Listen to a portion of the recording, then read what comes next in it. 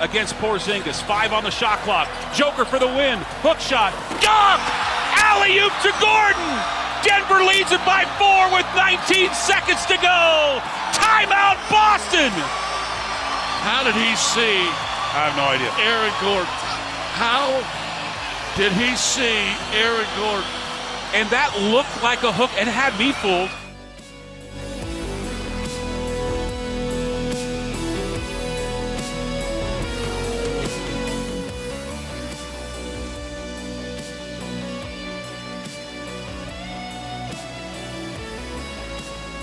Most unstoppable play in basketball right there? Is that it? It's just how you win basketball games in Denver. That's how you do it. What did you do? I had basically a blind alley-oop because I knew the guy would be standing there. I mean, Jokic pretty much said that in the postgame when he was talking to Chris Haynes. And I was almost offended for Jokic when Haynes had the gall to be like, was that a pass or a shot? I'm like, do you guys never watch Nuggets basketball games? And then he was like, oh, it's a pass? Oh, I'll just take your word for it. But honestly, these guys are national NBA reporters talking about a team that just won a championship, who is once again one of the best teams in the NBA. Did you never watch a game before this? Wait, this was TNT's second game in a week here. Like, it happens every game he does Come that. on. He looks like he's going to shoot. It kind of looks like a shot when he passes it, but it's always an oop to Gordon, and there's nothing anybody can do about it. Sometimes it hits the rim first. Sometimes it's just a pass right to him.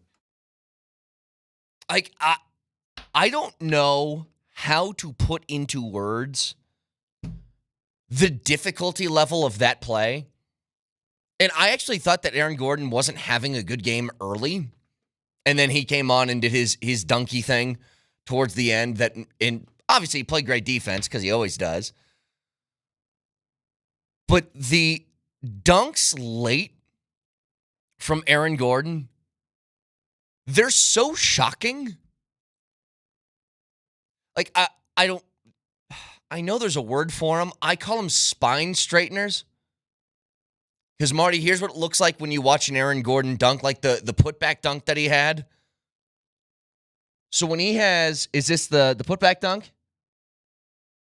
Yeah, this play right here, that's if you're watching on the Twitch feed, that's behind me, that made DeAndre Jordan trust fall into the bench.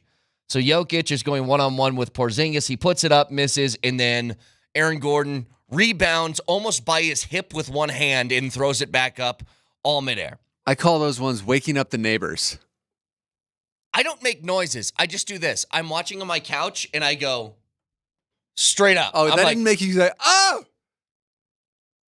Come I- on. That one was sick. He grabbed it like by his waist. Marty, I'm telling you that this is one of the most incredible dunks I've seen all season.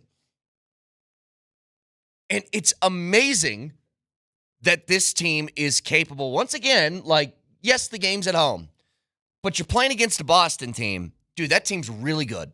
They are very, very good. They got nothing out of Jason Tatum, but Jaylen Brown goes for 41, couldn't miss for a stretch of that game. So you got Tatum, Jaylen Brown, Porzingis. By the way, Derek White is a fantastic basketball player. He's really good. And then Drew Holiday drown things out, and they got guys like Xavier Tillman and Al Horford and Peyton Pritchard and that Hauser guy who just can't miss from the corner. That roster's loaded. Like, they're so good. And it doesn't matter because at the end of the game, Jokic is going to find a way to get a bucket that's going to kill you. You're right about Tatum, though. He had a chance to hit that corner three to take the lead. That would have changed the whole dynamic of the game, and he missed it. He wasn't even taking shots. Like, he was barely noticeable last night. He played 39 minutes. He took 13 shots. Just for the record, Jaylen Brown took 29. Porzingis took 23. Holiday took 10. Like, I don't know what he was doing out there. But he had 5 turnovers. He played a really bad game. And Jokic puts up the 32-point triple-double. And you want to know what really killed Boston? They were so bad from the free throw line. Especially Jaylen Brown. What was going on there? He could hit from 30 feet, but then a free throw with all the time in the world he missed. Like, I think Stan Van on the broadcast was joking about it, but he's like, maybe he should just take a jump shot at the free throw line. And I was like, maybe he should, because he can't miss his jumpers, but he's bricking every single free throw that he puts up. But I just want to talk about for a long time here. Late game execution is so critical. And by the way, Jokic did that 32, 12, and 11 with 0 turnovers last night, by the way. It's so critical. Because I heard the TNT guys after the game. Isn't that funny? I never watch, like, any halftime shows or anything like that. And when it's inside the NBA, I do not turn the channel at all because I'm like, I don't know when these guys are going to start talking, but I need to see every second of it. After the game, I think it was Kenny was saying their offense, the Boston offense, you have an offense that you do for 3 quarters, and then you need to have an offense that's end of game. It's like if you're watching a football game, you run your offense, and then you get into 2-minute drill or 4-minute drill or whatever. It changes. It has to, because you're trying to close a game out. They run the same thing. They do the same thing over and over again. The Nuggets, they got the most bone-crushing sequence of plays that you could imagine. Because it's really one of 3 options. I'll call it 4. It all starts the same. Jokic at the top of the 3-point line, free throw line, whatever, or Murray up there. You run a pick and roll. That's how it starts every time. But here's your options that come off it. Murray gets a shot. Jokic gets hit on the roll. He gets a shot. Jokic gets doubled, and he throws an oop to Aaron Gordon, or Jokic kicks out to a wide-open KCP or Porter. Like, you have to pick one of those options, and I don't even know what's the worst one. You leave KCP or Michael Porter Jr. wide open, they knock down that shot. You take that Jokic. Oop is kind of a high percentage. You double Jokic, and you forget about Gordon. That's a 100% make. You leave Murray one-on-one, you're cooked. You leave Jokic one-on-one, you're cooked. What the hell do you do? It's got to be so frustrating for opposing teams. Not that we care. But this is where, remember when I was talking about, could the Nuggets, do they have the capability of being the Golden State Warriors?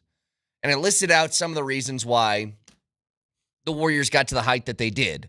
They had a player that the league has never seen before in Steph Curry. Well, you got one of those in Nikola Jokic. They had role players that fit perfectly and complemented the skills of that player.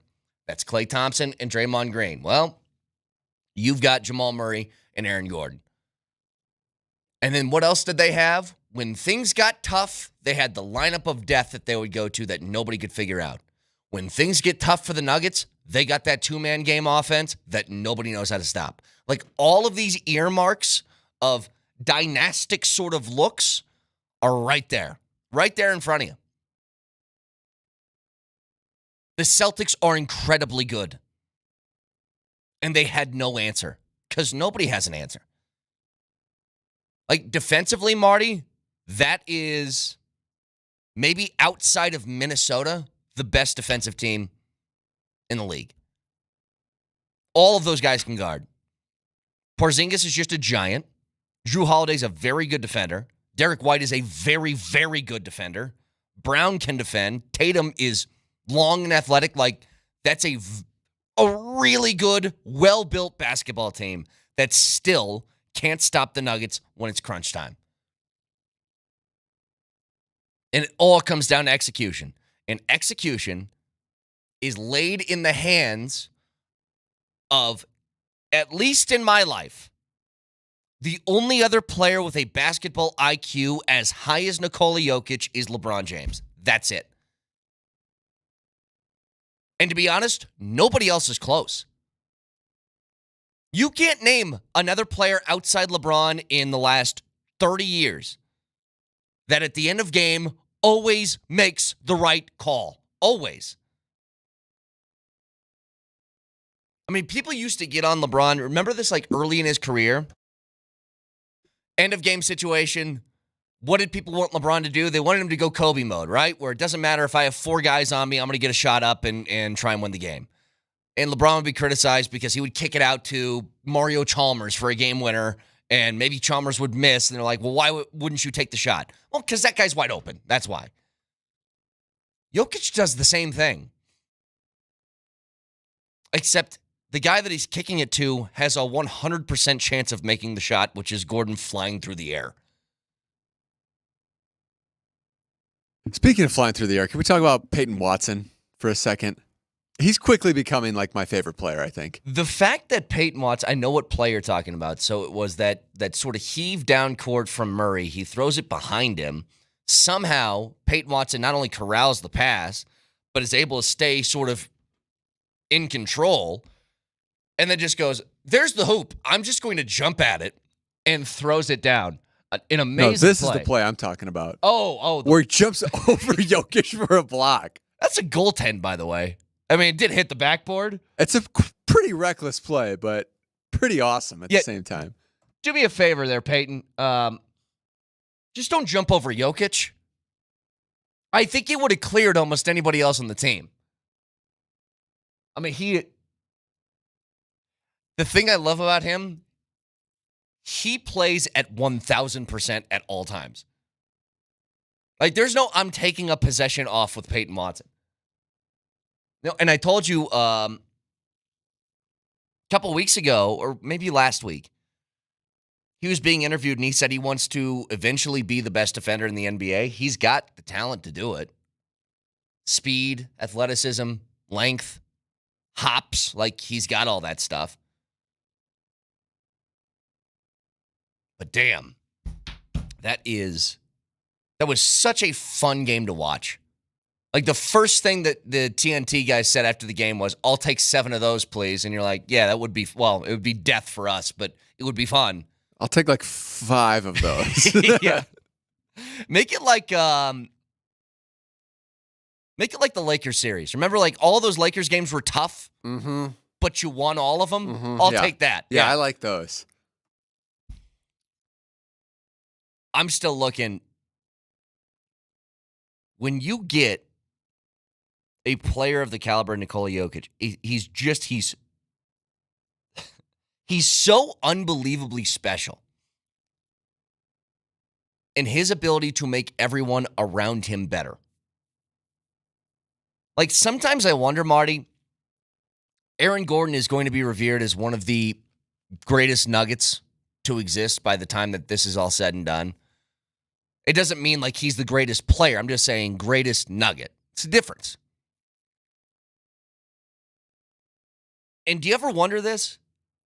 If Aaron Gordon's on another team, is he even like 3/4 of the player that he is here? I mean, we watched him in Orlando when he was the man. He was good. But I remember when they made the trade, there were these dudes that were Magic beat writers. It was a podcast. Maybe it was Ryan Blackburn's podcast. It was a long time ago. But joined him and started talking about Aaron Gordon in the trade. And I still remember he goes, look, he's a really good defender. He's going to be able to defend the exact way that you want him to. The problem is his offensive game is just not that good. And I go, maybe it wasn't that good when he was handling the ball the whole time and couldn't just sprint off of a screen at the hoop and jump at it. Because for this offense, I almost said something reckless. I stopped myself. For his caliber of player is how I'll put it. It's not any power forward in the league. Because I'll take a Durant. But for his caliber of player, like that, not elite, sort of all-star ceiling level, there's nobody else in the league I'd rather have. No one. And I thought, Marty, remember, the day that Jeremy Grant left, I'm like, you'll never find somebody like this guy again. He was so perfect for this team. And not only did you find somebody like Jeremy Grant, you found somebody better. Like, he's better. Yeah, Jeremy Grant couldn't defend like this. And Jeremy Grant was a good defender. He was good, but he couldn't defend like that. You know, Gordon's averaging more points here than he did in Orlando in 7 seasons. Averaging 15 sure he is. here, 12.9 in Orlando. Because he probably had to take about 22 shots a game to get to that level in Orlando, and he's getting like 13 a game now. No, he shot 11 shots a game in Orlando and 10.5 here, but he's just shooting 54% as opposed to 44. Like, the only weakness in AG's game is his three-point shooting. He's not good from three. But he's got to shoot. Like, if they're going to leave him open, he has to shoot. What a remarkable game, though, man. Goodness gracious. There's so much more I want to talk about with it, too. 303-504-0925. The Avs weren't done in the trade market yesterday, making a couple of more additions to the lineup. They got a big game tonight against Minnesota, where we're going to see some of these acquisitions on the ice. So I want to talk more about the Nuggets game, get to the Avs next. Some people just know there's a better way to do things, like bundling your home and auto insurance with Allstate. Visit allstate.com or call for a quote today. Men, this is Jeff for the Rocky Mountain Men's Clinic. And though I generally talk about medicine and effective treatments for erectile dysfunction and other men's sexual health issues, today I want to talk about love. Because love is the best reason to get treated for your ED.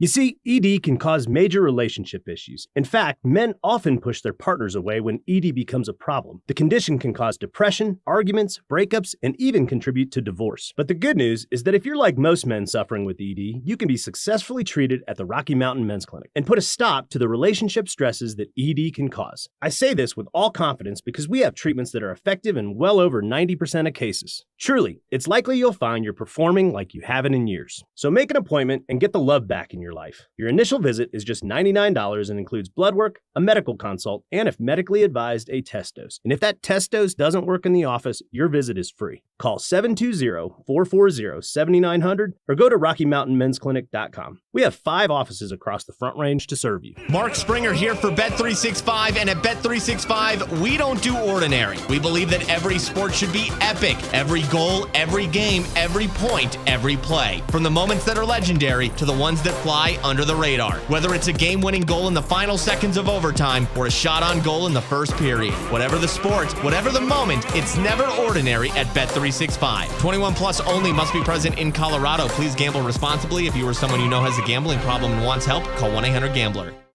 There are trucks, then there's the truck. GMC Sierra, with available features like the V8 engine, the ultimate luxury interior, and of course, the available world's first 6-function multi-pro tailgate. GMC Sierra, not just any truck, the truck. GMC's continued commitment to professional-grade engineering is on full display at your Colorado GMC dealers. Come take a test drive today and see for yourself. We are professional-grade GMC. Old Chicago is making pizza with ranch legit. Everything you crave. Flaky handmade crust.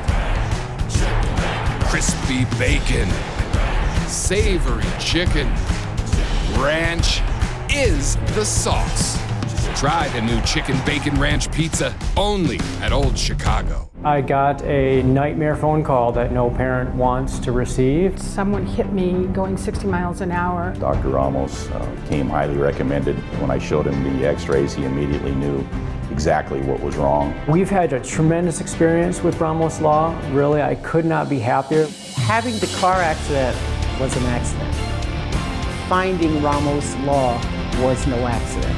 Injured in a car accident? Ramos Law can help. RamosLaw.com. Welcome to the Winner's Zone at Century Casino and Hotel in scenic, historic Central City. Win up to $500 every half hour, Fridays through Sundays with March Money Match drawings. Match prizes from our game board up to $250. Find a lucky leprechaun to double your prize to $500 in cash. Win up to $500 every half hour each weekend. Only at Century Casino. Take I-72 exit 243 to the Central City Parkway. Welcome to the Winner's Zone.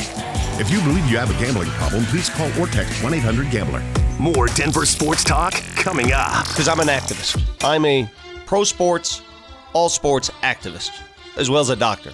Hi, I'm Henry Winkler. My eyes are very important to me. My eyes connect me with everything I love. I loved my late father-in-law dearly. He always lit up a room, but his vision dimmed with age. He had age-related macular degeneration, or AMD. And since partnering with Apellis, I've learned there's an advanced form of dry AMD called geographic atrophy, or GA. His struggle with vision loss made me want to help others know about GA's warning signs. For some, colors appear dull or washed out. For others, hazy or blurred vision make it hard to see details, like fine print on price tags. Many have trouble seeing in the dark, making driving at night difficult. GA gets worse over time and cannot be reversed.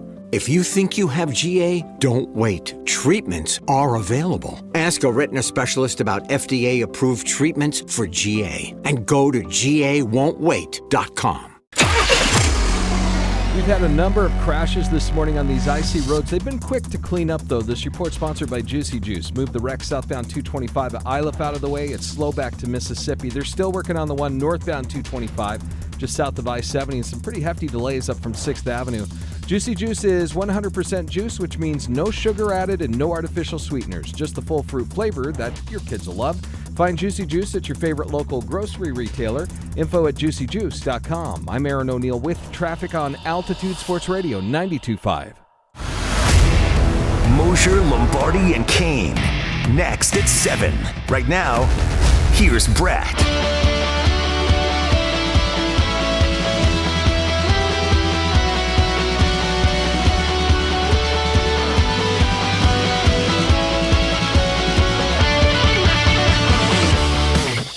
As a kid, I thought I'd save the world, running around and chasing all the criminals, swinging on a web, flying in the sky, shooting. I need to check on this again.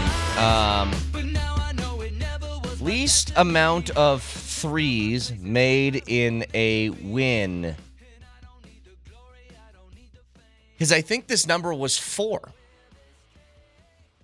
It was, and the Nuggets have now done that 2 times. Because last night, they only made 4. And they did that earlier in the season when they beat Washington 141-128 with only 4 made threes. Oh, wait a minute. No. I need this to be the 2023-2024 season. I looked at last year. Give me a minute. Take all the time you want. We are on the air, though. Yes, they beat Milwaukee with only 4 made threes earlier this year, 113-107, which is the least in the NBA. How many did they take that game? Because 19% is pretty bad. I don't know. It doesn't show the attempted threes. I just see made threes. They had 4 made threes on January 29th against Milwaukee in a win. They had 4 made threes last night in a win against Boston. So 2 of the best teams in the NBA you have beaten with not making threes. There were 4 of 18 that night. And there were 4 of 21 last night. They're a better three-point shooting team than that, but the Nuggets attempt the least amount of threes per game in the NBA to start with because they get so much down low. So many guys in this team.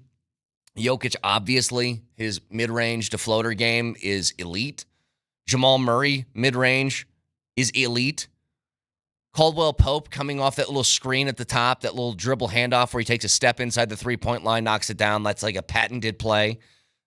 Aaron Gordon around the rim, they live inside. And that's a great equalizer on games where you aren't shooting well because you're still able to do that. You're still able to get whatever you want inside because you got guys with post games that are so damn good that you're going to find buckets. The Celtics have lost 14 games now this year. 2 of them have come against the Nuggets. I'm still just kind of in awe of the late game execution from that team. And by the way, you know what else I'm in awe of? Was the bench last night, who did a hell of a job against a pretty damn good bench for the Celtics. Everybody who came off the bench last night, so Najee, Payton Watson, Justin Holiday, Reggie Jackson, Christian Brown, all pluses at the end of the game last night. Even though I think Reggie Jackson struggled a lot as of late. Those little, like, I get inside to the block and throw up a floater, those shots that were automatic a few months ago, not automatic right now, doesn't mean he can't get back to it. But he's just been struggling as of late. But Payton Watson showed up last night, knocked down a couple of huge shots. I like that Christian Brown is feeling a lot more aggressive again about getting to the rim, not as hesitant. And they're continuing to play Zeke Naji. Like, I don't know if this is some sort of permanent move here and DeAndre Jordan's now going to stay on the bench. Like, DeAndre Jordan hasn't played in a long time. Not even gotten a couple of minutes. Even games where they empty the bench, Marty. He's like the only guy who still gets a DNP.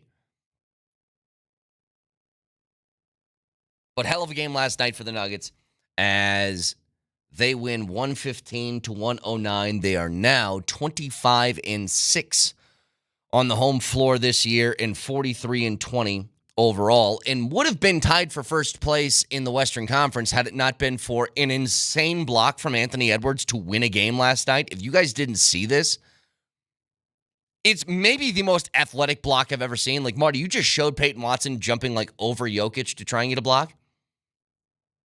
Anthony Edwards, game on the line.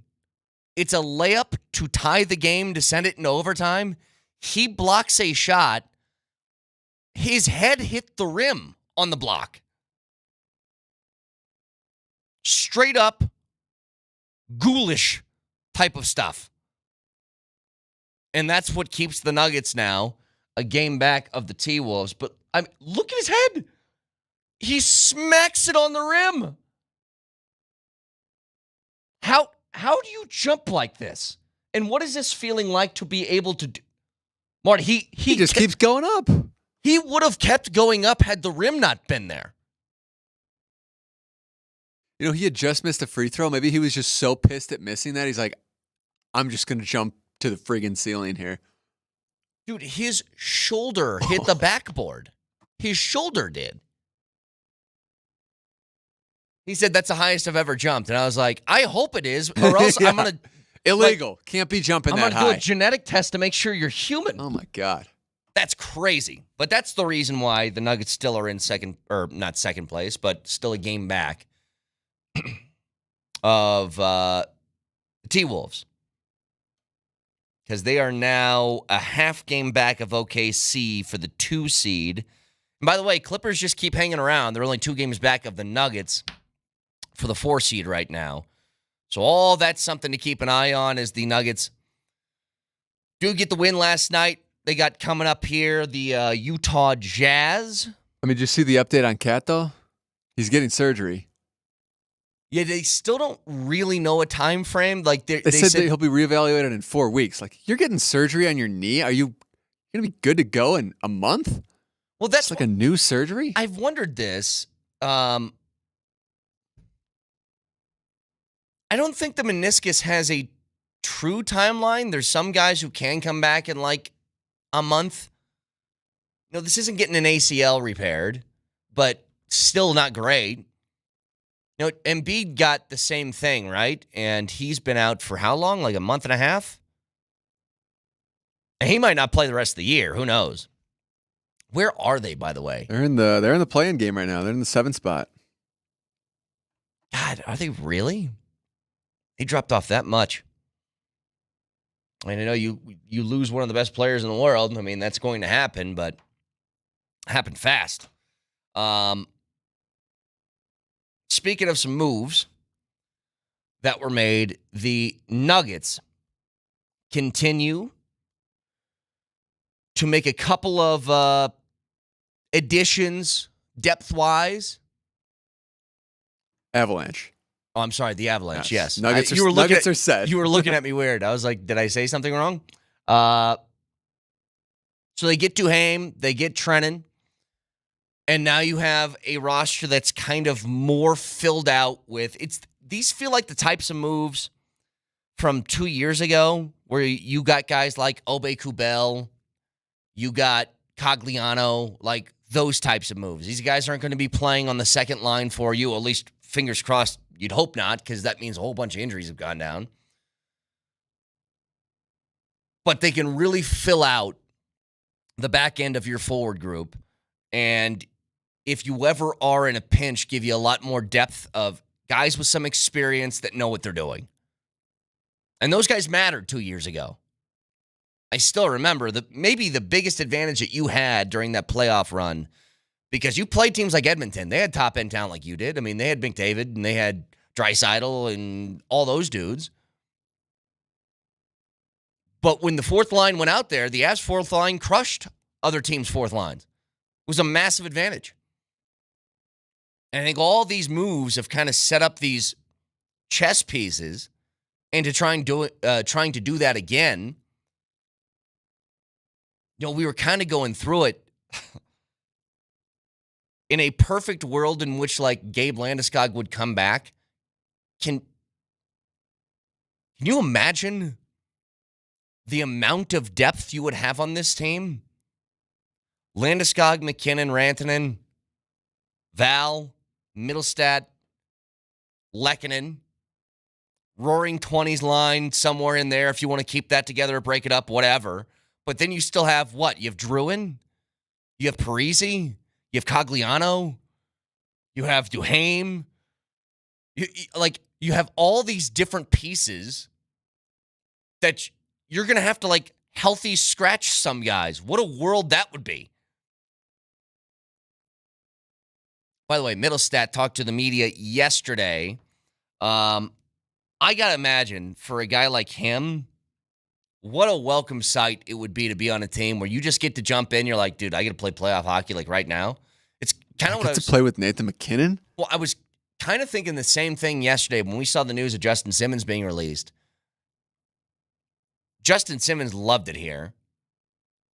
He had his foundation stuff that he did all the time. In fact, he had an event last night that he still went to because he's an amazing person.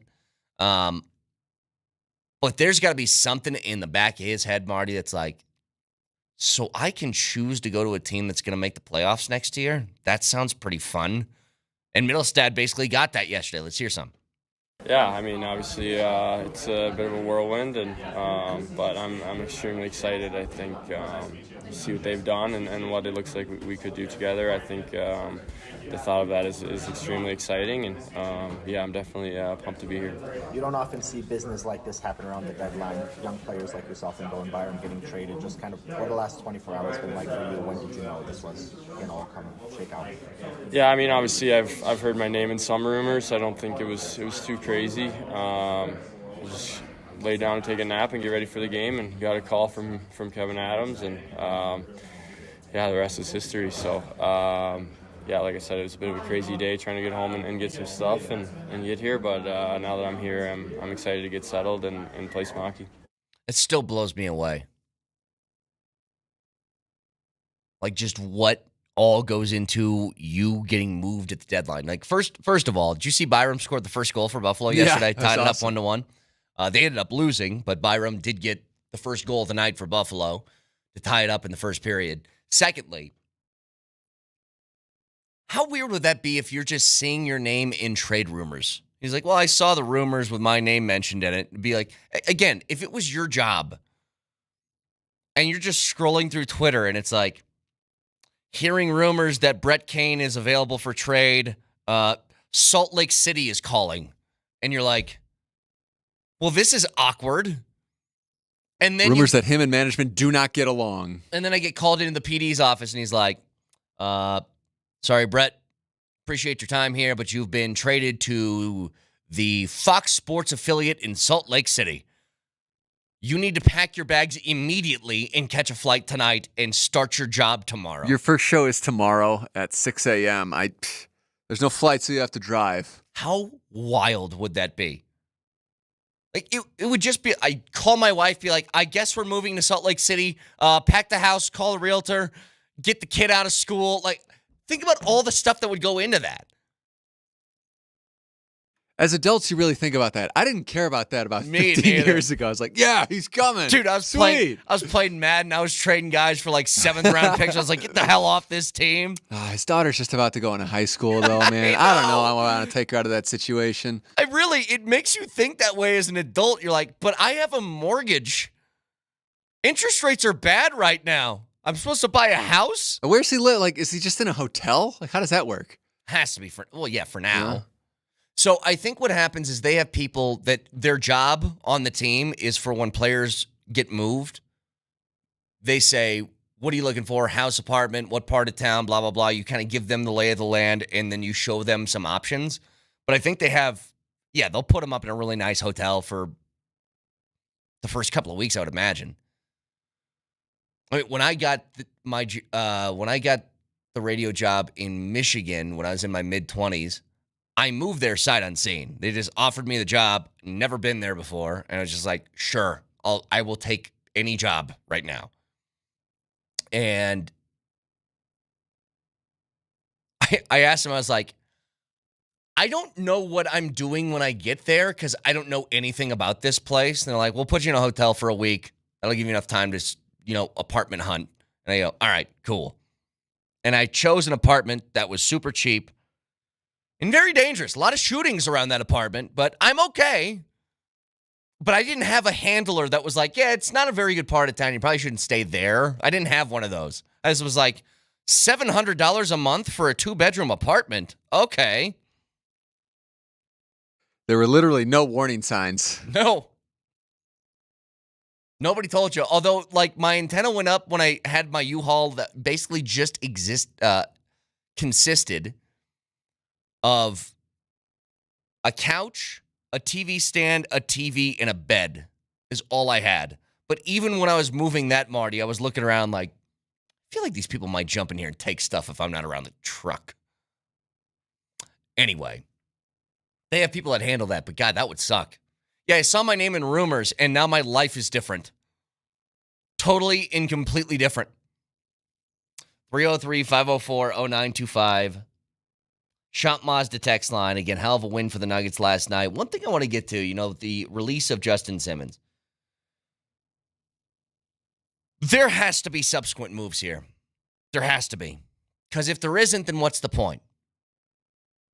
If they don't make the next move of Bulls or Sutton or you name it, then I don't understand the purpose of getting rid of Simmons. We'll get to that next.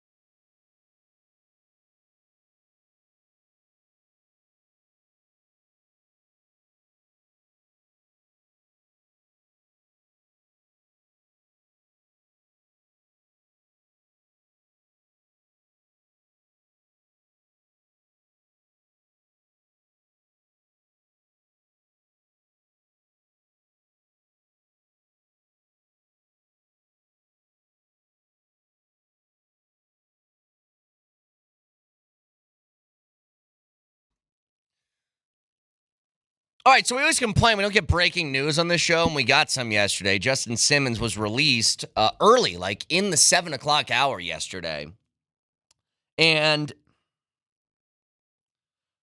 I was conflicted because I love Justin Simmons. I never wanted to see him go anywhere else but Denver, but that's the reality of what's happening now.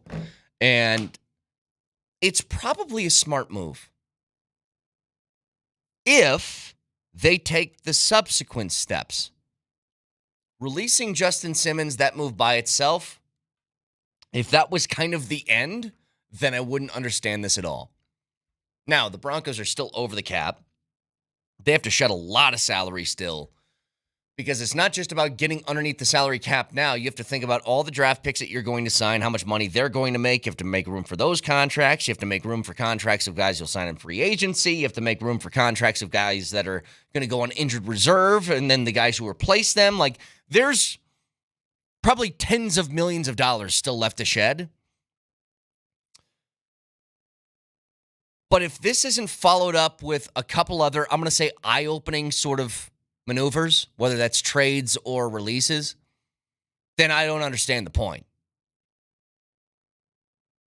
This all would make a lot more sense if today they came out and said, oh yeah, by the way, we've released Garrett Bowles and we've traded Cortland Sutton for a 6th-round pick or something like that. Then it would make sense to me.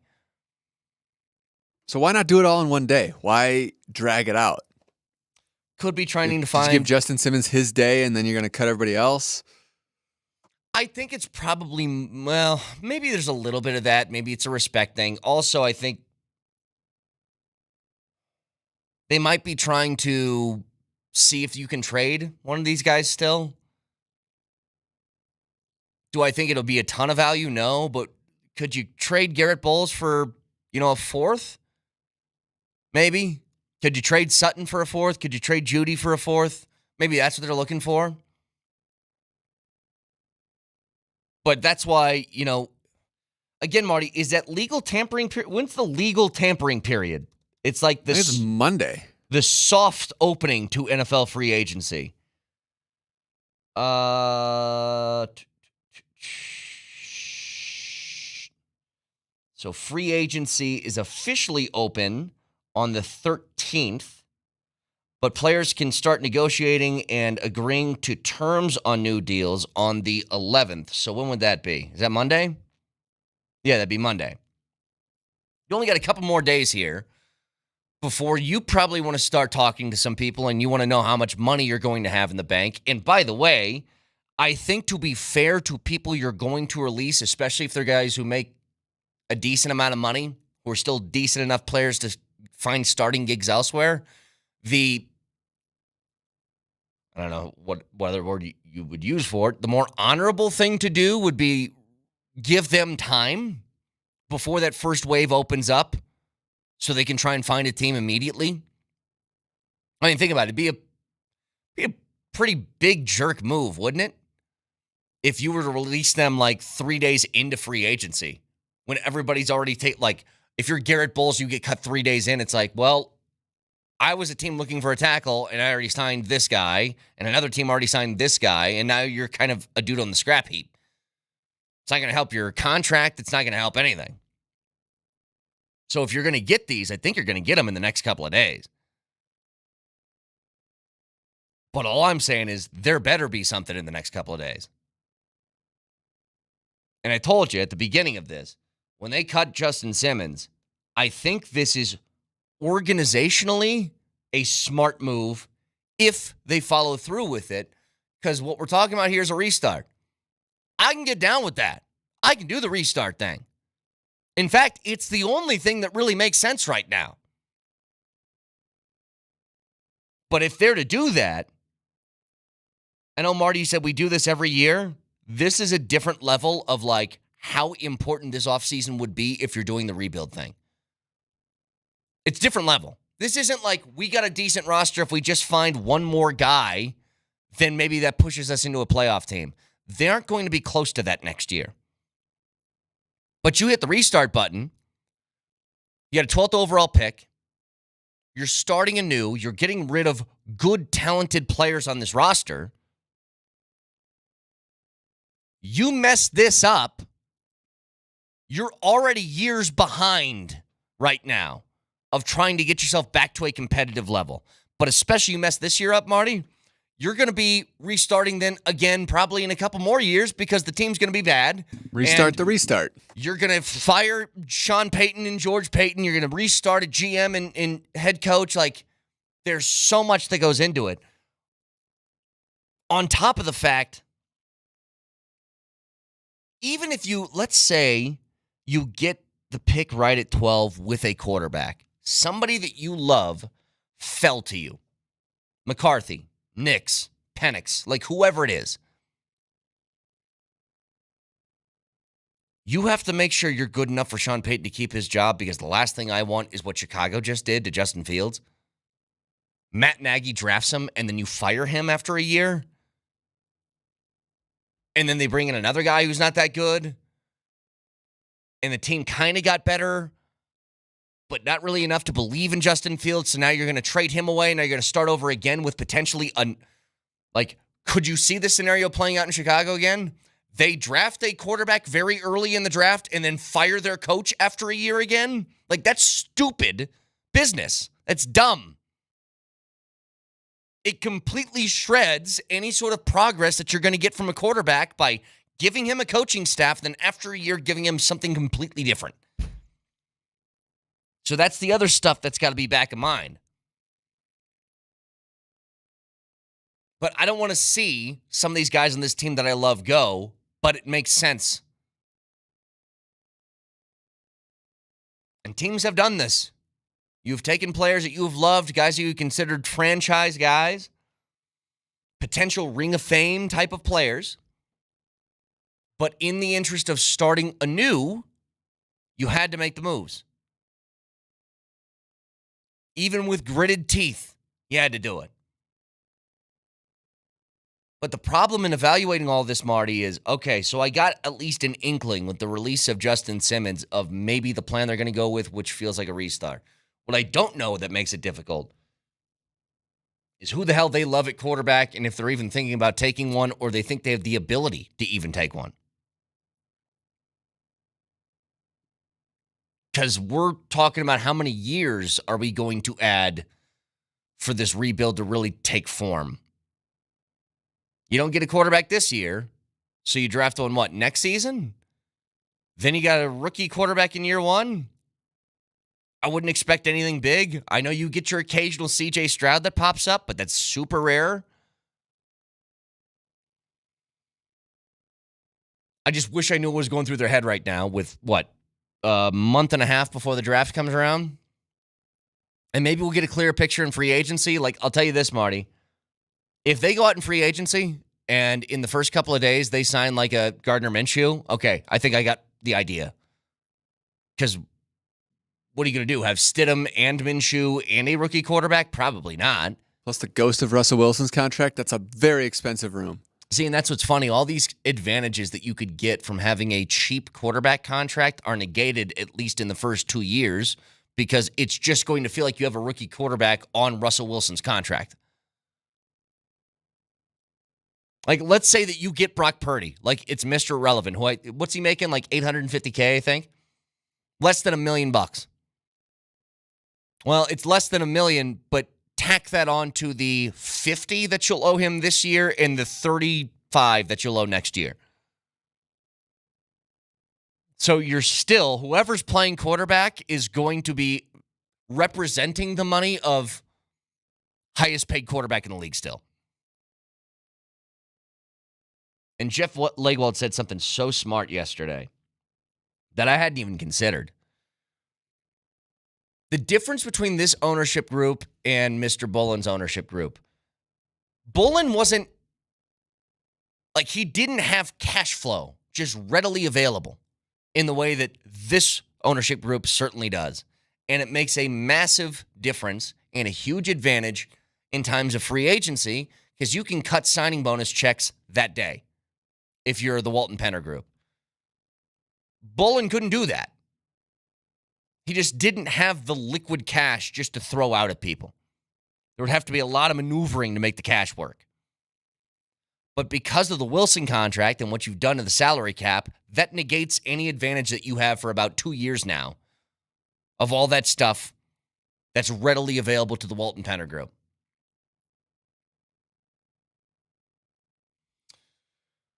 So we'll keep an eye on things Sounds today. fun. Well, Sounds again, like a fun one. I think we're going to see some subsequent moves in the next couple of days, so we'll keep an eye on it. Maybe we'll get more breaking news this morning. Who knows? 303-504-0925. But what a win last night for the Nuggets over the Celtics. The way they finished the game, the way that Nikola Jokic handles crunch time, Aaron Gordon dunks, all of it. Just beautiful basketball last night that we'll talk about in a couple of minutes. You can watch it live on Twitch, twitch.tv, search Altitude SR in the search bar, the Altitude TV simulcast. That is the Safeway Twitch feed. Moshe Lombardi and Kane next.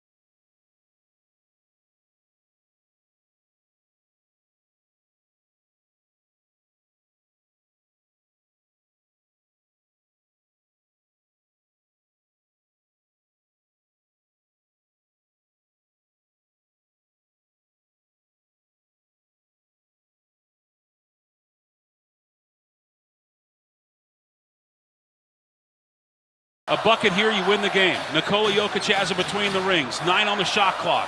Joker against Porzingis. 5 on the shot clock. Joker for the win. Hook shot. Dunk! Alley-oop to Gordon! Denver leads it by 4 with 19 seconds to go. Timeout, Boston! How did he see? I have no idea. Aaron Gordon. How did he see Aaron Gordon? And that looked like a hook and had me fooled. Most unstoppable play in basketball, yes or no? Not only the most unstoppable, but probably the most clutch play at this point. That's not a three-pointer. Yeah. Right? I just delivered a tweet. Tell me if you guys feel this way.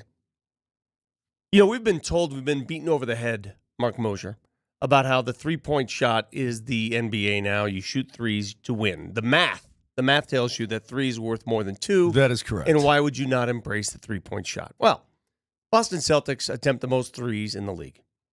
That is also correct. Because that's what they've embraced. The math. And right? the Nuggets attempt the least. No, it's third least, actually. Oh, third least. Third least, yeah. Orlando and L.A. attempt the least, then the Nuggets, but very close. Very close. I mean, just mere percentage points. So you have a team that attempts the third least among the bottom dwellers of three-point attempts, and they're the best team in basketball. And I think last night cemented. Listen, you can have all the records you want. I don't care. You can trot out all your crap. The best team in basketball is the Denver Nuggets. Yep. Okay, that's the best team in basketball. And they beat a team that just jacks up threes. And I got to hear on the broadcast, whoa, the Nuggets caught the Celtics on a bad shooting night. They're really the Nuggets made 4 3-pointers. Is it also like 4? Maybe defensively you had something to do with them missing some threes too? Or maybe, just maybe, rather than jacking up moonshots and moonballs, maybe you might want to try something else. Yeah. I don't know. Just a theory. Well, it's a magic elixir, isn't it, Moj? Like, even if the Nuggets don't shoot well from three, which they didn't last night, they will always get theirs in the paint. It's why, you want a stat? I'll bring you a stat. Uh-oh. Because you guys come here for the truth. Isn't that right, Vic? The Here's truth about these teams. 6 times this season in the NBA, a basketball team has won making 4 or less threes. In fact, the minimum on the year is 4 threes. Fewer. 4 or fewer. The Nuggets have now done that twice. Well, hold on. Did you even go to school? Or, I mean, did your when you left the house in the morning? I ain't read all that good. I'm just trying to give you numbers. So how many times? 6 times in the NBA, a team has won a basketball game with 4 or fewer three-pointers made. And the Nuggets have done it how many of those 6? 2. Okay. Guess who the teams are that they've beaten? Big time, big East Coast, Eastern Conference giants, right? The Celtics is one. I remember this other one. It was either Philly or Milwaukee. Milwaukee. Yes. They beat 2 of the best teams in the league. How did you remember that? Boston. Because I remember, I remember Milwaukee. I remember looking down at the stat sheet going, you know, this can't be real. Was that Buck Slaughter night? It wasn't Buck Slaughter night. No, this was this season. This year. Oh, this year. I'm sorry. My bad. That's my bad. Hey. It was a 115-109 win last night over Boston. It was a 113-107 win over Milwaukee. But this BS, That's my bad. It's so funny how the narrative changes. You know, you beat a team and there's always got to be an excuse. And the narrative last night, the excuse for my friends in Boston and on the East Coast, and I'm sure you're going to hear it this morning from the national folks, is, well, the Nuggets, again, are lucky they caught the Celtics on a rough three-point shooting night. They shot, 28% from three. They're lucky that the Celtics missed threes. My retort, once again, is it's not a three-point game all the time. Sometimes, and when I say sometimes, guess what happens in the playoffs? What happens in the playoffs? You get tight, you don't shoot well. You got to make dirty shots. Yeah. Like in hockey, right? Sometimes 100%. you get dirty, greasy goals. Dirty and greasy. I'm going to tell you right now, and I said it when the Nuggets beat Boston in Boston, and all you Boston transplants that live among us, you were all at the game last night. Some of you work in this business. I know who you are. All of you understand something. Your team is not clutch. Your team is not that good. Your team in the Western Conference would be struggling for a 3rd or 4th seed right now. In fact, if you listen to the national peeps, that's been an Achilles heel situation for the Celtics for a little while now. It showed up again in their previous game in Cleveland. It showed up again last night. And I would answer to those people, you're lucky the Nuggets didn't make three-pointers too. They were 4 of 21. Exactly. 4 of 12. They left a lot of points out there on the table. So simmer down. Nuggets win the season series. They take both from the ball. I will say this, though. Man, if that ends up being an NBA final, I think that would be flipping awesome. And you know what? You know how I am. You know how cynical, pessimistic, and scared I am about teams, matchups, the NBA. I have 100% belief the Nuggets would beat the Celtics. It's not. They're better. They're a better team. So two things just quickly here, Moj, on what you guys were just talking about. First of all, the TNT guys right after the game, the first thing, they're playing the intro music to get to the post game. First thing you hear from two of them, Chuck was one, I don't know the other one who said it. Give me 7 more of those. Like, I think we'd all take a game that looks that way. But you were just talking about, Vic, end of game. Mm-hmm. How do you close the game out? And here's what's funny. In football, you have your offense, and then you have your 2-minute offense or your 4-minute offense to close a game. It's different than what you've done the previous 3 quarters, right? Essentially. I was listening to that guy who was on the Cowherd Podcast Network, Jason Timpf. So he's a Lakers fan, all right, who was not a believer in the Nuggets last year until they ran through him, and now this guy is He was not a believer in Joker a couple years ago. He said Joker was a facade. He's the biggest Jokic honk you're going to find. He's a hypocrite. He's a hypocrite. I was listening to his podcast last night. He said that Jokic, the level he's playing at, is the exact same as prime LeBron 2012, 2013 Miami Heat level. He goes, he uses your favorite word, he's that inevitable. But he had a really good observation. And it was more on the Celtics side. The Celtics don't have what the Nuggets have at the end of games. The Nuggets run an offense, Moj. But then the game gets to crunch time, and they go 2-man game where you have basically 4 options. Say it. You do the pick and roll to start. Say it. Jamal Murray goes one-on-one and hits a shot. Fade away, crazy shot. Joker goes one-on-one and hits a shot. Spins around somebody, makes him look bad. Joker gets doubled and he throws an oop to Aaron Gordon. And the entire world explodes. Or Joker gets doubled and they kick it out to KCP or Michael Porter Jr. for a 3. Yeah. The Celtics run the exact same offense they have the entire game. They don't have some go-to thing. They don't. They don't have a Joker. No. And it's but nobody has a Joker, bro. Nobody has a Joker. In crunch time, it matters. They don't have that guy who's the centerpiece of all those options. Who's the one common denominator in all those options? Joker. Okay. They don't have that. Correct. And because they don't have that, when the game gets tight, they don't know what to do. Jaylen Brown dominated offensively. Great. He was great. Great. You guys remember what happened late in the game? When the Nuggets were up by 1, I believe, and they kick it out to Jason Tatum. Or 2 at that time. Was it 2? Yeah. Kick it out to Jason Tatum for a wide open 3. Playing with the trolley. Ding, ding, ding with the bell. You can't rely on your three-point shooting all the time. You know what three-point shooting is? It's a wonderful luxury to have. It's a wonderful luxury. Guys, look at us. We can hit threes. But Steph Curry has changed the game and the dynamics of the game where all these math nerds got involved. Yep. And the math nerds said, hey, look what Steph is doing. Let's everybody do this. Well, guess what? Not everybody can. Not everybody can do this. I'm being just a bit of a hype man this morning. Why don't you say it? You said it's a 2-man game. They'll always win you. Thank you. Okay, see, here's the problem is I can't move on unless I get it. I got you. Unless you give it to me, I can't move on. Hey, Joker off the glass at the buzzer.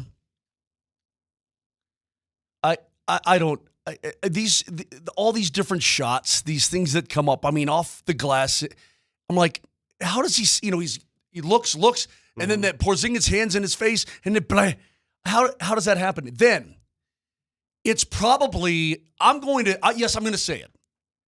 It is the best putback dunk I've ever seen in my life. It's the greatest. Okay, I'm gonna say it. Play it. First of all, play it because I talked to AG after the game. What'd he talked say? to him after the game. You'll hear the interview. And before you play it here, hold on. Stop right here. The debate came in after the game, Dan Tanner was hosting the postgame show, and I called in. I had to give my opinion on this.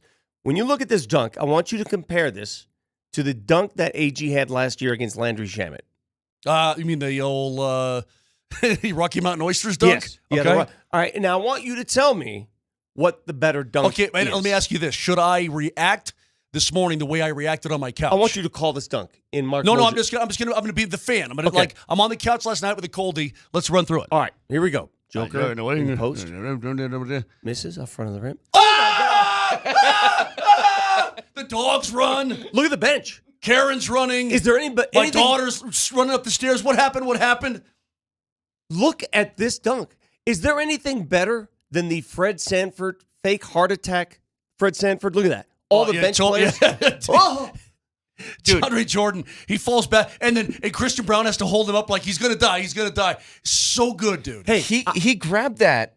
He was in midair. He grabbed the ball at his hip and one hand put back with authority. But not only that, Brett, let's stop right there. He did it in a clutch game in the fourth quarter against the best team in the East in a jam-packed lane. Look at that. There are 3 people around him. There's Jason Tatum and Jaylen Brown around him. He ignored them all and said, come get this. So good. It was insanity. But when you see a bench reaction like that, because Jordan now he's going to be a meme, right? He's going to be a meme or a GIF. Yeah, or he's probably. meme, GIF, whatever. Yeah, whatever you call it. Elizabeth, I'm coming. Yeah, it was I'm the Fred coming, Sanford. Elizabeth. They all did it. It was, dude, if you see the whole bench shot from the, that's hard to say, whole bench shot. Say it. Whole bench shot. Well, but say it fast. Whole bench shot. Okay, it's hard to pretty say. easy, actually. Anyway, from the baseline, it's such a cool video. You should have It's seen so cool. in the arena last night. That reaction you just gave. Yeah, the entire arena was doing this. Really? Like I'm sitting next, and I'm elbowing people. You know how you elbow your friends? Yeah. You just start punishing people for no reason. Oh yeah. That is. I mean, seriously, you do. You punish. You start pushing people. It's like what are the kids? The mosh pit? Aren't you a mosh pit kind of guy? Big mosh pit guy. Yeah. Totally. I mean, it was like a mosh pit. So after the game, I had to ask AG about the dunk. I had to because. And by the way, he's so humble. Why is he so humble? Well, you know why? I have. Why is he so nice? I have a theory I want to get to. Why AG and Nikola Jokic have such amazing synergy and why they know each other's moves?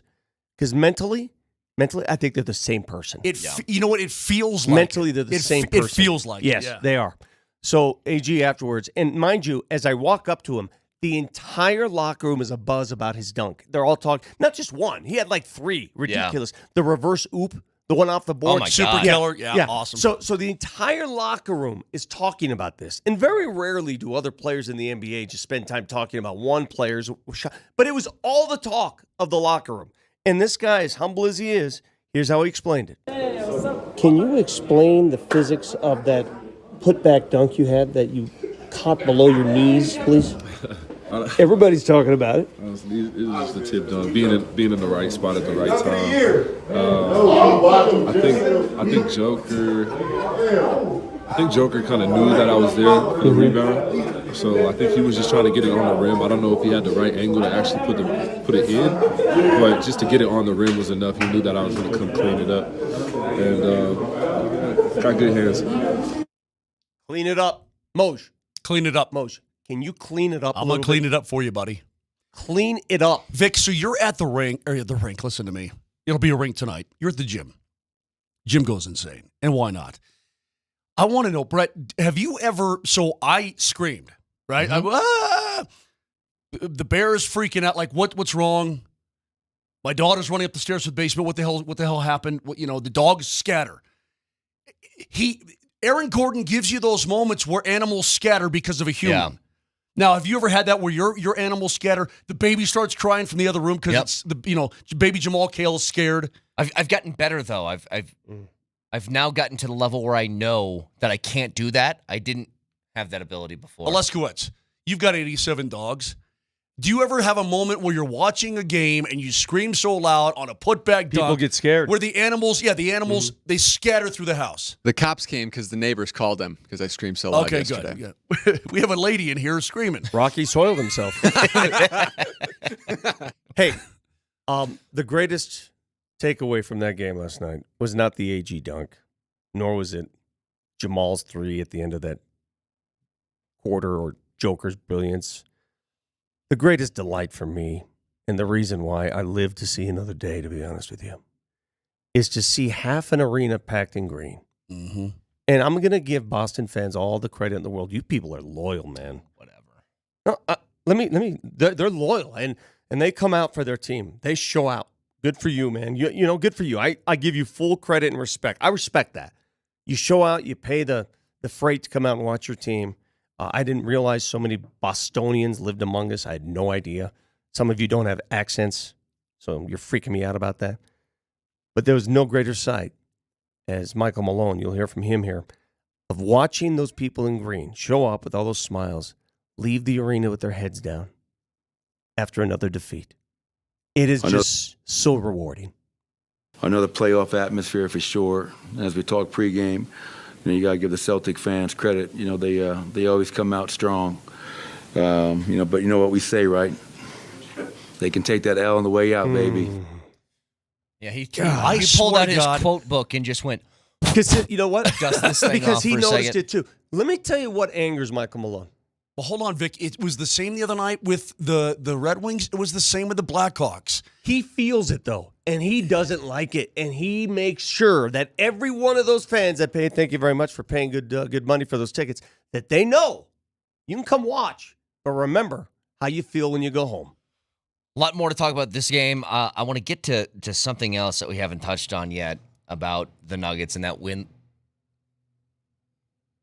Oh, okay. The heating just kicked on or something. What was that? I don't know.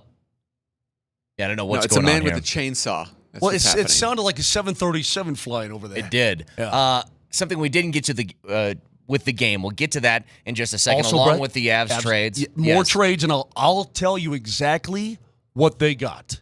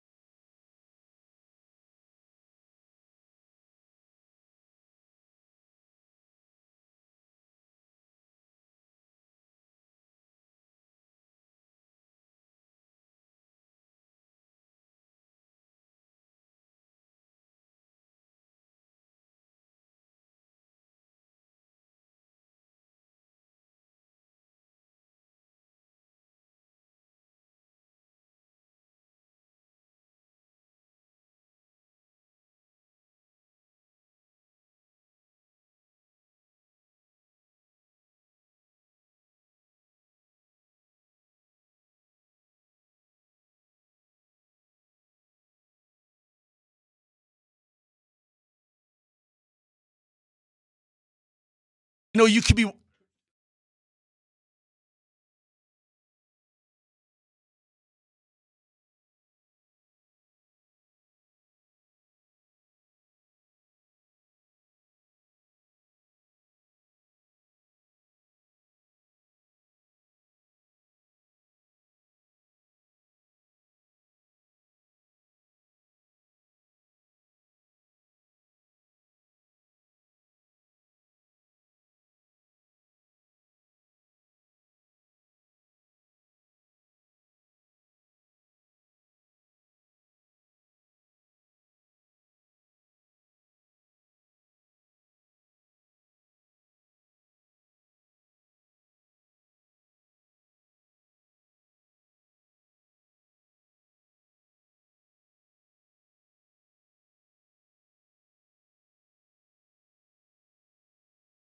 Woo! Yeah, yeah.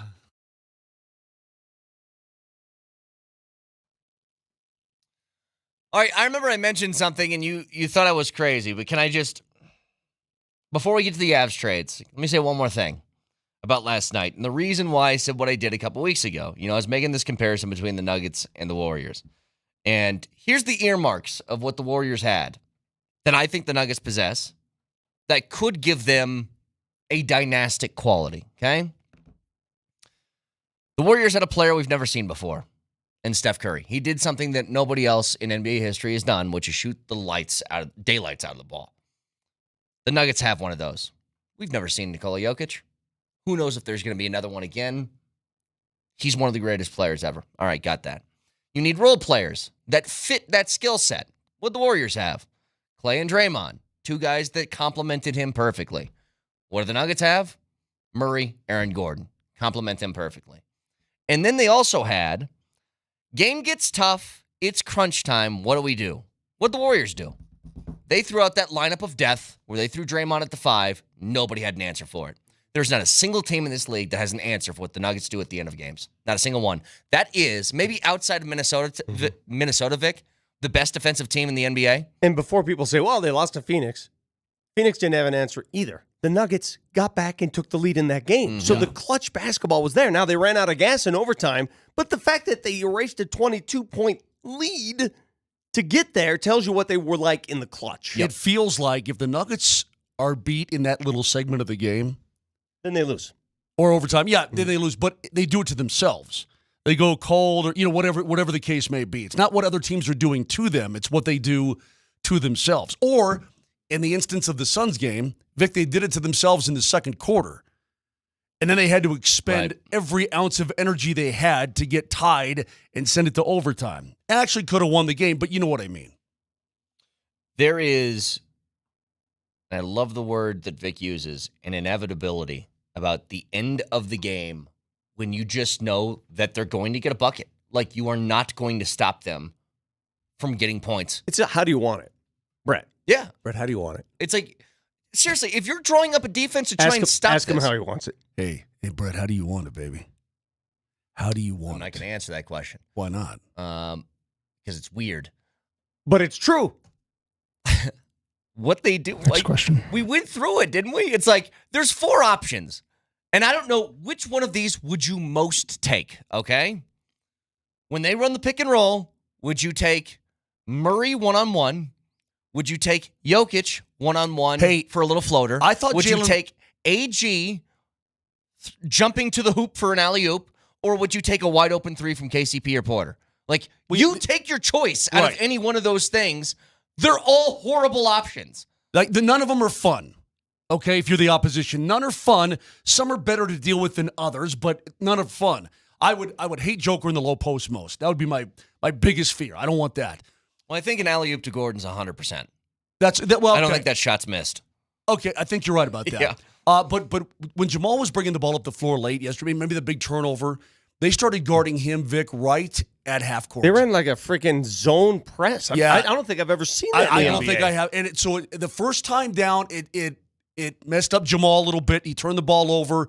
Of course, the Nuggets got it back right at the other end and came back, gave it to Jamal. Then he was able to figure it out because he ran it through the big fella at the top of the circle, right? So that's that's how you counteracted it the next time down the floor. You're learning like this on the fly down the floor.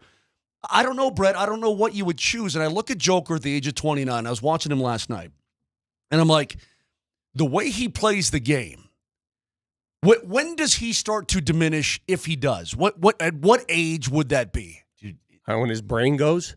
That's what I'm saying. Now, again, I feel like, and this won't happen, but Joker could be 45 out there giving you, he could be 45 years old giving his game's about touch and IQ. Giving you 30 a night, and I'm like, whoa. Yeah, but don't discount the physical effort he puts into No, it. I don't. I banged. don't. Oh, hang on a second. Well, I think what Mosher's getting at, though, is guys diminish because athleticism diminishes. Correct. Like, what makes LeBron so incredible is his game is based on athleticism, and it's never diminished in 20 years of being in the league. Joker's never relied on that. Ever. Like, he's quick. He can be quick, and maybe that can fade. He's very quick. If he has a big or even a small guarding him anywhere from the free throw line in, Vic, watching his drop steps and his spins, how quick is Joker? I know it doesn't feel like it to the average fan out there, but how quick is he in real life down to the low post or anywhere in the key? I'm starting to get a little worried. Why? Because normally I'm very, very cautious to a fault when it comes to the Nuggets and their fate. You're worried about yourself. You guys know. Can you explain to our new listeners? We have new listeners every day. Can you explain how I approach? Vic is known on this show when it comes to the Nuggets as the Great American Fraidy Cat. I even invented a new voice. But why am I afraid? Let's get to the core. Let's cut to the chase here. Why is he afraid? Why am I afraid? Play psych. Because it's the NBA. Yeah, but what is it? What's at the core? Anything can happen. What's at in the NBA. core of my fear, though? Why am I always not willing to go that? Why am I scared? Tell me why. Well, it's because you've been heartbroken so many times in your life. Okay. It's history. It's hardwired into your family history. Yeah, into your motherboard. Correct. So, yes. The reason I'm afraid is because that tactic proved worthy last year. They won an NBA title. Here we stand in early March, and I'm not that scared. I cannot see. I don't know a team out there that I would say, oh, I'm worried about this team in a 7-game series. In a one-off, sure. A one-off. Someone said to me, well, if you play Boston in the finals, you have to go to Boston. And my answer was, so? They've won there already. So? Boston doesn't scare me. They got to come here, Jack. Three teams in the West that scare me more than Boston. Am I right here, or am I being? Am I losing? With that. I think Boston's a very really good team, dude. They're a really good No, club. listen. Don't just. The Boston Celtics are a great team until they play the Nuggets. They can't deal with they can't. Their problem last night, and this is why. Look, Tatum's a good player. I don't want anybody talking about him as the best player in the world. Like, he was a non-factor last night. When you he was absent for a large part of that game. Yeah, if you're looking at Tatum last night and going, okay, it's this guy, make a case for MVP. Let me see. Ready, go. And then you see 15 running up and down the floor doing this thing. You're like, it's not even close. It's not even close at all. Jokic doesn't. Even when Jokic plays bad, and we're grading on the Jokic curve for whatever that bad game is, right? He is still entirely impactful in the game. He still makes play after play after play. But isn't that the same with Nathan McKinnon? Tatum was missing. Isn't that the same with McKinnon? Of In course. fact, Jared Bednar, I love Bednar's comparison the other day between the two of them. Yes. Where he said, McKinnon's like Joker, where even if he's having, quote, an off night, the way he impacts the game. This is what Joe Sakic always did so well, too. Yeah. Is that even when you're not, quote, on, you're always making a play. In hockey, you're always making a play. You're always doing something to help your team win. I love what Wendy said. Even when he's off, he's virtually unstoppable. And when he's on, he is completely inevitable. Let me tell you what greatness is. Here's greatness. Against Phoenix in a loss. A game in which Joker had that last second shot that went in and out. Okay? He finishes that game with, I believe, 25, 12, and 6. Were his numbers? Something like that. Something very similar. Double-double. Just the kind of numbers that any center in the NBA would like pat themselves on the back. And we considered that a rough game for Nikola Jokic. Yep. That's what greatness is. When you're great, those numbers aren't good enough.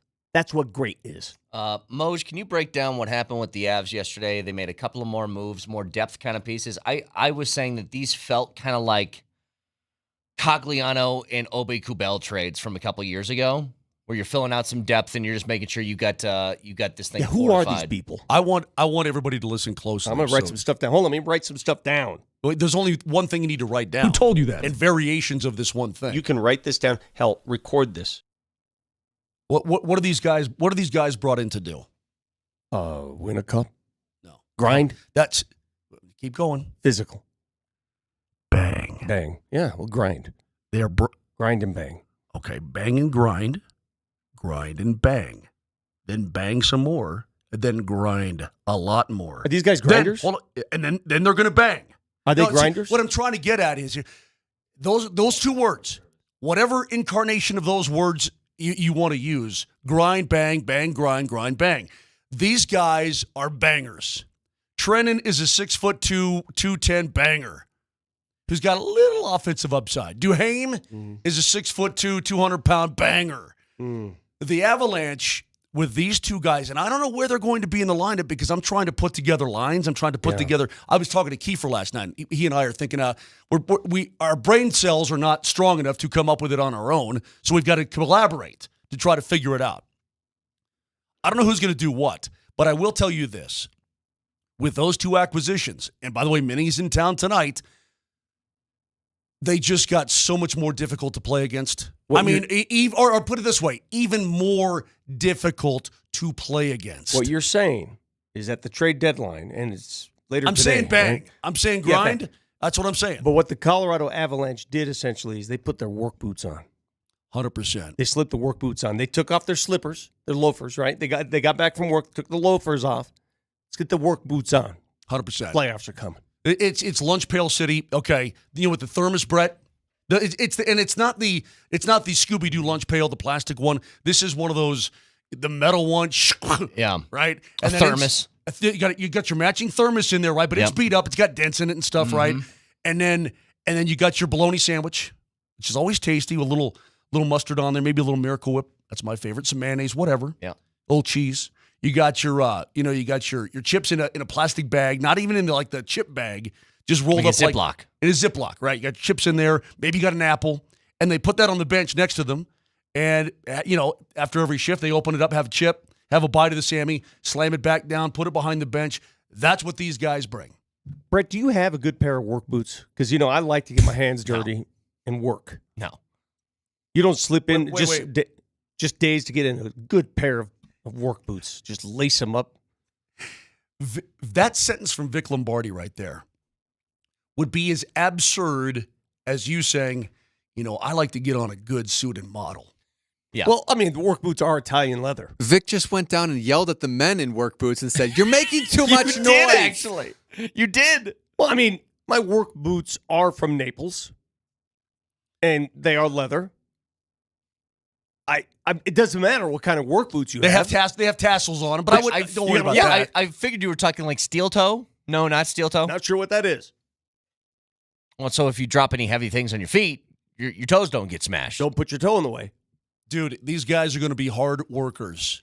I think they're probably done. Okay? The trade deadline is today at 1 p.m. our time. I would assume that they are done. It's funny because they signed that kid, Jeremy Hansel. They signed him, and literally 20 minutes. Yeah. Literally 20 minutes later, he's traded.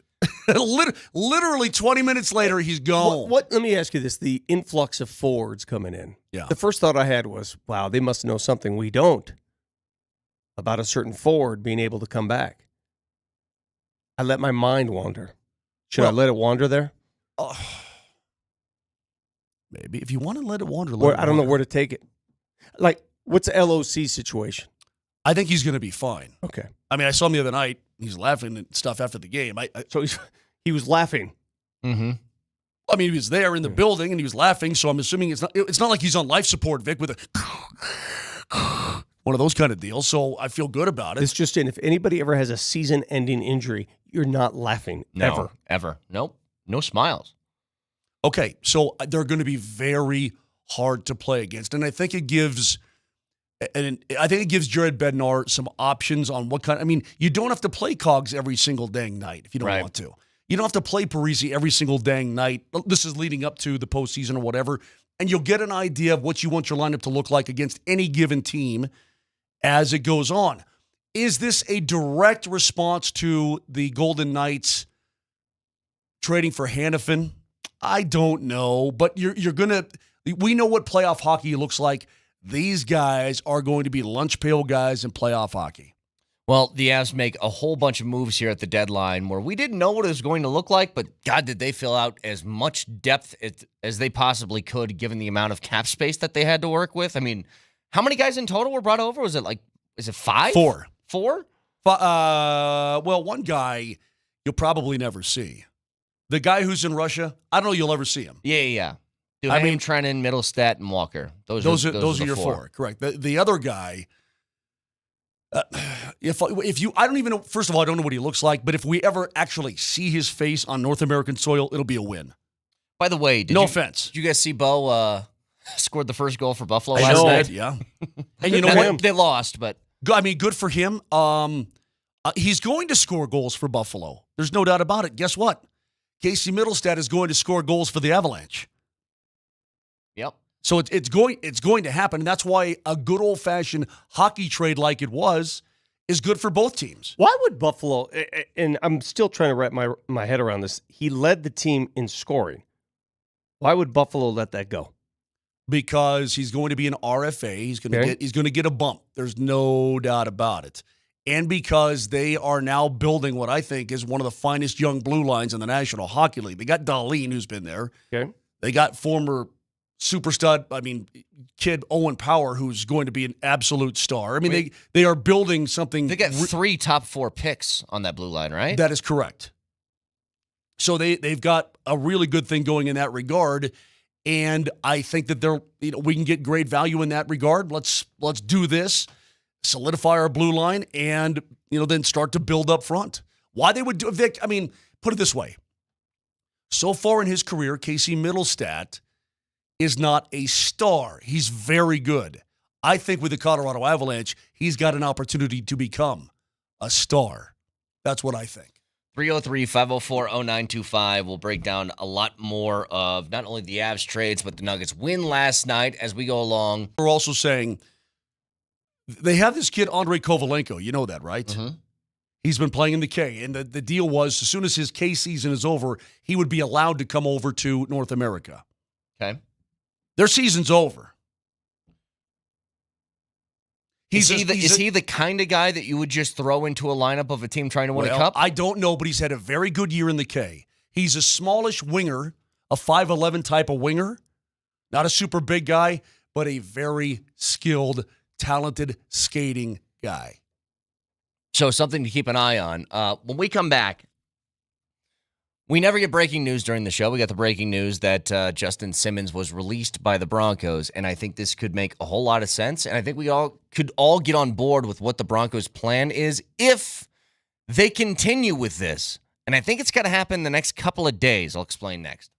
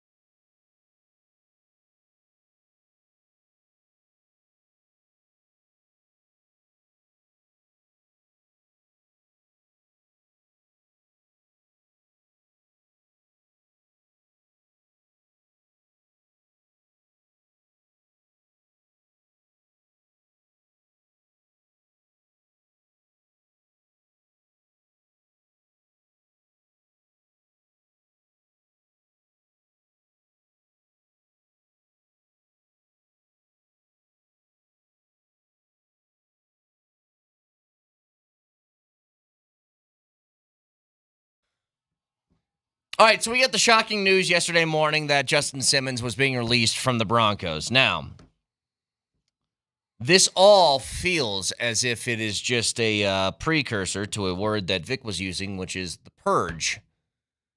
It feels like they're going to be purging more and more from this Great roster. Purge. The Great Purge. Here's the thing. I now am fully on board with this. I was kind of initially, too. It was just a shock to the system when I first saw it. Mm-hmm.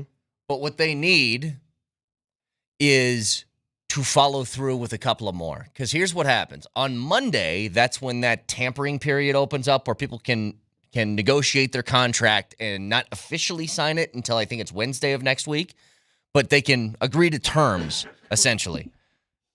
You would think if they're going to cut more people, that's coming in the next 48 hours, right? Because it's just a courtesy, isn't it? Like if you're going to cut Garrett Bowles, let him be available with the first wave of free agency so people aren't signing guys and then you throw them in afterwards. It's the same concept as if you know that you're not going to have a guy on your roster at training camp, a veteran guy or whatever, cut him early. Let him go link on with another team. Don't wait until right before the season, right? Give him that courtesy of going. So the same kind of story. If you're going to get rid of more guys and you're going to have to do something because you're still not to the salary cap yet, then why not do it right now? Let them go find a gig. Yeah. So I think in the next 48 hours, we're going to get probably another name at least or two that's going to be like, that guy's being let go or traded or whatever. But I think that's got to happen. And guess what? If it does, think about how important this offseason is going to be in the direction that they're taking. What is today? What's a date? 7th? 6th? 8th. 8th. Jesus God. I know. Just flying by, dude. So, free agency's in 5 days. 5 days. Mm-hmm. God, it's the 8th already? Yeah. Dude, I feel like I went into a time warp. I'm not kidding. That's weird. Because I feel like I just lost a week. Did you just lose a week? I lost a week. The sun does that change Sunday, where the sun changes. Well, it's Saturday night, yeah. Yeah. The sun just waits. It's my favorite time of the year. No, the sun shows up earlier. That's what it is. Yes. The sun wakes up earlier. No, the Sunday sun wakes up a little goes later. It goes the sun later. wakes up later. Oh, so the sun sleeps in. That is correct. For 6 months. Yeah. So this Sunday, when you wake up and you don't see the sun, it's because the sun's just hanging. Had a bad headache from a night out. Correct. Saturday night. Yeah, the sun went out, Yeah. had some IPAs, maybe topped it off with a whiskey and said, oh, that's too much. Sun is hungover. Yep. But I think that we're going to get a couple of more names here in the next couple of days because I think that's what you kind of have to do here. I don't see the point in waiting until afterwards to let go of guys if you know that you have to shed more salary. They're still over the salary cap right now. Still, at this point, with draft picks still yet to sign, with free agents yet to sign, what little that they can do. And again, I thought that Leggy made a great point yesterday. The biggest asset that the Broncos have is the pocketbook or the checkbook of the Walton Penner Group that you now can't use because the salary cap is making it very difficult. It's not that they can't use it. It can only be used for so much. Yeah. Right? It's like having a pocketbook full of cash and some places only take credit card. Right. Well, I think that's why they were they were able to be so aggressive that first wave of free agency last year, in large part because of that. Think about the signing bonus that those guys signed. Ben Powers, Mike McGlinchey's, and Zach Allen. Yeah. Like, you just ripped off check after check after check within 12 hours 100%. of free agency. It was being almost open. like Dumb and Dumber when they're in front of the hotel with the Lamborghini. Here you go. Here you go. Here you go. Here you go. Here you go. Yeah. Just did that over and over again. So what do we expect? I mean, it's got to come from the wide receiver room, right? Somebody's going to be gone.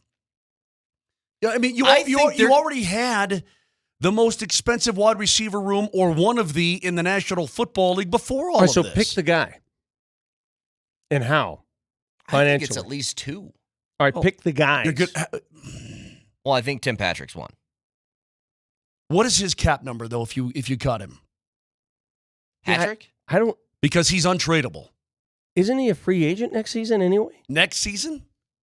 No. I mean, Are you talking about this up? Yeah, this right now? upcoming season. Give me his numbers. This year, he is due to make $10 million from the Broncos. If is it guaranteed? It says dead cap $6 million. Okay. So that's a lot of dead cap to assume. He's on the team. He's on the team. But dude, he's coming off two He's on the major team. injuries. I know. The cap, Understood. the cap hit, though, Vic, the cap hit is 15.5. Yeah, he's on the team. But the dead cap is only 6. So I think they'd be willing to eat the 6 and then. They've already eaten like $100,000 million trillion dollars. But Vic, but you're in a situation. Hey, you're in one, pal. You're in one. And so when hey Brett, when you're in one, you know what you do? Back in the day, you know what we used to do? We used to grab the guy's arm, grab his hand, and just go along for the ride. Go along for the ride. So that's what you do. That's what the Broncos are doing right now. They're just going along for the ride. They have no choice. So if you're talking about a guy with back-to-back devastating full repair injuries at $15 million, or a guy that with back-to-back devastating injuries at $6 million, because he's not going to play for you anyway, $6 million. Yeah. By the way, and then that's going to require more maneuvering with somebody else. Are you guys interested, or what's your interest level? I guess maybe it's 0, maybe it's like a 9 of where Russell Wilson goes, because he was spotted this morning, according to Ian Rappaport, catching a flight to Pittsburgh to visit with the Steelers. Couldn't care less. Nothing. Couldn't care less. Would you start to care if the Steelers start to play well and he's their quarterback next year? Good luck. Okay. Does a Pittsburgh Steelers led by Russell Wilson frighten you? Does it worry you? What does frighten You know mean? that Mike Tomlin's going to get them, to 9-8, 10-7. I don't see 11-6 or 12-5. They don't. You know what? I don't even care because the Broncos aren't going to see them in the postseason anyway. I couldn't care less. Yeah, but you're going to have one eye sort of like, oh. That's where I would be. Let me put it this way. I'd have an eye on it. I guess I would be curious I'll to watch see the if games. Tomlin can get him to play better if he's a more productive quarterback in a Steelers All unit. right, can I ask you guys an honest question about, let's say Russ signs with the Steelers, and be honest now, and I want our listeners also to answer via text. A lot of signs are pointing to that happening, by the way. Text us, call us, send a Uber driver over. Carrier pigeon. Seriously, I think the next step is to send an Uber driver over, have him walk in and tell us what you think. What are those pigeons that used to you tie a little thing on its Carrier leg? And, pigeon. No, homing pigeon. Okay, whatever. Whatever. Here's the question. When Russell Wilson gets behind center for the Steelers, are you rooting against him? Are you rooting for him? Or are you agnostic? Let me answer first. That's actually a good question. Yeah, I know it is. Let me answer first. I'm rooting for him. I think I am too. In fact, I'm going to make that question a tweet. Thank you. I can't understand the people that have hatred for Russell because he didn't not work here because of an attitude or a lack of effort or a lack of hard work. He did all that stuff. It just didn't work here. And so I don't know how you could hate that guy. I don't hate him. I'm not saying you. I'm just saying in general. Okay, if I don't hate him, but I don't like him, what does that make me? Agnostic. Exactly right. I am completely agnostic. Russell Wilson at this point, and maybe this is where I'm getting at. And I don't even know how to state it any more clear than this. Everybody, please listen up. From this moment forward, what was it right now? 7:54 a.m. on March 8th. Oh my God, it's March 8th. I no longer, Russell Wilson has zero effect on my life. Well, that means you're rooting against him. No, it doesn't. Yeah, I think it does. Don't be stupid. There's an attitude. Don't be stupid. The way you just said that. You're being stupid. Listen, if he goes there and goes 15-2 and goes to the AFC title game, great for him. I don't care. You will totally care. Moj, here's why. Can I explain why? Let me explain why. Yeah, explain my own feelings to me, please. This wasn't like the worst thing about the trade. There's a lot of worse things. There's the cap hell that you're in. There's the waste of 2 years. There's all that stuff. You know what was a very bad byproduct of the Russell Wilson trade was watching the Seahawks make the playoffs the year that you were an embarrassment to the league. That hurt. Now imagine this. All of that stuff that we went through that first year, Geno Smith resurrecting his career looking 3 times better than Russell Wilson did in Denver. Now, Russell Wilson leaves to go to another team, leads them to a playoff berth, and you have Jarrett Stidham scoring 16 points a week. You're telling me you won't feel some kind of way about that because you're lying. When I get there, maybe I will. I doubt it. I don't think I will. Maybe I will. I mean, I'm not completely devoid of any emotion as a human being. But right this second, I don't care. I don't care what he does or what happens to him. I don't care. I do care about Jarrett Stidham and the Broncos. I do care about Gardner Minshew or J.J. McCarthy or whom. I do care about that. See, I'm agnostic about Jarrett Stidham. I don't feel a single thing towards that guy. Well, people are quibbling with our definition of agnostic. Agnostic means, according to one texter, several have chimed in, a person who believes that nothing is known or can be known of the existence or nature of God. Okay, then let's change it to apathetic. All right. How about that? They're apathetic. Apathetic. I have full-on apathy about Russell Wilson. I don't care if he succeeds. I mean, he doesn't affect my life anymore at all. Zero. Nolan Arenado doesn't affect my life anymore. Oh, bull! That is the biggest lie you've ever told I'm going to tell you right in now, your life. Our longtime listeners will know, and this is why I continue to slam my fist on the table, and I'm going to tell you, this man I work with right here, Mark Mosier, is the most, you cannot be believed.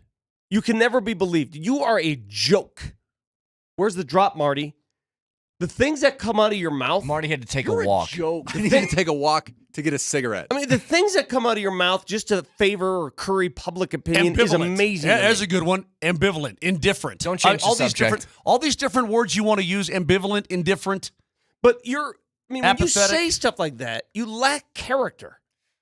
You do, because you're just currying favor with people when you say stuff like that, and you're not telling me what you really feel. It will be. This is a real show. This will be. Mark my words.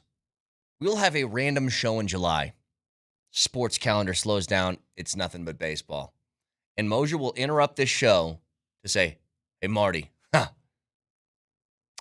for 4, 3 Ks," and we'll know exactly who he's talking about. So you know why you can't be taken seriously. Marty, he took the caller last night. You see that? Right?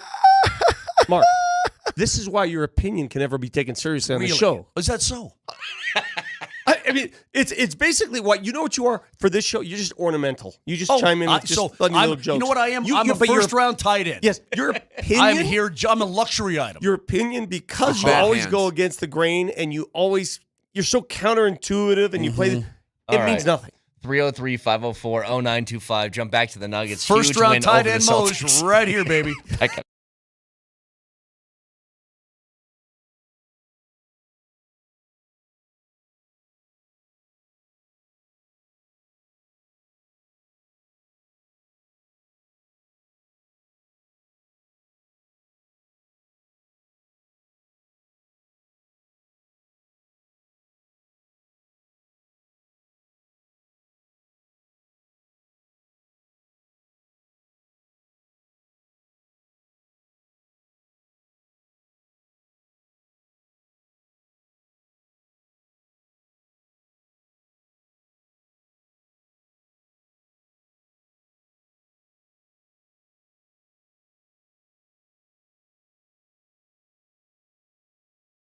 Circus Sports now available in Colorado. Download the app or go to circusports.com. This is Brett Kane. In the game tonight, the Avs minus 192 on the Circus Sportsbook as they take on the Minnesota Wild. And, hey, Moj, I'm speaking. And you get the new additions making their debuts tonight on the ice. Perhaps Val Nichushkin as well. But you can check out all of the odds right there on the Circus Sportsbook. Tight money line splits, amazing customer service, low holds. Check it out for yourself. Circus Sports or circusports.com.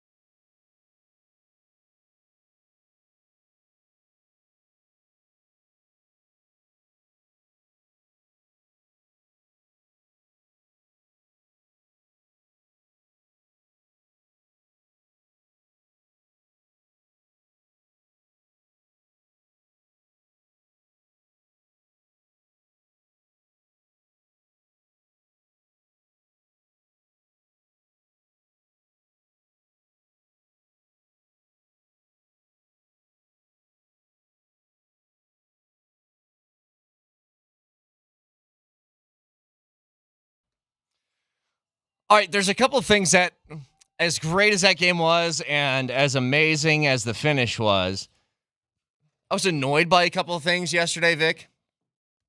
First of all, is Kendrick Perkins' job to watch the national TV game of the night and then declare somebody the MVP directly afterwards?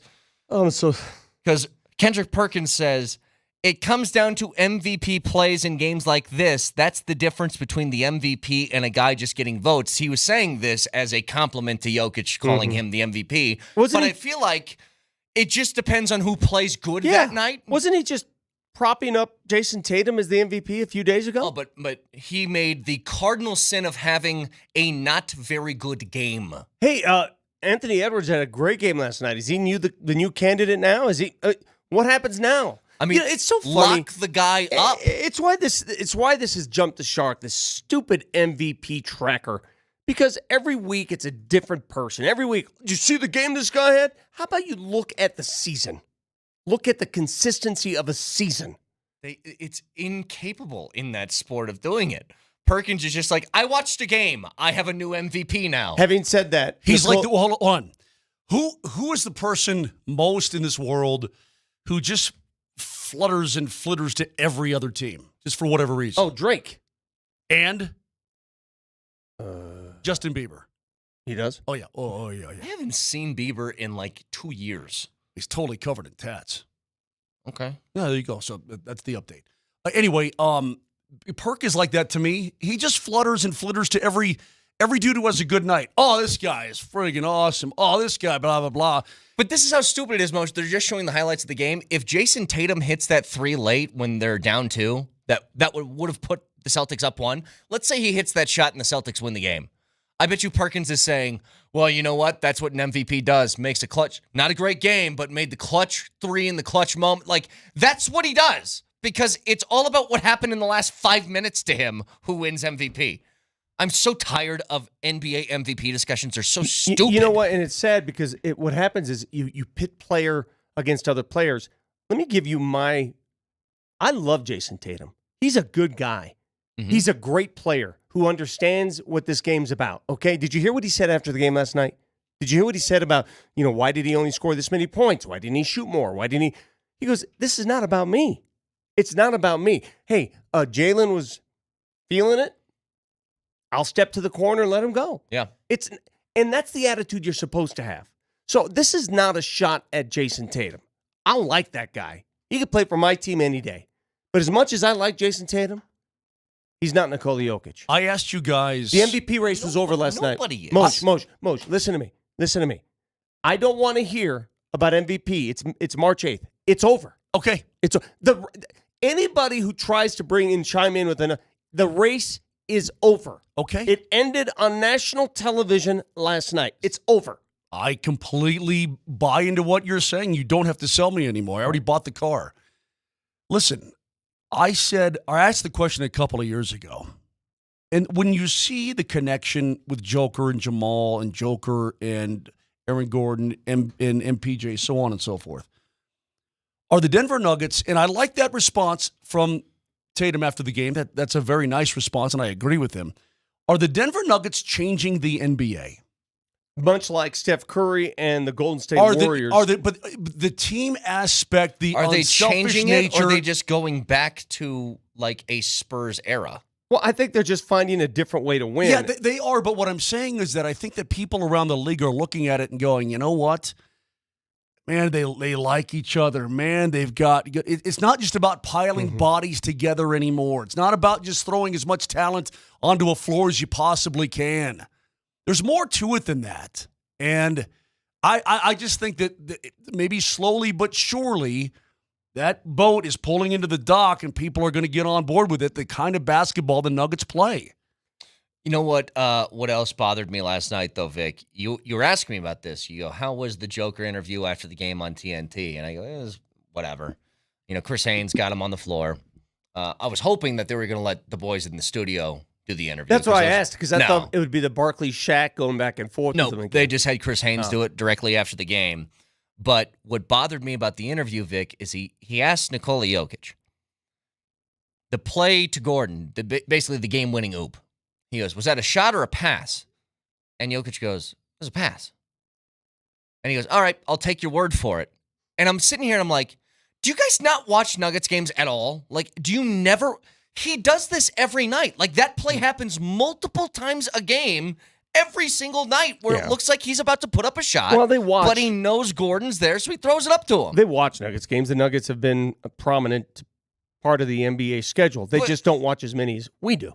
But hang on. That's like, it's a go-to play for that team. It's a go-to. You would have to know that one. It's the play. Yeah. It's the play. And didn't they just do this? Was it against the Suns? Or no, it was the last win that they had. What was the game before the Suns? Golden State, where they finished, or the Lakers, when they finished it off in LA. And Jokic did basically the hook shot alley-oop to Aaron Gordon. It's like, this is a play that they have that they do all the time. So I think that people, but when you see it, when you don't see it all the time, maybe you can slough it off as just something happy accident or whatever. When you see so it he's just the luckiest guy in the world that exact thing happens multiple times. Well, we know he's not. And people who watch the Nuggets know he's not the luckiest person in the world, right? And by the way, what did Gary Player say? The harder I work, the luckier I get. I mean, Joker's that guy too, man. He works his butt off. I still don't know how he kissed it off the glass. If we were in the gym. Just a bank shot. From distance? I mean, what distance? It was like mid-range. Yeah, it was like a 15-foot bank shot. Well, have you never seen a 15-foot bank shot? What? Now, you know what you are? Is this the Derek Carr teardrop pass thing again? You know what this is? This is like Mosier. Here's what happens. Nobody shoots the 15-foot banker anymore. Everybody wants to shoot threes. Mosier's acting like he's a 15-year-old boy right now who grew up in an era where a little bank shot didn't exist. Right, listen, you've got some sort of bee in your bonnet, burr in your saddle for me today. You're painting a picture. Hang on a second. Well, I find it fascinating. Oh, it's a great shot. I find it delectable. I find a guy who's sitting there on the perimeter with the ball above his head. Well, not the perimeter, but okay, mid-range, whatever it is. And then all of a sudden, here comes the closeout from Porzingis, and yet he still elects to find the glass. Now, if I made that shot over here outside the studio on our hoop, what would I be doing? Well, you'd be losing it because you don't make very many. Okay, well, that's another shot. What are you laughing at, pork chop? I mean, just knock it off. I found it to be completely stupefyingly gorgeous. I appreciate art, Vic. That's what I'm trying to tell you. I love shots like that, and he works on that kind of crap all the time. What amazed me after the game, though, again, you always hear different versions from different people, and the Boston Celtics, I like those guys. They're good dudes. It's good. Yeah, I would openly pull for Boston against any other team. You know what? Honestly. I would too. I have zero good team. Zero issue with the Celtics. My hatred for Boston cannot allow me to do that. But that's where let me finish my sentence. Okay, yeah. I love the team. I don't like the fact that half the arena was in green, and I really enjoyed half the arena leaving in misery. And I'm talking to you, Boston fans that live among us, and I don't care. I don't like you. What did I say the last time? And some of you I know personally, and I love you personally. But when you show up with your green, I don't like you. I like the Celtics as a team. If I would be much happier if they were representing Memphis. Yeah. Or well, actually not Memphis in the West. If they were in, let's say, Orlando, I would much prefer that because I like them as a team and I like the guys on that team. I don't want to be happy for Boston in any regard. And by the way, some of those Celtics people that I know too that good people. No, some of them I hate though. There are some that I do hate. Of course, but it's like Nebraska when CU-Nebraska rivalry was at its peak. I love Nebraska people, the nicest people in the world. You're one of them. But when you show up in your red in Boulder, I hate you. Get the hell out of here. And no offense, it's not personal, but to come out there last night and think that everybody's just going to say, "Hey, how you doing?" I don't understand what that language is spoken. I don't like you. Fair enough. By the way, Payton Watson after the game. Do we have this, Marty, where he's talking about AG? Because Payton Watson threw down a pretty sick dunk himself. That play that he made, dude, Murray, hucks the ball down the floor. It's way off course. It turns Payton Watson around. He somehow keeps his feet, and by the time he looks up, he goes, I think I'm just going to jump at the rim and just see what happens, and he throws it down. Payton Watson who also jumped over Joker trying to block a shot yesterday. Well, he had a bad turnover at one end and came flying back the other end. Well, I didn't want him to hurt Joker. I know. That's the thing. Yeah, maybe don't do that one. Yeah, like Look at KCP. Whoa, look whoa, at Joker's neck. Whoa, big fella. Oh my whoa, God, kid. Whoa. But he, after the game, I mean, you said everybody in that locker room was a buzz about Aaron Gordon's dunk. Listen to Payton Watson postgame. AG's special, man. He's the best dunker I've ever seen in my life. I've never seen somebody with the coordination, and he rarely ever misses a dunk. Like, that's something that you never see from him. So for him to be able to grab that ball, it looked like it was at his ankle. And for him to, you know what I'm saying, give us that energy we needed right there, then and there on that play, it was huge. And I think that it was a big momentum swing in the game, and it's a big reason why we won. Best dunker he's ever seen. You know what? He might be the best dunker I've ever seen. There's not a dunk he can't do. You mentioned it, Vic. Like, he had the reverse oop earlier in the game. He had that putback dunk. He's got the oop to win it. Because he's got hops, much like Payton Watson has hops. But did you guys, the reason why the Nuggets this morning are not in first place, or at least have a tie for first place in the Western Conference, if you saw what Anthony Edwards did to win the game for Minnesota yesterday, look at this game-winning block. Oh, my God. He hit his head on the rim. Oh, my God. And he hit his shoulder on the backboard. How do you jump this high? Oh, my God. He also had 44 points. I'm going to say something about, oh, God, the way he landed was scary. Minnesota, and I know they lost Cat, and he's going to undergo surgery on a torn meniscus, and people are like, he's out indefinitely. I got news for you. He's not coming back this season, okay? Yeah, he said out a month. Yeah, at least. okay. The point is, everybody assumes that this really hurts the Timberwolves, but all it does is gives them more clarity. It gives them that one guy that he's the guy. Because when Cat was in the game, he and Anthony Edwards sort of struggled and battled each other to be that guy. Yeah. Now their guy is there. Remember, Anthony was kind of pissed when he put up all those points in one game. Yes. You know what else? The more I watch this, he's still elevating. And the only reason he doesn't keep going up is because the rim's there. Look at this. He's still, Moj, going up as he hits that. I'm not a fan of genetics. I'm just not. Listen, crazy. I'm not a fan of it. You tell me. Could you imagine being able to jump like that? I'd rule the world. I don't know how I'd use that superpower, but I'd rule the world somehow. That is insane. That really is insane. 303-504-0925. Champ Mazda text line if you guys want to in back after this.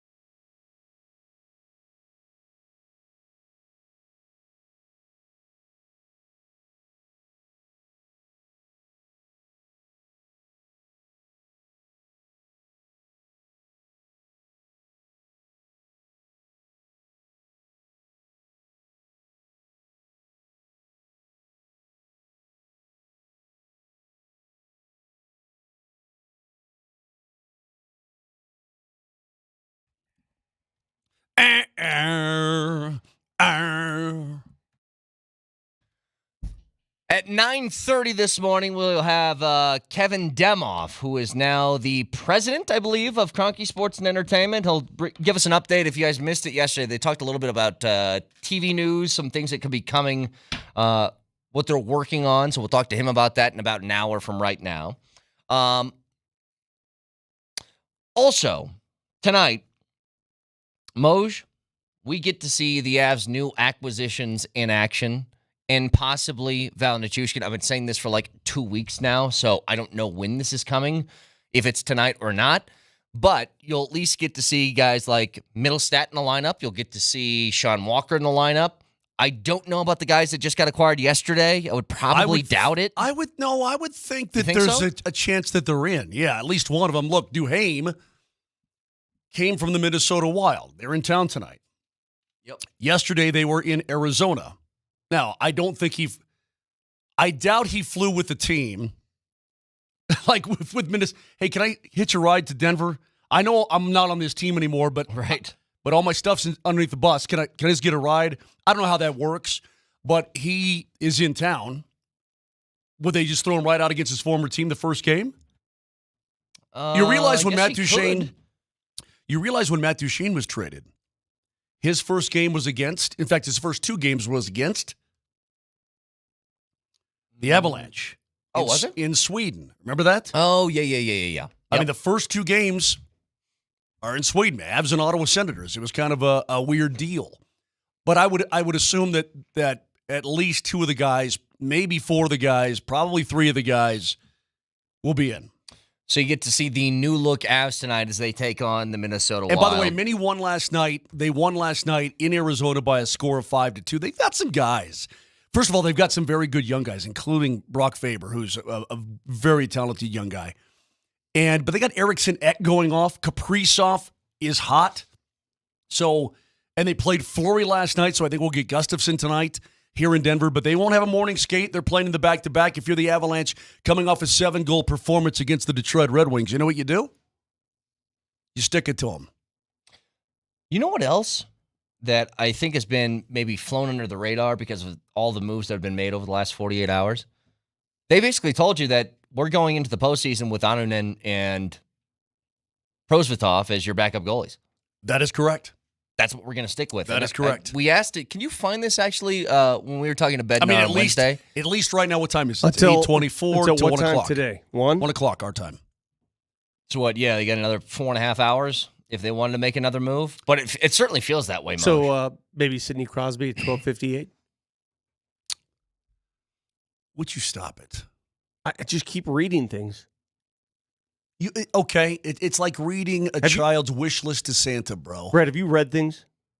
Oh, I've seen them. Yeah. Have you? Did any of your kids? You ever see their wish list to Santa and you go? My kids aren't nerds. They just ask. My kids don't nerd out. They just say, "Dad, give me a gift." I know this stuff doesn't. I know how it works. What did you? Baby, no, Vic. You do not want to be the person responsible for what you're about to do. You don't want to be that guy. Did you ever see your kids' wish list to Santa and go, in a pig's eye? That's never going to happen. No, never going to happen. Pony. Santa's not that generous. You can't put a pony on a sleigh. Hey. Can't happen. Why not, man? Sprinkle some of that magic dust and let it fly with you. Funny story. You get a tow rope. Speaking of kids, the other night at this Nuggets event I attended, we had dinner. Lady sitting across from me, lovely lady. She said I could share the story, by the way. Here we go. She says to me, I listened to the radio show with you guys. You guys are great. And she goes, but why did he name his daughter Jamal Kale? Did you explain to her that I made a promise to people? And I said, no, that's not her real name. She goes, no way. I go, no, it's not her real name. Wait. She was more shocked that it wasn't her real name? That was her real name. By the way, what is your daughter's real name? Jamka. I don't go full Jamal Kale. I go Jamka. It would have been a lot cooler if that kid's name was Jamal Kale. That would have been really, really cool. You had a chance. You had a chance to do make something. history. Yeah, you had a chance to do something brilliant. If nothing else, I would film the reaction of the doctors when they said, "What's her name? We have to write this down on the birth certificate." I'm like, "It's Jamal Kale." No, it's baby Jamal. What? Yeah. She'll be 39 years old and still be baby Jamal Kale. Yes. And you know what? She would have been the most popular person on her block. That is true. You blew it. What was the show we like? Baby Bible. Baby Billy Bobble Bonkers. That's the Come one- on now, you made a promise. I was going to get that show now. He's an Right, just adult and his gemstones. name is Baby Billy. I love that stuff. Back to the game tonight. It's look, man, you're about to go on the road, and you've got some big games coming up. And you need, Brett, you need your points. Okay, so you need to welcome in a Minnesota team on the back-to-back. That is, I think, if I think right now, I think there's 7 games, 7 points out of the number 2 wild card spot. By the way, Vegas got beat last night. Yeah. You're going on the road at Calgary. You're going on the road at Vancouver. Those are back-to-backs. At Edmonton and at the Blues before it's all said and done. Get some big road games coming up here, and you need to put it together and take some mighty Mo out on the road. So if you can sweep this homestand, get 3 out of 3, 6 out of 6 points, and then hit the road, you're going to go, and then you'll have 2 days off, Saturday and Sunday. I can't remember the last time I had a Saturday and Sunday off from hockey. It's crazy. I told you you, hit the Moj. road on Monday, and there you go. I wanted 13 wins in the last 20 games. Well, they're on their way. They are on their way. And I want to, especially now that, God, I want to stop saying if he's back in the lineup or when Val gets back. I just want him to be back. But especially when you get that along with these new acquisitions, I cannot wait to see Middlestat tonight and how he's going to look in the middle of that second line. The guys they acquired yesterday, just a quick, brief sentence on each. Who are they? What are they? Lunch pails. What do they do? They are lunch pail dudes. Work boots. Work boots. Bottom 6 guys who bring the lunch pail. And what else do they do, Brett? Bang. That's right. They do bang. And Vic, what else do they do? Marty, what do you know? What do you think? Martin, yes. Grind. Yes, that's correct. They grind. That is correct. And I will say. So Bump? Yakov Trenin. Yakov Trenin. Help. What does he do? What's he all about? He's, I just done told that's you. what he does? Lunch pail. He's got a little bit Lunch of. pail. Bang. Grind. God, I love the name Yakov. Seriously, think about that for a second. He's got a little bit of offensive upside. I mean, You'd like that, wouldn't you? A little bit, but he's a 6'2", 200-pound guy who works his tail off. Name's Yakov, dude. I'm just going to say it, okay? Russians have the best names, don't they? Like, Nikolai is such a cool It is a cool name. Nikolai It's a is very a cool great name. name. It's such a cool Andre name. with an I? Oh. Andrei? Yeah. Dude, but Look, if I told you. Yakov, dude. Hang Come on on, a second. come on. Okay, what's your name? Hey, you want to play some ball? Hey, want to play some dunk hoops? What's your name? Yakov. I got a better one for you.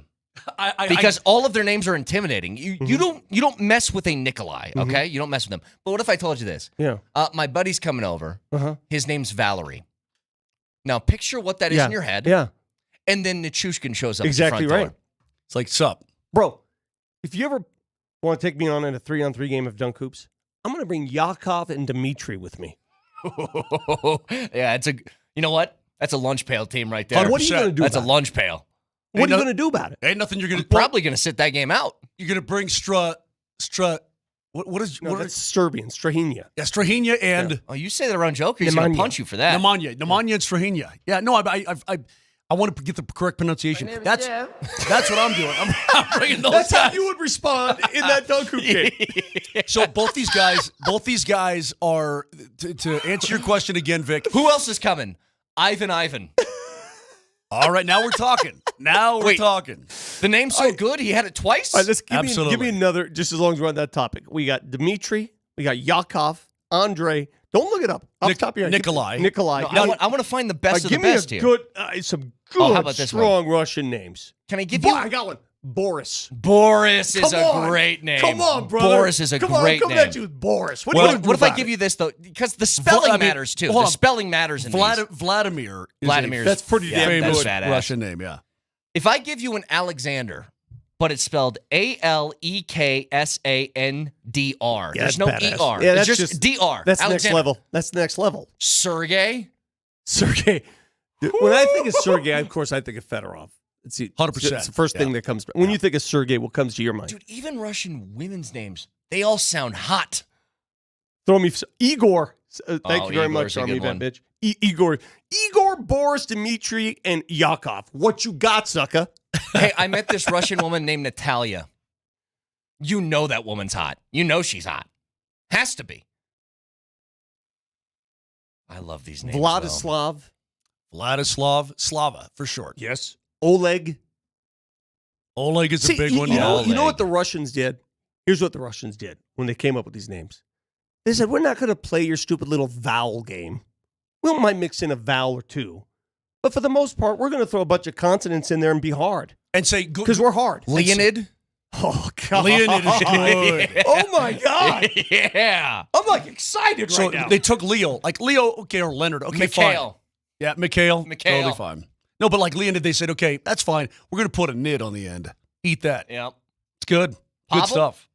Pavel's a good one. 100%. Dude, there's not a bad name on this list. I've There's yet not to a hear bad a name I'd be ashamed of. Valentine. That's more European. Calm down. Origin is Russian, meaning healthy and strong. Do you know my name is Russian? Victor? Your name isn't Victor. I know, but that's what I went by as a kid.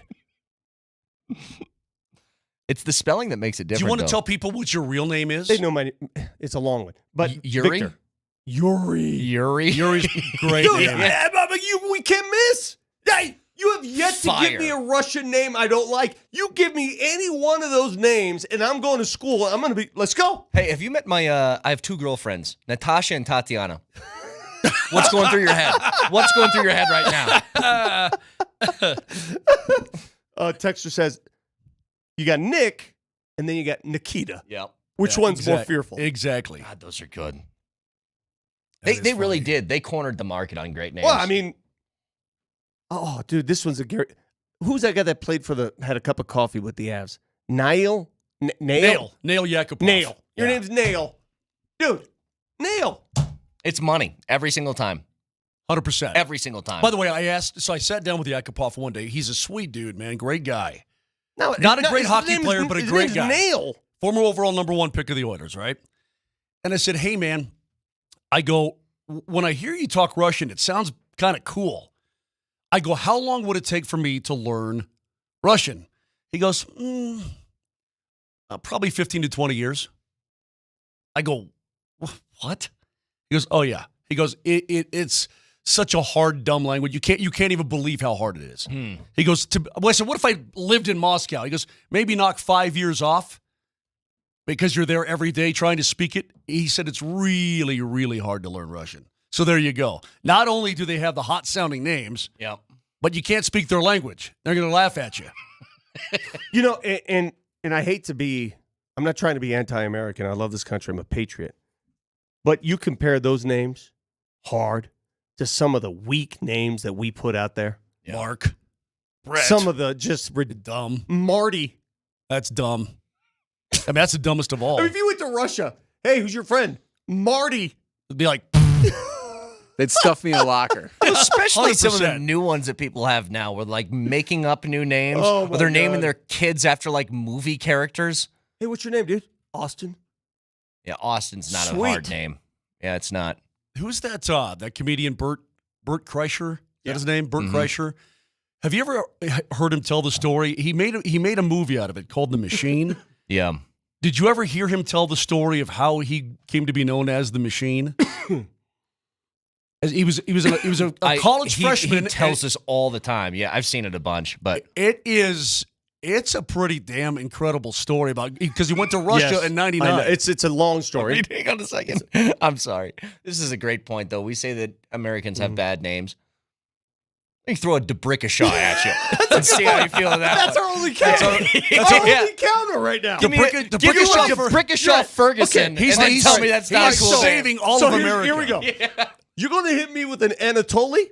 I'm going to hit you with a Debrickashaw. What you got? Come at me. Come at me next. What you got? Just basically take all the names from the Key and Peele sketch, Right, the give me a name. East-West Bowl. All right, so the textures or twitchers are helping us out. Give me a hard Russian name, and I'll have a counter. All right, Igor. Barkavius, sucker. That's a great name. Arkevius Mingo is an amazing What name. you got? Here's the thing, though. Well, whatever. Let's hit you with a Nikolai. Another Russian name? Uh-oh. Did you tap I've out? Did you already ran out after 2? Give me some hard names here, please. The coldest. There you go. I got one. I got one. Coldest. I got one from Lou. My name's Lou. That's a hard name. I don't think so. Lou? I'm not scared of Lou. That'll end that. There's one. There's Lou Shut up, Ferrigno. Hey, That's shut it. up, Marty. God, we do have texture says, my name's Tanner. Yeah, dude. You would be eliminated immediately by a Russian. Immediately. Tune in for the boxing fight tonight between Tanner and Nikolai. It's like, dude, this isn't even close. Right away. Oh, that is so good. All right, so bottom line, before we hit our next little breaky here about tonight's game, the new guys that were acquired yesterday, you got your skilled center. Pay-per-view, $80. It's Chet and Vladimir. I'm trying to get you off of this thing because you've gone too far. No, it's You've not. gone too far. No, it's give me some more of those like frat brother Hold on, names. Margaret. Give me some more of those. Let me talk to Margaret. Bro frats, or what do they call those names? Margaret is a 76-year-old grandmother who listens to this program. She so texted in funny. earlier, and I had an exchange with her. Margaret, now what do you think? About what? Doesn't matter. It's just between me and Margaret. That's all. It doesn't matter. It doesn't include you. Brett.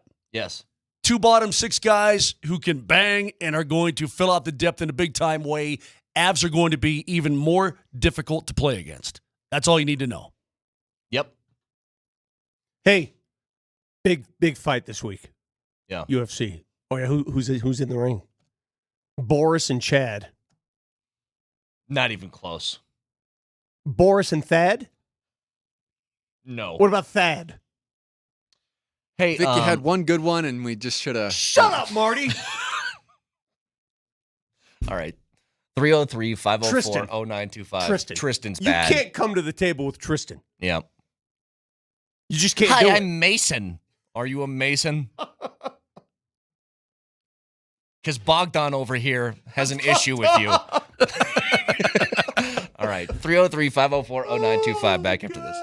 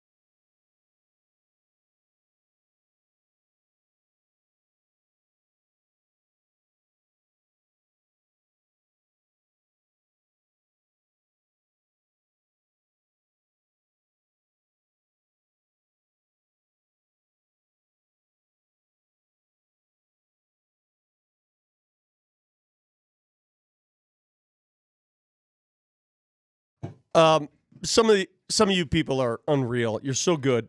And I'm so thankful that some of you, not all, understand our sense of humor because we can get stupid. So we're going off on all these Russian names that are just studly. Studly names. There's not a Russian name that's not a studly name. And we're comparing them to some of our less studly American names.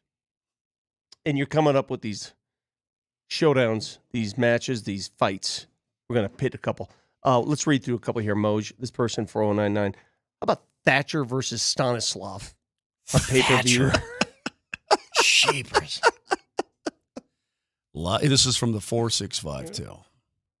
Live on HBO. Caden squares off against Sergey. Hey, Lance writes in, and we love you making fun of yourselves. Lance writes in, tonight on pay-per-view, Sergey versus Lance. Yeah. Like, if you're doing the odds on that stuff, it's astronomical. 5266. Yevgeny against Todd. It's Yevgeny.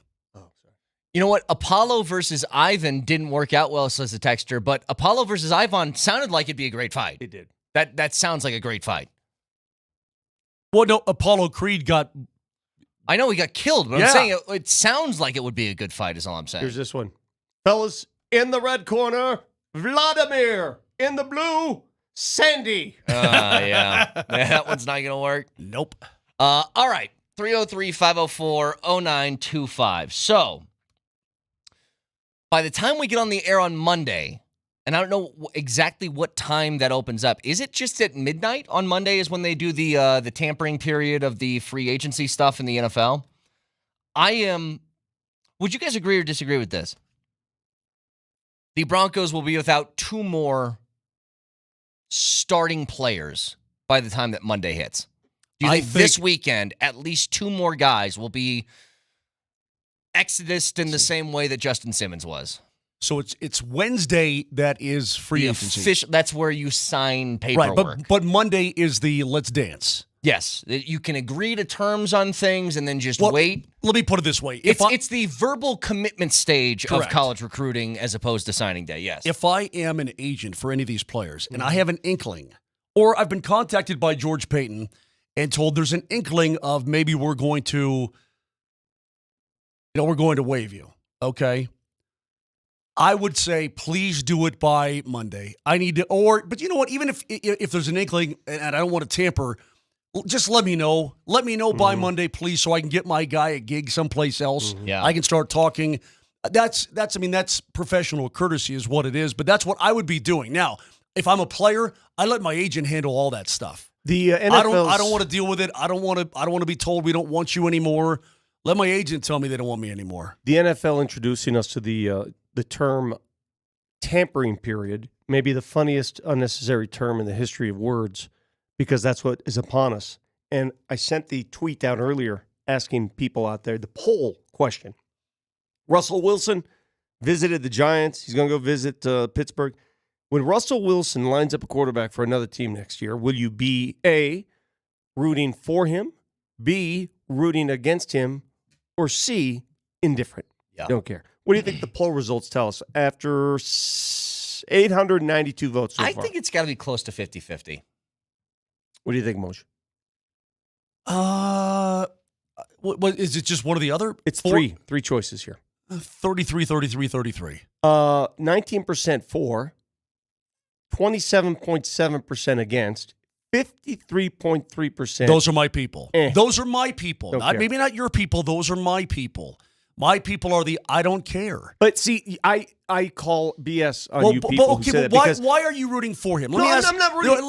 Let me get the psychology. Wait, say these going numbers. here. What were the numbers again of the poll? Let me see. What did I just say? I lost it now. I lost the poll. It's gone. Lost it? I had it in front of me. Now it's gone. It's on your Twitter. I know, but I can't find it. It's how quickly things change in my life. Okay. All right. I'll look that up. What were you going to say? But what I'm trying to say is everybody claims they don't care, but there will be a point next year where you care. He's going to be on television. He's going to be playing. He's going to be on Sunday Night Football, on Thursday Night Football. And don't tell me you don't care. You care. You may say you don't care now. Oh, I'm indifferent. I'm bigger than that. You care. Come on. The poll, by the way, 19% for, 27% against, 53% don't care. Okay, hang on a second. Don't lie to yourself. Let's say I'm falling into your trap. I'm not, but let's say I'm devil's advocating things right here. What's the trap? What if Russ goes someplace and plays very well? Yep. Are you going to lose faith in Sean Payton that he's a giver-upper? And he certainly won't make me. I mean, it's going to be an indictment on him, isn't it? It certainly won't make me feel good. After the numbers we read out yesterday, number 1 in passes behind the line of scrimmage, number 2 in short pass. I mean, all this stuff since 2005. I mean, the passing game was anything but vertical. What if he goes someplace and Mike Tomlin says, hey, goes to Pittsburgh, Russ, vertical it out. And this guy starts throwing the pig all over the yard. Then what are you going to say? You're going to go, hey, Sean Payton, what's your malfunction? Why couldn't you do it? It's going to cause me to lose faith, okay? So I guess I will watch, and I will be interested somewhat, only because it affects on how I'm going to feel about my own coach. Here's what, well... If he goes and he stinks, I'll say, you know what? Obviously, the guy can't play anymore, or he can't play at a high enough level to get his team to where it needs to be. I'll tell you this. I'll tell you exactly how some of you guys could care. From Adam Schefter, it sounds like he's going to meet with the Raiders. The Raiders? You'd care then. Yeah, but see, I'm not scared. Let's say he becomes a Vegas Raider. Are you worried about that, Vic? If Russell Wilson... They'll be better than the Broncos next year. What do you mean, am I worried about that? I mean, would you be worried? Hey, man, Russell's going to tear us up this weekend. You got to face him twice this year. I have to He wouldn't see what scare he can me. do. I mean, He he wouldn't doesn't scare scare me, me. but at the same time, part of me thinks, I think Russell's going to be free of a lot of angst and free of a lot of... Why? I don't know. He was free of a lot of angst when he first got here under Nathaniel Hackett. I'm actually kind of with Vic. I think it's different now. I mean, Because he doesn't have expectations Wait, anymore. let me ask you this, Mark. Let's say you're working for another company and it doesn't end well here, but the money you're making at that company comes from the previous employer. You got a smile on your face a little bit doing that, don't you? I suppose. How about you, Brett? I would. Like, hey, I'm playing against you, but you're paying me. So what you're telling me is you're going to be looking and trying to watch every week to see what Russ does. You're I'm not talking about the curious nature. You're rooting for him as a person. I'm not recording games. I'm telling you that I have vast interest in how he performs for whatever team. So when I asked that poll question, I don't. Did you feel that way? Did you feel that way about like Cutler when he went to Chicago? Yeah. 100%. Did you have interest in what he did for the Bears? Hey, let me talk to Mosher. He should be an authority on this. You mean to tell me you're never interested in what your ex is up to? Absolutely not. And I can say that on my mother's grave. Absolutely not. Thank God. Were you not interested in Jay Cutler in Chicago? You weren't keeping an eye on it. Well, you know, how about when Drew Lock leaving Denver every time he played? When he got a start, I tried to tune in. Did that pique your But interest? he's a different story than Russell Wilson. What's different? What's different about this? Well, because I thought he was a career backup anyway. He wasn't a starter here anyway. He wasn't brought in for $245 million. Listen. See, everything that you just said, Moj, makes it more appealing to me. Okay, stop then. Well, that's good for you. Let me put it this way. You certainly pay attention to Nolan Arenado because you give us his stats after every game. I will not be... Vic, shh. Right? Vic, shh. I will not be adjusting my schedule to seek out a Russell Wilson game. Now, if I'm on the game or it's Thursday night football or Monday night, Sunday night, whatever, a one-off, and I'm watching, sure, I'm interested. But I will not be adjusting. I'm not going to the sports bar if I don't have... Yeah, that's fair. If I don't have Sunday ticket, I'm not going to the sports bar to seek out a Pittsburgh Steelers No, that's game. fine. Yeah. That's fine. So I call that to be indifferent. That's fair. Do you know what else about him, by the way, that Schefter reported this morning? He had an exploratory meeting with the Giants prior to his Steelers visit. What about Danny Dimes? What is an exploratory meeting? Is he meeting with that Italian agent down there? I don't know. They popped the hood. Took a look. Let's take a look. But the Giants are so down on Daniel Jones, and after paying him all that money this past year, that they're like, "What if we brought Russell in just for like $1 million?" Like that the money. But you're paying Danny Football, or whatever they call him. You're paying Danny Dimes if you're $1 bazillion. If you're a team out there, if you're a team in the National Football League that is unsure of the quarterback position, you have no idea if your guy can play. what you have to lose to sign a guy for nothing. Isn't that so funny? This is not rocket science. You have nothing to lose here. And if he sucks, guess what happens? Bye. I almost think that 31 teams in the NFL should be having discussions with Russell Wilson right now. This is not a difficult thing. Moj, just to say $1 million for, if nothing else, you can be a backup? Like, are you kidding? Yeah. Okay, you think Russ has any intention of being a backup anywhere? That's not the point. The point is, what is the point then? You know what? If I'm a team, I'll say, hey, yeah, we'll wine you and dine you. Yeah, if you win the starting job, you're the guy. And guess what? If that doesn't work out, all right, guys. See you later. It's much easier. Who's the starting quarterback right now for the Raiders? And don't say Jimmy G. Aiden. Okay. That's another name. Aiden, what's his face? That's another name. Aiden versus his Boris. Butt kicked, yeah. Aiden's dead. It's much easier to win the job over making no money Aiden O'Connell and making no money Kenny Pickett than it is over Danny Dimes in New York. There's another name. Kenny and Yevgeny. Kenny and Yevgeny? Yeah. Go on. You see what I'm saying? It's much easier to win the job over a Kenny Pickett, who maybe you're better than him and he's making no bread, same with O'Connell, than to go play in New York and be the backup to Danny Dimes just in case Dimes sucks. Well, again, if I'm Russ Wilson and I walk into that Pittsburgh office and I'm meeting with their people, first thing I say is, look at my hands. I ain't got no Pickett hands. Russell Wilson's got big old hands. Did you guys miss the hand measurements from the combine, by the way? Oh, J.J. McCarthy, very tiny. Small hands. You know who's got big old hands? Michael Penix Jr., yeah. That's awesome. That's talking about neat. I don't care. That's the only way I can put it. The funny part is I tell you how I feel and you tell me how wrong I am. Like, I think... It's like I really like chocolate ice cream. No. Well, you're so stupid. No, I think the problem on the show... Moj, I can tell you really don't like chocolate ice cream. Moj, you're just saying that to be a contrarian. The problem we have on the show with you is that you're very disingenuous. You've lied to us before. Aha. Yeah, you claim that you don't care about Nolan Arenado. And yet, every single morning during a baseball the lie detector season... determined that was a lie. We walk in here, and what does he say? I figured this out. No. I know what this is. Moj, I think that's too much. It's not disingenuous. But you have, I think, a mental block on this subject with sports, which is guy leaves team. You either really want to hate that guy, and you do, or I think mentally you're trying to trick yourself into being like a bigger man, saying, I don't care about this guy when it's going to bother you later. I think that's what it is. If we had a session on these airwaves of everything that I dislike about you guys, like Vic just told me, this is what I don't like about you. For the next week and a half, But I will take- it would be all Moj soliloquy, all Moj.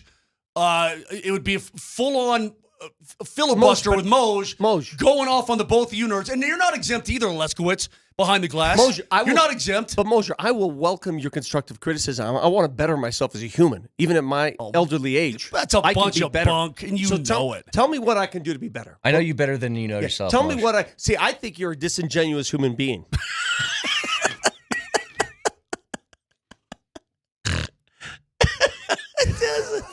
It's like Vic earlier.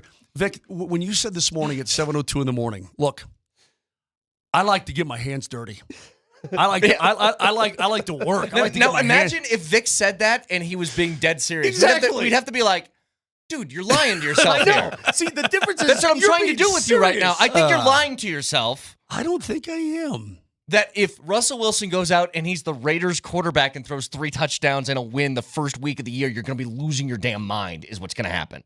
I might be. I'll tell you what. We'll cross that bridge when we get to it. Fair. All right, 303-504-0925. Hey, huge you know what? win for the Nuggets. We Settle have, down. By the way, on PhD today, they're going to have Payton Watson on the program. Oh, great. Yes, so And- Payton Watson on PhD. At 9:25, 12:30. in about 30 minutes from right now, the new Big Cheese at KSC that's New going to be president, running Kevin altitude, Kevin Demoff, will join us on this show, and we will ask him every question under the sun about the future of altitude and the stalemate that has taken us by the hostage crisis year 4, put it that way. Correct. That'll come in 30 minutes. Stick around.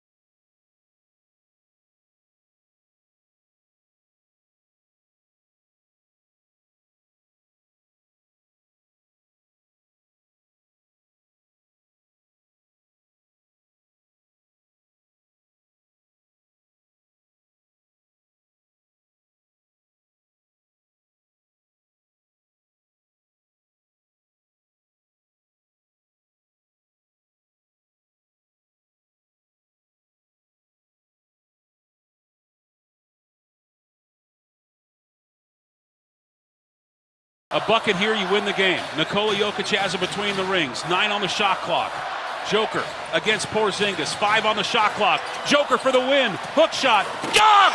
Alley-oop to Gordon! Denver leads it by 4 with 19 seconds to go. Timeout, Boston! How did he see I have no idea. Aaron Gordon?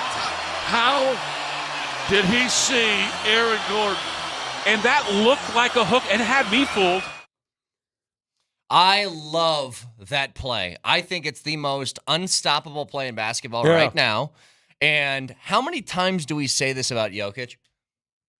Hey, how did he see that?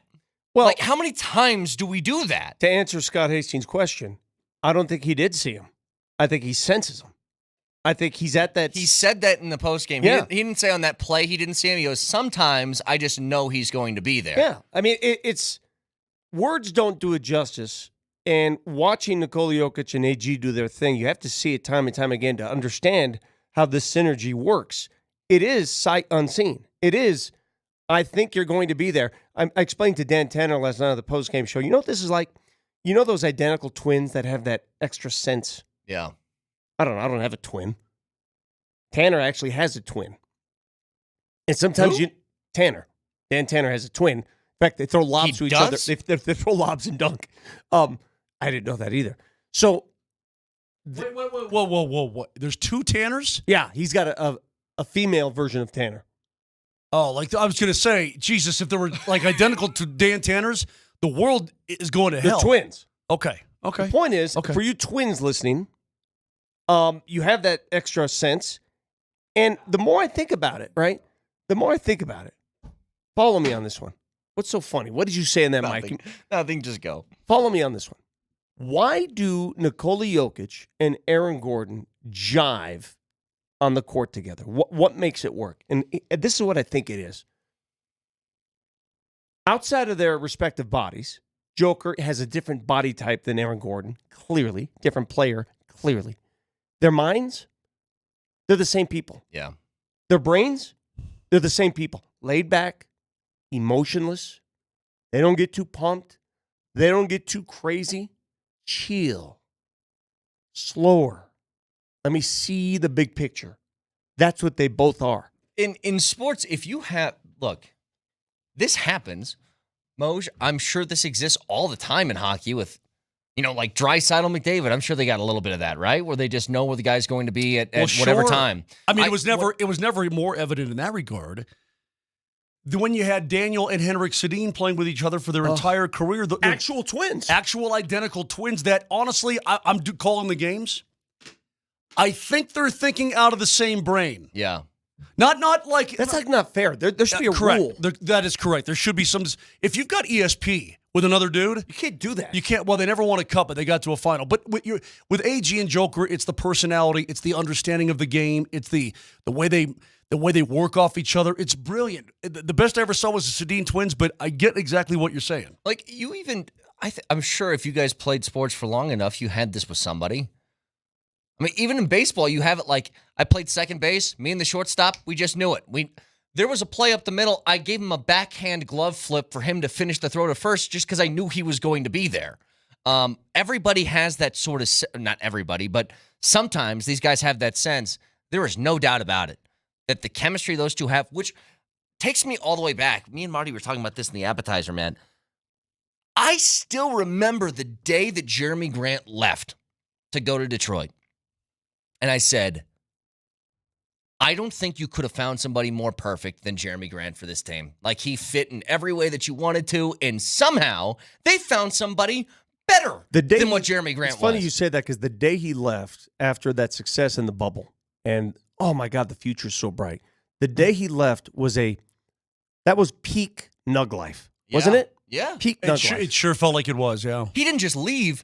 He left to go to a terrible basketball team. For whatever reason, we still don't know the It was real the same amount of money.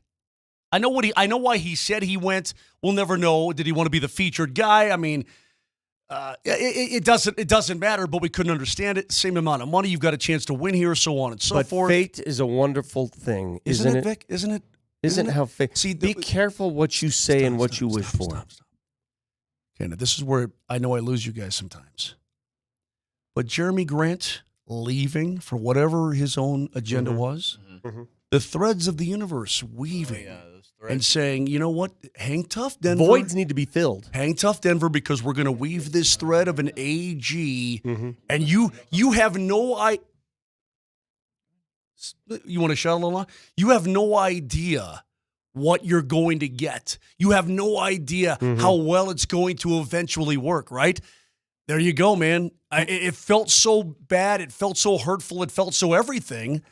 And then all of a sudden, they do the deal for one Aaron Gordon. We haven't done this in a while. Can we watch some television first take talking Best about have the home Nuggets court? prove they're the best team in the NBA? Based off what we've seen this season. We've seen, we're coming off of not too long ago. I know people remember the Cavs and people remember the Nuggets, but I know people should remember also the Golden State Warriors. Yes, the Warriors are not the Warriors of 3 or 2 even so years ago, but still they have a very potent home court, which you're right, that could be the equalizer. But what I will say is this: the Nuggets have wins twice against Boston, OKC, they've beaten the Clippers, and you're looking at when they show up in those games, how do they handle it? They've handled the Celtics twice. Now, maybe, and I learned this from Becky Hammond yesterday, we asked the question, when you're going into an NBA Finals, matchup, she says that coaches don't really necessarily show all of their cards. Maybe that's what's happening with the Celtics. They're experimenting. They're exploring what's the best way for us to defend Jokic. And maybe sometimes those plays resulted in Jokic scoring or Jokic finding Gordon, which we found quite a bit down the stretch. All right. Maybe they're not. We gave it a shot. We gave it a shot. Maybe they're just got their asses kicked. Excuse me. I didn't mean to. Maybe they just lost. Why is it, from a national perspective, when the Nuggets do their thing, why is it, well, the other team didn't do this, or the other team didn't have that, or the other? What about? No, man, they just can't handle the Nuggets. The Nuggets are an elite closing team. They're the best closers in the NBA. Again, I'm gonna rephrase what I started the show with this morning, and what brings me great delight, not as much as watching Boston fans leave the arena after spending a lot of money on that game and their jerseys, angry. But the fact that the Denver Nuggets... That was sort of a William Shatner moment. It was. The fact that the Denver Nuggets made 4 3-pointers in a game. They shot 4 of what? 17? 21. 21? 4 of 21. 4 of 21 from 3. And they won the game. And this league, the game, the sport, at every level, everybody wants to say, well, you got to shoot the 3. And I agree, you got to shoot the 3. But it's not the only way to win. If you're Boston, which leads the league, the Boston Celtics, in 3-point attempts, number 1, nobody jacks up more 3s than Boston. Great, unless you miss. How many was Porzingis taking last night? He was a chucker, dude. Just chucking. And he's got a weird release from 3. It's a low release for a big guy. He's like, he pushes it. It's almost like Marty's stupid shot put. Chuck him. Keep chucking. The thing I'm telling you, you better have another way to score. Because 3s are much like, give me another sport. They come and go, man. They come and go. You can be proficient, but if you're chucking up 41 a game, you're going to hit more 3s. You're throwing 41 of them up there. You know what the separator in that game was, though? A true separator. God, was Boston bad from the line. As good as Jason Tatum was, Jaylen Brown was bad. Jaylen Brown was. Jaylen Brown was 7 bad. of 14 from the line? Is that what it was? 7 of 14. I mean, and I'm watching, they had that underneath the basket shot, Vic, the one where the guy's sitting on the floor, is it Brownie, whoever it is, sitting on the floor with a handheld looking up at the basket, clang, and I'm going with the trolley. Ding. Did you hear Jaylen Brown after the game? Again, I want to preface this by saying I like the Celtics. I like them. They're likable guys. It's a likable team. They're good dudes. They're sort of cute because, they got this nice record out east, and they're 8 games ahead of the Cavs. But if you put them in the West, they'd be in this cesspool of hell here, right? Because it's so much harder, the Western Conference. We've established that, right? Do I need to reestablish that? No, we've established the elite of the West is better than the elite of the East? 100%. Right. Yeah. Jaylen Brown, after scoring 41 last night, looking really good, said he should have done more. He should have guarded Nikola Jokic. You were a huge part of helping at the rim off of Gordon onto Jokic. How hard is it making that read, knowing like what they're trying to do with the lob to AG? Yeah, and Jokic is just a monster down there. So, we threw some different coverages at him. We guarded him. I feel like I should have guarded Jokic a little more. I wish I would have had those opportunities a little bit. I could keep him away from the basket, and we could have took away some of those layups they got. All right, stop right there. All respect to Jaylen Brown. You're a hell of a player. You're not guarding or keeping Nikola Jokic away from the basket, dude. Yeah. No chance. Did you guys have the same reaction I had when the Nuggets played in Boston? What was it, a month ago? Something like that, yeah. I mean, are these people so full of themselves? Like, I think I could have kept him away from the basket. It's the Hachimura syndrome. You want to call it from now on? It's called Hachimura syndrome. I mean, I like that. Know your limitations. I mean, just say we should have doubled him. Yeah, we should have doubled him. We should have doubled him because you can't stop him. Because Jaylen Brown can't guard him one-on-one. Everybody knows that. Yeah, I mean that's like me saying, you know what? I got to guard Shaq because I'm powerful. Brett. Mm-hmm. So last time they played, I'm watching the game, and all of a sudden during a substitution, here comes Al Horford. And there are, I guess, a couple of guys around every league where I go, that guy's still playing? Yep. This is one of them. I like Horford. I don't dislike Horford, but I saw him again last night. I'm going, Al, you've got to be 50. How old is he? How old do you think he is, honestly, if you had to guess? He's got to be upper 30s? 37. Upper 30s? Nailed it, Vic. Yeah. Nice job. 37. Okay, he's 37 years old, but it feels like, I don't know about to you guys, it feels to me like Horford's been in the league really since I had braces. By the way, 07. I mean, he's just one of those guys. Credit where credit is due because we've given a lot of scrutiny toward the Nuggets bench this year. Last night, every Nuggets bench player was positive in the plus-minus, led by Justin Holiday and Payton Watson. Payton Watson was plus 11. Justin Holiday was plus 9. Yeah. The bench played well. Christian Brown, I thought, played well. When we know what Christian Brown is. Well, Brett, we know what Christian Brown is about. But watching him lately, have you sort of regained confidence in his game? That little turnaround shot he had in the lane, that little okey doke, that was nice. A little confidence. By the way, Vic, can you be a man and a journalist and courtesy the audio? Yeah, we need to be doing this correctly. Well, normally the person who goes to the audio, the driver of the show, provides all courtesies. Am I correct, Moshe? Is that how? That's correct. That's how most radio shows work, right? Who's the driver of the show, Moshe? Brett. Who went to the audio? Well, but who drives the show and does like? I didn't ever see the audio. You're both at fault. And how I had no idea for we something had I've never seen? Yeah, I had no idea we had Jaylen Brown audio either. Interesting. Moshe, who does all of the reads and all the that traffic stuff? Who does all the prepreparation? Is that what you're saying? No, are you saying I'm ill prepared for this show? No, what you do, Brett, is like, look at this. Hey, go to Safeway and get 87 cents off of stuffed chicken. The printout of the box score. Look at that. Are you saying I'm ill prepared? Where's the courtesy? Please, Vic. Courtesy the internet for that soundbite from Jaylen Brown. All right, Kevin Demoff is going. Do we have the courtesy now that we've done it? NBC Sports Chicago. There you go. Boston. Dude, how old NBC Sports am I? Boston. Their sideline reporter, Abby Chan from Boston. She was my former intern at CBS 4. You're old. And she's been there a while. You're old. Dude. It's got to be like a teacher seeing their student as like a 35-year-old, right? It's jacked. Yeah. She probably saw you and went, oof. Whoa. Exactly. Whoa. Uncle Vic, what happened to you? He's got away. All right. Kevin Demoff, president of Kroenke Sports and Entertainment, joins us to talk some TV stuff next.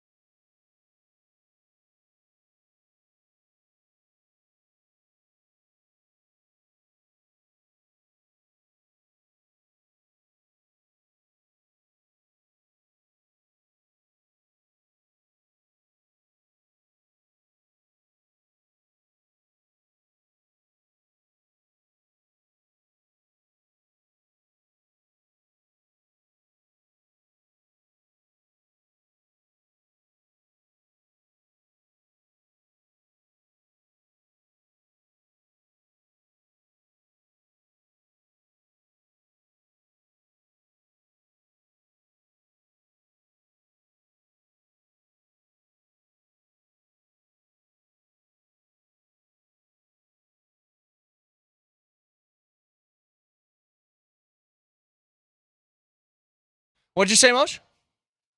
Let's get it on, baby. No, what did you just say? What was the sentence prior to that? Yeah. I'm drinking muscle milk.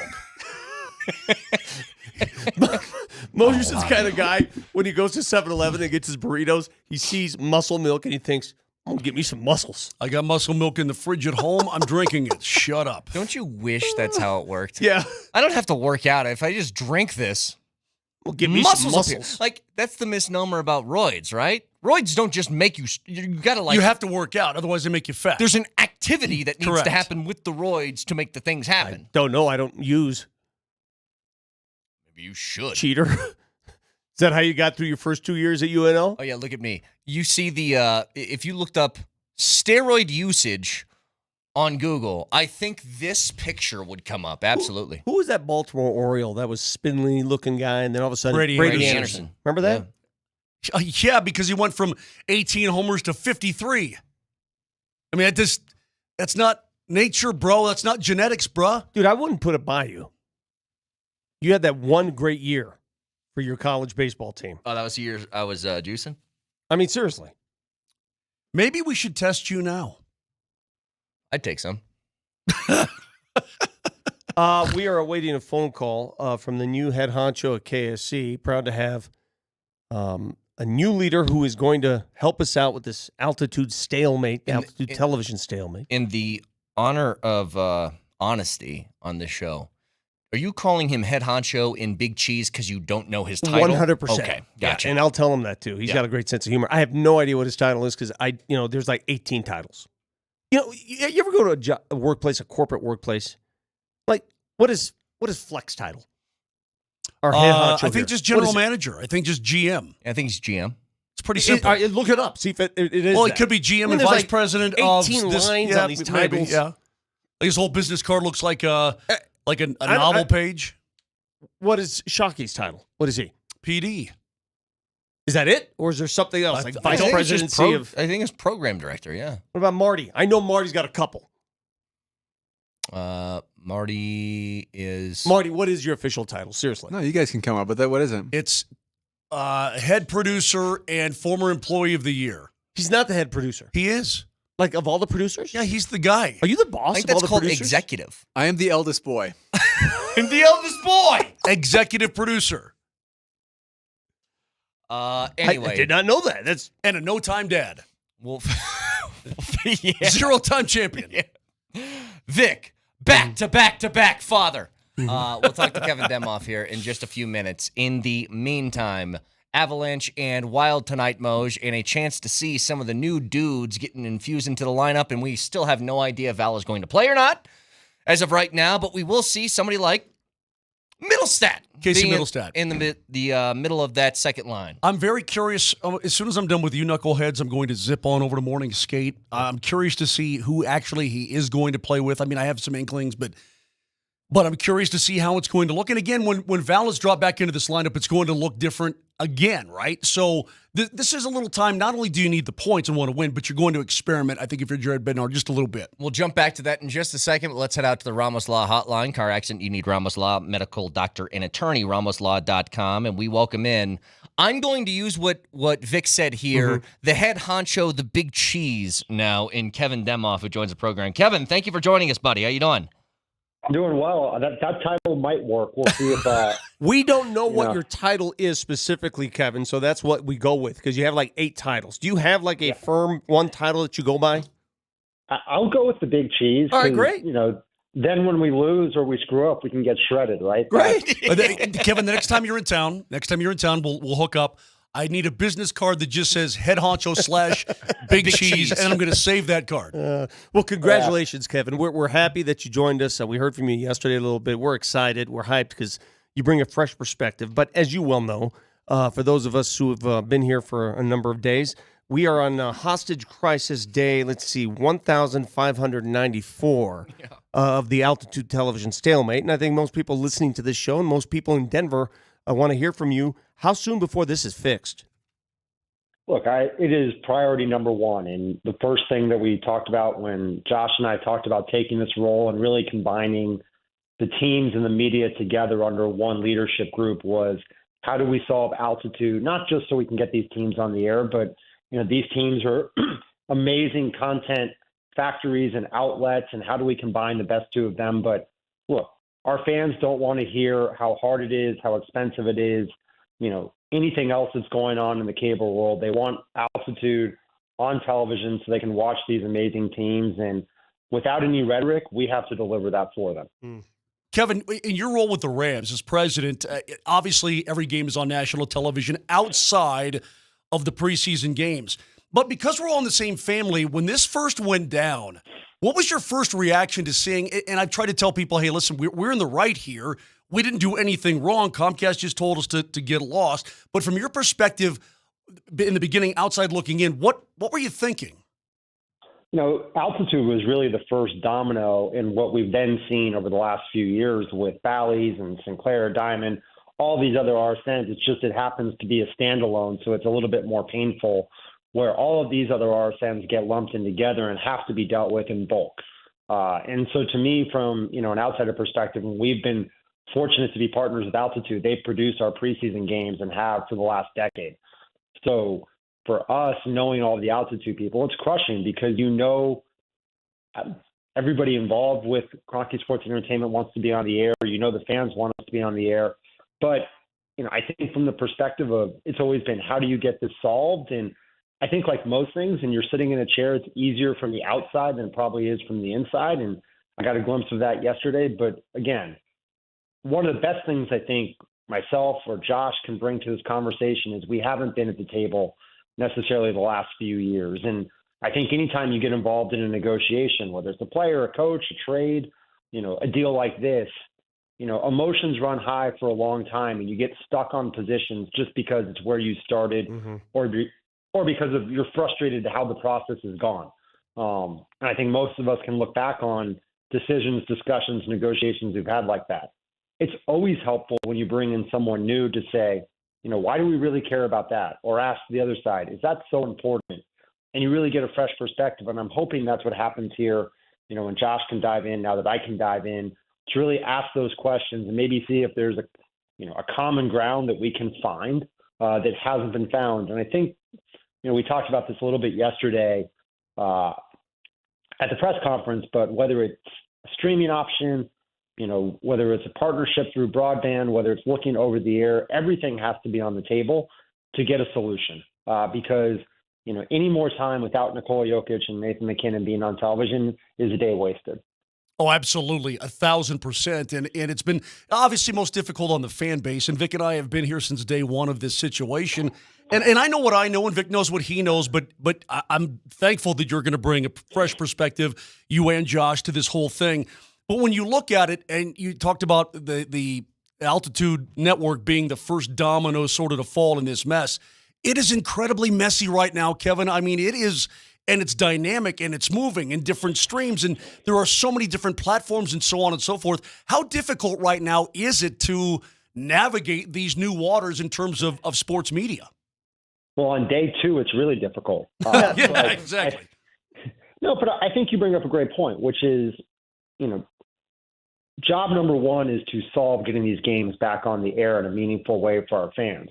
Job number two is trying to anticipate where the puck is going in terms of local sports television and trying to get a setup that will work short-term that can be built upon long-term.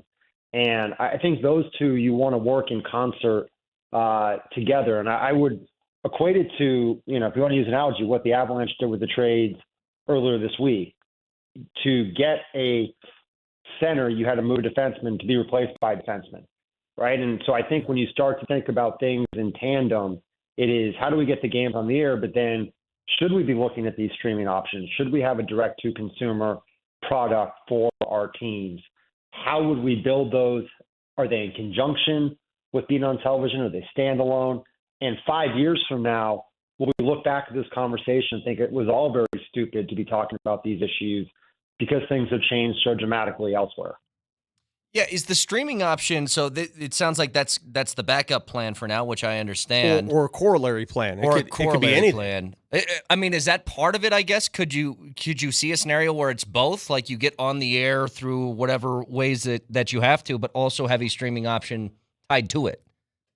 Yeah, look, I think streaming either as a corollary or as the only option. Our first goal is to be on television, right? That has to be the primary goal. Whether streaming is a meaningful alternative to that, I think is the conversation we're looking at right now with the group. But most importantly right now, I view streaming from my perspective as starting to build towards the future. No different than you're seeing, all of these leagues and teams dabble in streaming, maybe with a backup, and still the majority of the games on linear television. That's where I think the world is now. I could very easily see a world in 5 years where it's all streaming, and we think that is, very normal. I watch most of the Avalanche games, here in Los Angeles on ESPN Plus. So very easy to watch on altitude. That could be the world we see moving forward. But I think you have to look at every option. Mm-hmm. And to say we have a preference to rule things out, I think is harming from our fans' perspective. We should not be closing down any doors. We should only be looking at every option on the table. Well, as I told you yesterday, Kevin Demoff joins us now. Kevin just joined KSC family here in Denver to run the operation. And if you can get this fixed, you will be the new mayor of Denver, probably next election. Yep. It'll come. You'll get all the votes. Yeah. It'll happen to you. But I do need to ask, when in the NFL, for example, we're used to watching games for free every week. It's on network television. Well, this year they put a playoff game on Peacock, and next year they're going to put another game on a streaming network. I mean, is streaming is streaming going to be all sports eventually? Do you see it in 4 or 5 years where everything goes streaming? Well, I think the big question in media right now is sports is the one thing propping up linear television in the cable bundle. Yeah. So at some point, if you're going to have a successful streaming product, it has to include sports. And I think that's why we're all very curious about, the recently announced partnership between Fox and ESPN and Warner Brothers Discovery for a streaming type product that is solely sports. I think it's when you look at the NBA and their conversations they're talking about for their new rights deal, what element of that may be streaming, if any. Certainly in the NFL, we have expanded beyond streaming, starting with Amazon Thursday night to Peacock, now to a playoff game. I think that is certainly the future. And I think that is part of these discussions, both for, ourselves and for the carriers. I think you can go back to that question. I want to say maybe it was the start of the football season when, Charter and Disney were having their argument about getting on air. And ultimately the compromise was greater access to streaming, right? It was not about what they paid in rights fees. It was about greater access to streaming. So I think all of us who are studying this right now, and this is a crash course, certainly for me, are trying to understand how do you meet the demands of the consumer today while also trying to anticipate the demands of the consumer tomorrow. And what I think will be commonplace 5 years from now is not something that I think is commonplace today. So we're on DirecTV, we're on Fubo, we're on various other carriers, but Comcast is the big gorilla in this market. And the difference between this market and others, like I asked you yesterday, in LA, for example, you have 2 cable carriers there. So you have your choice. If you don't like one, you go get the other. We only have one here. We have one cable carrier. How much of an obstacle is that? I don't think you can view it as an obstacle. It's a challenge to solve. But again, this is the fresh perspective approach. I don't want to make Comcast the enemy. They have to be the partner in this solution. And I think that's the fresh perspective. And, we'll see if we have a different conversation 6 months from now, 12 months from now. But to me, it is not an obstacle. It is the truth. It is facts. And I think anytime when you're looking at a business solution, you have to start with what are the facts. And the fact is Comcast is a major player in Denver, and there is no way around that. And there is no trying to solve this, without trying to figure out first how you get on the air with Comcast. Kevin, always appreciate the time. And before we let you go, I just have one question because I know you're spending a lot of time in LA because you still got the Rams gig.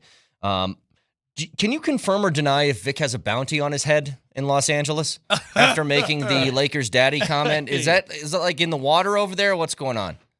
I can neither confirm or deny whether Vic has a bounty. And, I do laugh because our, Rams radio station here is also the Lakers radio station. But, I think the Lakers probably have bigger concerns given they've lost 8 in a row to the Nuggets. So, so I don't think Vic is the issue. All right, gotcha. Plus, Good to know. I'm Italian. They're not messing with me. Let's be honest. What are you going to do? Well, we were just talking about this, Vic. If you had a Russian name, maybe it'd be a little bit more Boris? fearsome. Yeah. Kevin, we are excited to have you on board, man, and appreciate your enthusiasm and fresh perspective to this. And the earlier it can get fixed, the best for us. We will have I tell you what, I will throw you a party, personal party. You're invited. Well, as long as that party's in Denver and not here in LA, because I'm not sure I want to be part of any party in LA. That's exactly right. It's like, okay, well, Vic, we'll do it, but not around here, okay, buddy? Yeah, we'll do it. We'll do it at Ball Arena before a game. That'll be perfect. Thank you, Kevin. Appreciate the time. Thanks, guys. Kevin Demoff, new head honcho, big cheese of KSE. You know the part that he said that really resonates with me, and I've made a mistake. I'm going to take full ownership of this. I've cast Comcast as an enemy throughout this whole ordeal because there's no other way to go. I mean, I don't know what else to say. Right. Fresh perspective like his, you know, it is what it is. You can call him whatever you want, but you got to make it work. You got to find a way. Couple of moves here just being made, Moj, in the last 10 minutes. One, Tyler Toffoli is going from Jersey to Winnipeg. Secondly, Whoa. Secondly, Pat Maroon has been traded from the Wild to the Bruins. Whoa. Well, he's the big rig. He's going to be a banger for them. Obviously, he's a multiple Stanley Cup champion, so he knows how to win. Won't be in tonight. He will. I don't. Unless he grabs a quick airplane, he could be.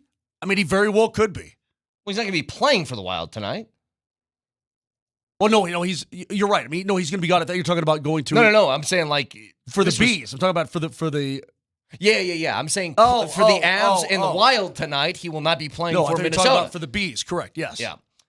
So a couple of moves. We'll discuss those. Break down the Avs and Wild tonight next.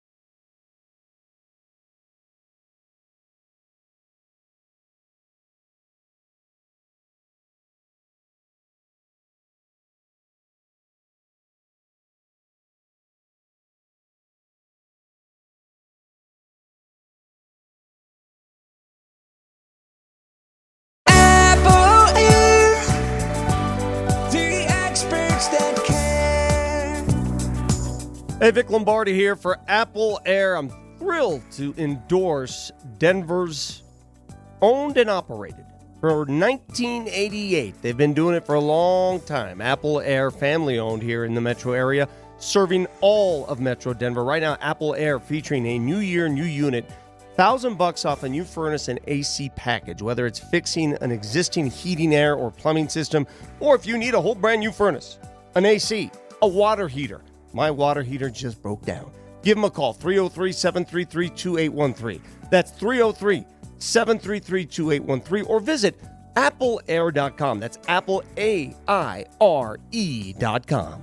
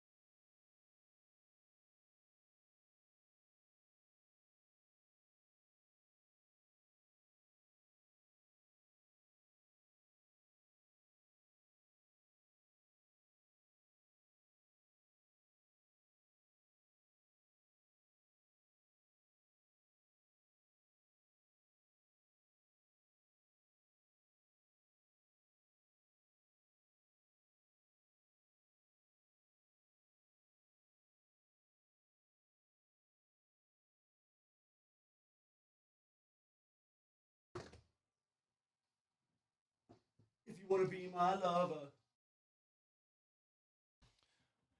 You two need the weekend. You both have made almost dire mistakes today.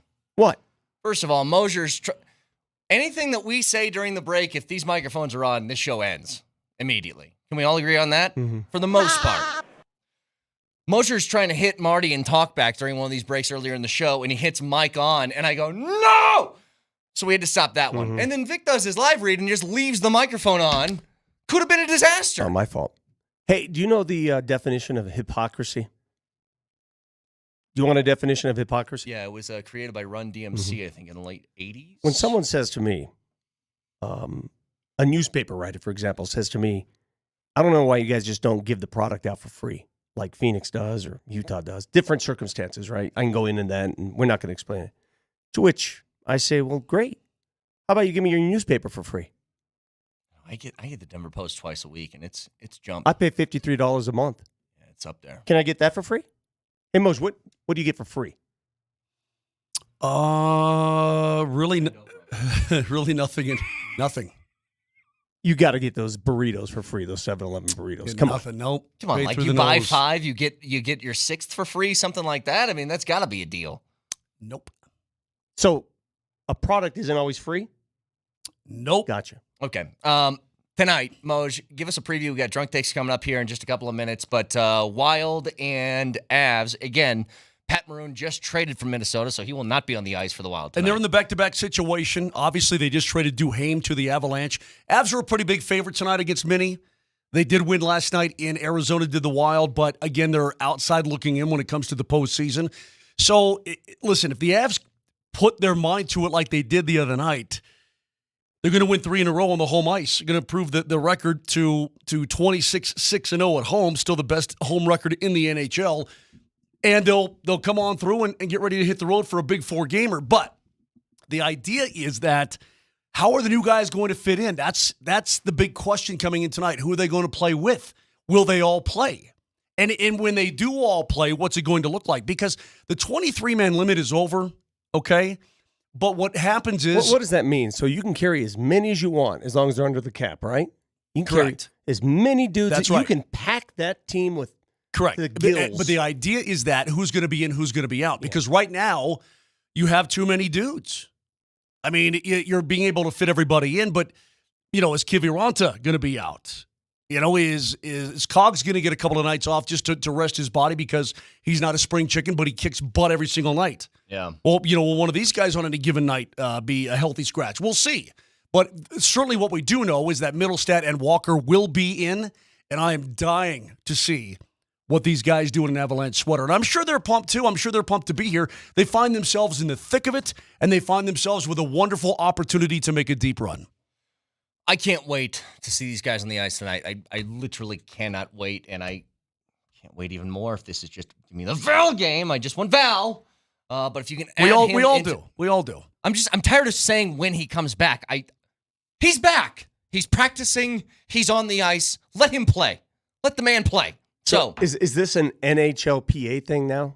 Well, this is a assistance program thing. Yeah, this is, and again, I don't know how it works. I don't know who's in it. I mean, in terms of running it, I don't know. I don't know what. I probably should get more up to date on it, but I really don't know. I mean, you do radio show. Yeah, but it's HIPAA, sucker. HIPAA. Okay, so they don't really want to talk about everything. Also, with the weekend that we're going to have in the NFL, I told you, I think in the 48 hours from today, right before the tampering period opens up in NFL free agency on Monday, I'm expecting maybe a couple more moves from the Broncos this weekend. I kind of hope so. I know it's a weird thing to say, but I don't really see the point in releasing Justin Simmons if nothing else kind of goes with it. I thought that was going to be the spark of a major sort of rebuilding step that they were taking, but I think we'll get that answer this weekend with what happens. But by the time we hit the air on Monday, free agency is technically going to be quasi-open, and we'll have some news of guys moving and shaking and going to some other places. You like that tampering period, don't you? I love the tampering I think period. you just like the concept of tampering. Dude, there's nothing like, and this is same thing applies in like the NBA, the NHL. When free agency first opens up, and I every year turn on the alerts whether it's NFL, it's for Schefter and Rappaport, or and I see like every 2 seconds my phone's lighting up with, agreed to deal here. It's so much fun. We all know It really is. The It is fun. transaction period of sports right now is a blast. It's for some people and some teams more fun than the actual game. By the way, I don't like this Toffoli to Winnipeg stuff. I don't like it. If I said, you can't roll your eyes when I say this because I truly believe it. I really think that stuff like fantasy football and fantasy sports has made people feel like I'm a not rolling GM. my eyes at all. I think it's And legit. I think it matters. Hey, dude, we've gone through 8 years of hell here in Denver for this football team. Yeah. The most topical, most radio-friendly, most discussed topics have come during the offseason. Yeah. Have come during this period. The hope. You know when the hope... Yeah, you're ushering the in a new seed era of exactly. hope. Hope is the offseason. Reality's the season. Yeah. You see the girl across the bar, you're like, I'm going to talk to her. And you have the hope that she's going to say, yeah, I'll come home with you. Well. And then over and over again, no. Well, it depends. If you're at Thirsties, Ground Night, Wednesday night, and they're playing Air Supply, it's got to be the right song. Hit it, Marty. It's got to be the right song. No. Don't play that crappy Air Supply song. Marty. Play the Get it, good Marty. Air Supply song. Yes, let's get it. Hang on, let me get the good one. No, play the I'm good all out one. of love. I'm so lost without this is you. not the good one. See, I would never. All right, how about this? Hey, Susie, I noticed you across the bar. My name is Boris.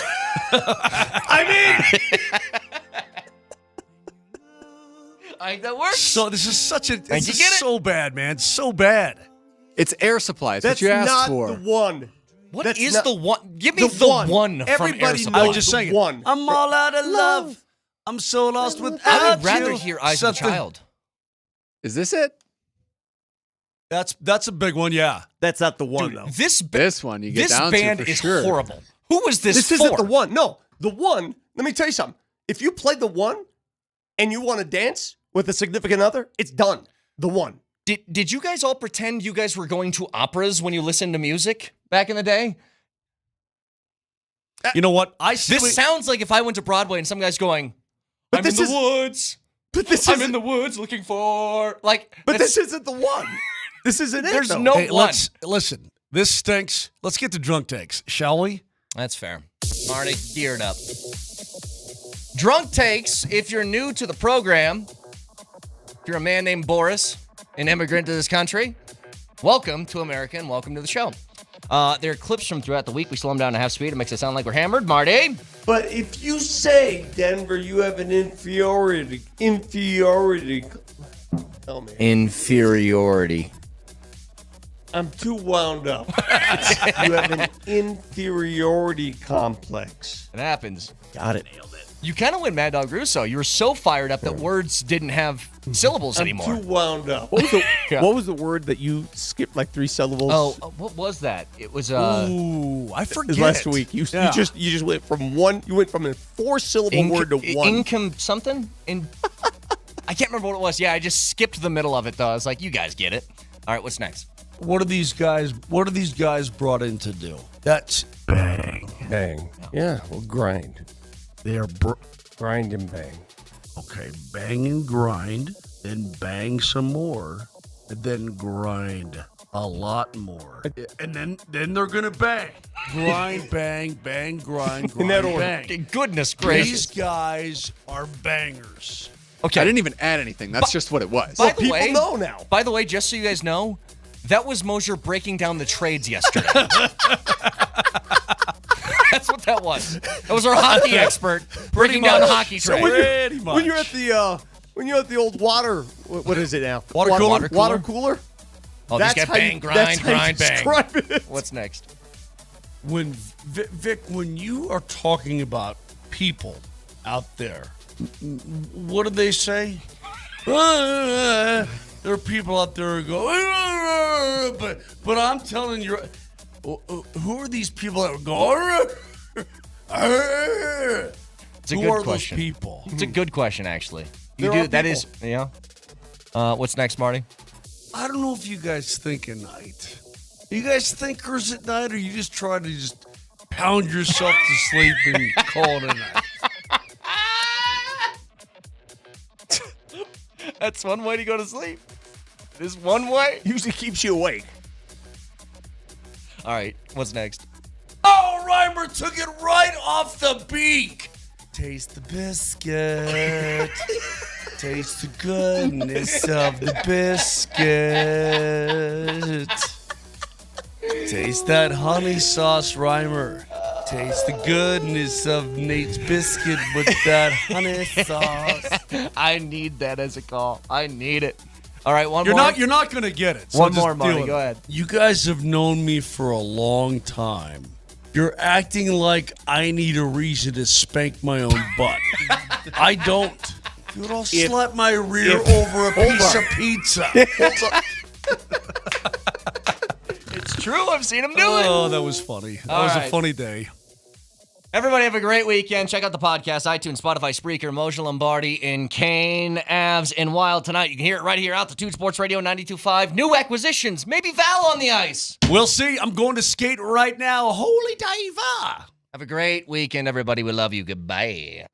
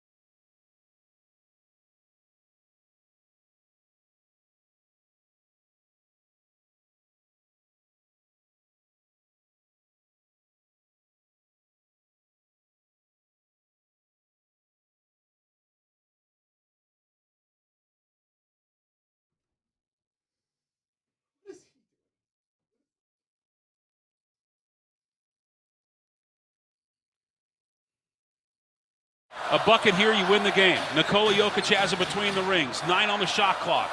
Joker against Porzingis. 5 on the shot clock. Joker for the win. Hook shot. Dunk! Alley-oop to Gordon! Denver leads it by 4 with 19 seconds to go. Timeout, Boston! How did he see I have no idea. Aaron Gordon? How did he see Aaron Gordon? And that looked like a hook. It had me fooled. So Boston basketball underneath with 5 on the shot clock, or game clock. They lob it over to Jalen for 3. That one's no good. Chip by Porzingis won't go, and there's the horn. A 30-point triple-double by Nikola Jokic. Denver sweeps the season series against the Boston Celtics. Tonight, the final 115 to 109. Oh, yeah. No, it was another playoff atmosphere for sure. As we talk pregame, you got to give the Celtic fans credit. They always come out strong. But you know what we say, right? They can take that L on the way out, baby.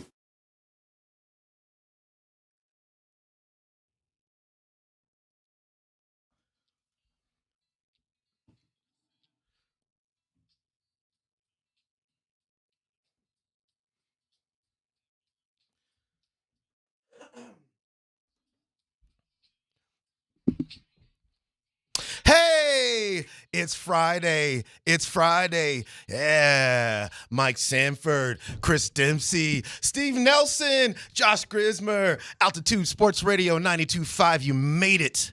It's Friday. What a good day it is. Take that L on the way out. Ballerina. Put that in your pipe, you Take that L. Yeah. Keep giving them. Celtics, get on out of here. 115-109. It was a great night there at Ball Arena last night. The Nuggets doing Nuggets things this season, Coach. They are 7-1 since the All-Star break, and I have so many thoughts about this basketball game. I'll say this: here's one thing that I love about what we're seeing transpire with this basketball team right now, and that is they are taking down teams with stars who have won titles, with players who are thought to be on the road to titles, and teams that have been super hot coming into games against the Nuggets, and then the Nuggets just immediately cool them off with a loss, and the Celtics are the latest, and the Nuggets get the sweep 115, 109. What did you like most about what you saw? Well, there's going to be a theme throughout this show about just terrifying aspects of Denver sports. And I think that the Nuggets aspect of being terrifying is that I think it's absolutely terrifying to the rest of this league. When I think about a year ago at this time right now versus the team that we're watching coming out of the All-Star break, it's terrifying to everybody else how athletic this team is. Mm-hmm. And that wasn't necessarily the calling card per se of just pure athleticism, but seeing what P. Swat is doing athletically, seeing Jamal Murray being removed 1 year more from his injury, his surgery. Mm-hmm. He looks more athletic. He looks springier. He's playing at and around the rim. Christian Brown is starting to now become that guy athletically. Like his little loop-de-loop turnaround. I mean, in the paint jumper that he made yesterday. I just think that there's so much athleticism on this team, and not to mention, I think the most functionally athletic player in basketball that utilizes their athleticism, their explosiveness to their advantage as a functional player and contributing member of the team is Aaron Gordon. Yeah. The athleticism is scary. Yeah, it really is. It's terrifying. It is terrifying. And you know what's even more terrifying for opposing teams is Aaron Gordon knows exactly who he is, and he just never strays from that personality ever. And, we heard in one of the clips in the show open here, Scott Hastings, who was on the call with Jason Kosmiski yesterday, said something to the effect, I don't even know how he knows he's there. Nikola Jokic, passing to Aaron Gordon for these dunks. And look, the short answer is that they've been doing this for so long now that we've all played sports. And if you're playing sports with a person long enough, you start to understand where they're going to be, how this is going to go down.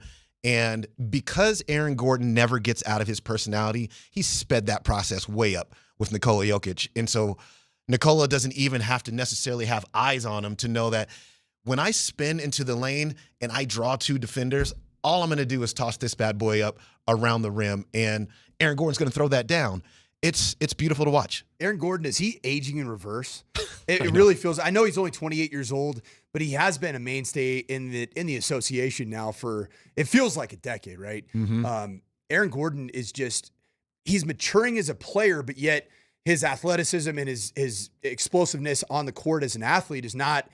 It's not dropping off. In fact, it actually seems like it's getting better. Yeah. I mean, you literally throw that ball within a 6-foot radius of the hoop. You're like, yep. So, like, of course, Jokic and his ability to see that lob, that alley-oop, to do it from all different angles, even different lines of vision, lines of sight. It's also because of just how good Aaron Gordon is, and his range, it's one of the best plays in sport right now. And it's just made possible because Nikola Jokic is that great. And the question is what are you going to do? How are you going to deal with him? When he gets into the paint, he draws multiple defenders 100% of the time. And for him, it's as simple as this. At the beginning of a play, you just snapshot where everybody is. And Aaron Gordon's always going to be right around the rim. And so even then, if at some point during the possession, his back is to the basket, can't necessarily see everything else, he already has that initial snapshot of what's going on. So then when he turns into the paint, all he's got to ever do is read how he's being defended. Now, if it's going to be one-on-one, he can just take that guy straight to the rack himself.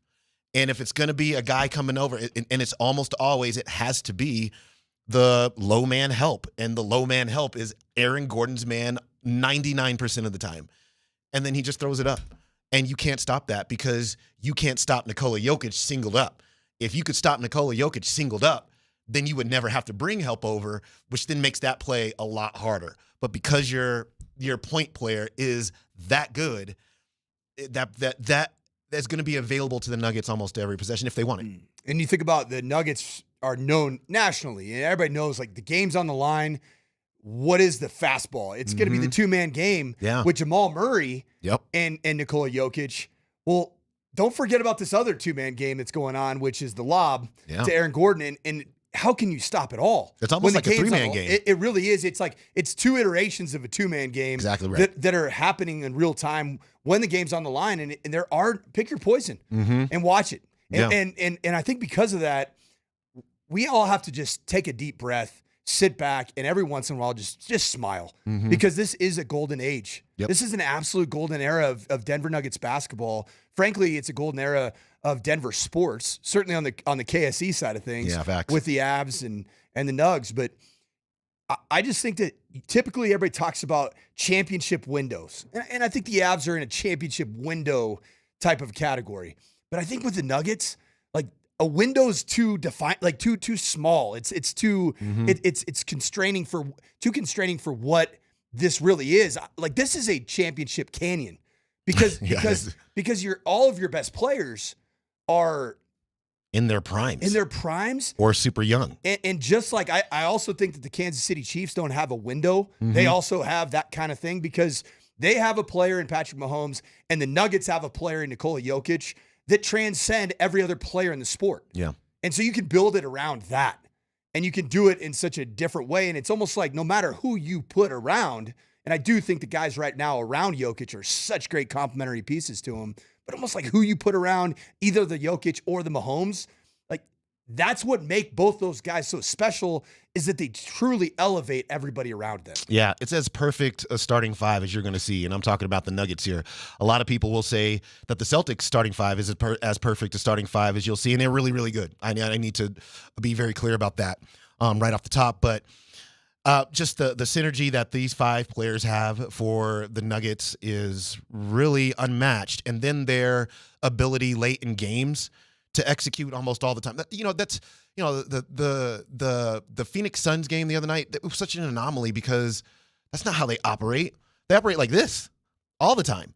And, it's right now, if you're looking at this as a finals preview, one of the areas that the Nuggets have, I think, a pretty sizable advantage over the Celtics is how these teams execute and operate down the stretch and the ability for your best players to make the shots that matter most. Boston, with 45 seconds, had a three-pointer that would have given them the lead. Wide open. Jason Tatum is exactly who you want with the basketball if you're the Boston Celtics. And he missed that shot. And he missed the majority of the shots he took. He made his first 3 shots. He went 2 for 13 after that, the rest of the game. Explain to me real quick. So seeing Jason Tatum yesterday, and we talked on the air. I was on yesterday with Lindahl. We talked with Kaz about it. What was so dang efficient about this defense last night against Jason Tatum that frankly held him to a very uncharacteristic night? What was it? What was the secret sauce? It's a good question. I went back and I watched his shot attempts 3 straight times, actually, all 13 of them this morning. And, I think, first of all, he only got 13, which was, I think, a credit to what they were doing defending him off ball. So KCP,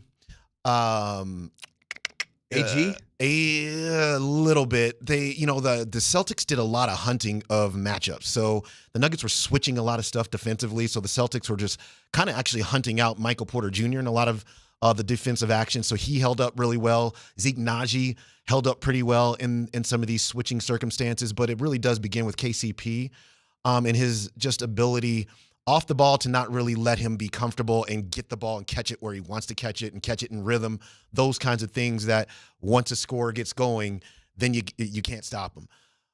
But once he had the ball, the contested shot rate was really super high. I mean, the Nuggets really, I thought they did a really nice job overall on just forcing him to hit shots over hands, and then he just didn't do it, and then that kind of spilled over to some open looks that he also missed. And Jaylen Brown capitalized, but I think if the Nuggets are going to play a 7-game series, I don't want to get ahead of my skis here, but if the Nuggets are going to play a 7-game series in the finals against these Celtics, like that might be the secret sauce, because Jason Tatum, just his full game is so elite. Yeah. But it just time and time again, it seems like that when there is that elite player where it's almost like the team it needs their scoring. Yeah. To win big games. It just seems like that it's the KCP lockdown show. And I talked to Kaz about it, and he thought it was going to be more AG because of the length, because of, he's going to harass him. And I just think about anytime there's a dynamic outside scorer that can slash, it's always KCP. Yeah. And he always just does yeoman's work. He's great. And he's stronger than you think. And, so it's, he gives up height to Jason Tatum, but he can negate that with some physicality defensively, just kind of closing down that space, making sure he doesn't get the ball, all those things. Yeah, that's right. The space. Mm-hmm. Like he just, when you watch the body language of Jason Tatum last night, he was frustrated. He was almost like a man without an answer. He looked like the guy that's like, I don't have an answer right now. Yeah. And KCP just continues to do it. He's always strapped on the best player, and he stays locked on that guy. And then now you have 2 incredible bench options. Yeah. Defensively that are now starting to get production and confidence on the offensive side, and Payton Watson, and Christian Brown. And I think that they can continue that work that KCP does in locking down your best player. Yeah, bench points 28-10 last night. The Nuggets with the advantage there. Payton Watson outscored the entire Celtics bench by himself, 11-10. Payton Watson, I can't say enough great things about him. It is, and we're all seeing it in real time, but it just is. I'm just continually reminded that 2 years ago, he was almost not playing for UCLA. He was minimal minutes there. And now what he is doing is he is pretty well risen to being maybe the most essential bench player that the Nuggets have. In his first year playing significant minutes for the Nuggets. And it's just amazing. And he works hard and he plays with a ton of energy. And for a team that definitely needs rim protection, he's kind of a rim protector. I mean, I'll put that in air quotes because It's not traditional. He's not super tall and It's obvious. that wingspan, though, man. Yeah, he does. What and is he the just has, wingspan's like 6'11" or 7 foot? Yeah. I think it's 7'2", if I'm not mistaken. Like his wingspan is as out of control. And you heard in the post game interview on TNT with Nikola Jokic, he talked about that, like that at times you can get beat defensively, and that length with Payton Watson is going to be the great equalizer and make up for maybe a sin you commit on the defensive side in guarding. Yeah. And that's such a powerful tool. The one thing I get a chuckle out of watching is, this team is so focused on the current possession and then immediately just goes to the next possession. I'm talking about the Nuggets. And I love watching Payton Watson, like his slash right through the paint, dunk. Yeah. And he does the look at the crowd flexing. Yeah. And there's so many examples where I love watching Jokic, like he grabs him and nudges him, like, get back on defense. And it's so fun because, like, while all of us as fans and even Payton Watson himself, it's so fun to see him find the joy in the game and enjoy the moments. Like, he does something and he gets that flex on. It's like, no, bro, that ain't how we roll here. That's not how we won championships. You better get your butt back because your length is needed. And I just think it's so fun to watch that. The confidence growing on one end, celebrate, but then Yoke and Jamal Murray, like, hey man, get back, bro. Get back there. We need you on this side too. And I just think it's a really fun thing to watch his maturation and him becoming such a big part. And I don't think it's by chance that Nikola Jokic included him in his offseason commercial game. Because Nikola Jokic saw something in this young man that we all didn't necessarily see. Right. We didn't see it a year ago. I mean, you could say like, oh, he's got a great personality. He's long, he can jump. But we didn't see everything that we're now seeing. But Nikola Jokic saw it in practice. He saw it in training camp. Yep. And he wanted to take this young man under his wing because guess what? Nikola Jokic knows what's required of winning championships. Yeah. And taking him under his wing ultimately has been such a big part of his fast maturation to becoming a huge part of what could be another run. And speaking of Nikola, I mean, he's the MVP, right? I mean, it's not close. It's over, right? That's not homerism. Every single time you put him in front of a national TV audience, and especially since the All-Star break, he already had the numbers to back up. But you always talk about like Joel Embiid when he was playing his best basketball. I think you said he's a walking bucket. This guy's a walking triple-double. Yeah, he is. And he's now getting 30-point triple-doubles and just keeps doing it time and again when the spotlight gets brighter. And I think it's already backed up by the fact that he has done it in the postseason. It's validated. This isn't just stat padding, right? Playing against bad teams. Like when the lights get brighter, Nikola Jokic just seems to continue to deliver on a national stage.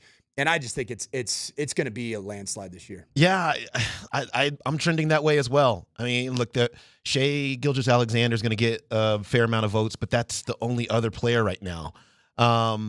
32, 12, and 11. You're right. I think the most impressive thing is the ability to not just do it against the Detroit Pistons, but to do it against the Boston Celtics, best record in the NBA, to go to Boston and play really well and win that game, to do it against LeBron James, to do it in the playoffs, to do it just the moment is never too big for Nikola Jokic, and he just it's where we often say this on these airwaves, and all of us do every show, everybody who gets on and talks about Nikola Jokic, which is just to not take this for granted. Getting a triple-double almost all the time, you know how hard that is? That is so difficult. And then to have those triple-doubles really just equate to victories the vast majority of the time. You are impacting a game in all the stat categories. You are lifting players up around you, and you are an MVP. And he just it's a pleasure to watch him. There's no doubt about that. The Nuggets get a huge victory. We will see how they continue on in this post All-Star break portion of the show. When we come back, I've been really itching to hear what Coach has to say about the Broncos releasing Justin Simmons. We'll get his thoughts next.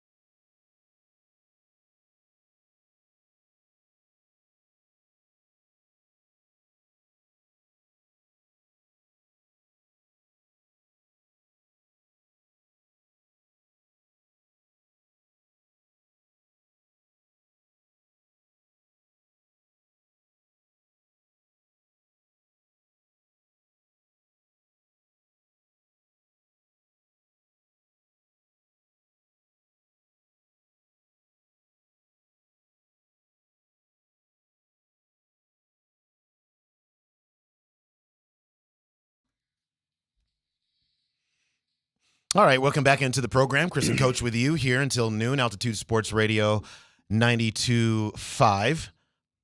Yesterday was a difficult day for a lot of Broncos fans. Some of them didn't care. I think the majority of them did, though. That Justin Simmons was released yesterday. Obviously, just one of the great players and great individuals on the Broncos roster. Coach, just really quickly, what did you make of that and how that impacts the team? I saw this coming, and I think we even talked about it on air when Russell Wilson was benched by Sean Payton. That was a clear direction of what was to come. And when you lose the cap space, which you have absolutely zero, you're in fact heavily in the red with that move. This is an inevitability. I mean, this is going to happen. And Justin Simmons was what I thought was the only clear-cut leader both on the field and off the field, and had that type of credibility in that locker room, because not only does he represent everything as a tremendous face of this franchise off the field, but the guy has the most interceptions at the safety position in the time span that he's been playing in the professional football ranks. Mm-hmm. I just think that it's a sad and unfortunate byproduct of what is proven to be a debacle with the quarterback position, not just with Russell Wilson, but the last 7 years. Mm-hmm. That the fact that he's going to leave as one of the more decorated statistical safeties in franchise history, and having never played in a playoff game, is mind-blowing. And a guy who really intercepts Patrick Mahomes more than anybody else. I mean, you got this quarterback that's in your division that he has a ton of success against all the time, and he's gone. This might not be the last of what we see here. Talk to us about that a little bit. Yeah, I mean, when you're looking at the potentially taking the larger part of the cap hit this year, this 2024 season, which I do believe that's the route that the Broncos are going to go, because I think the rebuild and frankly, to rebuild, you've got to purge, and the purge is on, and the purge is strong, and we saw the purge coming, and it's going to be some of our listeners, some of all of our favorite Broncos players, and I think Justin Simmons is one of those guys. I was thinking about, if you go to Shields or Dick's Sporting Goods right now, think about the jerseys that I know Justin Simmons, Russell Wilson, and then I don't even think that everything is completely safe with PS2. Who's to say that PS2 is going to want to be around for the next 3 years of what's going to be really challenging football on a rebuild and recently purged team? Who's to say he's not going to demand a trade? I mean, he even tweeted out his disgust and his sadness about the leader of that defense in Justin Simmons, the quarterback of the secondary, who does it so stinking well. Who's to say that even PS2 is not going to be here? And so I think that Justin Simmons is going to be the first in what's going to be a long list of the purge. And my man Nelly on the ones and twos put something together about what's to come. NFL free agency allows people a release for all the hatred and violence that they keep up inside them. Just remember all the good the free agency does. We'll be fine just like always, no worries, okay?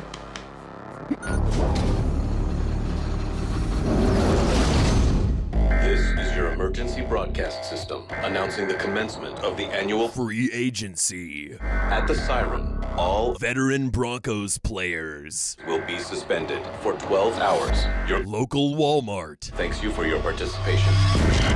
Help me! Someone, please, help me! I just need to get somewhere safe. Does anybody hear me? Holding offense, number 72. Let's go! This way! We're gonna make it through tonight, and everything is gonna be okay. Nothing is ever going to be okay again.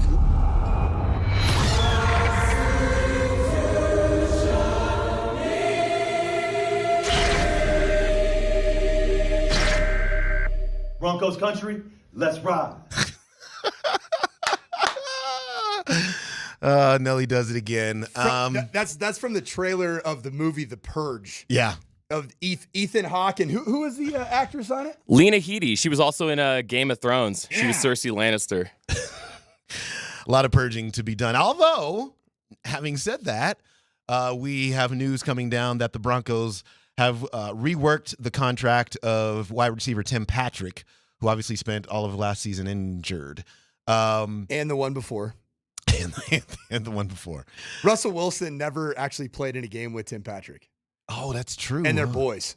And so Tim Patrick's tweeting out about, Russell Wilson and my brother, brother in arms. I'm like, yeah, he never played with him. That's true. Yes, that is true. He threw some preseason passes to him maybe in year one, I'm right? talking about in actual, I know, but right now, real football. Yeah, exactly real right. football. But yeah. Yeah, and Tim Patrick, I mean, the bottom line is he had zero position of leverage with the Broncos because, and frankly, he had no value in the market because who's going to sign somebody for anything close to maybe what his market value would be prior to his injury history, which is unfortunate. I feel bad for Tim Patrick.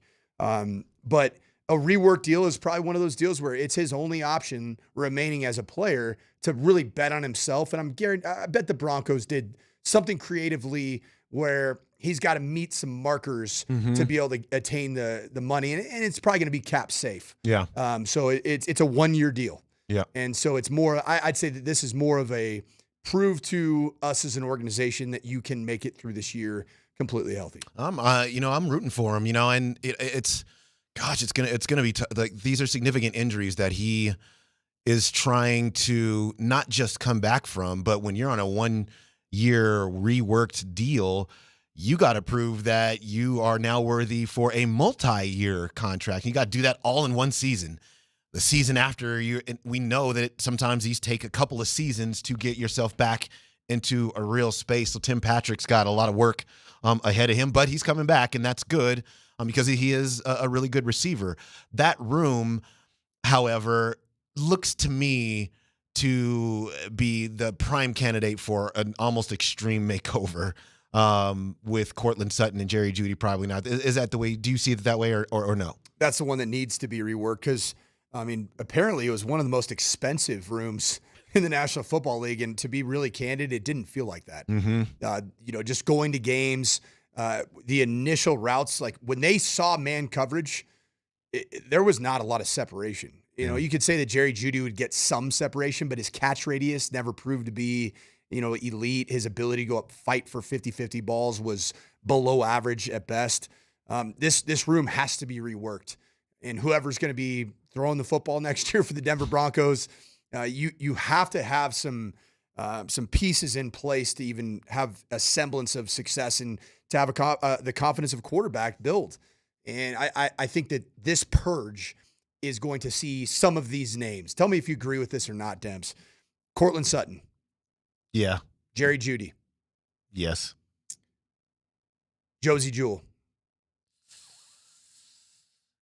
I'm going to say no, only because the number, they are close enough to the cap now. I think it's going to allow them to keep a guy that they might, and I think he might be the guy. But so I'm going to let's put a question mark over him.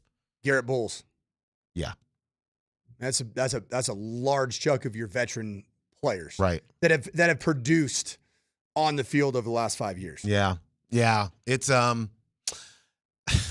so the Justin Simmons release saved them $14.5 million on the cap. They were a little bit over 16 million over the cap at the first place. So this gets them down really super close to that. And so obviously there's going to be more. Well, there's a reworked deal here with. Russ's money still hasn't been added to that number. Well, I'm saying because if they do the bigger chunk, nearly $50 million in the first year of how they punt the cap numbers over the next 2 years, then that's gonna make that cap hit even bigger potentially. I think the purge is going to continue, and I think it's going to be massive. And I think Sean Payton's okay with that because frankly, these aren't his guys. He can look back and say, I was brought in here to win football games. This group of players, whether they become fan favorites or not, the bottom line is that group of players aren't my guys, and that group of players hasn't seen a postseason game in 7 years. Why are so many teams cutting safeties? I think the safety position, and I think it's a mistake, but I think the safety position is almost turning into the running back position on offense, where it's nobody wants to to long-term safeties. They'd rather find the guy from college or a young free agent player. And I think people are having success, with some young safeties. So I think it's almost a replaceable position. It gets asked to do so many things physically, and there also is a toll on the position in terms of injury probability, just like there is the running back position. Caden Stearns and PJ Locke would be your two safeties. And PJ Locke also has to be reworked as well. Yeah. And so who's to say that the tape that PJ Locke put out there when Kareem Jackson was suspended, I mean, it was good film. Yeah, it was. Who's to say he's not going to test the waters? I can't just lose Simmons and PJ Locke. You got Deller and Turner Yell. Remember him from the Miami Dolphins game? Yes, I do. I remember him running after wide receivers who were running into the end zone in that game. That's what I remember. All right, interesting stuff. We'll definitely jump back into Broncos and football here in a little bit. Raj is on location, but we will talk to him because the Avs are doing all the things. They've made all the today, incidentally, is the NHL's trade deadline. It's at 1 p.m. The Nuggets, the Avalanche have made a number of moves already. They play tonight against the Minnesota Wild. We will catch up with Raj to get his thoughts on everything the Avs have done when we return.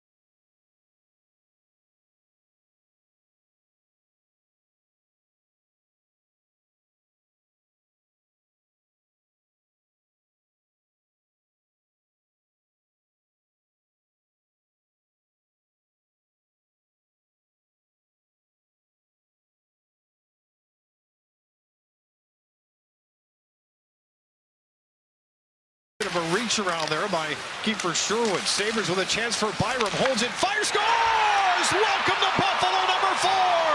He shoots and scores in his first game as a Buffalo Sabres to tie it up in Smashville. Well,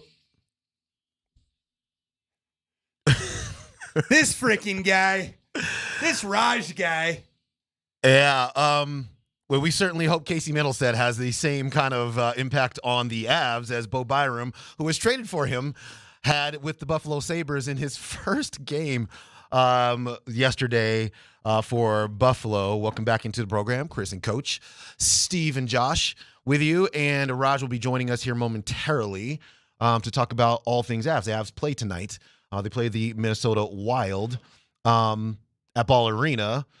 We're hoping to see all the players. And Middlestat has been look.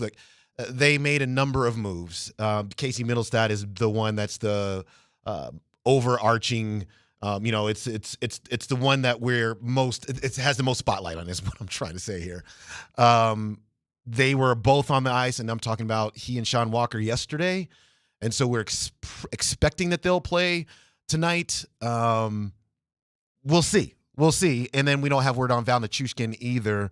But all this stuff is kind of coming out a little bit over. We're kind of busily watching Twitter to see what's happening at morning skate, who's where, and will they be available to the Avs tonight. But, Coach, I would say from a standpoint of just being very eager to see what this all looks like, I think we all are. I am too. I'm excited to see Casey Middlestat, the young man out of Minnesota. Minnesota. He actually grew up in Edina, so he's ironically he is a cake eater. However, he chose not to go to Edina High School, went to Eden Prairie High School, and I know these things from my 2 years in the great state of Minnesota, the bold North. Yeah. But just a tremendous offensive talent, the 2C that this team has been looking for, needing, and has really been in constant pursuit of. And I think it's going to be a great addition. I think it's a great trade for both sides. You know, you get a really good player coming over to the Avs, but also a really good player going over to the Sabres and having an immediate impact. And I think on behalf of all Avalanche fans and the fan base here, to see him score in his first time on the ice for Buffalo was great to see for a guy that had a lot to do with hoisting Lord Stanley here in Colorado, in Bo and Byram. You alerted us to a tweet by Jesse Montano of, I believe he's Guerrilla Sports. Val Nichushkin is out here in a PP2 jersey.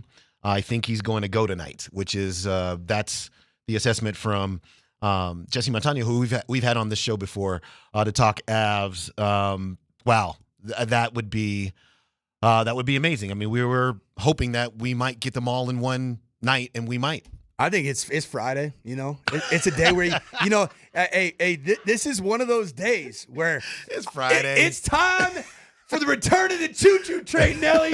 It's time. It is time for the return of the choo-choo train. Yeah. And the ability for this team to have enough games left to get the chemistry they need to get to be hitting the ground running when the playoffs start. We've waited almost the entirety of the season for them to be full. Obviously, Gabe Landeskog is not a part of this equation, but outside of Gabe, we've waited for the entirety of the season for them to have everybody available to them, and we're finally starting to get that. I can't wait. I honestly, I can't wait for tonight's game, and I can't wait to see how this kind of unfolds for them, because there's still, obviously, with any acquisition, there's going to be ups and downs and ebbs and flows and all these kinds of things, but that's why you have these last 20 games or whatever it is to the end of the season to get that stuff worked out so that by the time the playoffs come, you're rolling. One thing I like about the Sean Walker acquisition from Philly is Sean Walker is a bit of a lesser, I mean, everybody's a lesser Cale Makar in the NHL that's a defenseman, but he is more built in that image of being a offensive-minded defenseman. And I like that because now you can have some similar play style from your various defenders playing with different lines. Mm-hmm. And I like that. I think Sean Walker does bring some of that some of those similarities that I think is going to ultimately help the chemistry and making him more of a plug and play type player right off the bat, and certainly gives you defensive depth. Of course, the concern, and we talked to John Michael Lyles last night on Kreckman and Lindahl. I was filling in for Nate, just talking a little bit about the importance or lack thereof that the Avs do have in terms of their defense. On the D zone, we're not big, and you look at what the Knights just acquired, they are massive. They're a big group of defenders. But I think that Bedsy and this Avs organization has moved forward with we're going to outscore you. We're going to outscore you because we have a once in a generation type player in Nathan McKinnon. Cale Makar is doing things from a defensive standpoint as a scorer that just doesn't happen really in the history of this game. And I think that sell out on making a very, very exciting brand of hockey and committing to being all about scoring goals. Well, that's the thing. And on the text line, I think you're right about Zach Parise. We don't know if he's going to go today. So maybe I should just pump the brakes about all the players who will be back and on the ice for the Avs. We shall see with Parise here tonight. But I'm with you. It seems as if Sean Walker is just a better fit, like a stylistic fit with this team. Puck moving defenseman, offensive, as you just said, offensive minded defensemen, and that's what they specialize in here. They want those kind of individuals. So we'll see. We'll see how well he fits in. Can you stand up physically to some of the other teams? Will ultimately be the case. And remember the Seattle Kraken? They got after them physically in that series last year, that first round series. So that the Avs will be tested in that way because and they have been before. It's like, how do you negate speed? With physicality? Then you just beat up on them. And can you stand up to that, still maintain your speed and your skill? We'll start to get some of those answers as early as tonight. And the Avs still have Manson, who's a big physical presence and is definitely willing to get grimy and dirty. They just don't have the depth of that style of player, but I think it's gonna lend itself to some very interesting, contrasting styles of play. As we get into the final run, both for seeding in the postseason tournament, but also just in general for what's going to be, I think, a really exciting postseason with the Avs and their style. Can they continue to outscore people, or if it gets grimy like that road trip did? It was a physical, slobber knocker type of a road trip. And frankly, at least at that time, the Avs, they weren't at their best, but they also weren't with all of their weapons that they now have. Yeah.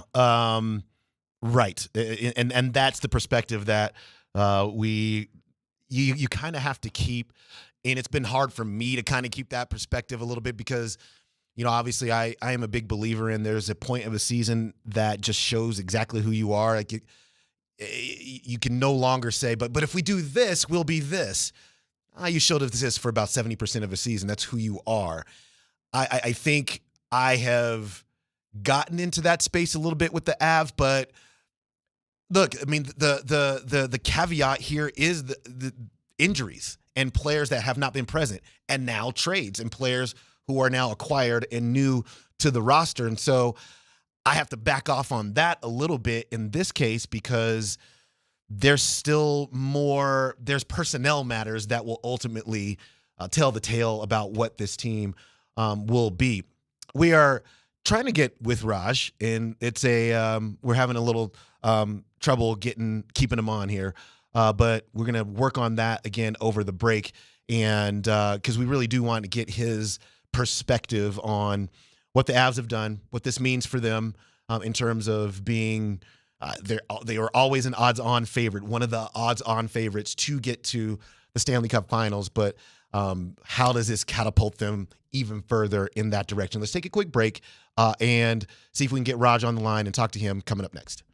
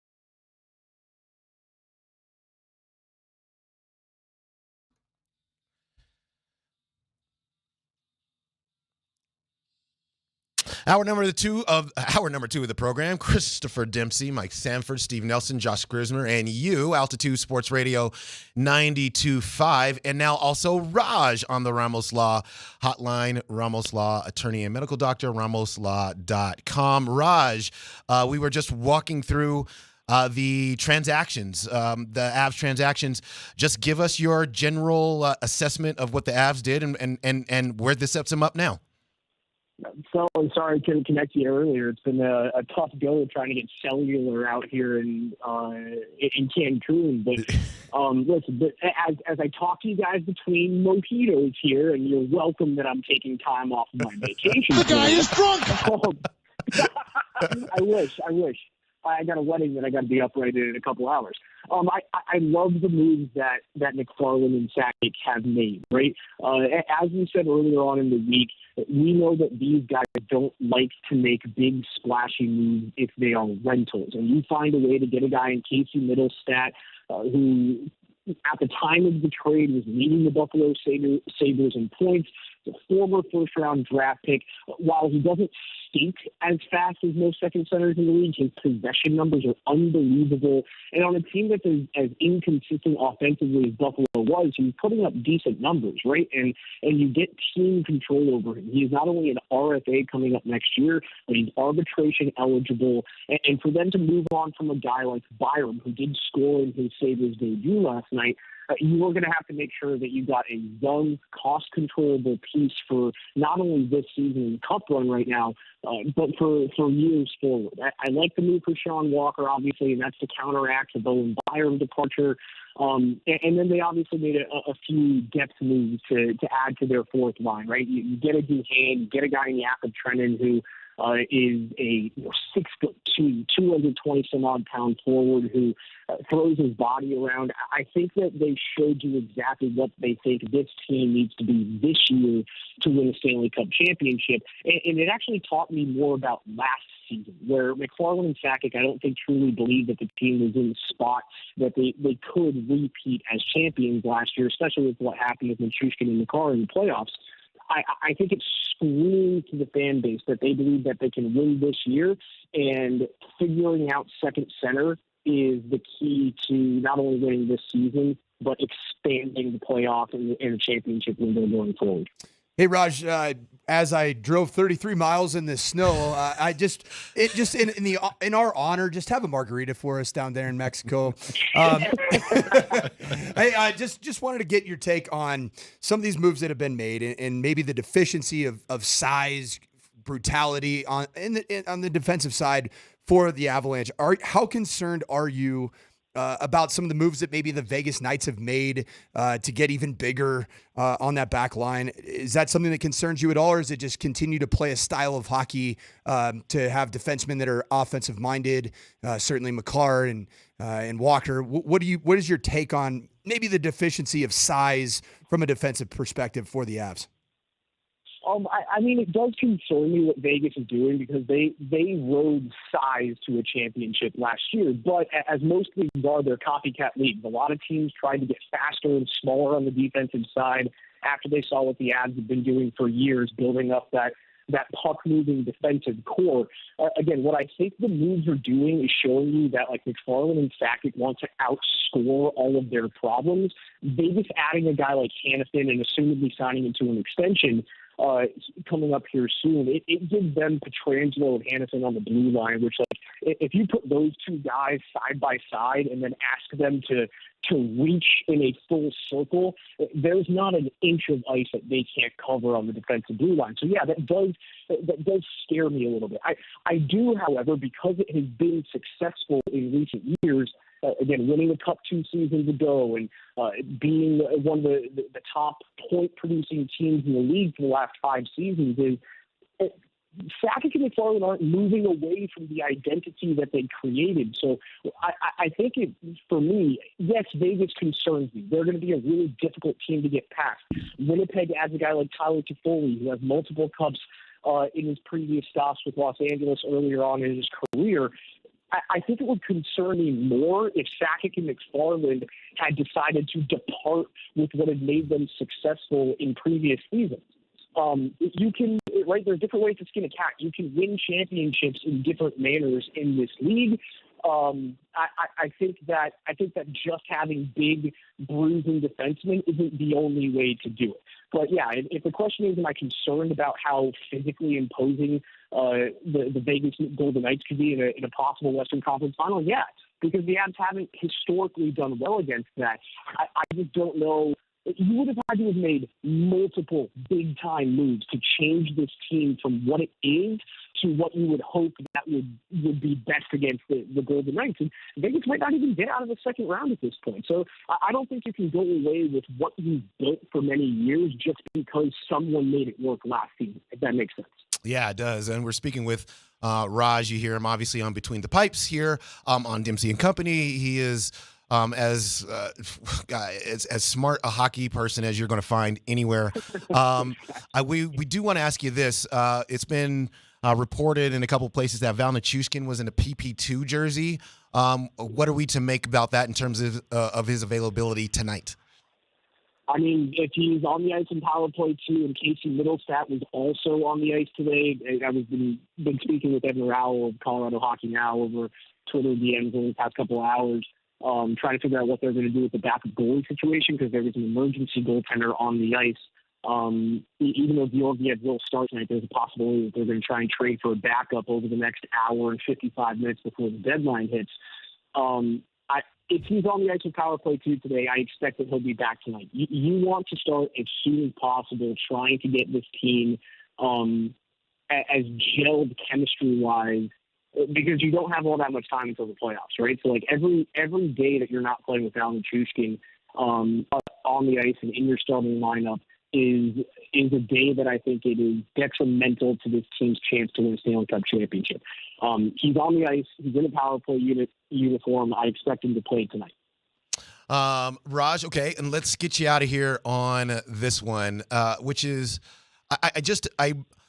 I don't know where are the Avs now after all the moves are made and we've seen all these other teams move and obviously there's going to be some more movement here prior to 1 o'clock, but it seems like the bulk of it might have already passed.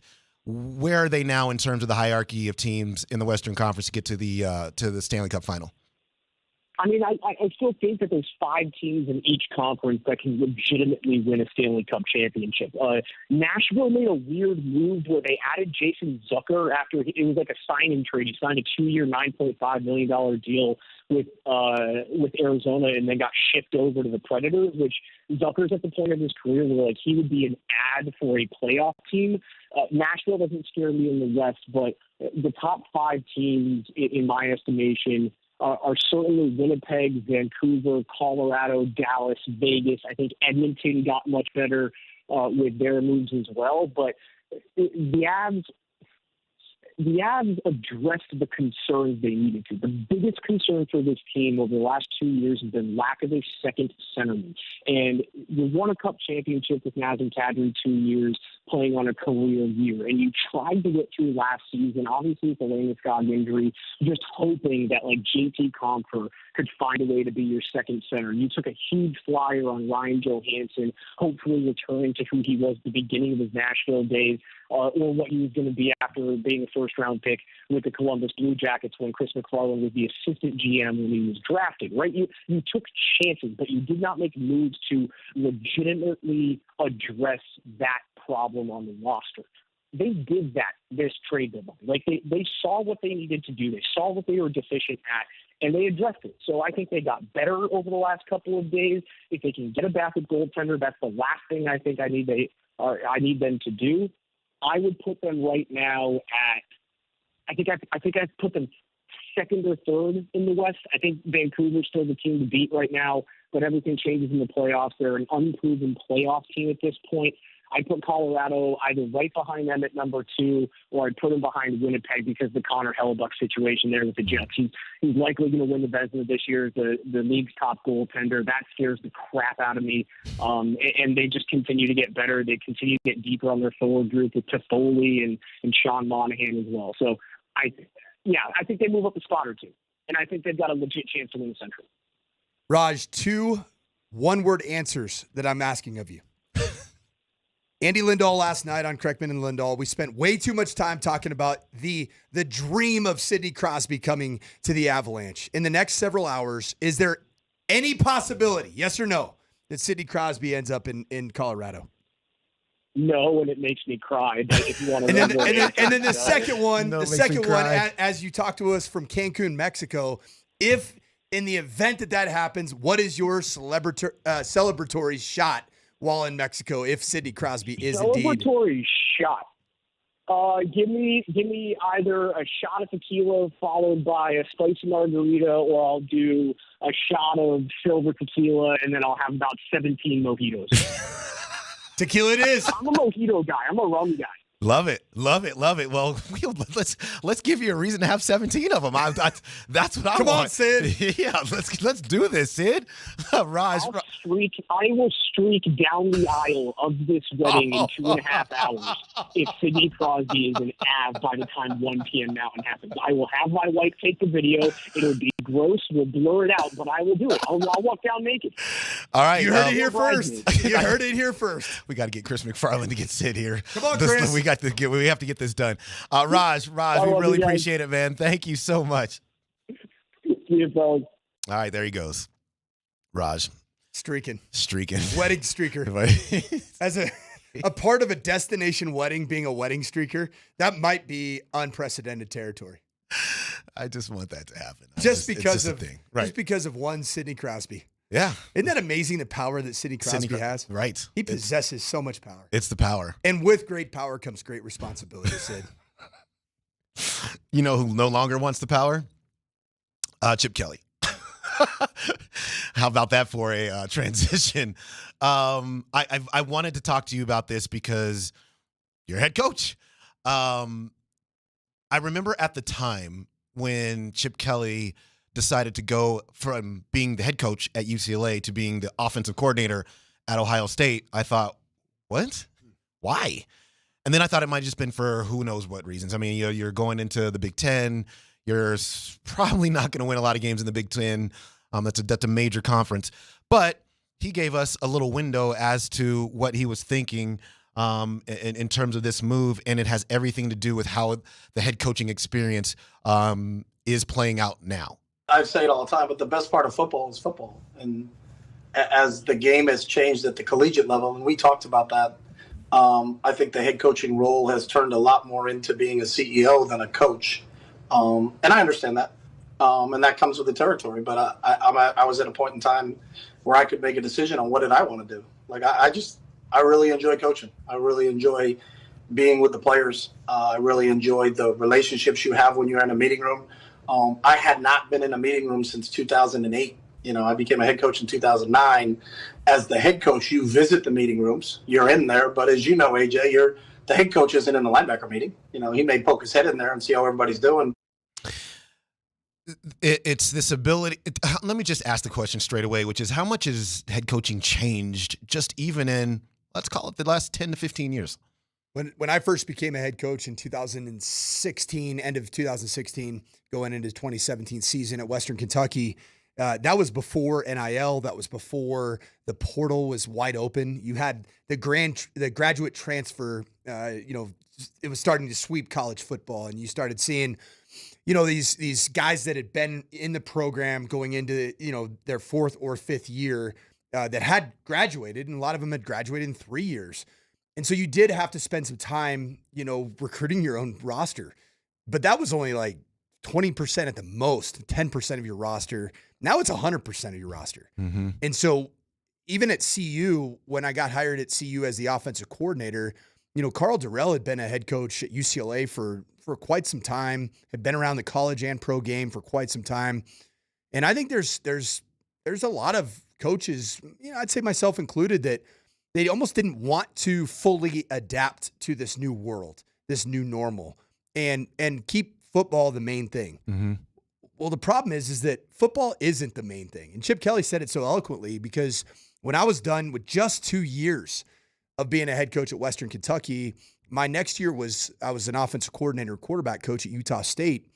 And I didn't realize it at the time while I was a head coach, but I realized it when I got to Utah State, that my favorite thing to do in coaching is to coach a group of players. Mm. And I'm talking about a position of players that do something specific and go through the process of their maturation, see the growth, build the relationship, have them over to your house to get to know your family. And I just leaned so hard into that at that time in 2019. And it happened to be the year that Jordan Love was in his draft year.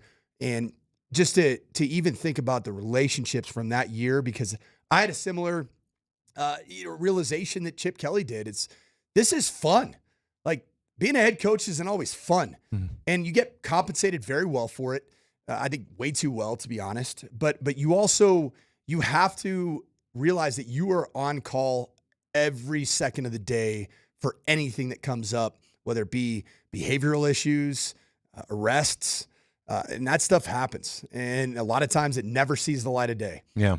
Most of the SEC programs have fixers that get that out of the light of day, but you don't at Western Kentucky. You don't at UCLA. Nick Saban also has had some things to say about this. I want to take a quick break and continue this conversation on the other side. Almost like the state of head coaching in college football, which appears to be changing in a way that is rubbing some of the old guard the wrong way. They want to do something different. We'll do that next.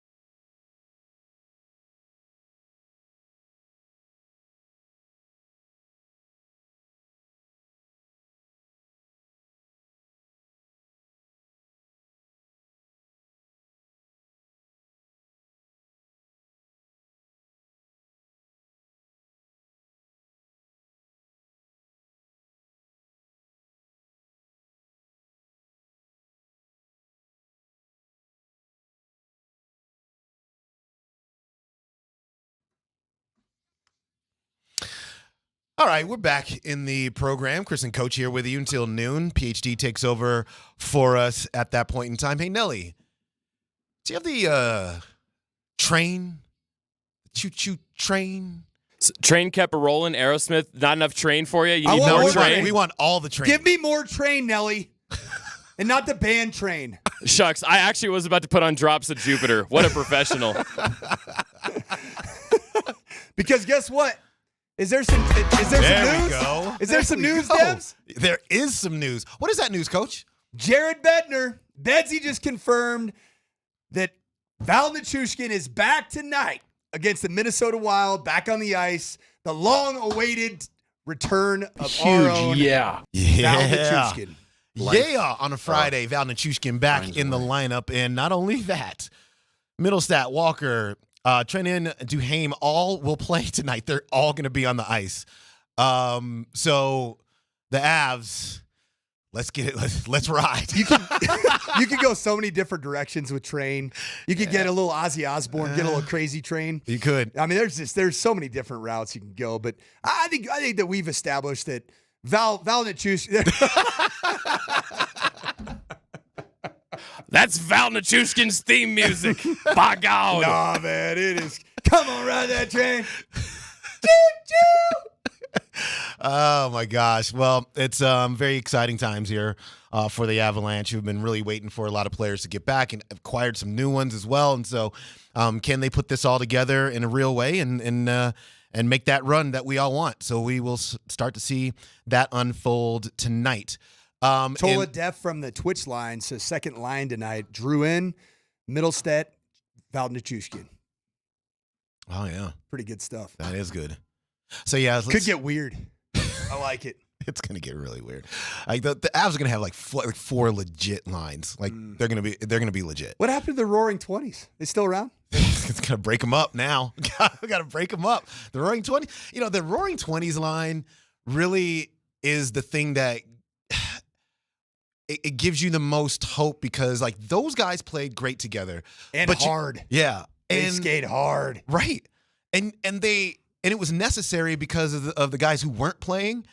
But now you can just kind of spread them out, can sprinkle them in different lines, and your lines are all going to be like it could get really real for the Avalanche right away. But I do have a bit of potentially bad news. You know what Bednar said in his press conference? Justus Annunen is sick. And you know what happened to the last Avs player who said he was sick? He got sent to Buffalo, New York. He got sent to Buffalo. The Purge? Exactly. A different edition of the Purge. This is the Purge election day. Bo Byram got purged to Buffalo, and now Justus Annunen is sick. So, the Wild are in town with Marc-Andre Fleury. Are the Avs going to make a goalie move? Are we reading the tea leaves here? Maybe. I will never discount that. Never, ever, ever, ever. I mean, they tried to pull the wool totally over our eyes the other day. So we're talking through this whole thing. It's like Bo Byram's he's not on the ice here for morning skate. And then we start talking all the trade possibilities, right? And then about 20 minutes later, Bedsy's like, he's just sick. So all you guys just calm down. And then like I don't know, 30 minutes later, he's traded. Bedsy, fool me once. The lie shame detector on determined that was a lie. That was a lie. But you fool me twice. That would be shame on me. We're not taking it, Bedsy. We're not taking it. We're not taking the bait. Not following from down in the tailpipe. All right. Let's get to Nelly's info notes. I mean, it's about that time of day. We have not even gotten there. Let's do that now.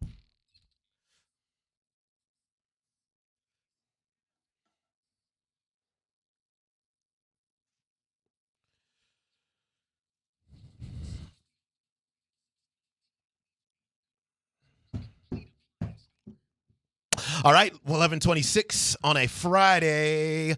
Nelly, what's story number one? It's official. We knew it was going to happen, but Adam Schefter's sources are reporting that Russell Wilson has, in fact, flown to Pittsburgh, and he's meeting with the Steelers. But Russ made a pretty grave mistake because while he was out there towards the Eastern Seaboard, he headed to New York, and evidently he had a meeting with the Giants. And Russ, I'm going to be the first to tell you, you never go against the family, Russ. You think you're going to come into New York where Tommy DeVito stands atop the Empire State Building and take his job from him? It would be a shame if something would have happened to Sierra, Russ. I think he's just trying to join the family. He wants to be a part of it. Don't embarrass the family. You know what's more dangerous than a danger witch? What Going is against the family, Russ. I can't. Russ is going to Pittsburgh. And the Pittsburgh family's alive and well, just so we're very clear. Yeah, facts. Just go to Primanti Brothers. Go get you a sandwich. Go get you a cutlet at Primanti Brothers. What on? Okay, let me just. What's Russell Wilson's impact gonna be on the Steelers? Very positive. And the reason I say that is because they are built exactly how the Broncos operated in that 5-game win streak stretch. Run the football behind a great offensive line. You have George Pickens to be the freak show that can get separation in the play action and second play game. And then you have a defense that creates takeaways. They're a playoff team with some of the worst quarterback play over the last several years. And now Russell can go be the second play guy. You have Tomlin that's going to look at Russ and be like, how big is that chip on your shoulder there, pal? Mm-hmm. Why don't you take it out on the rest of the National Football League? And I think that they could be a 10-plus win team. So that's also a franchise that's used to winning Super Bowls. Is Russell Wilson going to help them win a Super Bowl? No. Then what are we doing? You know what I'm saying? You get to the second round or AFC championships. That's just my He's been there. The guy's been there. Yeah. Russ has operated. Has tiny-handed Kenny Pickett been there? No. Has Mason Rudolph been there? No. No, neither one of them have been there. That's true. Speaking of tiny hands, I just think Bo Nix, small hands. JJ McCarthy, small hands. Well, tell you who doesn't have small hands. I don't have small hands. Smells like cabbage. Small hand. Carney folk. Dempsey does not have small hands. I don't have small hands. Steve Nelson doesn't have small hands. And most importantly, Michael Penix Jr. has 10.5-inch meat hooks. If you draft Michael Penix Jr. How at about 12, that D, baby? Is that too high? Nope, not for me. Yeah, see, I don't think so either. Daniel Jeremiah today had a comp because he's been looking for a comp for Michael Penix Jr. Yeah. Sam Bradford. And Sam Bradford has. Is that a positive or? Think about when he came into the NFL as a passer, was a dynamic thrower of the football. Mm-hmm. Was a second play guy. He could make second plays, but he was on schedule. Think about him at the Rams early on. Sam Bradford did some really good things throwing the football. Yeah. That's interesting. I just want to say this one thing about Russell Wilson, and that is, if your goal is to win a Super Bowl, you shouldn't sign him. Don't do that. Who else should you sign? Because you're going to get him for the league minimum. He's going to stick it all to the Broncos. He's going to take the league minimum. Why wouldn't he? Well, because the Broncos are still paying him, so he might as well take the league minimum. Yeah, for sure. So you're not risking anything if you're the Pittsburgh Steelers. You are signing a quarterback that's won a Super Bowl and been to another one, and you're not paying him. But he's no longer that player, right?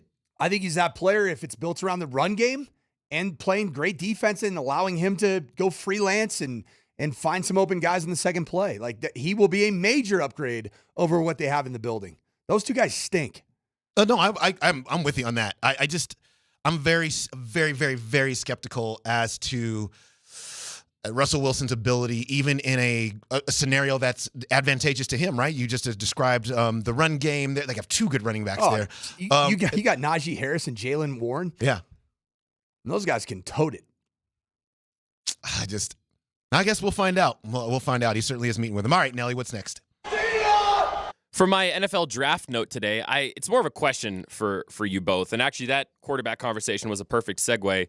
Mike, now that you've been to the combine and you've seen it, how do you weigh what you see during drills and what you observe at the combine versus what you see in actual game tape? Because we've been chatting a bit off air, and I feel like some of the perceptions of quarterbacks and where they're projected to go has been reshuffled a bit since the combine. J.J. McCarthy really solidified him as a bona fide first rounder, despite what Dempsey would tell you.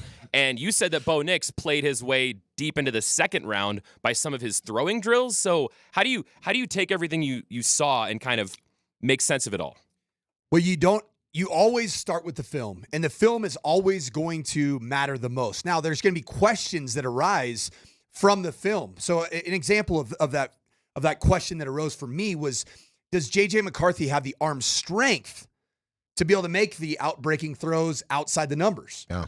And he answered that question with an absolute yes, exclamation point. Conversely, Bo Nix, his film was unbelievable in terms of completion percentage, taking what the defense gives him.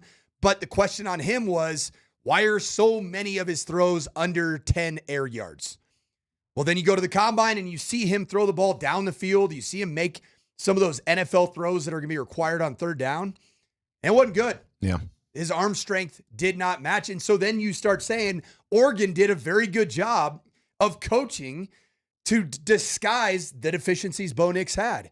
And then Michael Penix Jr., he showed that he has the full catalog of throws on film. Mm-hmm. Then you go to the combine and you see him put on the best throwing performance in the routes on air that he did have. He's the most accurate passer. He's the strongest armed passer that does have accuracy within that context. Joe Milton doesn't have that. Yeah. He didn't have it on tape. At times, he didn't have it at the combine. So you use the combine to answer some of the questions that you had from the film, whether it's to confirm or, in the case of J.J. McCarthy, deny what were your previous accusations about their perceived deficiencies. Yeah, no doubt about that. And that's why J.J. McCarthy's shooting up. He's shooting up. Let me ask you this then, why is Michael Penix his stock continuing to stay around a second round level more so than rising more, rising into the first round a lot more than after his performance there? I don't know. I would say the people that were in that building at the combine that were around, everybody I've talked to have said that his stock has not been kind of hanging out at the second round. I think there's a lot of people that don't do their work, either don't go to the combine or don't weigh what was a new data set from the combine. And I do think that all it's going to take for him is a team to say he's a great fit. Right. And some of the teams that I've heard that for have been the Raiders. I'll tell you this, if I'm a Broncos fan and I'm a Denver resident, I don't want the Raiders taking Michael Penix Jr. Right. With Devontae Adams. Are you kidding me? I know. I know. Okay, so then think about it from that perspective. And then the other team that I've heard is the Falcons. So those two teams I have heard do really like Michael Penix Jr. Yeah. It's interesting. Nelly, what's next? According to Mike Kliss, the Broncos have restructured a deal with Tim Patrick to keep him in orange and blue for one more year. We don't have the terms of the contract yet, but they needed to renegotiate his deal because he signed a 3-year contract extension in 2021, and then he's missed 2 consecutive seasons with a torn ACL followed by a torn Achilles. So they wanted to keep him in the building, but he needed to take a team-friendly deal. We'll let you know as soon as those numbers come out. Yeah, it's a situation where, unfortunately for him, I mean, this had to be done. And look, it's a lot of pressure on Tim Patrick because you're coming off of 2 significant injuries, and then you're given 1 year to prove that you deserve another multi-year contract, and that is, that's. Boy, I'm rooting for him for sure, but that is a tall task for he is a very capable wide receiver for sure. Yeah, and I think that there was even some talk that Sean Payton really liked Tim Patrick's skill set and saw him as playing a Michael Thomas type role for the Broncos if he was indeed healthy. So I think this is a win. This is a winning scenario for the Broncos because you're not going to probably lose much relative to your cap space if it doesn't pan out with a restructured deal.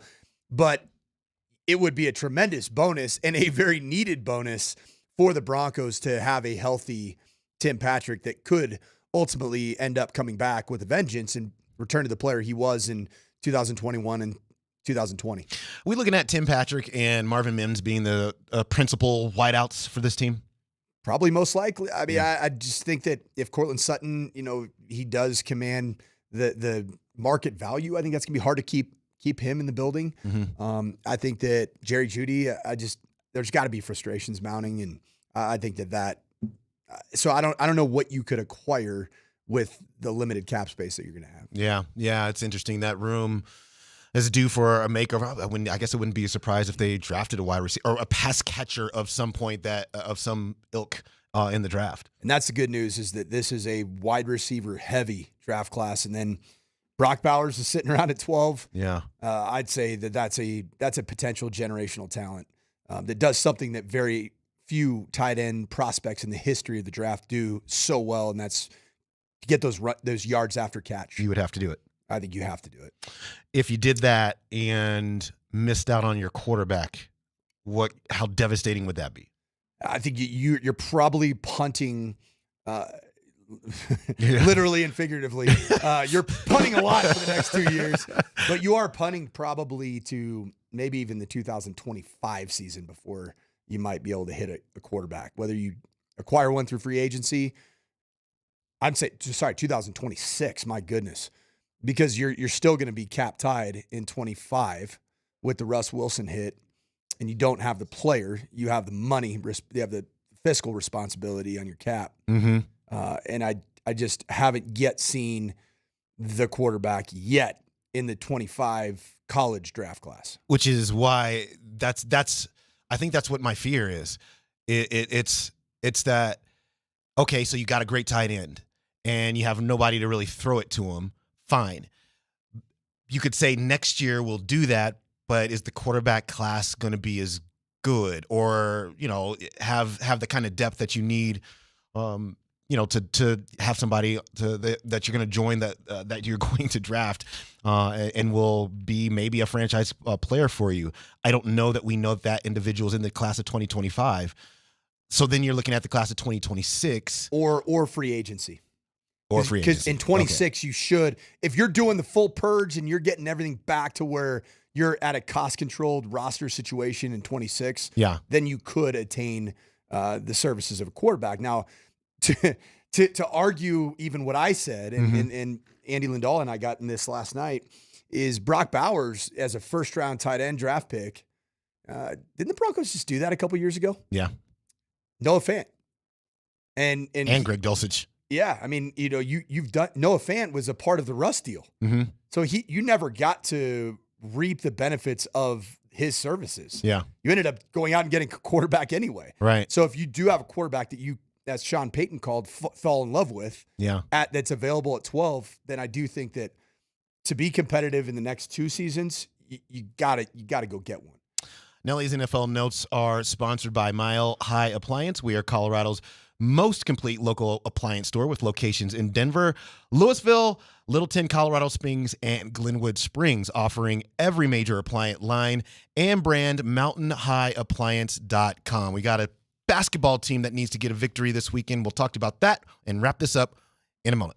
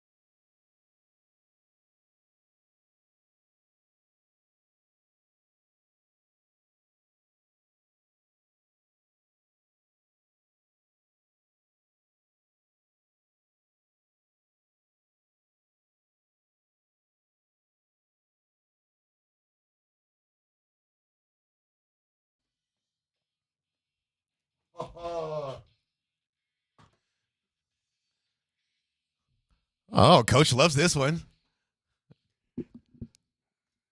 From the year 2000, our own Steve Nelson sporting the hat today, and Twitchers can see it. Newfound glory, a part of my high school years, my college years, and still going strong, right, Nelly? Yeah, I saw them last summer, I believe. They're still touring. Are they really? Yeah, they are. And somehow Jordan... Who is this? This is Newfound Glory, and somehow Jordan can still hit these high notes as a man in his 40s. I don't know how he can still do it. What are you trying to say about men in their 40s? Can you still hit the high notes like this guy? Oh, you already know it. Okay, you know what? Maybe I'm speaking out of turn, but like albums that you record when you're 18, still being able to sing them like 20, 30 years ago, I'm just saying that's impressive. Are you in your 20s or your 30s, Nelly?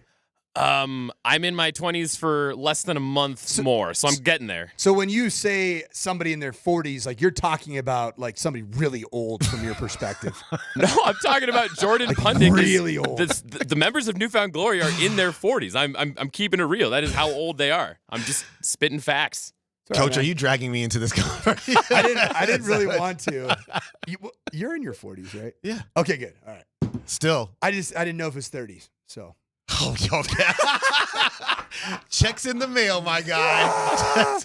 No, Mike, I bet you can throw the ball just as far and do the same drills as you could when you were a young, spry Boise State quarterback. I'm just saying the human voice changes, and I'm impressed that Newfound Glory has kept their pipes all these years. That's Especially all I'm after saying. some serious touring with some really bad audio equipment and some of the venues that they went to. That is impressive. Warped Tour, somehow they survived Warped Tour. That's all I'm saying. Playing in like a 130-degree parking lot in Phoenix in July and then going to New Mexico and doing the same thing. Yesterday, the University of Colorado men's basketball team got what was an essential win. The bubble buffs. They are on that bubble. They are squarely on the bubble. They really are. It's actually it's kind of a problem for them right now. They are on the outside looking in, but going to Oregon and winning that game 79-75 was a big deal. There's not really marquee victories left on their schedule until there's only actually one more game, which is at Oregon State. Coming up, they must win that game as well. You know, right now the University of Colorado is kind of having to attack the NCAA tournament bubble thing with volume of wins over quality of wins because they just don't have, a ton of quality wins. Even though they are 21-9, it's a lot of wins.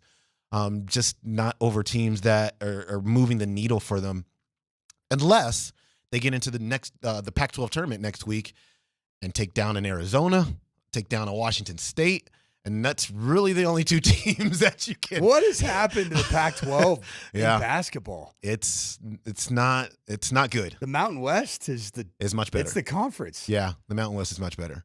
And Colorado State, to that end, has a game against Air Force tomorrow that they must win as well because the thing about CSU is they've just lost just a little bit too much here at the end of the season. It's really impacting their seeding and putting them in a situation where they might be on a bubble too. So beat Air Force, win a couple of games in the Mountain West tournament. I think they'll be okay.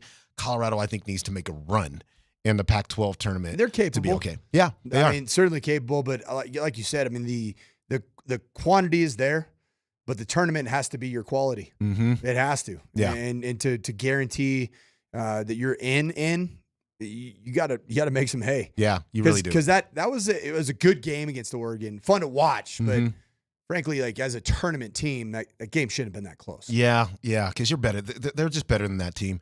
And look, we understand that Cody Williams hasn't played in a number of games this season, so that's impacting things. But Colorado's roster is just better than the vast majority of these teams' rosters in the Pac-12. They just haven't played like it for the most part this season.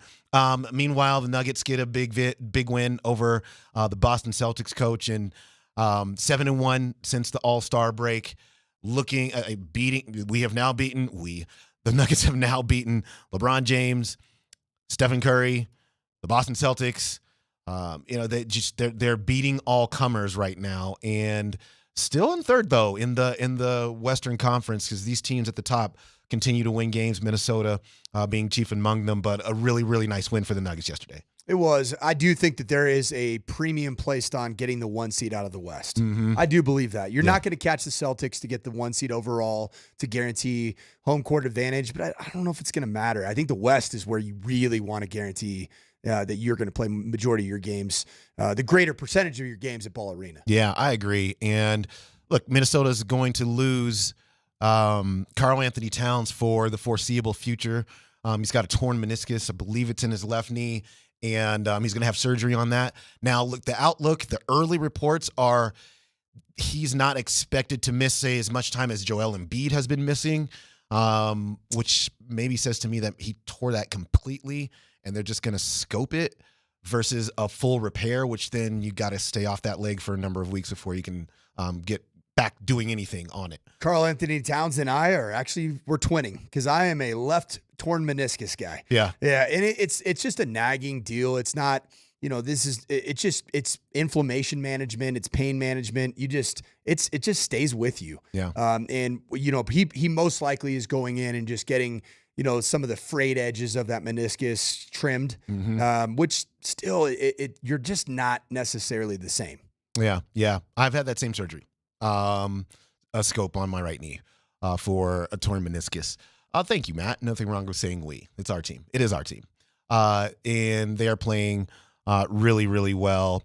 They get back to action tomorrow against the Utah Jazz.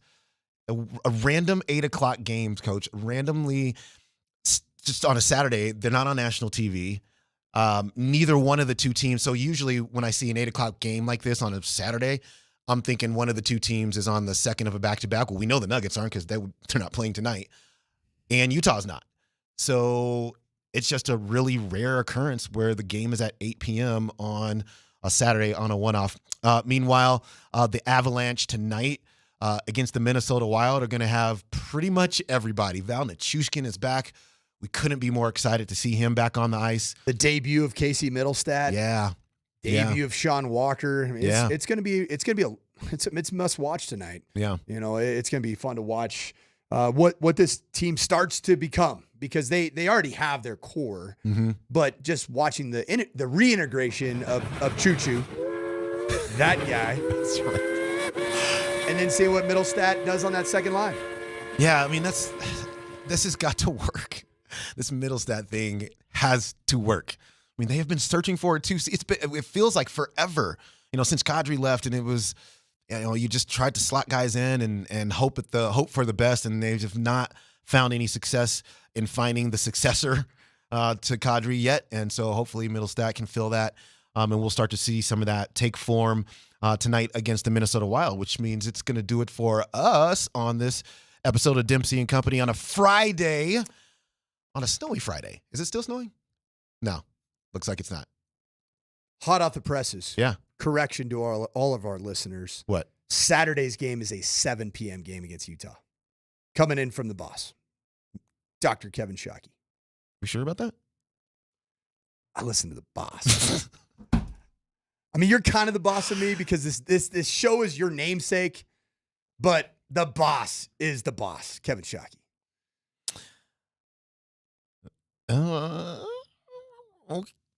Okay.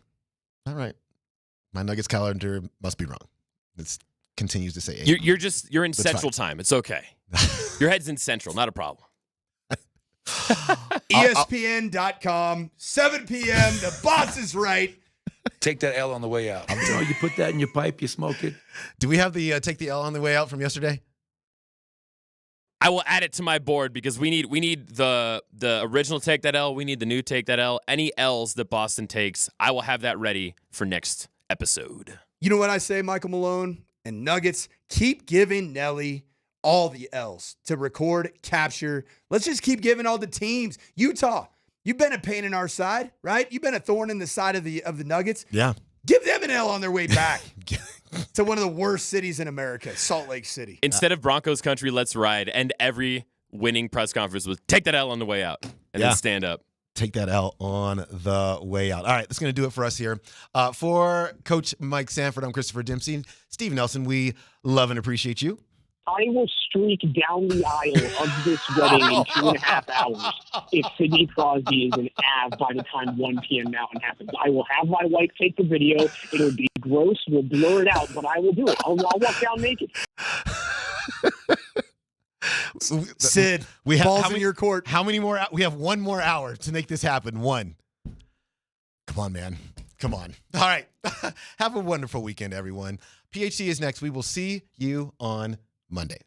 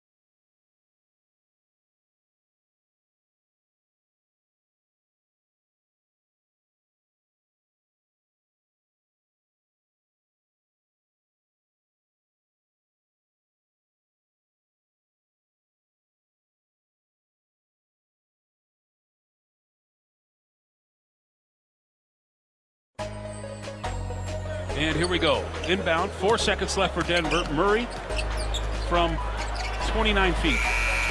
Got it at the horn! Denver leads it after one, 30-28. 12-5 run Denver to close out the first quarter. Christian hands it off to Jokic. You got to shoot it. Does. Baked it in at the horn! That's twice! 8-point lead for Denver, their big lead of the night, and we are at halftime. Justin Holiday hands it off over to Jamal Murray, cuts against the grain. He's got a gap. Reverse side dunk! Nothing but net. I thought he was going to go reverse side layup, and he dunked it. Sheesh. Slamma ding dong. Murray has it the other way. Crossover move in the paint. Alley-oop. Dunk! 2 hands! Off the glass and in on the alley-oop! That hit the backboard. I know. Bounce pass off over to Nikola Jokic, guarded by Porzingis. Last time he threw out of it. Now let's see if he wants to go to work. Spin move, baseline, bank shot, no good. Dunked home on a windmill. Aaron Gordon, the highlight of the year. Wow. Hey, that's my line. I almost cussed right there. 109-102. That is unbelievable athleticism. Joker against Porzingis. 5 on the shot clock. Joker for the win. Hook shot. Dunk! Alley-oop to Gordon. Denver leads it by 4 with 19 seconds to go. Timeout, Boston. How did he see? I have no idea. Aaron Gordon. How did he see Aaron Gordon? And that looked like a hook and had me fooled. What? Winner, chicken dinner. What? The only team that can stop Boston is Boston, according to ESPN. Oh, my God. What a game last night. Take that L on the way out. Oh, yeah. No, it was another playoff atmosphere for sure. As we talked pregame, you got to give the Celtic fans credit. They always come out strong. But you know what we say, right? They can take that L on the way out, baby. They can take that L on the way out, baby. Woo! What a Do you think he likes saying that better than maybe anything? He had the wind up for it. He had the pause. He's got T-shirts. He's got coffee mugs with it. That's the go-to. Dude, and I'll tell you what, man. I asked him pregame, like, is the crowd going to, put a little extra? He's like, no, not to me. Oh, okay. All right. I roll my eyes at that. That was as juiced up as you will hear that joint. Regular season game? That was a big Boston crowd, though, wasn't it? Dude. Giant. I would say 20%, 25%. Easy. Of that crowd. Doubt. And it's who those people are, too, who are Boston fans. Oh, you're talking about yourself. Yeah. Oh, yeah. Oh, yeah. I know. Yeah. Hey, I can look in the mirror. I get it. Were you outside in the arena during, like, when the Boston Celtic guys were out warming up and they had that whole section by their bomb where they go in and out? I mean, it was like nuts. I'm not sure how they do ticket sales, but there were so many Celtics fans behind the Celtics bench. Like, I don't know how that works out, but it was a large amount. Maybe like 1,000 Celtics fans right behind their bench. And Porzingis was getting them going. And listen, man, I loved it. And Nuggets fans should love it too, because it raised the temperature of, and you think about the snooze fest that was the Suns game. I think the Nuggets, in comparison, especially. Well, I think that at the Suns game, the Nuggets hit a shot like at the end of the first quarter that gave them a 4-point lead, and it was like, then it was seriously, Yeah. and then it was a 22-1 run, and you couldn't come back from it. There was no letting off the gas last night, and it was punctuated with, I don't think you could find a better dunk this year than what AG did at the end of that game. That was a great call. I actually listened to a lot of you guys in the car last night. I missed a little bit of the game, not being able to watch it live. But that was a great call when you were talking about how did he see AG. My thought watching that game, forget the two-man game with Jamal. I mean, don't forget it. But, I mean, what's going on with Nikola Jokic and AG last night was insane. I mean, that was like telepathy. I don't know how they were doing that. He had – I read an article today, and I think it was probably an East Coast guy that, maybe watched Denver thoroughly for like the first time. You know what I'm saying? Like, oh, my gosh, whatever. But Joker scored or assisted on 4 of the last 5 baskets. Well, I asked. Think about that. I asked Jokic about it post game about the chemistry with him and AG, and he goes, "I just throw it up there." Yeah. He literally said that. He goes, "I don't know. I just." AG was looking like Jokic a few times there on some of those crazy rebounds, no look passes. I mean, he was looking very similar to Nikola. Jokic. Listen, he's unbelievable. Of course, he does turn the ball over a little bit sometimes. Yeah. Sometimes. So there is. He had 0 last night though, right? Because the one got reversed. Yeah, they. One he threw to Murray. Murray just dropped it. Right, he had 0. I think he had 1 during the game, but then they reversed it. Murray had 5. I didn't even realize that. I'm just looking at that right now. But so there is some chemistry with the Nuggets that seriously, they just throw the ball to places. Like they just assume. Like good quarterbacks in the NFL, right? You throw a guy open. You throw a guy open. Timing routes. Timing passes. Like Manning, you wouldn't know where the ball's going. And by the ball, when it got there, that's when the window opened. That's how good Manning was because he didn't have the strongest arms. Whereas like Russell Wilson or some other quarterbacks. Has to see a guy run open. They got to see the guy. Yep. Yeah. You know, the craziest part about that game, they couldn't hit the broadside of a barn from 3-point land. Oh, they couldn't the whole night. They made 4 threes, right? 4 of 21. Yeah, 19% 21. Terrible. The 2 passes you just played on the highlights right there. One was both guys, including Porzingis, flew at Joker as he started to go up, and he somehow contorted and almost like pinched the ball through 2 defenders and just flipped it to AG for that dunk. The one at the end is a hook shot. I went back and watched the replay, and if you go, and these are the subtle things you don't realize with Nikola. As he goes up, you can see his eyes look to his right where AG's coming from. He just softly throws it up there. Yeah. And when you first look at it, he just missed a shot, and there's AG catching it midair and just slam. Which, I mean, it's just no one's ever done that. I mean, you've never seen play. Magic didn't even have plays like that because Magic wasn't backing guys down very often in the paint. And then that tip dunk won the game. Yeah. Because they were still fighting. It was still back in there. I mean, Tatum missed a 3-pointer to take the lead, 112-111. He had a wide open look. Yeah. Wide open. And that was a little bit of a screw up on the Nuggets part. But there was a guy right there, and there wasn't a whole lot of extra effort to get over there. But anyway, it doesn't matter. He missed it. Let me play Windhorse to Stephen A. about. Let me play this for a second. Stephen A. The position, the eloquence of which you've talked about Jason Tatum as MVP candidate, and I'm telling you, your voice does matter a lot because I have seen the MVP odds change in his direction after you sort of started to make your case. But you're going to have to take the Michael Malone advice here and take the L because Jason Tatum's MVP case is over. It is not happening. Dunzo. It's done. Well, I was driving home last night trying to get on a postgame show. And, well, that's later. And I was sitting there thinking about it because Tatum's name had come up. And I told you there's going to be so many more names pop up. I'm sitting there thinking about that game. That was like a Monday Night Football game last night. That was where all eyes of the NBA are kind of paying attention. I've seen it with our own Nuggets coaching staff. They get off of a game somewhere. They're right on their phones watching live action of other games that are important or whatever is going on. One of them, yeah. That was one of those games where I guarantee you the league was watching, right? Yeah. And Tatum was, but everybody else going 15. I mean, I thought he had a triple-double on a national television game against the best team in basketball.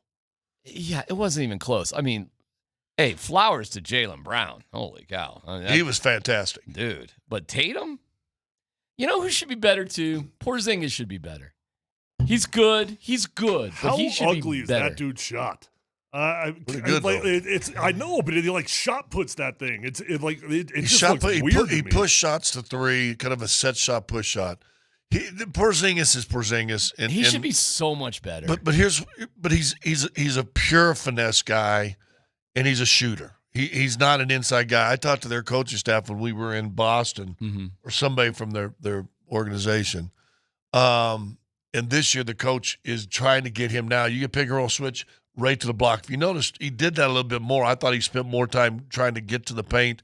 Had a couple layups early on Murray switched out for him. They had to switch that up a little bit.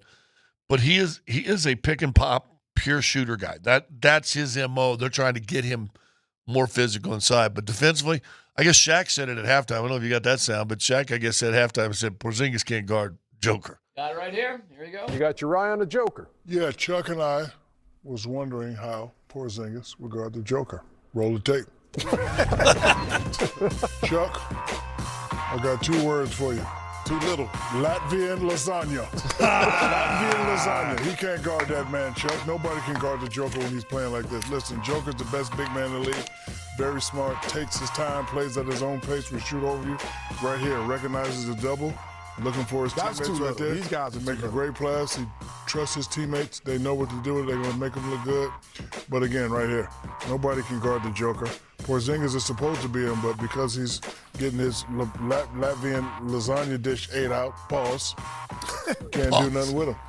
Can't do nothing with him. Great stuff, man. Absolutely love it. So we'll dig in on this game a lot, get your reaction. You should be fired up. Listen, man, sometimes you just get a little bored by things. Malone actually said that last night. That was interesting.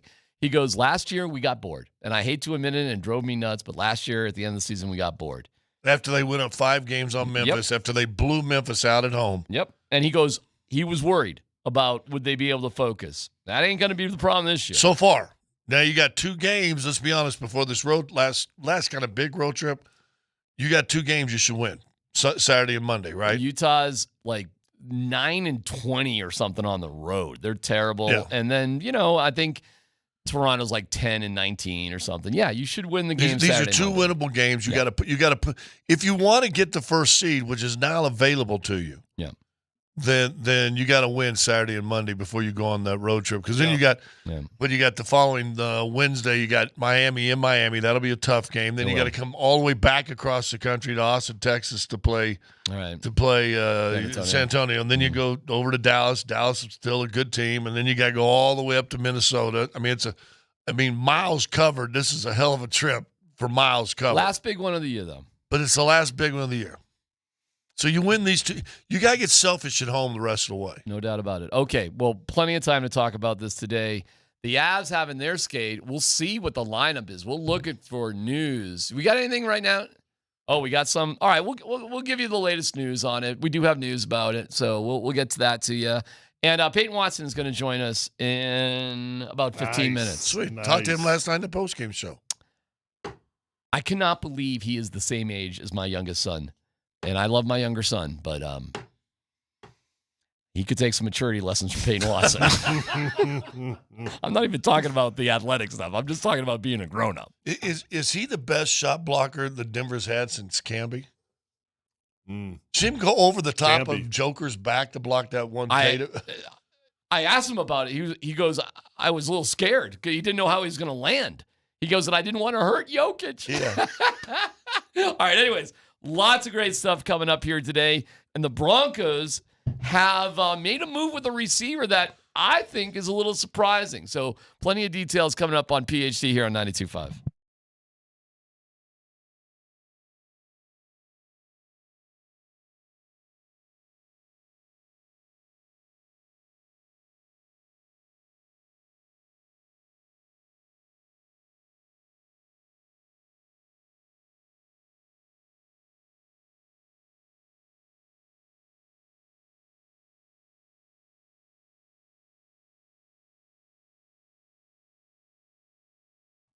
All right, guys and gals, it's time to feel better. Don't settle for not feeling your best. If your workouts aren't going as far, if you're not sleeping as good, if you're not feeling as good, looking as good as you want to, do what I did. Pick up the phone, call Revitalize Health today. This is Tyler Plumpus here, and they can help you out with absolutely everything. Testosterone, peptide therapy, hormone replacement, and medical weight loss options. And the medical weight loss options are changing lives. They have 3 locations. They're close to you no matter where you live. You can find them online at revitalize-health.com.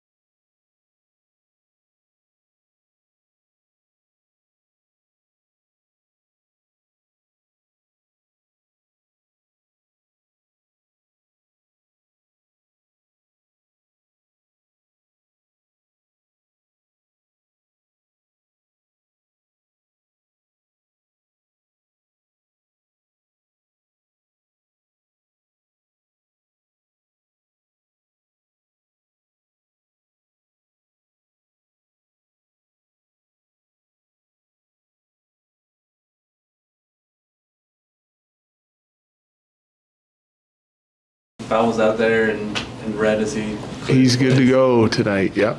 Is it kind of a relief to finally get him back? It's nice to have him back. I mean, obviously, impact player for us, and when you start adding guys like that in the lineup, it helps. How excited are you about seeing the additions that management's making to really give you guys that? Yeah, I'm excited. I like all these guys we brought in and what they provide. We got a little bit of a different mix now in our bottom six with a couple big guys going in there.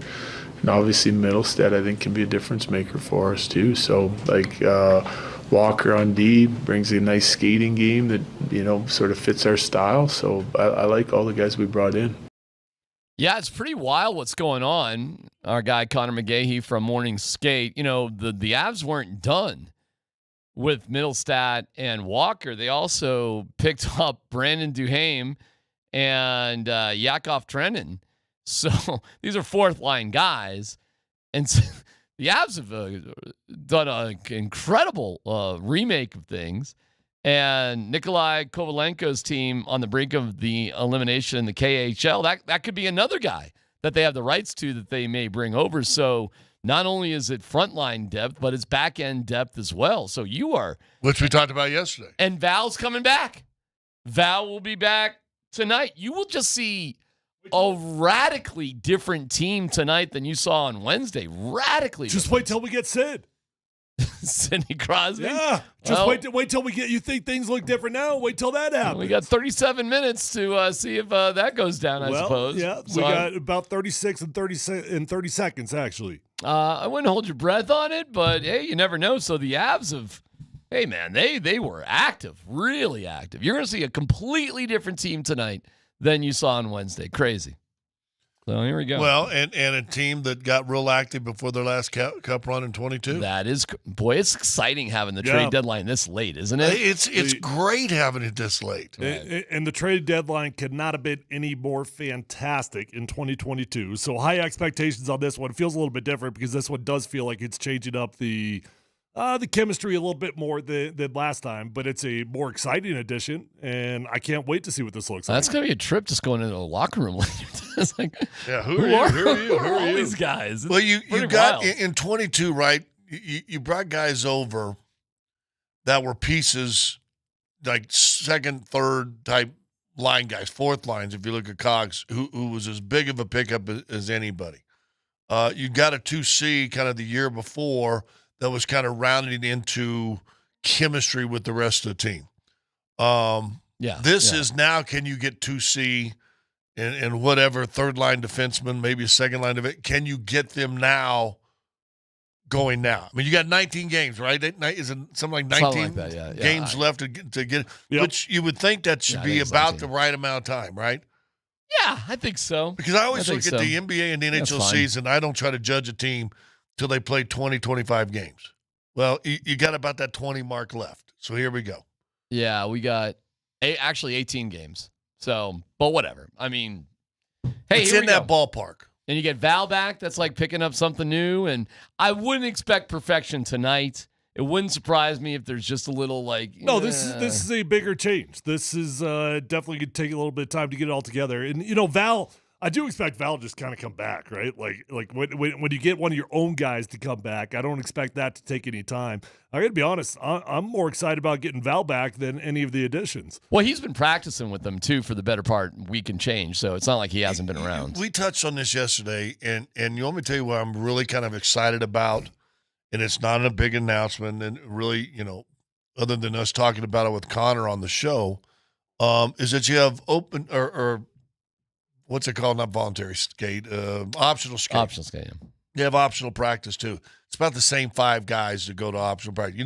You actually tell Joker, stay home. That's for sure. Yeah, we've got an optional shoot around today. Stay home, please, buddy. But your captain, your best player, maybe the best player in the league, shows up to an optional skate after playing the night before and having a game the day after. Want him to keep off the legs. Yeah, I think that was, and I said this yesterday, and I the more I thought about it, I think that is a big statement that McKinnon showed up to optional skate yesterday. I think that's a message. We talked about the Joker text to the team from the All-Star game. I think him showing up there was a message. I think it's a message to the new guys. You know, here's the best player in the league. Yep. I'm showing up so I can meet you and see what you're about. Yeah, I think that was a big reason. I think that's a big message, man. And we asked, you know, who's stepping up for leadership and all this stuff with Gabe being gone. I think that's a sign of it for McKinnon that I was actually really, really impressed about. Yeah, I mean, listen, I know it's optional, but it does feel like with all those additions, this would be one of those wink, nods, like, hey, need you boys. Let's build a little bit of chemistry. I think Nate understands what role has fallen on his shoulders. Yes. I think he gets it. Well said. He's developing with it. But I'm kind of not like Jokic, too. I'm not sure that's him 2-3 years ago, or maybe he just always shows up to optional skates. I don't know. But I know the stars in the NBA guys, you don't want Murray spending an extra 2 hours on his leg on an off day. Sure. And McKinnon, let's be honest, probably the same way. You don't really need him spending an extra 2 hours on his legs. Tonight they play Minnesota, so pregame starting at 6:30 here, and then they drop. You wore Minnesota colors tonight. Nice of you. I wore Smoky Hill colors because they're in the state semis in basketball against Valor. And public school, private school, let's go Smoky. Let's go Buffaloes. It's also Minnesota color. You're not going to wear that to the game, though. I'm going to wear it to a game. Are you going? I can double dip tonight. Oh, you're going to go to the state game tonight? Where's there? the state game? Oh, it's at the Coliseum. I can, high school basketball games go pretty quick. Hockey games go kind of slow. I'm going to try to figure it out. I mean, good for most parents. Kind of done when their kids are done. I don't know many folks that are still. And it didn't used to be that way. And when I went back to I consider myself good friends with Anthony Harden, the coach at Smoky Hill, who I've known for many, many years. And what he's done with that program, man, I'm so proud of him. It's fantastic. And they've never won a state championship in basketball despite having They got really a D1 good kid on that team? They've had no, right now. Yes, they do. They have 3 of them, actually. 3? They have 3 kids. kids? They have 3 kids that should go D1. And they've had multiple D1 kids over the years. Yeah. But when I went back for my high school thing a couple weeks ago, whenever it was,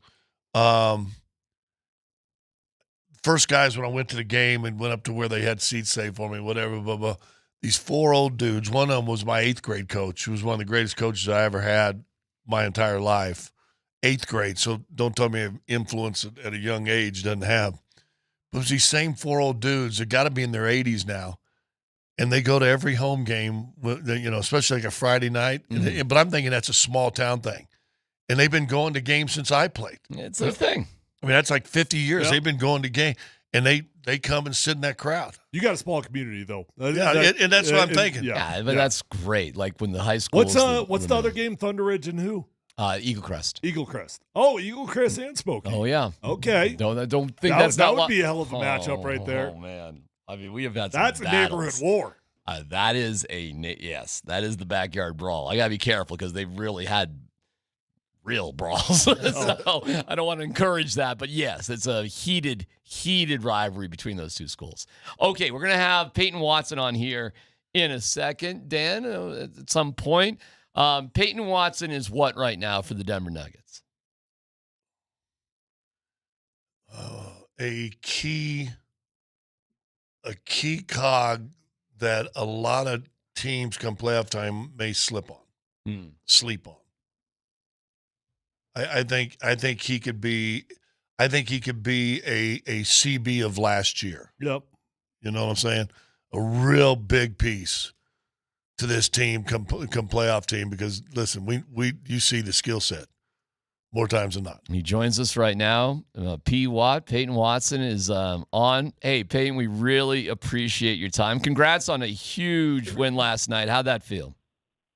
Thank you, man. Thank you guys for having me. I mean, it was a huge win. Obviously, it feels great to get those wins, especially at home in front of our fans. So we just came in with the mindset of take care of business and, build from this game on into the playoffs. Payton was very encouraging for the Celtics fans. I heard that. Yeah, after the game. He was encouraging them to, safe drive. Yeah, have a good time in traffic, Payton, right? Like, is that right? Yeah, man. It was a lot of green in the stadium yesterday, and I'm glad that they came and showed support for their squad. But they just had to beat that traffic. Did that surprise you, Payton? By the way, this is the tall, gray-haired dude that loves you. Did that surprise you? I know your voice. Okay, dog. Hey, did that surprise you when you guys went out there to warm up to see how much green was in your town? It surprised me for sure. I was definitely like, dang, it's a lot of Seas fans in here. It seems like I didn't know when it became this many Boston people in Denver, but hey, it is what it is, man. We came out and showed out for the fans who were there for us, and it was a great game, very intense, very high energy, and it was fun. What did that game mean to you guys? I mean, I know every game matters, but talk to us about the energy that you felt in that one. Obviously, every game matters, but those ones are definitely special wins, especially against a team and an opponent as good as the Celtics are. They're a really, really good team top to bottom, and they definitely challenged us last night and made us want to be our best selves. So I think you saw kind of a finals preview last night in a playoff intensity level game. You go up to block a shot, and you're in outer space, and you're hanging over Nikola Jokic. First of all, when you go up that high, do you know how high you're actually going to get up in the air? And do you have any regards whatsoever for what's about to happen when you fall back to earth? For me, it's just about going out there and making a play. Everything moves so fast. We were playing at the highest level of basketball last night with some of the best players in the world. So I saw Jaylen Brown attacking Nikola's feet, and I just tried to get back into play, and I definitely jumped higher than I thought I was. And I'm glad that that was a big joke under there to kind of catch me and make sure that everything was okay and that I was safe. So, one, I'm glad I didn't hurt him, and two, I'm glad I didn't hurt myself. Hey, real fast, did that ball touch glass first? When I looked at the replay, it looked like from two different angles, it looked different. But in the heat of the moment and just while I was out there, I thought I got it clean. Well, that's what they called. Hey, listen, at the end of the night, you go, what the ref call? Right? What the ref call, what does that sheet say? Hey, I asked you this last night with Cos in that post-game show, and you're kind of subbing in. You've kind of got that position behind AG, and when AG goes out and you're playing minutes once in a while with Nikola and all that stuff. But when you saw that dunk where he caught that thing in the air, like down by his hip, what were you thinking when you saw that? I was just thinking that it was unbelievable because, one, that was a big rebound regardless. Like, if he would have caught it and came down with it, it's a big rebound. But for the all-in-one motion, catch it with one hand by his hip and dunk it all in one motion before the defense could even react, it was huge. And that's the momentum that we needed to close that game, and he gave it to us. So it was dunk of the year, in my opinion. I'm glad that we were able to still deal with it.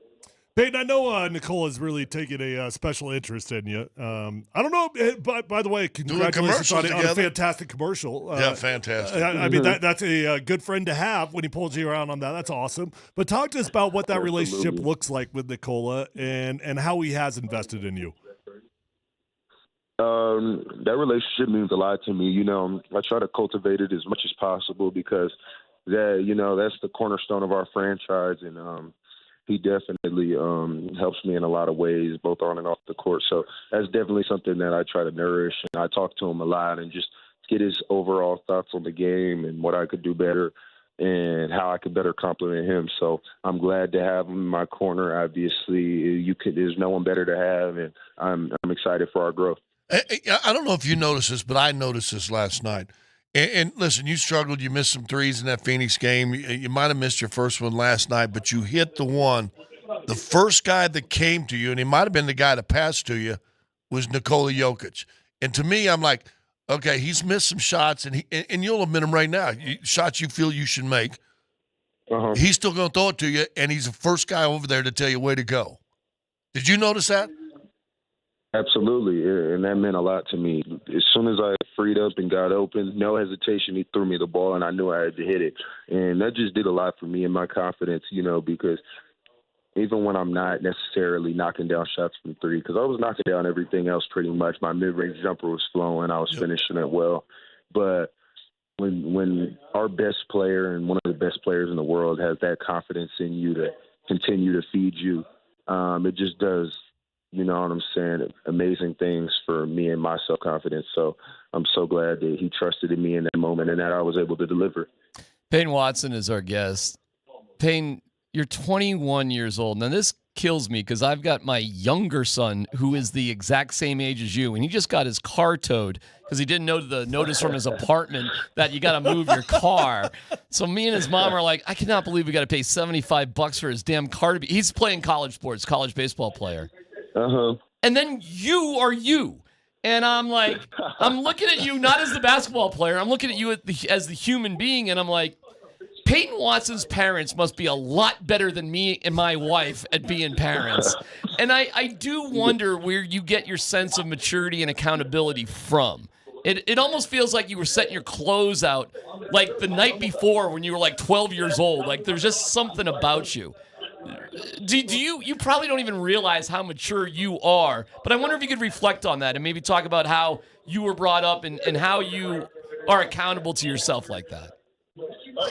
Yeah, I mean, for me, I think more than anything, it definitely got to give props to my parents for raising me this way, giving me a mature mentality and mindset from day one, and just always looking at the bigger picture of things. But also, you know, playing basketball and always wanting to play the best competition, that comes with playing against older guys, playing with older guys, and, you know, being able to mesh with anybody. So I think that basketball has taught me a lot of great life skills that I've just kind of taken with me out into the world.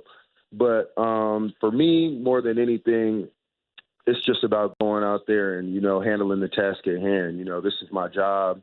This is what I get paid to do, and this is something that I love to do as well. So to go out here and, you know, play with this group of guys, it takes a certain level of maturity, and that's something that I just had to learn was growing up quick. So it's definitely something that I pride myself in. But more than anything, it's just about knowing that I don't have it all figured out and that I'm still learning. And I think that that's the best part about me is that I know that I still have a lot to learn. I got a long way to go, but I'm just taking everything in that I can now and trying to grow as fast as I can. All right, you got to give me one example, though, of what your parents did. I need some advice. What was the best thing they did for you to give you that sense of responsibility?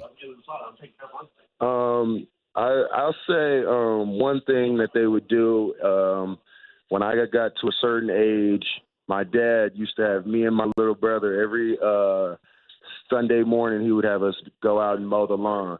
And me and my brother, we used to hate it because it would be hot outside. We lived in Southern California. There's so many other things we'd rather be doing with our Sunday morning. But my dad would wake us up every Sunday morning and make us go out there and mow that lawn and get the weed whacker and just keep the lawn straight. So that's just something that I think at a young age taught me and my little brother responsibility, because we knew if we wanted to do anything later on that day or that weekend that we had to prioritize and have our business handled first. So that's just one little thing that I could tell you about.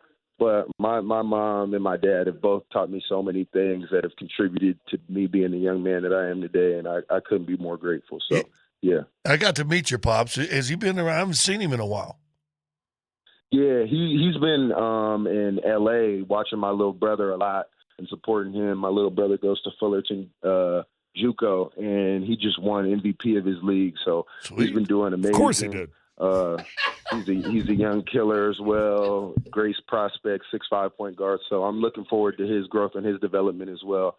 And I'm glad that my parents and my family are down there to support him because he needs it. Well, that's I'm cool. going to be all right. I always tell him that. I'm going to be all right. Your oldest boy is going to be all right. I'm going to take care of myself and take care of business. But I'm glad that they're there for my little brother. Hey, and because, you know, me and your dad's got an understanding. If you need that old man advice, you know who you can talk to, right? Absolutely. Big Scott. There you go. There you go. Hey, P-Watt, man. Yes, sir, I was actually saying, is this going to be one of these cats whose name is going to be up in a banner someday at Ball Arena? Like, You got a chance. Man, I best of luck to you. I don't want to put the horse ahead of the cart, but I think you've got an incredible future in Denver and the Nuggets, Payton, and I hope that you feel the same way. But I think the fans are behind you, and we're excited to see what's next. Absolutely. That's my goal. I love playing here. I love the support we get from the fans. I love the organization, from the front office to the coaches to my teammates. Everybody's embraced me being here, and I embrace being here. So I definitely want to be an all-time great here and do as much for the city as I can. Thank you, Payton. We'll talk to you soon. Awesome. All right, man.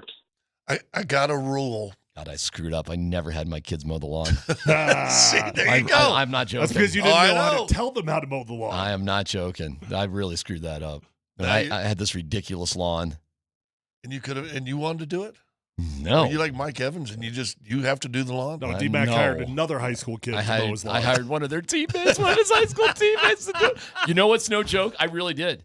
Harry Gustin, who ended up being a pitcher for Hawaii and got drafted this past year by the San Diego Padres. He's the one that mowed the lawn. So he's mature? See how it works? Yeah. Mow a lawn, you become a professional athlete. My kid's getting his car towed in the apartment complex because they didn't read the notice. My dad always told me, I had to mow the lawn, but he always told me he was going to pay me. And then every single week, he would say, I got you next week. Never once. And he even kept a little IOU stack. He kept an IOU stack. And by the time I got to high school, he ripped them all up. He said, I was never going to pay you, right? He's a 21-year-old professional athlete that's telling his parents, I got it. Just take care of my with brother. The little brother. What the hell? Here's my thing. It's I said crazy. on the broadcast last night that I've got a mission for the second unit. When Payton Watson, Christian Brown, and Zeke Najee are in the game, 3 athletic cats, right? I mean, there's no question about that. 3 athletic cats. 1, if not 2 of them, every shot should be crashing the glass. Yeah. Because they're that athletic, and they're not necessarily pure score guys. But if one at least, and possibly 2 are always crashing glass, I think that could really help the second unit. All right, great stuff. We'll dig deeper. We have a lot of changes with the Avs, but the Broncos are restructuring somebody. Caught me by surprise. Details about that coming up next.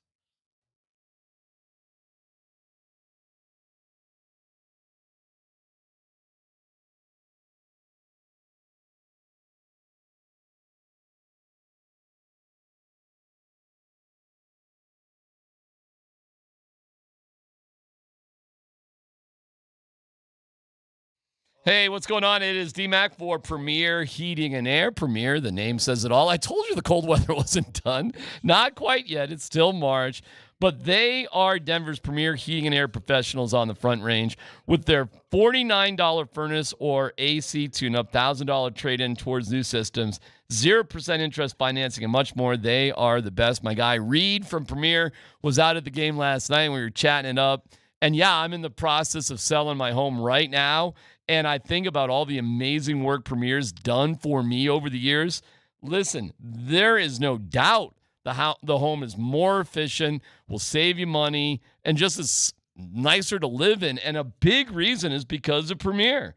So whatever, if it's hot temperatures, cold temperatures, they got you covered, the best technology. Just everything about Premier is first rate, and I highly, highly recommend them. They provide great value with their Premier service. All of their equipment comes with a 10-year bumper-to-bumper warranty and a 100% satisfaction guarantee. So call up my guy Reed at 720-547-8009, 720-547-8009, PremierAirColorado.com.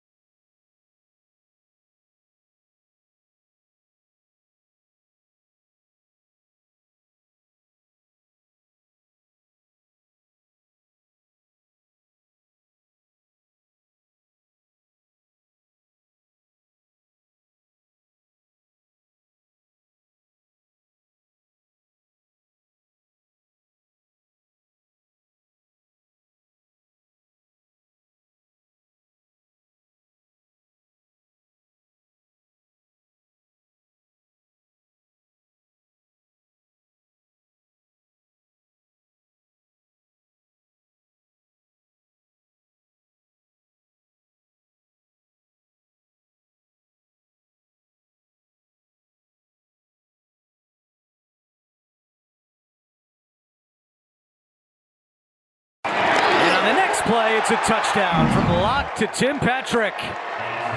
His 6th touchdown of the season, and Denver now is up 25-10. I want to get down. I'm so pissed that I didn't have my kids mow the lawn. I mean, I tried. They didn't It's do it. not too late. Tell them to come home. Yeah. The house the for sale sign went in front of the house today. Yeah? You got any showings? Yep, we got 3 of them already. We got within 15 minutes of it being officially posted, we had our first listing. About a half hour later, we had 2 more. Nice. So it'll be gone this You weekend. got Jerry Mathers. Oh. Who's your Why real do you estate put guy? things like that into the ether? That'll Why- be gone. Why do you do that? It'll be gone this weekend. Why do you do that to yourself? It'll be gone within 5 days. But you've got, it's not Jerry Mathers. What's the guy that does? What are you talking about? Leave it to Beaver? The guy selling your house. Ed Prather. Oh, Ed Prather. Jerry Mathers. He's throwing out a Leave It to Beaver reference. No, Ed Prather. He had no idea who Jerry Mathers was. That's okay. Nope. So you think I'm a little too cocky with that? Oh, I mean, I hope you're right. I mean, I think when you do that, it's just a little scary to put things out there like that. You know what's crazy is they came and said, I'm just saying, I've been told that before. I've been told it'll go within 48 hours. It took me about 4.5 months. Really? Oh, yeah. Oh, yeah. that Now, would- not in this market right now, but yeah, that would be terrifying. That would be really bad news. yeah. That being said, like they took photos of the house and we finally got it clean to that. I was like, oh, wait. How'd that process go? How's the marriage doing? You guys get along? There Everything? are times, I'm not going to lie, people say, how do you go to all these games? It's not hard. Wow. Sell a house where your wife is a bit of a pack rack and there's a little bit of, you'll see how easy it is to, I think I'm going to the Avs game tonight. Now, did she end up throwing away all the stuff she should have? No. No, but we've literally been working on this for about 5 months. I mean, it's crazy. We got our storage unit maybe 5 months ago to start putting things there. And we were still scrambling at the last minute on a couple things. I thought you said you had your stuff all done. It would take me about 6.5 minutes to pack the rest of my stuff up to move to my stuff. My stuff. It would be no big deal. And I just threw. Do you need to hear radio tapes of me back in the day from Syracuse and Buffalo, whatever? I looked at this, literally tapes, cassette tapes. Trash. There's no museum for DMAC. Can't even get to my. There's no DMAC museum in the Hall of Fame there I in Syracuse. can't even get into the Z89 Hall of Fame. We actually have a Hall of Fame for my radio station. I've been in broadcasting over 30 plus years. I'm in a major market, have been forever. Is your name Mike Tirico? He technically didn't work at our college station. And he's in their Hall of Fame? He was a guest speaker at the banquet. He didn't even work at our station. He worked at WAER, which was the fancy. It's weird because Goodraj went in about 6 months ago. Goodraj is in their Hall of Fame? Yeah. No, he worked at the same college radio station I did. Wait, and he's in their Hall of Fame? No, Yeah. Tyler's full of crap. No, he went in about 6 months ago. There's no way. You don't know this? Don't even play games with me. Call him. He's in Mexico. Justin Simmons, gone. Cortland Sutton, we'll see. Tim Patrick, they restructured. Surprised? Yeah. A little bit, although it makes a lot of sense. It makes a ton of sense. I mean, number one, this means Cortland's for sure gone. That's what that means. Because if they wanted to keep Cortland Sutton around, he would have been the one that they restructured. However, keep in mind, not that this has to mean anything about today, but last time they signed Tim Patrick got signed first, and we're all sitting here like, oh, okay, well, I guess Cortland Sutton's gone. And then about 24 hours later, Cortland Sutton got a brand new deal as well. I do think that this means for sure, like as a fact, that Cortland Sutton is gone because you ain't keeping both of them. You can't do it. Do you have the numbers in front of you? Even restructured? You couldn't keep Cortland restructured? Well, you probably could have, but probably not both. I highly doubt you can do both because with Cortland at this point, you're just going to have front load him boatload of money. And on top of that, I believe Cortland's got this year and one more year on his contract, if I remember correctly. And if you do that, you're going to have to give him an extension at the same time. Okay. I was surprised. I'm glad to have Tim Patrick back. Don't get me wrong.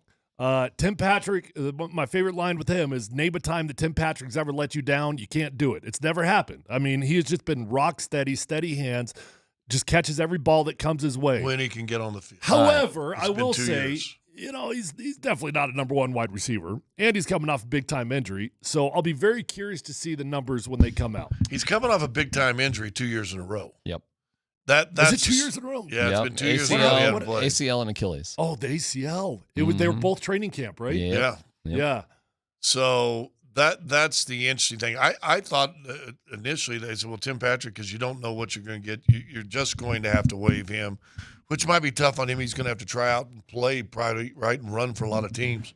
So that doesn't surprise me so much, but I'm not deep into what all the money means. Well, I'll give you. But he hadn't played in 2 years. I'll tell you this: Courtland Sutton's got no reason to want to give some sort of discount. He had a fantastic year, and there will be teams that want Courtland Sutton, especially if he hits free agency. Tim Patrick collected the first $20 million of his extension, even though he never played it down. How about that?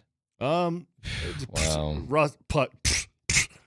Russ says, "Child, please." Yeah, I got right. $120 million of a Right. contract I never played it down of. Yeah, that's fair. That's fair. true.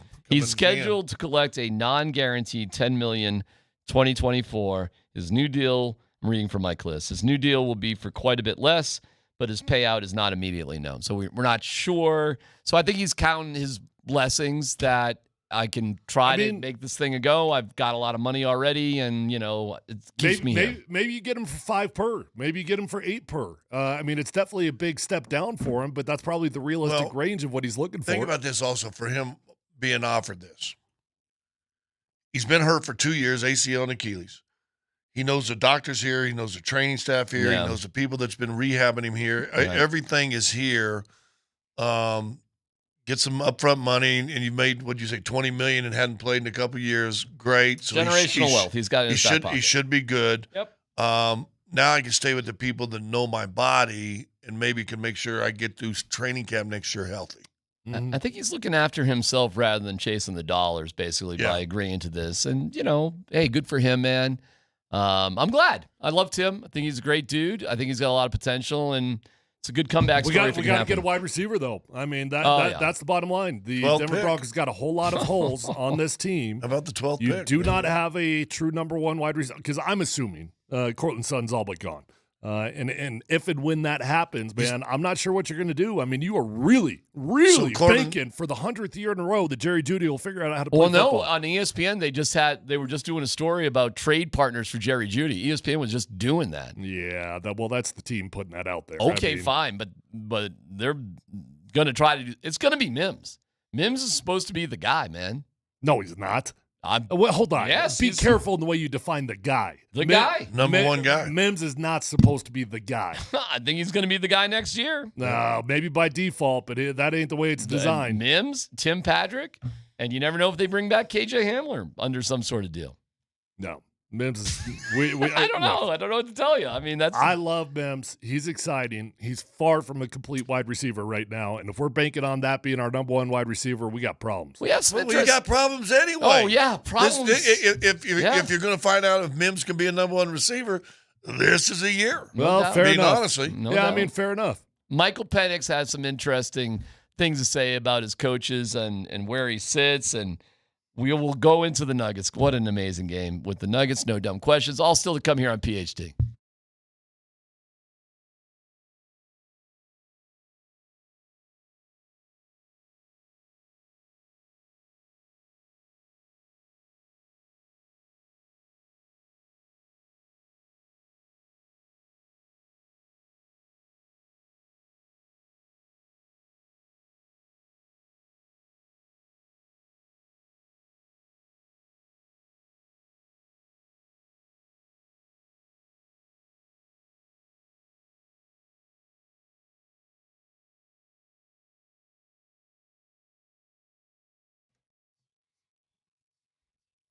All right, it's D-Mac for Mike Maroney. Automotive month of March, and that means it's Markdown Mania at the Mike Maroney Auto Group. Marking down hundreds of new Chevys, Fords, Buicks, and GMCs with discounts up to $20,000. That's $20,000 off.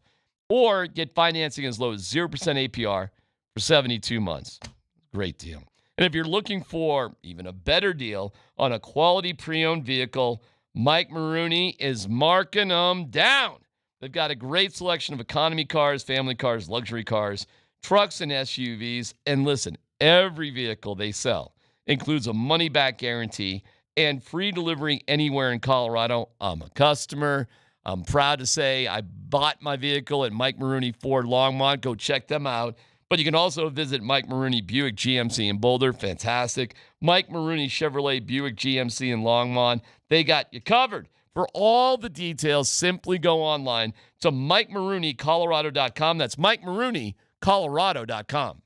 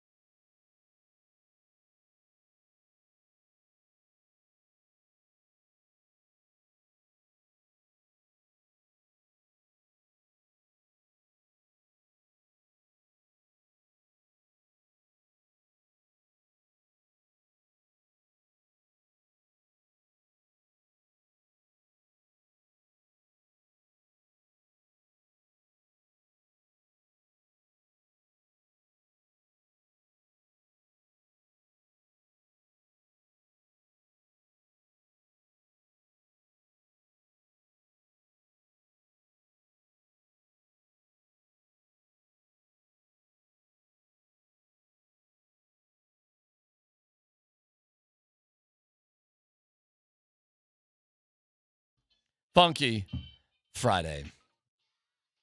We'll get to No Dumb Questions in 26 minutes, where you could win a $100 gift card to Old Chicago. We give it away on Fridays, so 303-504-0925. Get in on it, and we'll get to your dumb questions. We'll dig deeper into the Nuggets game, too, which was just awesome. If you missed it, Payton Watson was on with us, and we'll have a chance for you to hear that later on. He was fantastic. Michael Penix on what his coaches would tell NFL scouts, Dan. I don't know. I know for sure that they're going to. You know what they would say. Tell me what they would tell. Nah, they'll say, man, they'll say I'm a great kid. You know, first of all, you know, they'll always say I'm a great kid. They always put person over player. You know, that's something that we talked about a lot in our meetings, the person over player. And they say I'm a great guy and, you know, I'm a hard worker. You know, I'm a guy that's going to help elevate the guys around me as well. And, you know, I'm going to help find ways to win. You know, I feel like that's what I've been doing all my career. And I know that they can account to it. It's so weird when you have to say good things about yourself. It feels awkward, doesn't it? Yeah.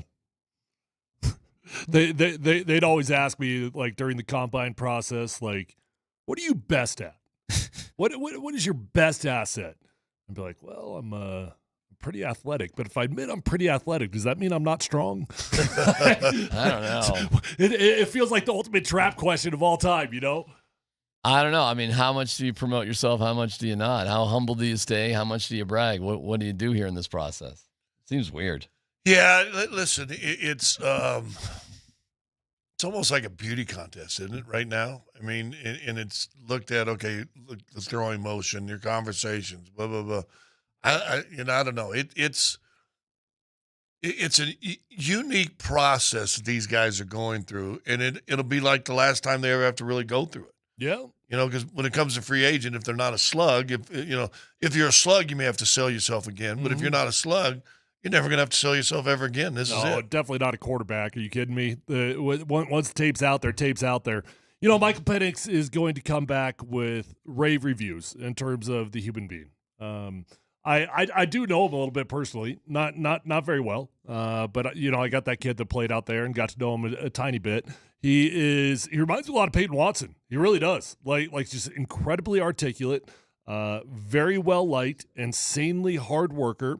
His coaching staff loves that dude. Are you kidding me? I mean, keep in mind his coach that took him to Washington was also his coach at, where did he come from? Oh my gosh. Was it Indiana? I think it was Indiana. Oh, Penix, yeah. Yeah, it was also his coach at Indiana. Like, you think that dude's going to have a bad thing to say about Michael Penix? You ready for another mock? Mock Draft City. CBS Sports. Third time we've seen CBS Sports mock draft. Do they not have confidence in ever in like just one? They'll call it the final one, Scott. For now, I mean, this is information comes out, and you have to process the information that you receive, and then you adjust some things before you get to your final mock draft. So, by the way, final comes tomorrow, though, so don't worry. Oh, the draft's tomorrow? No, actually, I lied to you last time, but draft is next week. Oh, okay, So good. they're going to get the final version out over the weekend. Caleb Williams goes number 1 to the Bears. Yeah, which is like every single mock draft, legit organization or mom's basement organization. Jaden Daniels goes to the Commanders. Okay. Are there trades in this? Yes. Okay. Yes. Drake May goes 3rd to the Patriots. Cardinals take Marvin Harrison Jr. This is kind of chalk, but we get our first trade. I've seen the 1st and 4th pick, what you just read, as consistent as any other two places. Like if it doesn't happen that way, it'll what happened here. But we have a trade. So a team that they speculate trading. The Chargers. Sitting there at 5. They got Herbert. They're in a prime spot to trade. Yeah, but they got Herbert, and he's nice and everything.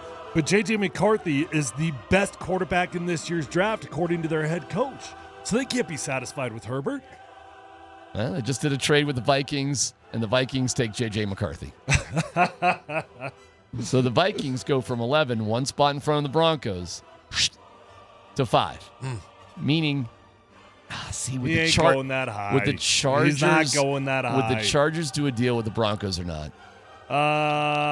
For a quarterback, probably not. No. I do think on draft day, it's the one time that in-division opponents are willing to deal with one another because it's not as tangible when you're talking about a very specific player. But when you know the very specific need, I highly doubt that they would let the Broncos move up to get a QB. So you got 4 quarterbacks going in the top 5 picks and J.J. McCarthy going 5. That's not going to happen. Okay. Dude, go back on like the You last sure? 3. Yeah. Go back and look at like the last 3 or 4 years. Almost every single year, you've got like 4 quarterbacks mocked in the top 5, and it never, ever works out that way. What are the Vikings doing at quarterback? Betting odds got to be on Kirk. You sure? I mean, I said the betting odds. I didn't say I'm sure. Okay. Well, the rubber gonna meet the road here in a few days. That's right. Free agency starts here in. Oh, Kirk's gonna 5 days. By the way, Kirk's not 5 gonna days. Kirk's not gonna do anything like super duper quick because that's a smart dude, and nobody understands how to leverage himself better than Kirk Cousins. No doubt about it. And on Tuesdays, he spends time with his family. Doesn't think about football. It is bizarre, man. It's a very unique trait that he has. And he mows his own lawn. He mows his own lawn. Right, I know all that. Joe Alt goes 6 to the Giants. Amarius Mims, okay. Offensive tackle goes to the Titans. Malik Neighbors, wide receiver, goes to the Falcons. The Bears at 9 take Odunze.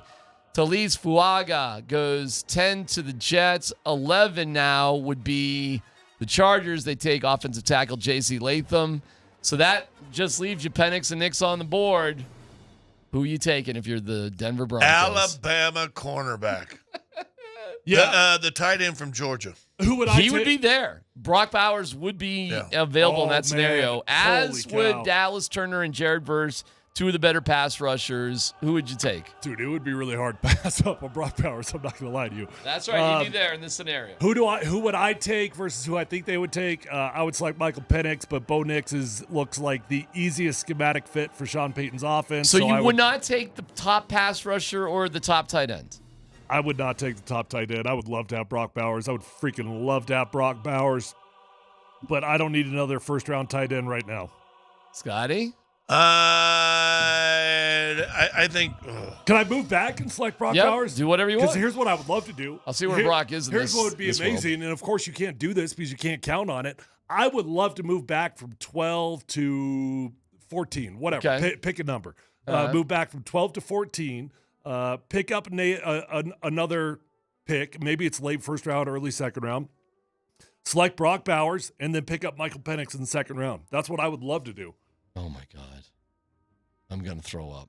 Mm-hmm. But okay, Scotty. Is there any way, and I'm being relaxed because I don't care, but is there any way in either Scott. In either one of y'all's scenario that Penix does drop to the second round? Oh, yeah.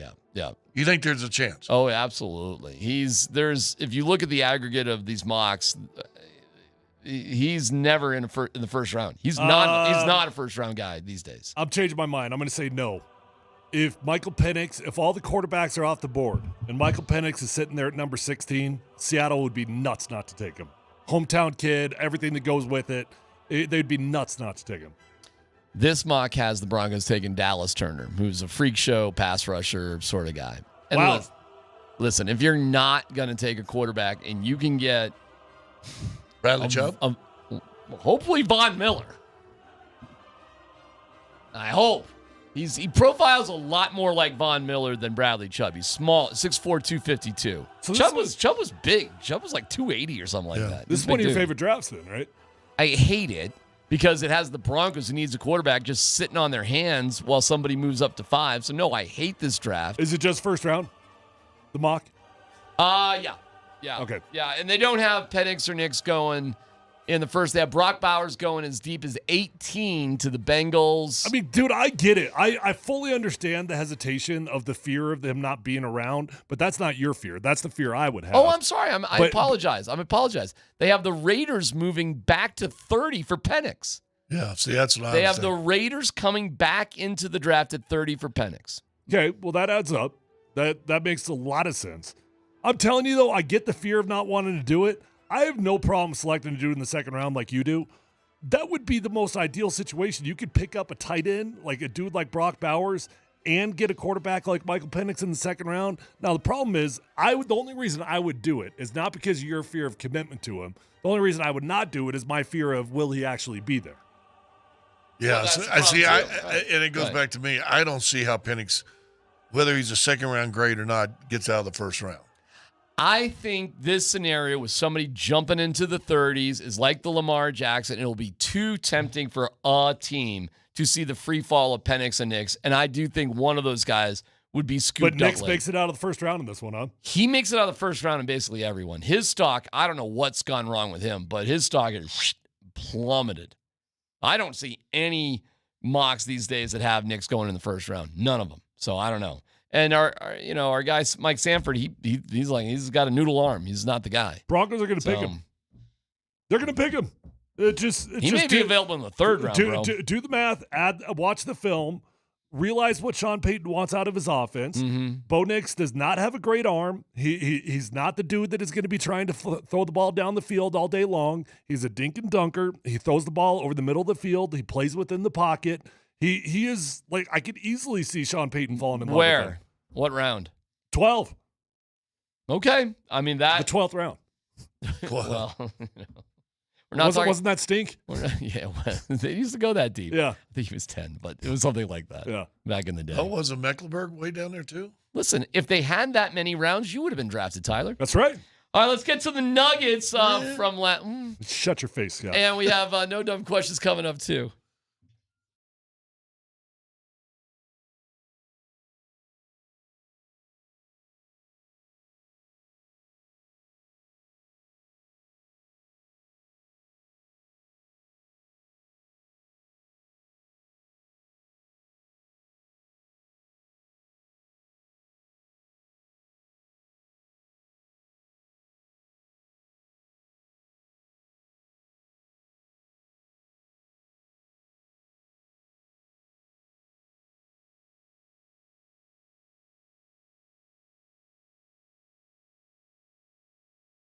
Hey, this is Tyler here for my friends over at Phil Long Ford. Guys, every single car that I bought since my rookie year has been from Phil Long Ford of Denver. And I keep going back because I always have a great experience. I know that car shopping can feel a bit cumbersome at times, but not at Phil Long Ford because they've got the largest inventory in the state of Colorado. Whether you're looking for a used vehicle or a new vehicle, they've got the largest selection and they've got the best deals. And you can check out all those deals online at phillongdenver.com. They've got incredible inventory arriving daily. They've got cars and trucks on the lot for you to choose from, or you can always go online and get exactly what you want. And check out their incredible line of electric cars, pickups, and vans with the latest technology. They've got the largest selection. They've got the best deals. They're going to get you in. They're going to get you out. And once you buy a car from Phil Long Ford, you will be a customer for life because you will realize that it is an experience that is different than other car dealers in Colorado. Go check them out online at phillongdenver.com and let them know that Tyler sent you on over.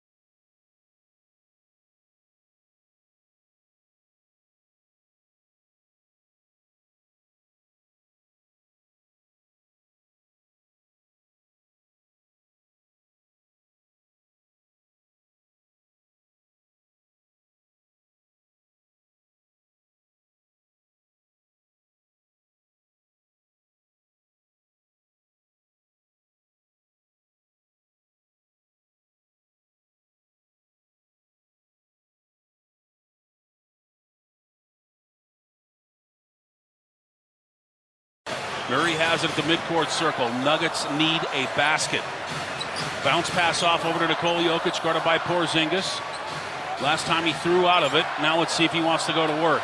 Spin move, baseline, bank shot, no good. Knocked home on a windmill! Aaron Gordon, the highlight of the year!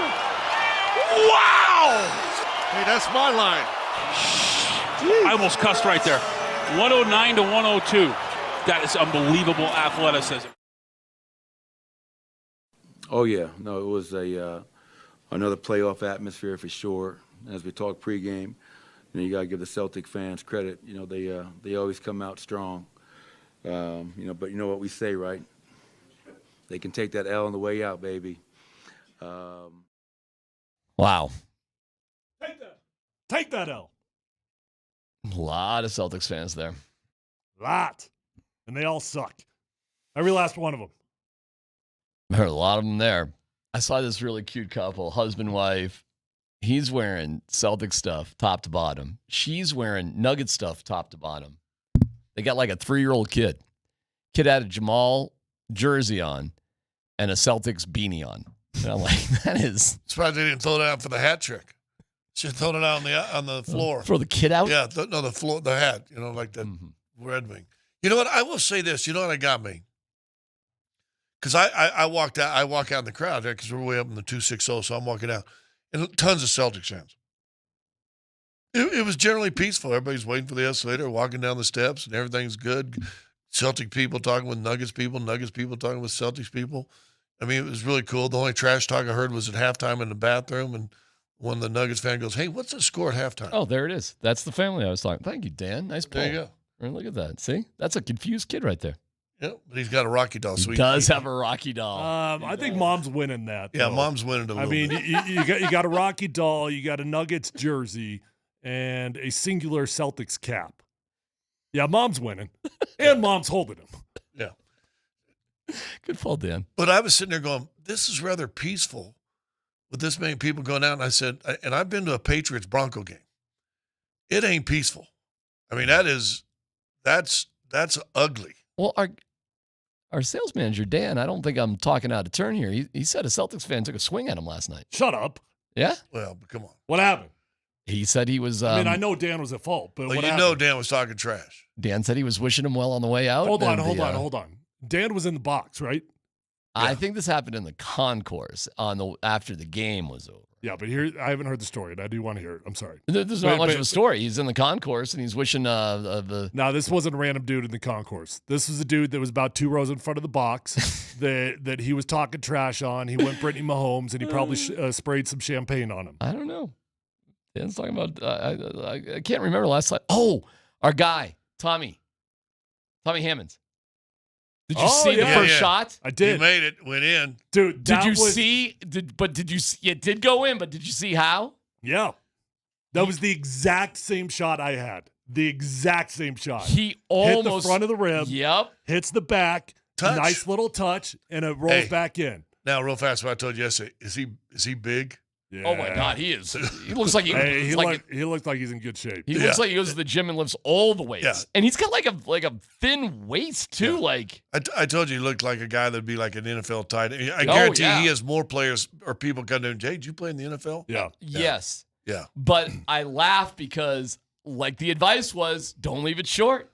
I swear to God, I'd be shocked. So wait a minute. So you're taking credit for that? Absolutely. Just like I should take credit for Mikhail the night before. Sure. For Mikhail? Yeah. Yeah, why'd you take credit for Mikhail? Yeah, Mikhail. They actually for McCarr. No. Call him Kevin McHale. Kevin McHale. Yeah. You didn't know they had a baby? Yeah, Mikhail McCarr. No, you take full credit for Mikhail. So I get to take credit for McCarr.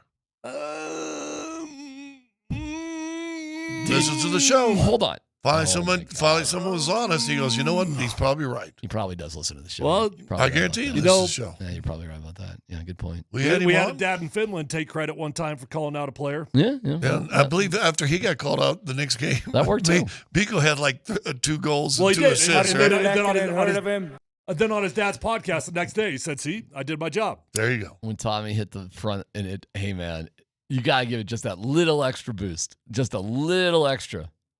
And he did, and it kind of hit.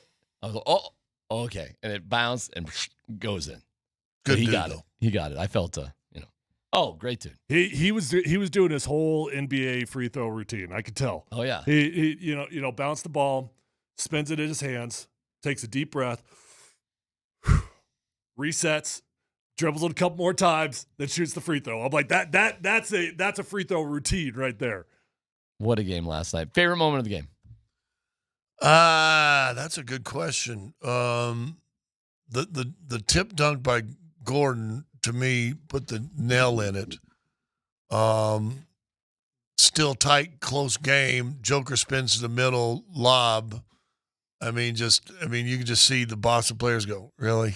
Yep. I mean, Tatum was lost. That's Tatum's guy. Tatum was staring, watching Joker because everybody in the building thought he was going to shoot the hook shot. So probably somewhere in there that, you just knew. Dude, to me, it's the way they won the game because there were, first off, the telepathy between AG and Nikola was off the charts, but you couldn't hit a free throw you couldn't hit a 3-point the entire night, 4 of 21. 2 games in a row you struggled from the 3-point line. You got outshot at the free throw line. The Celtics got more attempts than you did. Now, fortunately, they couldn't make any free throws, so that helped out a little bit. And Jaylen Brown would have had close to 50 had he made his free throws. You got out-rebounded by the Celtics, and you were still in control. Like all those things should add up to a game that you should lose to a team against the Boston Celtics. You know what was a subtly cool play? Just because of everything around it. But Joker, right before half, gets it, and he kind of looks up and sees the clock's going, so let me shoot this 15-foot bank shot, which you want to talk about old school, right? That was John Wooden. John Wooden was the bank shot king. You're in that angle, shoot it. And he's not only is he shooting it over Porzingis, now he's shooting a bank shot with the buzzer ticking down. And it was like that would be a letter on 90% of the world in horse, right? I asked Malone about that after the game, like closing, because they closed the first and the second. Yeah. How important is it to finish strong, scoring-wise in quarters? Yeah, I know. I think it was first quarter we hit a shot at the end of the buzzer. I think second quarter we hit a shot at the end of the buzzer. We always talk about just in general winning the last 3 minutes of every quarter. So yes, that's offense, but that's also defense. Getting timely stops, executing, because you want to take that momentum into the beginning of the ensuing quarter. But those are always uplifting. The crowd gets into it, and it gives you maybe a little bit of an edge. That team never goes away. They have tremendous talent. Obviously, Jaylen Brown tonight, 42 points, 13 rebounds. He was phenomenal. But I think one of the keys also was first half they dominated the glass. I think they only had 2 offensive rebounds the entirety of the second half. They had 11, I think, in the first half. So much better job defending and rebounding. And that, led us to 19 fast break points. And that's who we are, defend, rebound, run.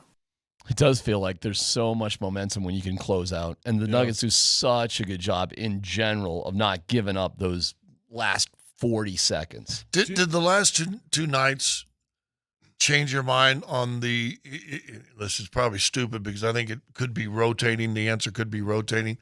But your 3 most important guys are Joker, Jamal, Gordon. Never felt differently. Never, ever felt differently than that. If you want to be one of my most important players, you got to be there every night. Man, little Sophie's Choice action right here, right? A little bit. Because it's not about... One of the great all-time forgotten movies, though. It's not Jamal and Jokic. You just put those 2 aside. Yeah. Okay, I get it. Their team. What you're really asking is who's the next guy? And I think as far as significance and importance and being all in the game, I think it's Gordon. Have you ever seen Michael Porter? Now, obviously, we've seen the... Maybe... Of course, we've seen insane, ridiculous passes of Nikola Jokic understanding where MPJ is going to be and feeding him in the perfect spot. Have you ever once seen Michael Porter Jr. have the same connection back to Nikola Jokic that AG does? Yeah, I've seen a 2-man game with. He had a great pass in that first half to somebody. It might have been to Gordon. I don't, off the top of my head, I can't think of a game that I've ever seen those 2 guys connected like AG was. You guys are discounting KCP in this mixture, too. No. You already know my ranking. I've already told you my ranking. To me, if you're not going to be consistent, MPJ number 5, he falls 5 on that list. KCP is a different cat. And I'll throw this out. Maybe we can talk about it later in the game. and we can go all sports. One of the greatest free agent. I don't even think he's a free. I think didn't they trade for him, or was that a free agent signing? Could have sworn. I thought they trade for Bruce Brown. They did. They trade KCP, who's in Washington, because they got Barton to Washington. Is that how they got KCP? I believe so. Okay. But maybe one of the great acquisitions of all the teams, and it's not necessarily a superstar like Cogliano when they made the Cup run. That was an unbelievable acquisition for that team that year.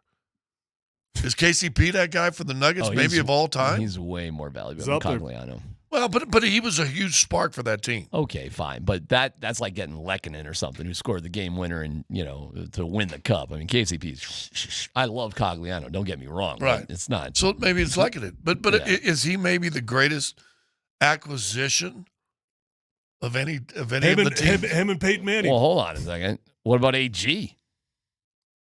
The other trade. I know. I mean, I don't even remember what they gave up for AG, but what was that? They gave a pick and the one rookie, the Not Barnett, started with a B. Well, no, I don't know.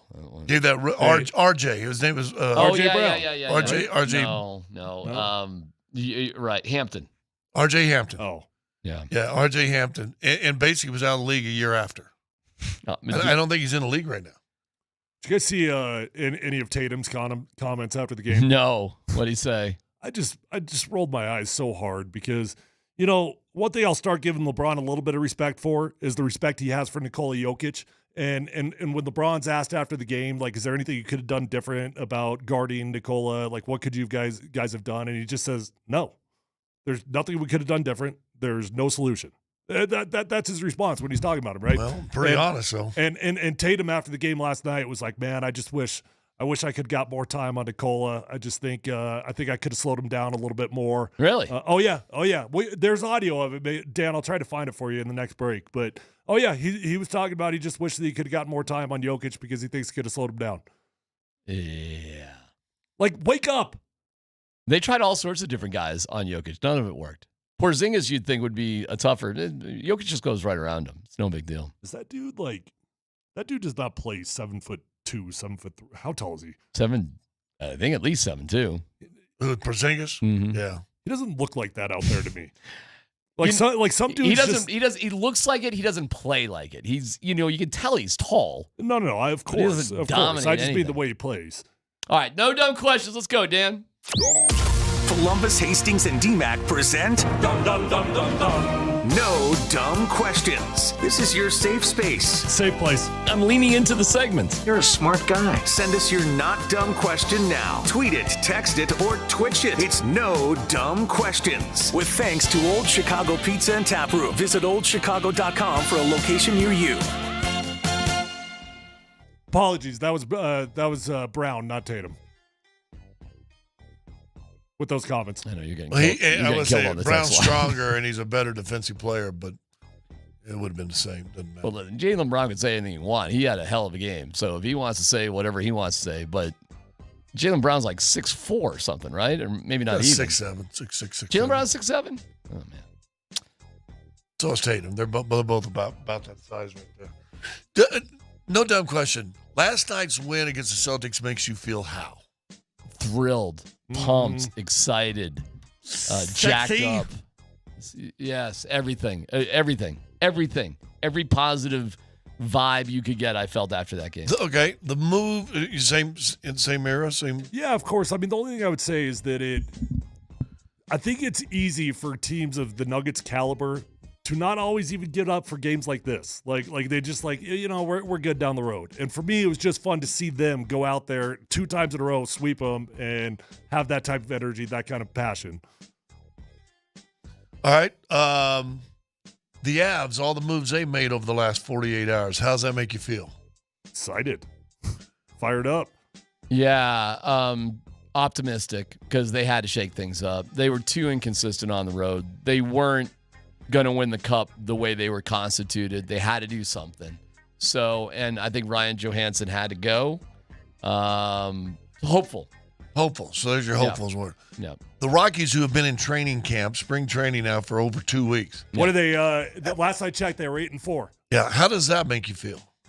Fired up, dude. So excited. take that L on the way out. I mean, and the reason I ask you this, and then so the prospects of next season for the Broncos.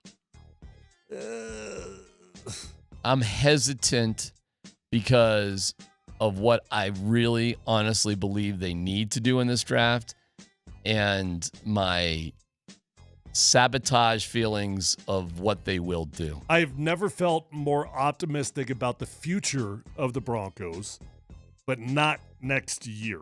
They're finally doing what they have to do, and they're ripping it down to the studs.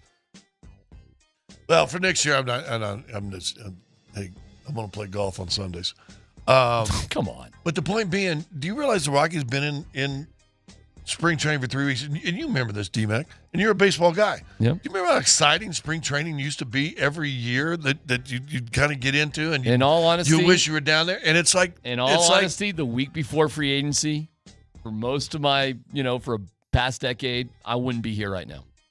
I would either be at spring training covering it or with my kids doing spring training. I'd be off this week at the Rockies. I have been at the Rockies facility 6-7 times like this week most years. Pretty excited about stuff. And this year it just feels like forgot they were down there. You're almost forgetting they're down there, and it's a sad state though a little bit, isn't it? I love going down there at this time of year. It's great. We got listen. The Rockies don't make me sad anymore. Well, I don't feel any sadness about the Rockies.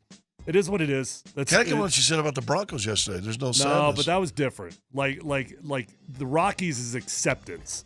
The Broncos to me is actually a little bit of genuine excitement because they're finally doing the right thing.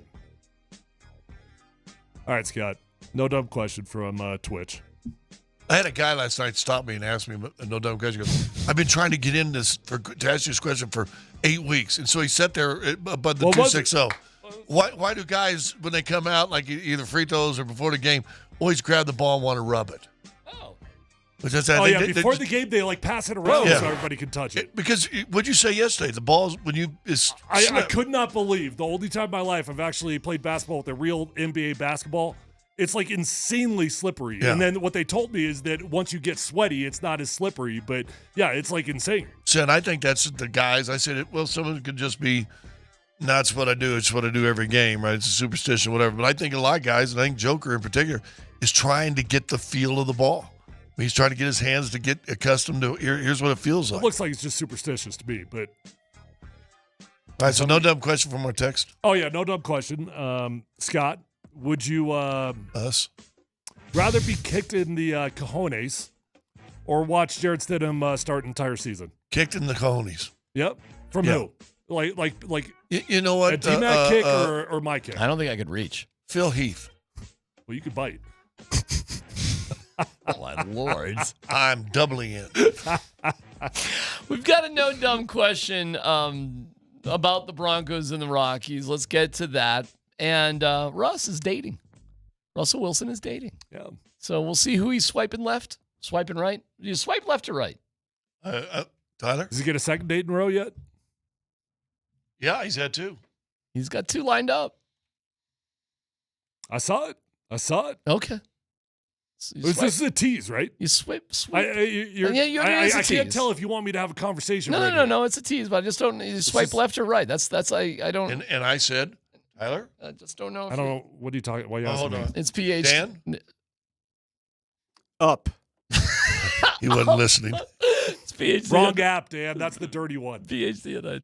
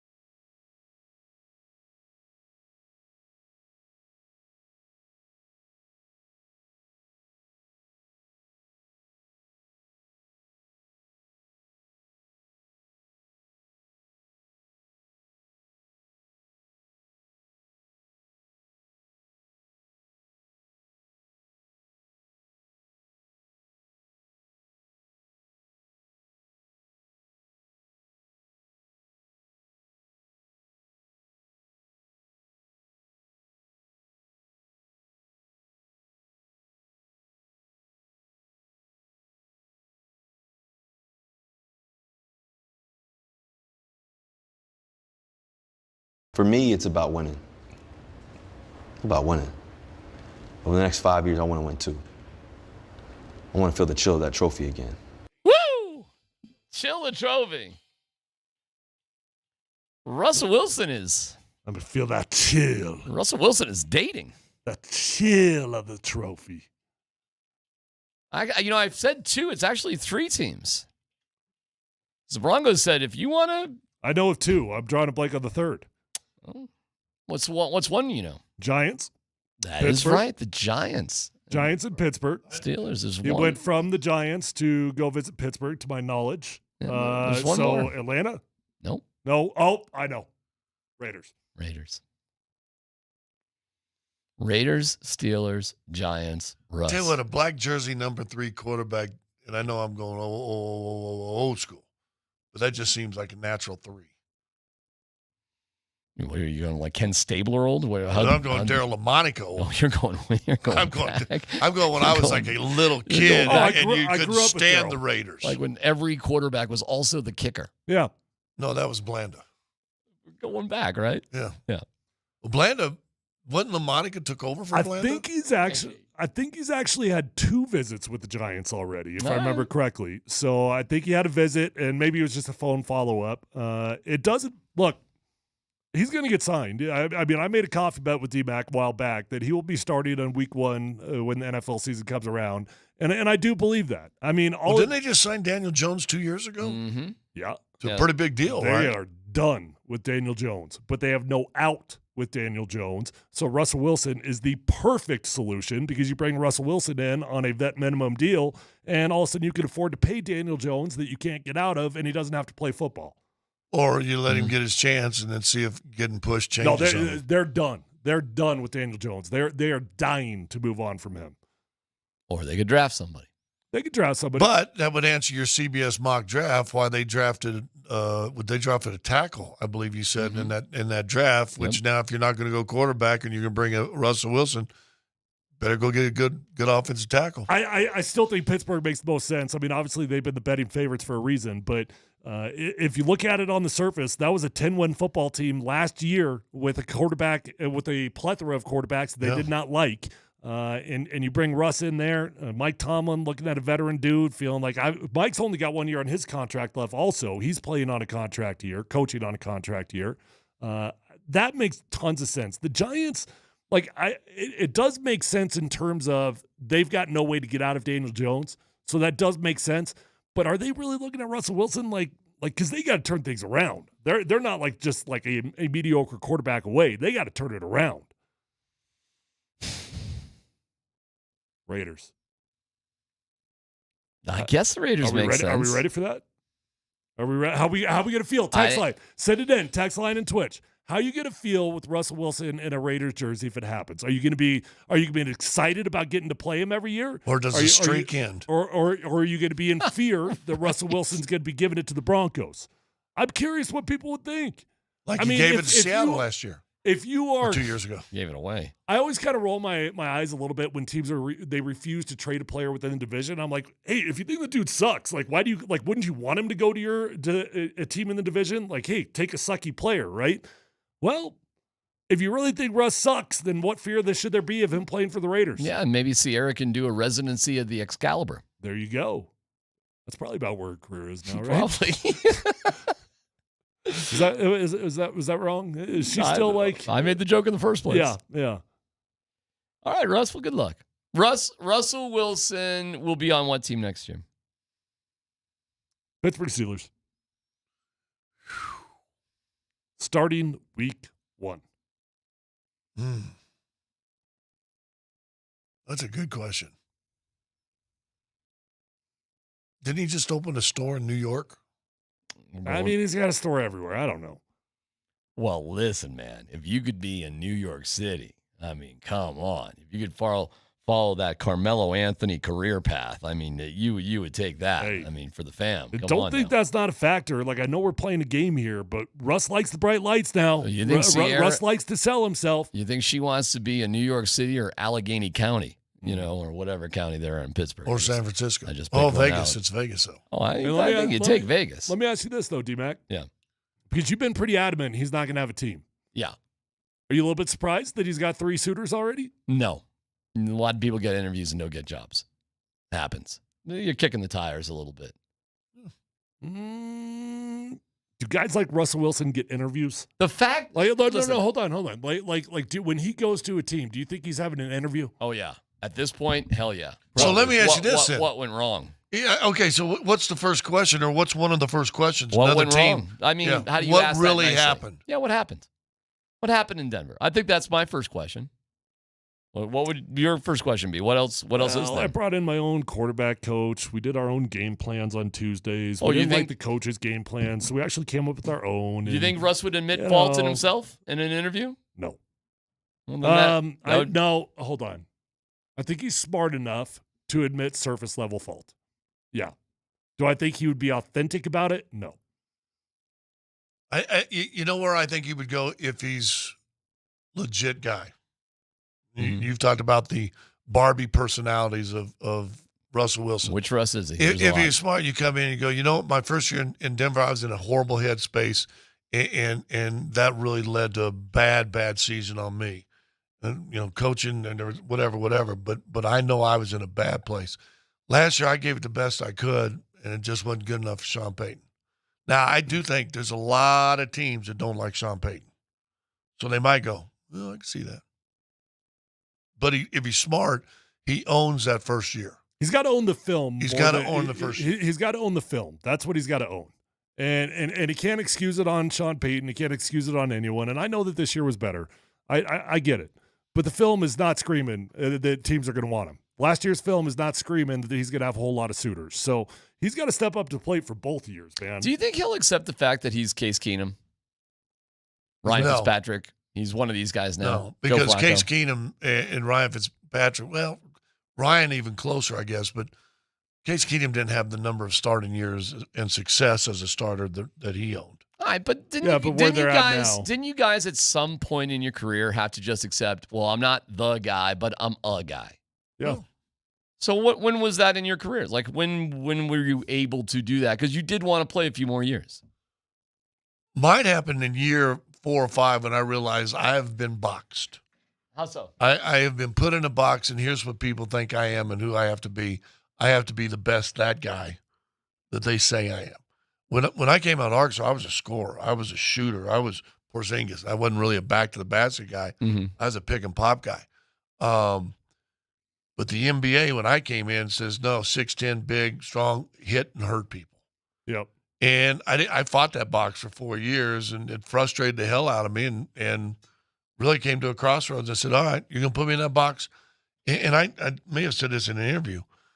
If you're going to make me the 12th man on your team, I'm going to be the best 12th man in the league. Sure. So it was a turnaround for me. How many years do you think you got in the NBA because you accepted that?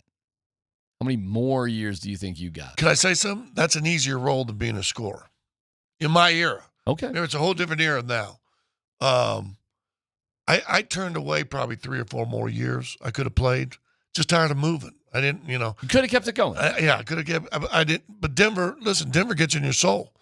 And I didn't have to spend a couple years here. Do I want to go and live in Cleveland But again? how many years had you got in at that point? 12? 11. 11, you could have gone for 3 more. At least. And you could have gone for probably 2 more.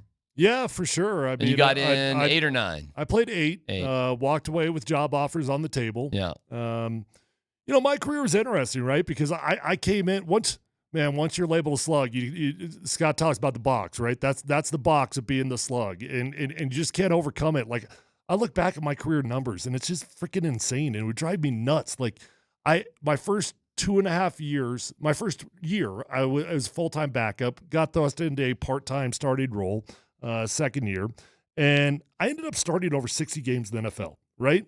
But I never overcame the slug label. Are you kidding me? Even as a 60-game starter in the NFL. Crazy. I never overcame that label. Then I'd see these dudes just because they were drafted in the second round that started 8 games and they'd get a $25 million contract. I'm like, good Lord, like, can somebody just like give me the worth that I actually am, right? But then on the back end, I knew that my prime did not last as long as I wanted it to, but I also knew I could play it a long time as a backup.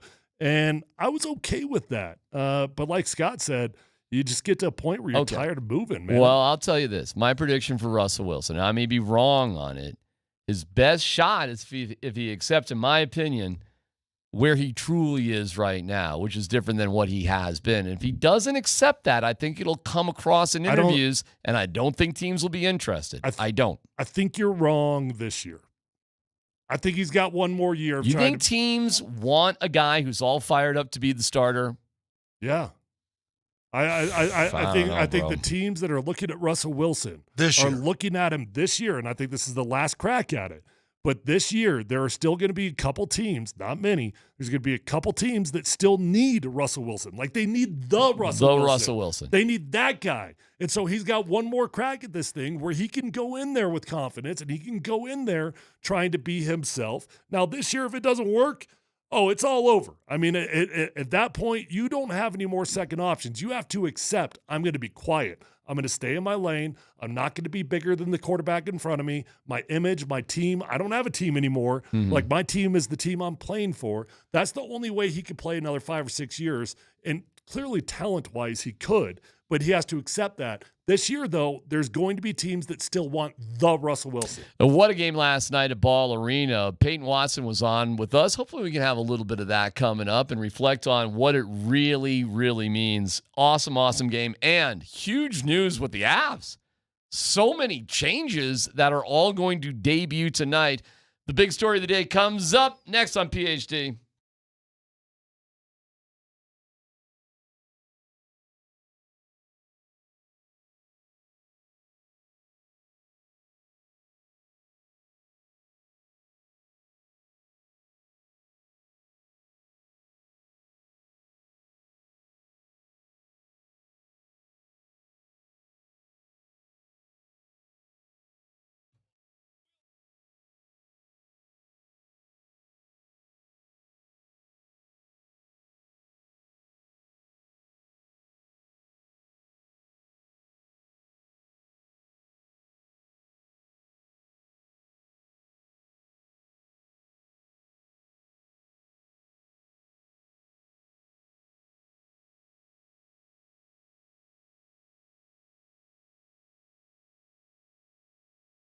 Hey, it's C-Mac for Premier Heating and Air. Give them a holler. 720-547-8009. Put this number in your phone. 720-547-8009. My guy, Reed, has put together a company that I'm so proud to be associated with for more than a dozen years. They've made my home more efficient, safer, more comfortable, saved me money. It's been amazing. And they can do the same for you, too. The name says it all. Premier, Denver's premier heating and air professionals with their $49 furnace or AC tune-up, $1,000 trade-in toward new systems, 0% interest financing, and so much more. They've got great promotions going on right now, and we're going to have some hot temperatures. Not today, I know, but it's coming around the corner. And there doesn't mean there's a better time to get a purchase of that AC and get a free furnace. 60 months, 0% financing too. Great value. 10-year bumper-to-bumper warranty and 100% satisfaction guarantee. I couldn't strongly support somebody more than Premier Heating and Air. 720-547-8009, premieraircolorado.com.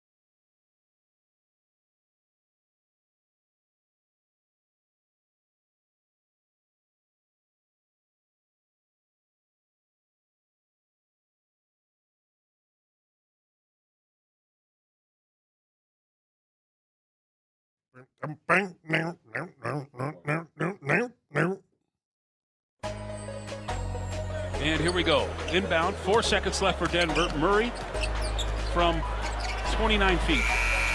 Got it at the horn! Denver leads it after one, 30-28.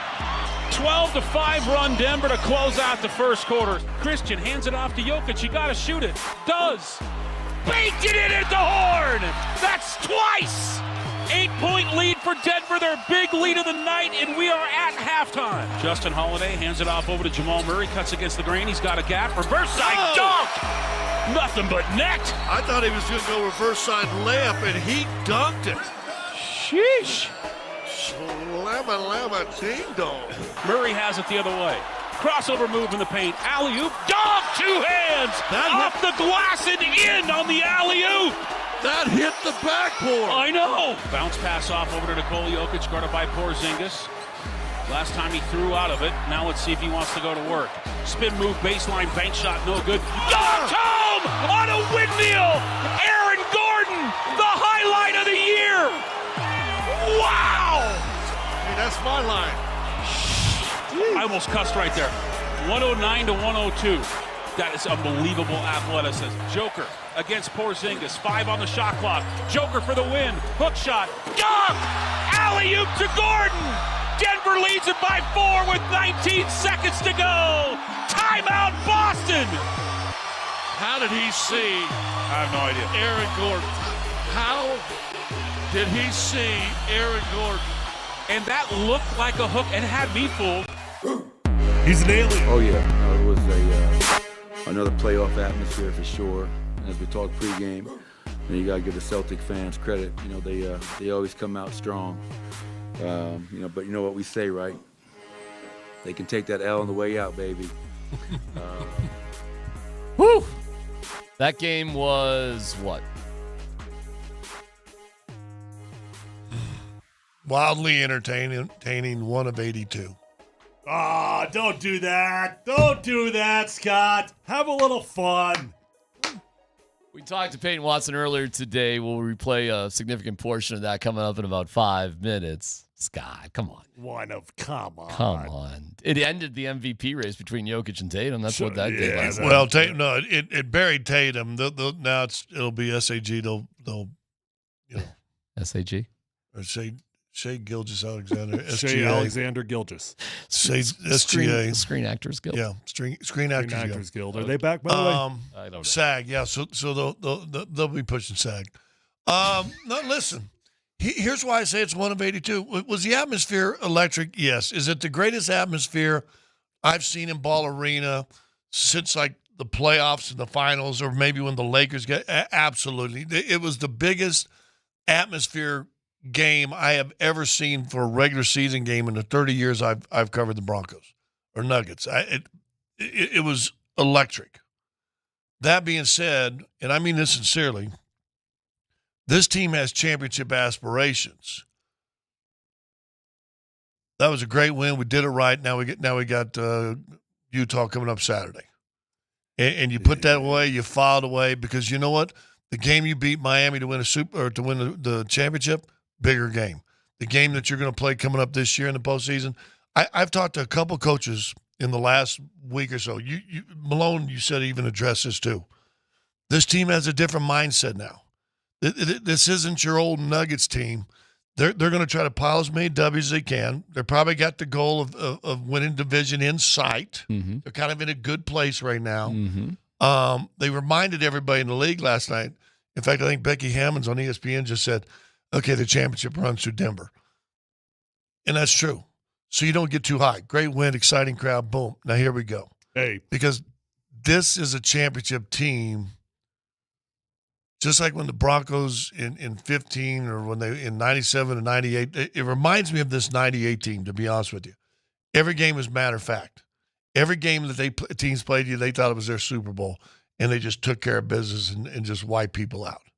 You know, for sure, you move on. For sure, you don't hover. You don't check a box like, hallelujah, we beat the Celtics, and then you stop working. You always got to move on. The next game's always going to be the next most important game. But I do think big games matter. I think they matter a lot for the overall psyche of the team, and maybe not so much for the starting five. But keep in mind, wasn't the entire bench positive in the plus minus last night? I think the entire bench was. And games like that are affirmative for guys that maybe weren't a part of the core. Maybe they weren't a part of the overall experience last year, right? So I think these games matter. You got to move on. But I don't look at every game like it's all the same personally. Payton Watson was plus 11. He had 11 points. He was 5 and 9, 1 for 4 from three. So he hit one of his threes, one for his last 9. He was 0 for 5 against the Suns, but keep shooting, right? Yep. And he joined us earlier. One of the highlights was AG's dunk, and we got into it with Payton about that particular moment. I was just thinking that it was unbelievable because, one, that was a big rebound regardless. Like, if he would have caught it and came down with it, it's a big rebound. But for the all-in-one motion, catch it with one hand by his hip and dunk it all in one motion before the defense could even react, it was huge. And that's the momentum that we needed to close that game, and he gave it to us. So it was dunk of the year, in my opinion. I'm glad that we were able to still deal with it. Payton, I know Nicola's really taken a special interest in you. I don't know, by the way, congratulations on a fantastic commercial. Yeah, fantastic. I mean, that's a good friend to have when he pulls you around on that. That's awesome. But talk to us about what that relationship looks like with Nicola and how he has invested in you. That relationship means a lot to me. You know, I try to cultivate it as much as possible because that's the cornerstone of our franchise, and he definitely helps me in a lot of ways, both on and off the court. So that's definitely something that I try to nourish, and I talk to him a lot and just get his overall thoughts on the game and what I could do better and how I could better compliment him. So I'm glad to have him in my corner. Obviously, there's no one better to have, and I'm excited for our growth. I don't know if you noticed this, but I noticed this last night. And listen, you struggled. You missed some threes in that Phoenix game. You might have missed your first one last night, but you hit the one. The first guy that came to you, and he might have been the guy that passed to you, was Nikola Jokic. And to me, I'm like, okay, he's missed some shots, and you'll admit them right now. Shots you feel you should make. Uh-huh. He's still going to throw it to you, and he's the first guy over there to tell you way to go. Did you notice that? Absolutely, and that meant a lot to me. As soon as I freed up and got open, no hesitation, he threw me the ball, and I knew I had to hit it. And that just did a lot for me and my confidence, because even when I'm not necessarily knocking down shots from three, because I was knocking down everything else pretty much. My mid-range jumper was flowing. I was finishing it well. But when our best player and one of the best players in the world has that confidence in you to continue to feed you, it just does, you know what I'm saying, amazing things for me and my self-confidence. So I'm so glad that he trusted in me in that moment and that I was able to deliver. Payton Watson is our guest. Payton, you're 21 years old. Now, this kills me because I've got my younger son who is the exact same age as you, and he just got his car towed because he didn't know the notice from his apartment that you got to move your car.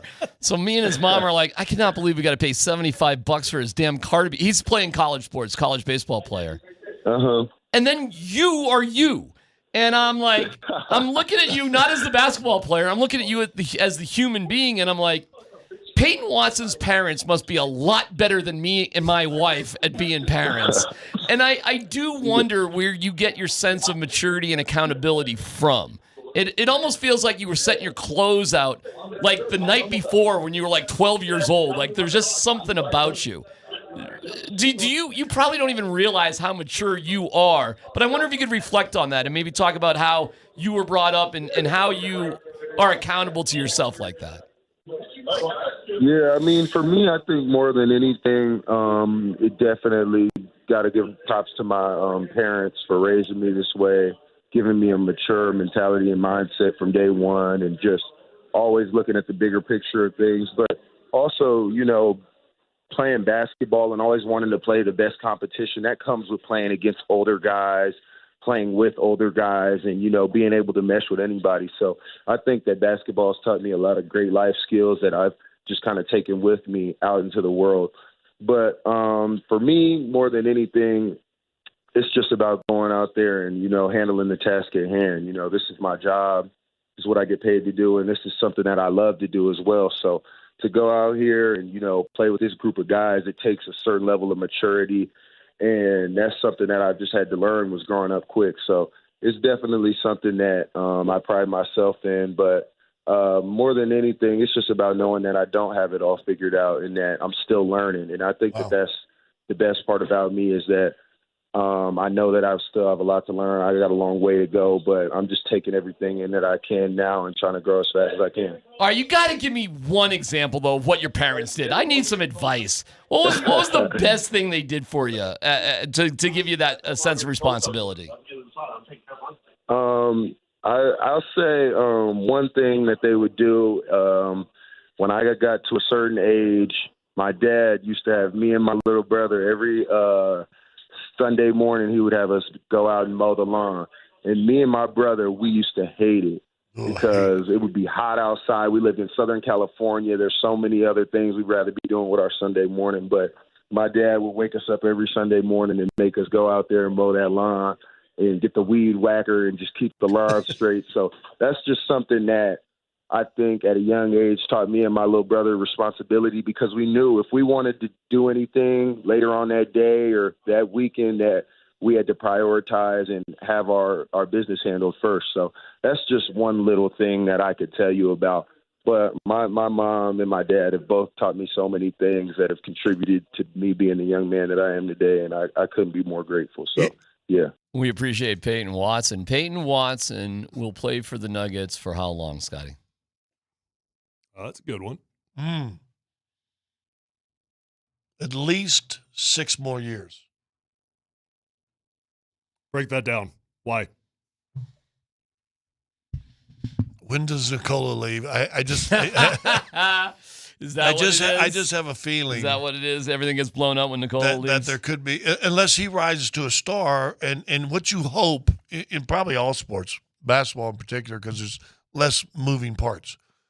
That if you can have a star in the wings building up, I mean, look at San Antonio. Forever and ever had these guys. Kawhi was going to be the next guy, and then he got sideways thing. Kawhi leaves. Now your next guy to lead the next group in is gone, and look where San Antonio's been in the dumps until they got Wemby, and they're still not winning, but now they at least got hope. So you hope he's real, real good, and then when Nikola or Jamal and they start aging out, that the next part of this team, and plus another guy somewhere down the line, is these next guys to sit there and kind of carry the banner. There was a surprise restructuring contract that the Broncos pulled off, and we'll get to in Let's Football Go coming up next.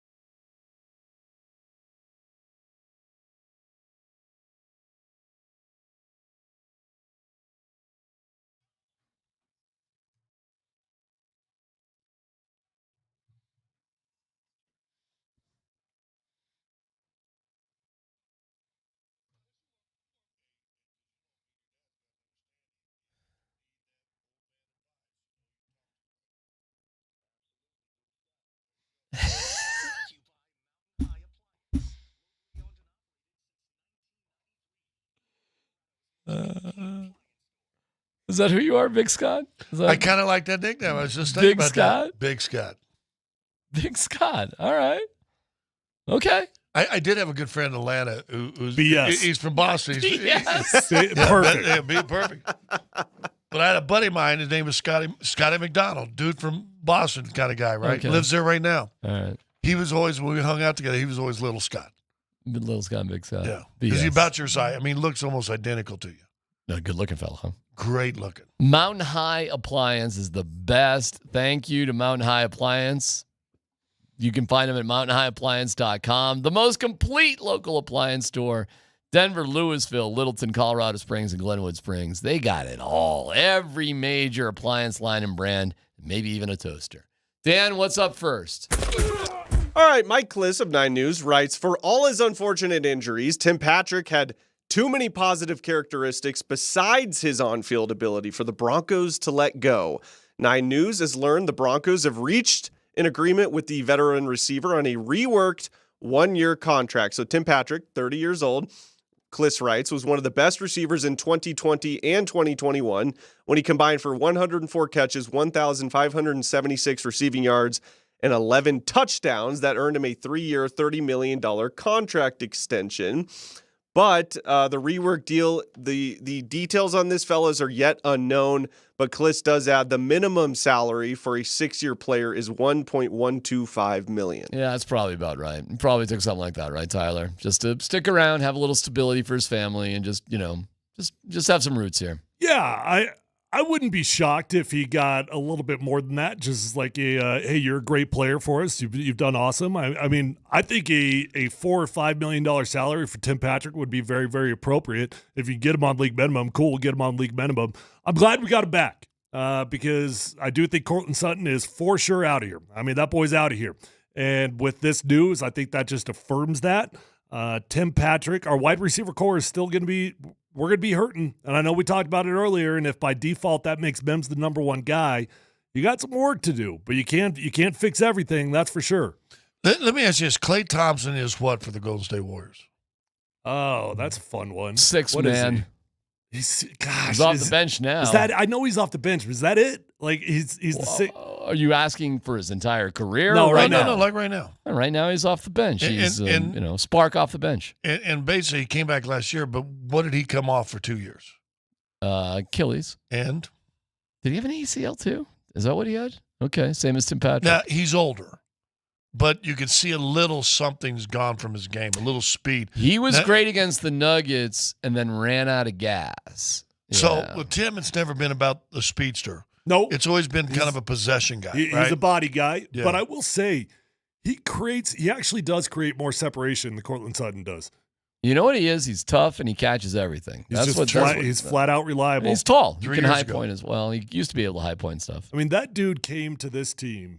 We call them camp bodies, man. I mean, you get on this team and you know dang well what you are. Yep. You are just the dude to fill a spot during training camp. You got no chance of making the team, made the team, and became a household favorite. Stud on special teams. Well, probably won't be anymore. Right. Listen, if he's willing to take a low level deal, then you hope he is able to come back. And sure, because if you got to cut him, you cut him. Well, you got to have somebody in the room, and if you're going to let Courtland go, you said that this probably signs that. At least he's a veteran from the stance of years around the game and in that meeting room and with players and in preparation. That's at least a veteran guy who seems to be a true pro. That you keep in there, lower risk because you got the salary down. Yeah. I will amend my statement, though. I mean, if he's truly a vet minimum guy, probably doesn't have a whole lot to do with Courtland. Might not. It's if he's willing to take that sort of deal, it's really a tryout basis. Mm-hmm. They're not committed to him. They probably don't have money sunk into him. Maybe you know what? Maybe it's a great thing because if they got him done, first off, it is a great thing to have him around. But if they got him done on a vet minimum deal, maybe that does give you a fighting shot with Court. Maybe you can restructure. Yeah, but why would Courtland take less money though? Why would he? I didn't say If he wants take out of less here, money. why would he? I didn't say that. Don't forget, he's number one. I said extend him. Don't forget, he's number one on the Russell Wilson hit list, too. He's the number one guy. Not true. You mean on the Wheel of Death? Garrett Bowles is the number one guy. On the Wheel of Death? Bowles? Nah, but he's the number one foxhole. Bowlesy will just be loyal to anybody. I think Bowles is sitting. But both of them Whoa. are on the Wheel of Death. Well, maybe not. What are you saying? Bowles likes people like anybody else does. Uh-huh. And like any other human being, we don't all like everybody. Okay. But he's not going to, rise to the defense of his teammates, especially whoever his quarterback is? I don't think he did this year. Really? He was very, very vocal about his displeasure after Russ was gone. You think you think he gave less effort when Sidham was playing? That's not what I mean. Okay. I mean, he's a professional. He's going to go out there and do his job. But I do think he never bought into Stidham. Do you think he's a problem in the locker room because of that? No. Nah. Bowles is a weird dude, though. He is so freaking nice. He truly is the definition of a teddy bear. Like, if you meet this guy, you will love Garrett Bowles. You just will. But he's got something that's unique enough about him, and it's not a problem. He's not a locker room problem guy, but not everybody he's very similar to us. Very similar to us. Okay. Not everybody gets him. Not everybody. He doesn't click with everybody. Is that a problem in a unit that has to? I don't think that's a problem. It just is what it is. Okay. Next story, Dan.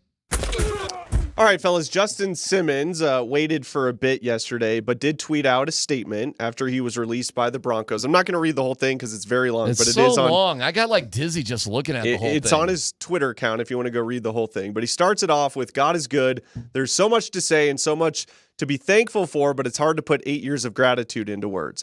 First and foremost, thank you to John Elway, Joe Ellison, Mr. Pat Bullen, and the Bullen family. From the bottom of my heart, you gave a kid out of BC and Stuart, Florida, a chance to start the journey of a lifetime with the prestigious Broncos organization. You gave me the foundation to become a better player, better man, and eventually a better captain. I hope my game and character represented everything it meant to be a Bronco. I would also like to thank George Payton and the Walton Pinner family ownership group on believing in me and allowing me to continue to lead as I competed for this organization. I never took a moment for that for granted. In this, he does not thank or mention Sean Payton, fellas. Okay. Stand-up guy. Sean or George Payton? No, he said No, George. he said George. He thanked George and the Walton Pinner group. He didn't thank Sean. No Sean. Okay. Did he go and thank some teammates too or not? He thanked the staff, in the cafeteria, all that stuff. I don't see any players. I'm not seeing any players. Actually, it's on a here. smart move not to mention any players. Of course it is. Because they could get Once you put name on the Wheel of Death. That's right. That's right. Once you name one, that's a dangerous slope. I know you're trying. He's trying to have you play the Wheel of Death, Dan. You know how hard it is, though, not to thank specific people? Because I wrote a very lengthy post when I retired, and different than moving on to a different team. But I had to think through that, right? Like not that it really matters at the end of the day, but I had to be very strategic in the people that I thanked. Sure. And don't think it's a coincidence what coaches I thanked and which ones I did not. I get it. I'm not sure if I named any players, though. I think I tricky. just said all my teammates. Because if you name one player, if you leave somebody out, I mean, what are you doing? But if you want to thank management because those are the people that paid you and they were your bosses and stuff, and it was a good relationship, then there's nothing wrong with that. But of course, it stands out he did not thank Sean Payton. So, I get it. No. And that's why he got the first guy off our Wheel of Death. Wasn't?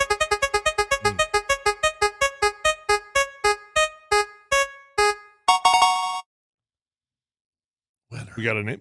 We got a new one. I mean, when it spins, you can't say the old guy. Well, you got to take Tim Patrick off the Wheel of Death. I just said, that's the first guy we removed now. I know, we got to take him off the Wheel of Death. But I don't think it spins when you take a dude off, does it? Was Russ on the Wheel of Death? I mean, he's kind of been on there since all year, right? I mean, it's actually he may have constructed it, right? You know, on like Wheel of Fortune, the bankrupt one is bigger. Yeah. That was Russ. Like no matter how you spin this thing, it's landed there. He constructed the Wheel of Death.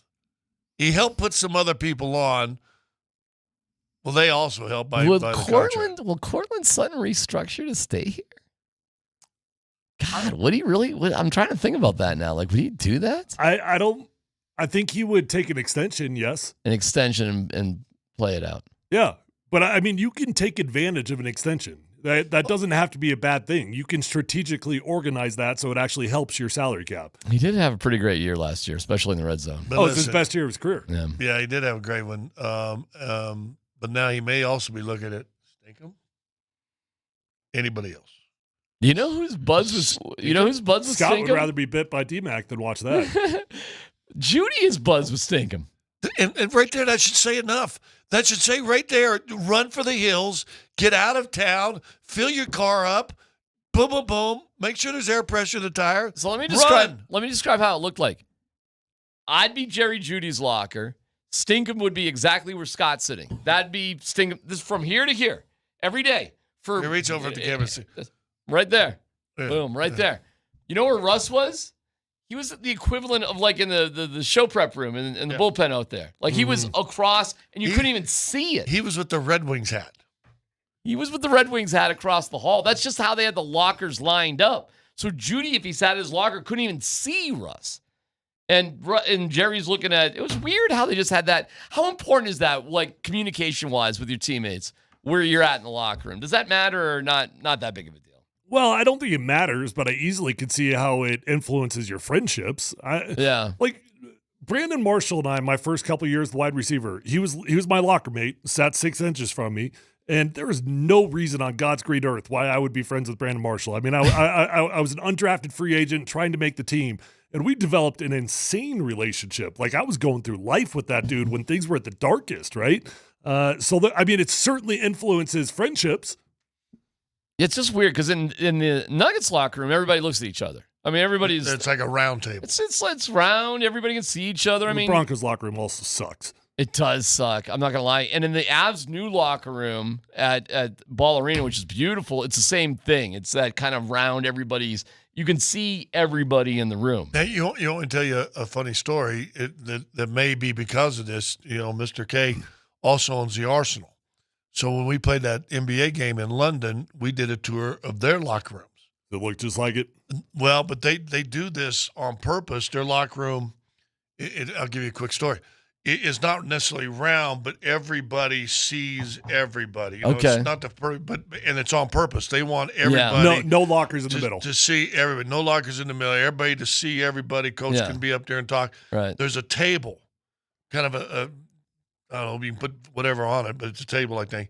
But it's low enough that it's not blocking a view from Sam Girard to this guy, so everybody sees there.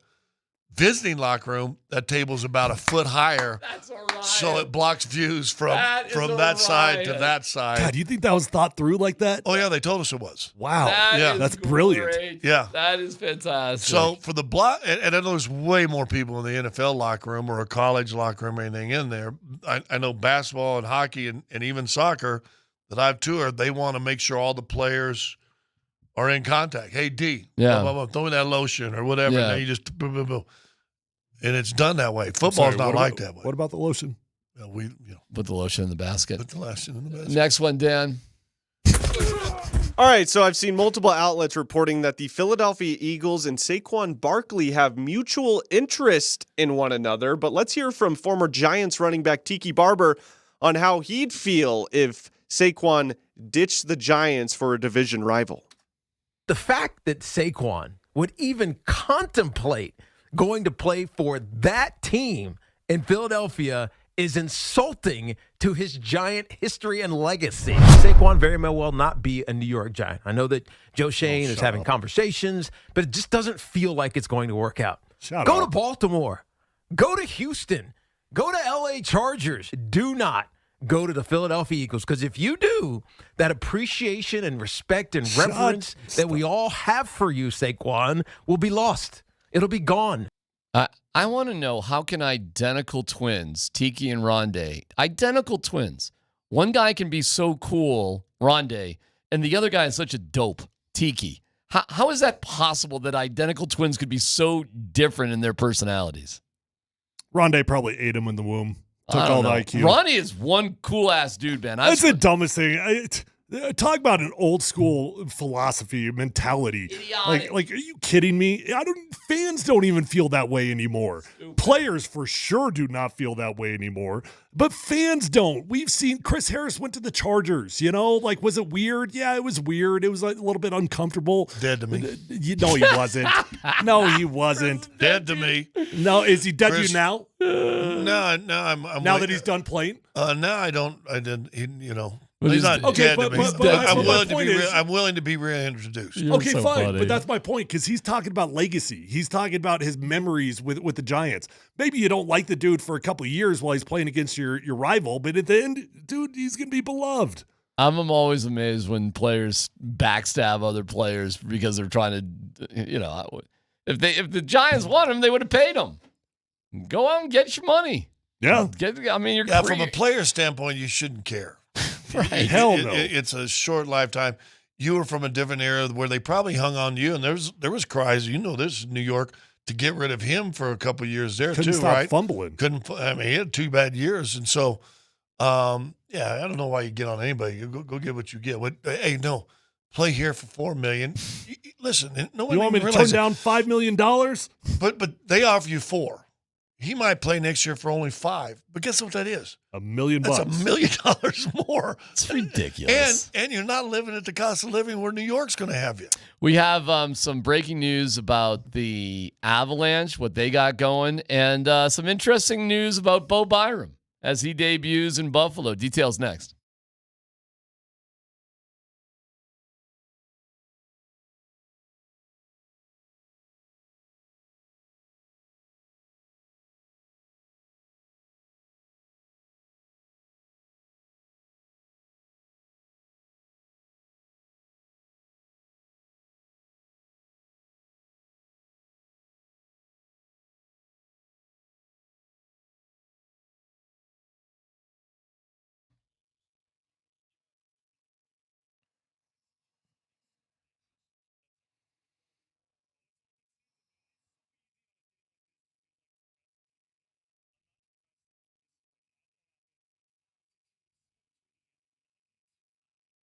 Hey, it's Z-Mac for Old Chicago. A little chilly today. I got a great way to warm you up and make you feel good inside. That is Old Chicago's chicken, bacon, ranch pizza. Don't laugh at me.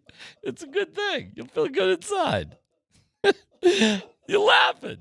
Well, you won't be laughing at that taste explosion. It's ranch is the sauce, by the way, on the chicken, bacon, ranch pizza. If you're not feeling the pizza, Scott, yeah. Salads, calzones, burgers, incredible entrees, their fish and chips. Everything is delicious at Old Chicago. And you pair that up with one of their over 100 local and legendary beers, and you're doing A-OK this weekend. So whether it's in person at your neighborhood Old Chicago or takeout, Old Chicago's got you covered. OldChicago.com. Get your local location and order takeout or delivery. Or better yet, just get that Old Chicago app. $5 off your first order, $25. And yeah, laugh it up, big fella. Chicken, bacon, ranch pizza. Your guests will thank you. You'll have a flavor explosion. OldChicago.com.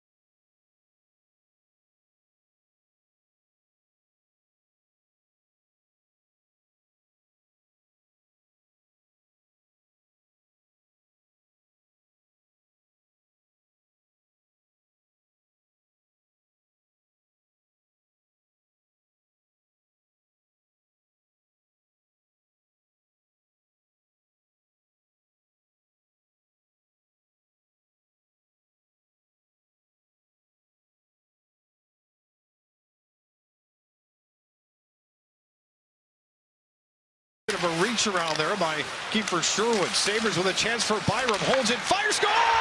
Welcome to Buffalo, number 4. He shoots and scores in his first game as a Buffalo Sabres to tie it up in Smashville. Funky Friday. Tonight, the Avalanche take on the Minnesota Wild. Zach Parise revenge game. Actually, is Parise okay? Is he going? I don't know. But Middlestat, Walker, Trennan, Duhaime, Nichushkin. That's right. Choo-choo train. 5 guys. 5 guys who are not on the ice on Wednesday will be on the ice for the Avalanche. In a blowout win. In a blowout win where Foodie got his first NHL goal. Hell yeah. Cale Makar, of course, was inspired. It's pretty good. Inspired, he was definitely inspired. Cale McKill. They should hire you. But you very, very rarely in the NHL will see such a crazy difference in a roster from one game to another. I mean, it is a trip what is going to happen on the ice tonight compared to what happened on Wednesday. So in chemistry, listen, that it's big, and we said this earlier in the show. You got 18 games to figure out all these new faces. I guess, Tyler, why wait? Let's just go. Boom. Here we go. Nichushkin should be able to fit in right away. He knows the guys. You would think. Here we go. Well, he'll be playing with a new center, though. True. It's definitely a sport-by-sport thing. You can't do it in football. Defensive guys can to some degree. Like, if you're a corner, let's go. Like you get here today, you play tomorrow. But there's so much schematically that you just have to understand. I don't know where hockey lies in that. Like, where do you think hockey lies schematically in the challenge of fitting in a new guy? I think it's huge. Yeah? Yeah, that's why Johansson just didn't fit. It's got to be, not only do you have to have buy-in to the system. Well, I don't mean that. I don't mean the buy-in. I mean like plug and play.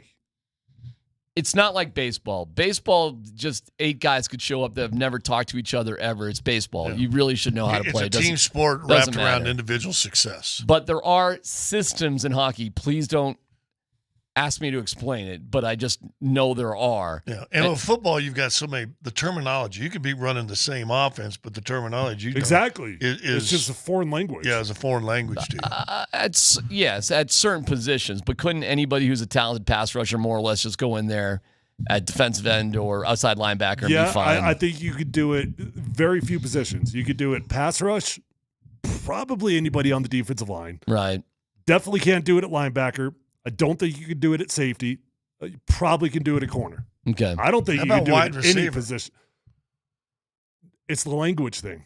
That's all it is. I mean, hey, there's only 9 routes on the route tree. I mean, football doesn't change that much from team to team. The X's and O's are the same. It's just how you get to those X's and O's. But I know what you're saying, and I think hockey is a fluid sport, and essentially you're probably okay. I mean, there's certain principles that are kind of universal. So, and I think it'll be interesting tonight. What can I tell you? I wouldn't expect miracles tonight with 5 new guys. 5. I mean, you know, you're gonna have some. I'm interested to see where they're gonna pair Walker up. Well, I assume they'll pair him up with Jack Johnson. That he'll just step in where Bo Byram was. Bo Byram was on the 3rd blue line. It was, it's Makar, Taves, Gerard, Manson, and it was Bo and Johnson. So I assume that's just where he'll go. So Bo wasn't slow. This guy is more of a Gerard speed, right? How about Bo scoring a goal right off the bat with the Sabres? First game, he scores a goal. I feel good for him. He's going to be a star, man. I mean, I know he was beloved here, but the star label went away a little bit, and he will be an absolute star out there. Well, yeah, because you got Gerard and you got Makar. Well, think about this when you're scouting Buffalo, and compared to the Avs. In the Avs, the defensemen are going to put an offensive push on you. Maybe all 3 lines. Someone's going to put an offensive push on you. Buffalo may never have had that, and all of a sudden here comes this guy, comes over who's used to charging the offensive set, and boom, boom, boom, comes out the middle. He's there, big, and you're like, defenseman can score? Right. It would be a shocking news in Buffalo. Thanks to our friends at Revitalize Health. Visit them at revitalize-health.com. So game tonight at 7 o'clock, pregame at 6:30. And I guess Avalanche Live on See, I got to keep track where games are on altitude. Because you guys have had you haven't. You haven't. But if you don't see it, click up. The next 6 or 7 are going to be on altitude for back. sure. Everybody's hopefully everybody had a good vacation. I hope they did. I hope Marlowe's rested. Yeah. Oh, you'll know. How will we know? Katie was doing color. Katie, you'll know. You'll know Chris is rested. How will we know Chris is rested? Oh, he'll have some energy. And how does that manifest itself when Chris Marlowe has energy? War and Peace of notes. He will have. What are you saying? He will have. He listens about this time. Chris, you know it. War and Peace of game Another notes. scoring orgy. Wow. That was a nice poll. I note, by the way, although Vic was at the game last night, because Moshe can't help himself from going to these hockey games even if he doesn't have to be there. If he's got no responsibilities whatsoever, there's Moshe just sitting by himself. Does Vic make the Abu Dhabi trip? Oh, we haven't even talked about that. How about that? Yeah, well, what do you think? Well, I think it'd be cool to see the country. 2 games, right? Is it both against Boston, right? I don't. It's Boston. I guess that would make sense. So it has to be, yeah. So preseason. Oh, is it? Yeah. Okay. Well, I thought. Is it not preseason? Well, if it's in October, it's preseason. Yeah. Yeah, I probably won't go. No, I'd love to. Would you want to go? Yeah, I think it'd be cool. Oh, yeah. Why would you not want to go on that one? I'd want to go once too. in a lifetime experience that I you get agree. for free. I agree. Why aren't they playing the games in Serbia? I'm surprised they haven't looked into that. Right? Could you imagine? You saw that one video this year that came out, and it was a big game, the fireworks and the crowds and It's those amazing. games. Could you imagine if you came back and played a preseason game in Serbia? Why not? I mean, why not just, first off, the country would explode. I mean, explode. Why not just reward Nikola like that, you know? I'm not sure. That league takes care of their superstars. Maybe it's too close to the front. I don't know. It's too close to the front? Oh, To Ukraine. Jeez. Okay. Well, serious here. Well, no, I'm just saying, I don't know why, other than, Serbians probably not pouring in millions and millions of dollars into the you league. think that's Yeah. So, I mean, I think they are putting millions. Maybe that's it. They are pulling millions and millions of clicks and views, but I don't think there's millions and millions of dollars being pumped in. Vic said he is going to Dubai.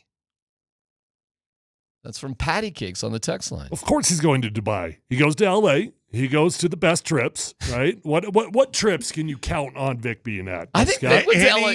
Anyone he wants. Okay, well, what are those? What are those? Los Angeles? Yeah. Vic paid for himself to go to L.A., though. He's got daughters. What? He did. Oh, really? He paid for himself? Oh, he did. Oh, sorry. He went to visit his daughter is what I meant to say. Yeah, and he worked again. He had a lot of good content. He did. He did great content there. It's fantastic. Djokovic, he interviewed Djokovic. He did it. He's Vic Lombardi. He's the best. Yeah. He got AG after the game. I can play that a little bit.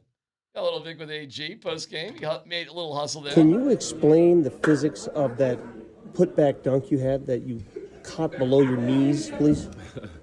That's what I'm saying, man. That's what I'm saying, man. Everybody's talking about it. Honestly, it was just a tip dunk. Being in the right spot at the right time.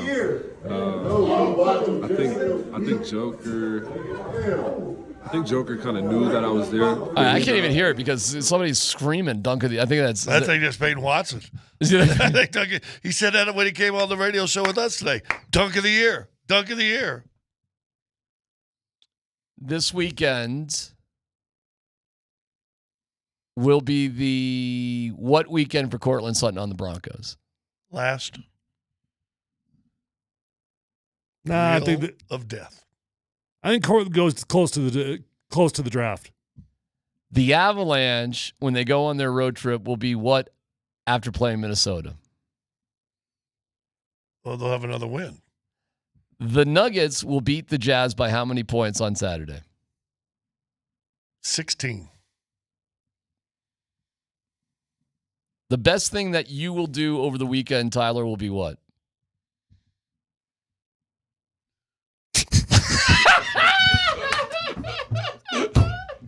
All right. right. And on that note, thanks to Grizz and Dan and Scott. Some words of wisdom on the way out the door on Friday. I heard this line today, and it's for everybody, and I want you to think on it deep. It's from a song by Jason Gray. Beautiful people don't happen overnight. Leave that with you right there. Nate and Andy coming up next. Reverse side dunk. Nothing but net. I thought he was going to go reverse side layup, and he dunked it. Sheesh. Slamma ding dong. And a little bit of chicken fried. Cold beer on a Friday night. A pair of jeans that fit just right. And the radio.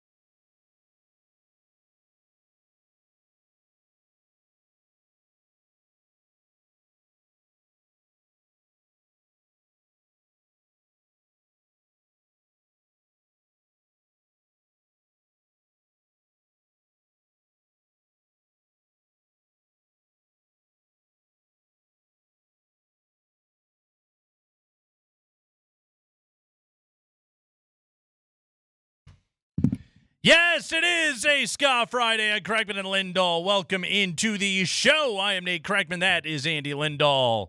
And we're with you until 6 p.m. today. We have much to do on our fine radio program here this afternoon. But Andy... Are you actually healthy? No, I'm not at all. Not even a little bit. Got to get this vibe. And yet I'm battling through, okay? Doing my best. Did you get some antibiotics? Did you get a penicillin? I did, yes. Remember when penicillin was the cure for everything? Walk in there, little sniffles, penicillin. Little penicillin. Hatchet wound. Yeah. Penicillin. No, I'm doing good. I was not here yesterday, and you wouldn't have wanted to be in my company yesterday. You probably don't want to be in my company most days. But no, I did get to enjoy my evening with the Denver Nuggets. I did get to enjoy my evening watching a game played between the two best basketball teams on the planet. And I got to watch the Denver Nuggets, the team that, Andy, they showed yet again why they're so difficult to beat in crunch time. And it's that they are so comfortable playing so many different ways, doing whatever they have to do to be able to win, and not getting flustered with a couple of bad possessions or anything else like that down the stretch. It's just not a thing that phases this team. And last night at the end, it was Nikola Jokic making all the plays that had to be made, and Aaron Gordon just flying around and making the most athletic plays you've ever seen, and then beating a great Boston Celtics team. Hell of a victory last night, but that right there was championship medal in crunch time. That is as good as sports gets right there. Well, I mean, the MVP debate's over, right? I don't know what ESPN's going to do for the next 3 weeks. Jason Tatum goes and he dropped 10 points? Yeah, KCP, Payton Watson, Aaron Gordon, those guys, they did a great job on Tatum last night. Well, they really did. They gave him all the problems. Now, Jaylen Brown was excellent. He was. In that game last night, and he's a tough matchup. I thought actually Christian Brown had good minutes on him at times in that game. But, yeah, no, Tatum's out of it. Luke is doing this, 30-point triple-double streak right now, which is incredible. If the Thunder get the 1 seed, people will make the argument for Shea. Have fun with it. If you're betting, go bet on Jokic. Well, the other thing about it too, Andy, is you got to remember Jokic is. I will warn everybody. Since the break, he's been all gas. He's going to let off it a little bit here. That is one thing that's going to happen here down the stretch. I could see that, but at the end of the day, if we're trying to take this thing seriously, and I know we have reasons why we're not. You had the reason earlier where people were saying, well, there's only so many 3-time MVPs. It's a select group. I'm not going to put him in there yet. He'll get in there eventually. But when you watch what he's doing at the end of the game to Kristaps Porzingis, it got down to a 1-basket game, and Jokic is just there like, all right, my turn. I'm going to handle it. You guys don't worry about it anymore. I'm just going to get things done. I'm going to do what I need to do. That matchup between Jokic and Porzingis is a really fun matchup to watch. That whole game was fun. Yeah. That whole game was fun. I mean, that wish matchup more teams played like both those teams where they share the ball and it moves around. It was fun basketball. The physicality of those two teams, Jokic can bully Porzingis. Porzingis can shoot over him at the other end.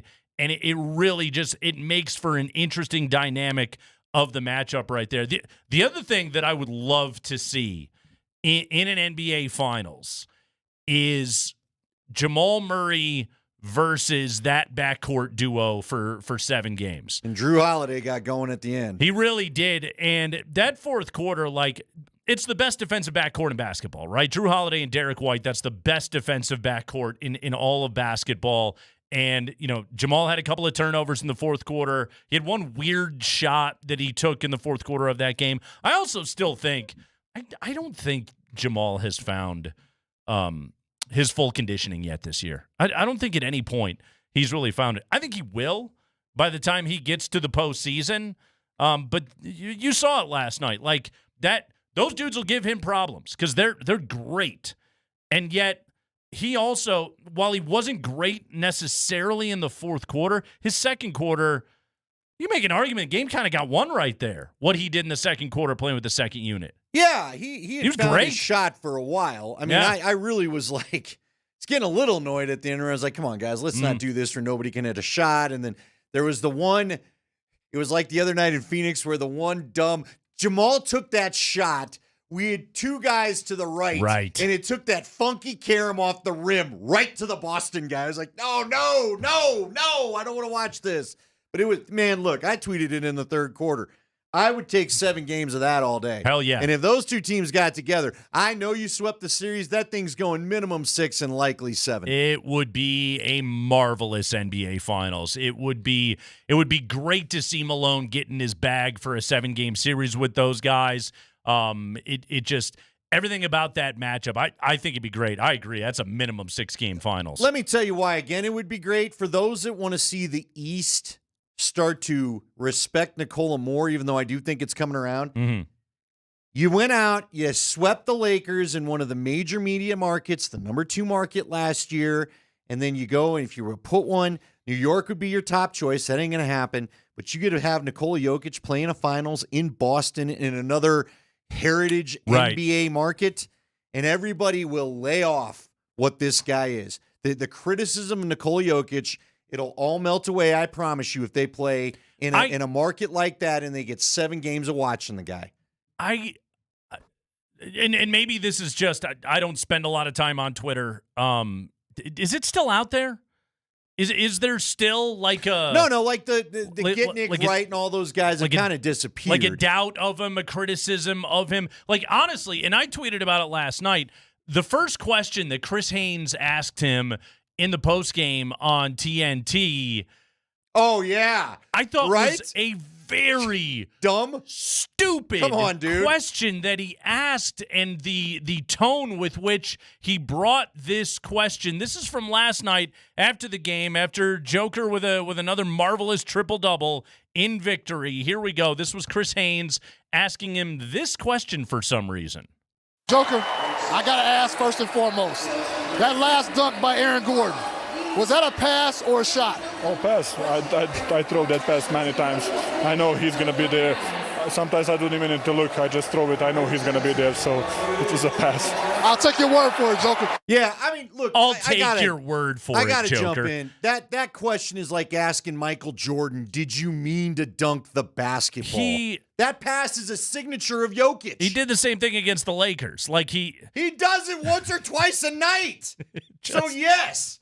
You're asking me, are people like that? Yes. Lisa Salters thought that was a bad question. Lisa Salters wonders how many Nuggets games you've seen. It was a bizarre question to ask in that moment. Again, like Nikola Jokic, knowing that he can get AG in that dunker spot it's a staple of Nuggets basketball. It's a staple of why this team is so damn good, and it's why Aaron Gordon is as dominant as he is, because he just knows, okay, if I go and leave my feet, my dude's going to find me. Yeah, well, they're all going to come to me, too. Yeah. Like, all right, but Jokic is thinking they're all going to come to me, and Aaron Gordon's going to be right. He's always right there. One of the things that does make me wonder a little bit about is if it's Boston or really anybody that the Nuggets get in the playoffs is teams are going to have to make a decision, and Malone was talking about it after the game last night. You know, the way that they spread the floor with Porter in one corner and Kentavious in the other corner, and then, you know, AG is wandering and Jamal is working the 2-man game with Nikola is, you know, teams are going to have to make that decision of like, okay, are we just going to try and body the hell out of Aaron Gordon? Because a lob to Aaron Gordon is like a 100% success rate, okay? So Nikola backing a dude in the post, I don't know, what's that, a 60, 70% success rate? A corner 3, all right, that's like a 35 to 40% success rate.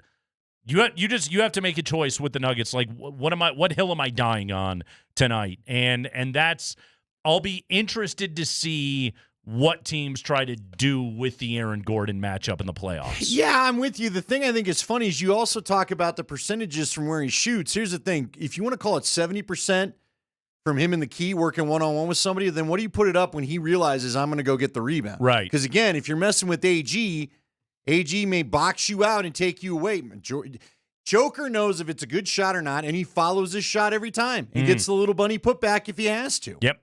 So it was a weird question to ask the best passer in the world. Well, hey, did you mean to make that be a pass? Even though, again, he does it every night. I would have been less shocked if it was ESPN because it's kind of on brand. TNT's been really good. Yeah, they should know better. Their desk guys have been kind of banging the drum for Jokic more than anybody in the national media. Yeah. I don't understand that. I did think Brian Anderson had a very good game last night. His call on the insane AG putback dunk. I even like Van Gundy. Yeah, I think those guys are great. By the way, just to be clear, Tony Foster, I will give Tony Brothers too. Or I'm sorry, Tony Brothers, Scott Foster and Tony Brothers.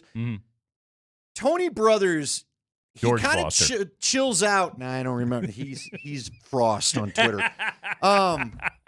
He chills out in the second half of calling stuff usually. Yeah.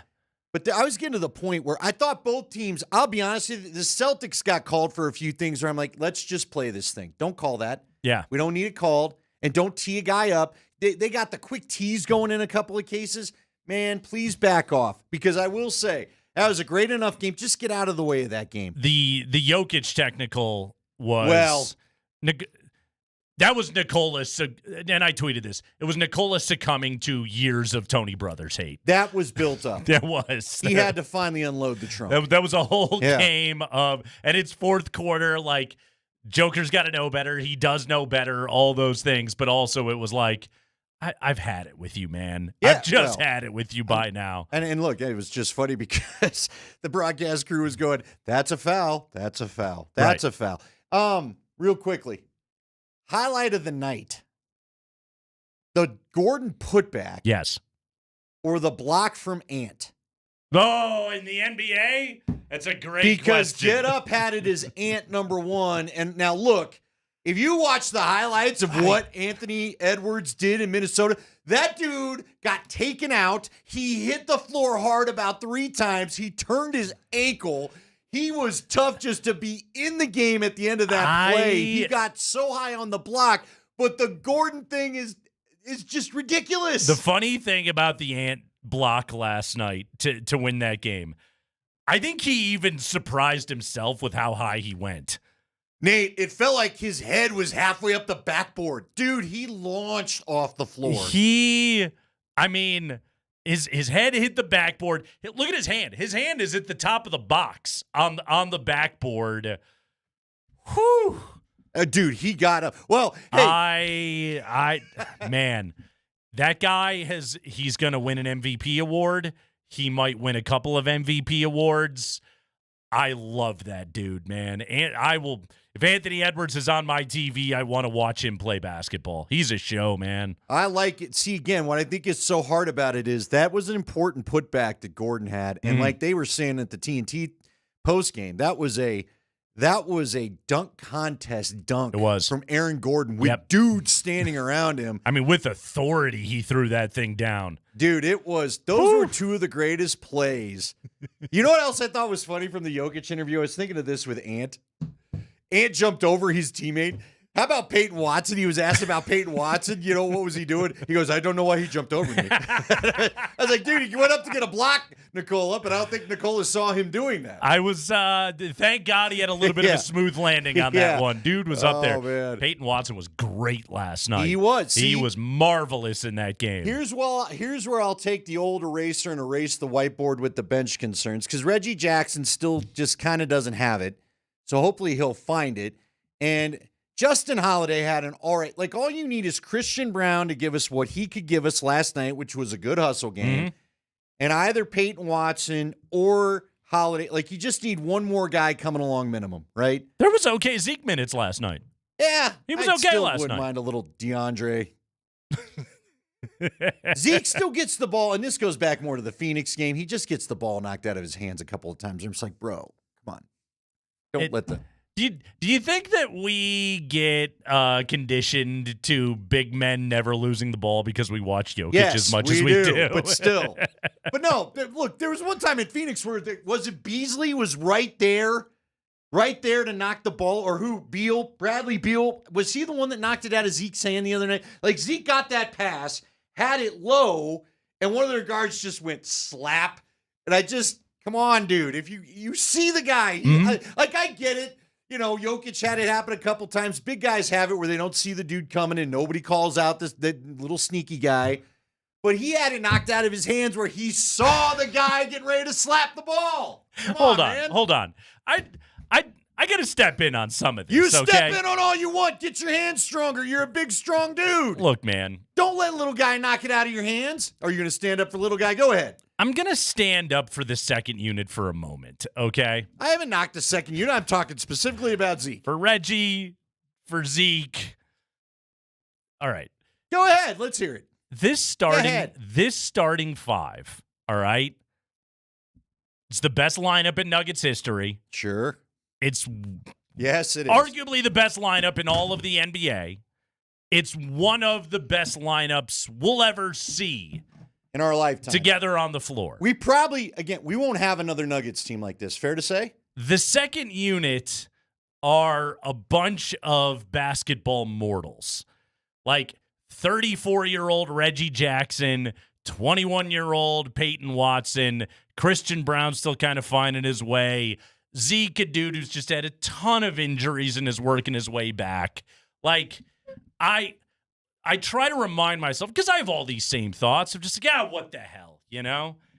You do have to remember, like, in salary cap basketball, you got to just have some guys out there, and they look so much worse because the starting unit is so friggin' elite that maybe sometimes the tenor of the criticism can be a little bit harsh when the reality is these guys, they're fine professional basketball That's players. fine. The guy gets the ball knocked out of his hands too much, and it's been happening since he got here. So he's a big, strong dude. He is. He's built like an Adonis statue out there. He had a great but finish I just last need the night. hands a little stronger when you're going to the rim to do business. Again, you're comparing him to the best hands, like top 5 hands in the history of basketball. I think you're trying to stand up for soft hands, and I'm not here for it. I'm am. not here for it, hand holder guy. I am just because you here- all lotion up for the whole hand holding. That could have gone wrong. I am I lotion up regularly, Andy. I am here to defend cromulent Lotion professional hands. basketball players. You're here That's for the what lotion I'm here hands for. crew. Gotcha. They're all fine, okay? It's Nate and Andy. We're with you here on a Scott Friday edition of the show. We're going to check in on the Minnesota Wild today here on the program. Jeff Legwald at 20 minutes after 4 o'clock. It's all happening on Altitude Sports Radio 92.5.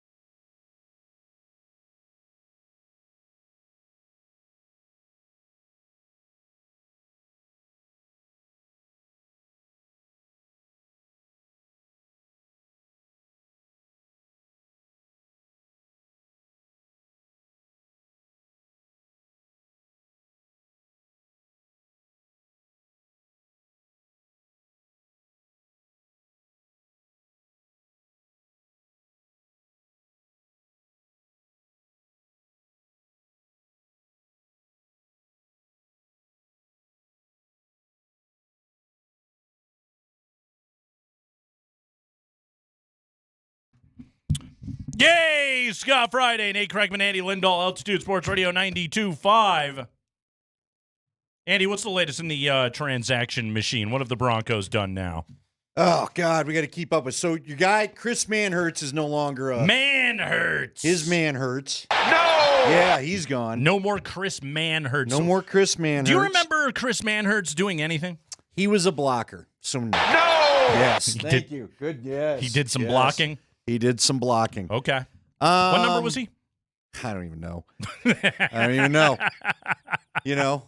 No, I don't know, so I don't remember. Mm-hmm. Tim Patrick agreed to restructure his contract. No word on what that number is going to be, but that should save them a significant chunk. Which is what we talked about of like, okay, give him an incentive-based deal, knock that number way back, let him build it back up with incentives like that. That's a good deal both ways, really. It's, it gives Patrick an opportunity to be like, okay, if I can stay healthy, if I can put up some numbers, maybe make myself a couple of extra bucks, and for the Broncos to save money on a guy that hadn't played in 2 years. I was pleased to see that was the direction that all went. Yeah, I'm trying to think. I think that's, Quinn Bailey apparently re-signed 3 days ago, Mike Kliss. Found out, so I was unaware about that. But you know what? Quinn Bailey might be in our life more than we want to. Obviously, we're all waiting. There's been no news that I've seen yet, and I didn't check. I'll check in the break. But I haven't seen anything about Cortland Sutton. I haven't seen anything about Garrett Bowles. Obviously, we all know about Justin Simmons yesterday. He took a good portion of the day before penning his thank you to Broncos country.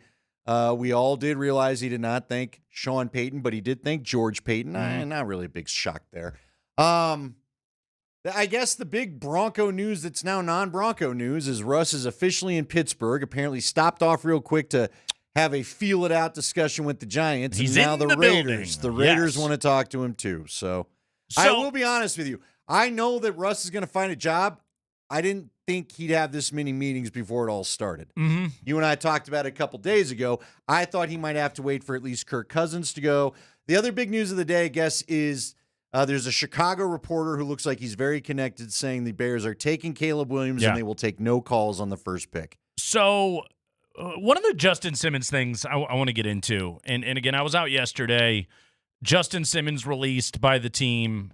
I wasn't shocked by it. I told you earlier in the week, be ready for the bloodbath. Simmons was one of the first names I said, so I wasn't shocked by it all. But one of the things that has sort of happened here in the last week, Andy, is it's kind of been just a purging of safeties all over the NFL. There have been, I've seen The Athletic, I've seen 3 publications write about how is there $100 million in safeties available out there. So Justin Simmons, Kevin Byard, Jordan Poyer, Jamal Adams, Eddie Jackson, Quandre Diggs, Rayshon Jenkins, Marcus May were all cut or designated a post-June 1st cut in Marcus May's case. And these guys sort of hit the market right here. And so there's been this reaction of like, oh, is this a suggestion that the market in the NFL or NFL teams do not value safety play, or is this like a market correction when it comes to the way that these organizations are paying safeties? I can't wait to give you my opinion, but go ahead, because I think one of Justin's old coaches started this problem. So it's led people to be like, oh, are safeties going the way of the running back? I don't think so. And let me tell you why. One of the things that I think are in common right here, of those 8 names that I gave you, 7 of those dudes are on the wrong side of 30. Fair enough. Which, when teams are looking, when it's this time of year and it's we need to get down, they always go to older players. Always go to older players first. And so in this situation, the one that I think is under 30 is Jamal Adams, but he's had a ton of injury history just here in the last couple of years. Right now, and I saw this in The Athletic, 10 safeties on multi-year deals worth at least $10 million annually. Harrison Smith in Minnesota, friend of the program, by the way, is the only player older than 30. I don't think this is necessarily what the trend is. I think safeties will still be paid, but they're going to get paid, in their 20s, in their mid-20s, at the end of their rookie deals. I kind of think this is a little more coincidental, Andy. See, I'm not so sure, and let me tell you why. Okay. Vic Fangio created the umbrella, keep it in front of you defense, and now everybody's using as an answer to these offenses. Too high, And yeah. why have they gone to that route? They've done that because it worked against Patrick Mahomes. Now, because he's Mahomes, Doesn't he's work figured anymore. a lot of stuff out. Right. But it does work against a lot of these teams, and I just think because of that, I don't know if it gives safeties the chance to be the playmakers that they once were. Now, listen, Justin Simmons is great for a safety for a scheme like that because he's a good center fielder, great at picking the ball off, especially if you make a mistake. But to me, an $18 million safety, and Nate, help me out, because I'm trying to think. When I was talking with a buddy about this earlier, the name that I could come up with was like Brian Dawkins. There's got to be, maybe it was. Who did the Seahawks trade for the Jets that they just released? Not Earl Thomas. Jamal Adams. Jamal Adams, thank you. Jamal Adams looked like he was close to being that. Mm-hmm. But again, the way you play them back, I'm not sure these guys have a chance to get upfield and affect the run the way they did once upon a time. We've talked about it a million times. My favorite guy is Steve Atwater. Why was he such a wrecking machine? Because they were not afraid to let him go up and just destroy running backs. Sure. Dropping these safeties back, man, you're relying on your linebackers to be able to do that, right? And really, in some ways, because so much of the linebacking job, especially for the off-ball linebackers, is in covering tight ends, we've seen their value plummet as well. Yeah. It's not the same market like the elite middle linebacker, with all due respect to Fred Warner and everything he's been able to do in San Francisco, and he's a great player, and Roquan Smith in Baltimore, but those guys don't get paid big bucks anymore. Dude, you watch a ton of college football. The way college football plays defense is even a little bit different. Mm-hmm. You don't necessarily have safeties always roaming around because you're going 5 wide. Everyone's got to take a coverage. Yeah. Right? Yeah. So I don't even know if safeties get the training sometimes in college. In some ways, it's almost like slot corners get used as safeties more often than safeties are getting used as because safeties. they have to be ready to go cover somebody. Yeah. But then that's when the good teams run it right at you because they figure you got your lighter guys on the field. Mm-hmm. So, look, I think the NFL figure it out. And to your point, if somebody comes out of here's how the safety gets paid again, Nate. You find a guy that's big enough to be able to handle himself in nickel defense against the run, but can cover that tight end. You find a guy that can be the tight end killer. That guy's going to get paid. Now, you tell me who they. I'm sure they're out there. I'll give you the name. Give it to him. Okay, and his rookie deal will run out after next year. Kyle Hamilton is damn near a $20 million a year player. Good call. Great call. He's that guy. Yeah. He just you see it in that Baltimore defense. That guy is just a playmaking freak out there. So, see, I like that. And he is a big guy. Mm-hmm. How long, and maybe they're already trying, remember when receivers kind of bulked up and went to tight end, and now we've got basically power forwards playing tight ends? Right. Someone's going to do that at the safety position, right? You're going to have to decide, hey, we got to get some taller guys to deal with these tight ends. Yeah. And I'm sure they've tried. It's been a part of but Simmons. now trying to find the He's athletic. a pretty big dude. Yeah. Yeah. So, anyway, it's, I think safeties will still have their value. I don't think you're going to see safeties paid into their 30s. But no, I think it's a completely fair point. I would also say, though, like if you're paying for a safety a lot of money, you're probably a team with a good quarterback on a rookie deal. Yes. You know what I'm saying? Right. You're not, and again, that's not the Broncos. They're going to probably have someone on what looks like a rookie deal. They're not probably going to be a good team next year. Mm-hmm. So that's just not, I understand why Sean Payton said this is a luxury we cannot afford. Yep. And by the way, Andy, and I'm sure you covered it extensively yesterday. We were kind of goofy. Justin Simmons, excellent Bronco. I would put him in the Ring of Fame. He is the best player of a terrible era of Bronco football. It's not his fault, okay, to paraphrase Good Will Hunting. Like, he had the worst collection of quarterbacks that he had to play in, and yet he was an excellent NFL player. I would put the guy in the Ring of Fame. I hope he signs with a contender. I hope he gets an opportunity to be able to win right now. But one of the things I think is really important with Simmons' career and his time here in Denver, what his legacy is going to be, what he was on the field, what he was in the community, all of those things. I don't want to see his individual accomplishments dragged down by the fact that he played for an organization that was in an ownership turmoil, flipping coaches every other year. GMs. Quarterback, the carousel is a joke to the point where every network is like, how do we outdo each other with funny graphics when Denver is playing on our network? Like, Justin Simmons was able to rise above all of that in his time here. He was a great Bronco. Do you ever creep on the show when you're sick, when you're out?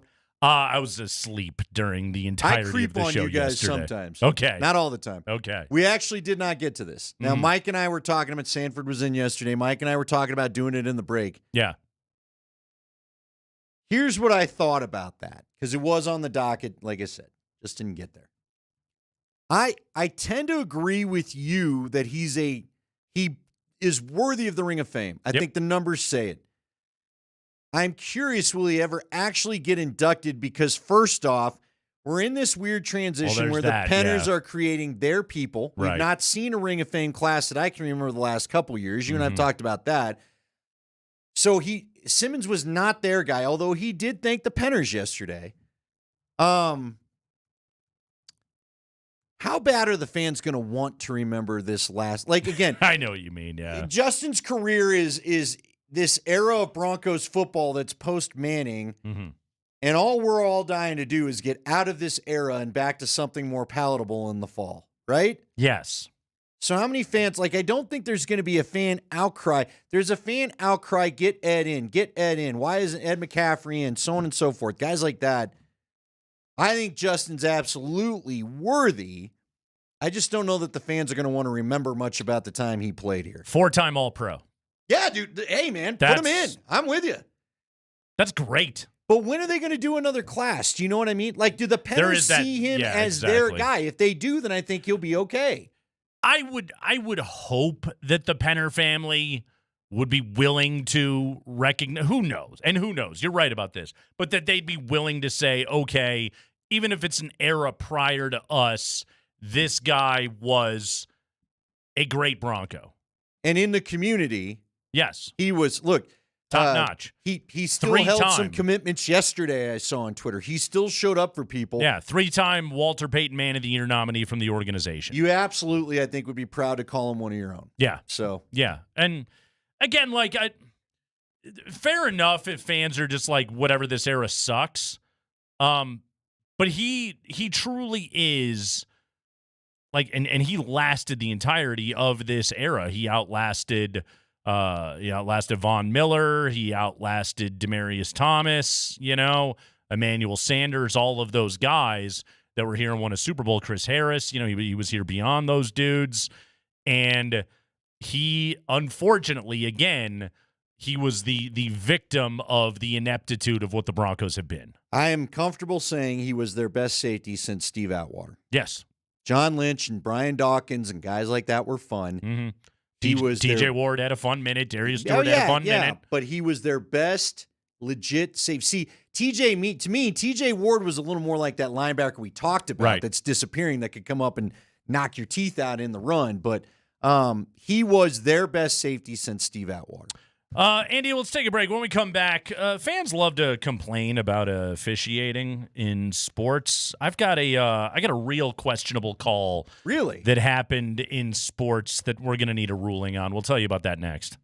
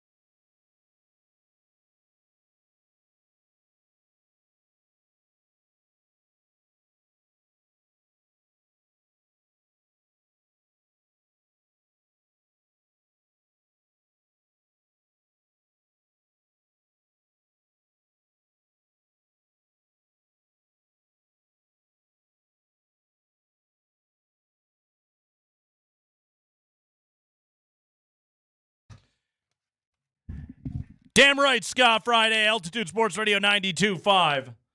We have the Avalanche and the Wild this evening. We'll check in on the Wild coming up at 4 o'clock. 4:20, Jeff Legwald joins the program. A lot to dive into right there. NHL trade deadline day happening. Big Nuggets victory. Buffs with a big one last night over Oregon. Hey, Colorado is they're really making a case on the resume right now. So we got nice little win the other night in Eugene. That's a big win, man. That's a big time win right there. They can pound the Beavers this weekend. Well, and we all hope to. They'll go into the Pac-12 tournament as a top 3 seed. Probably going to win at least one there. They're not going to get off the bubble, but they had a quad 1 win last night. There's something to think about. Lenardi has them in the play-in as of today.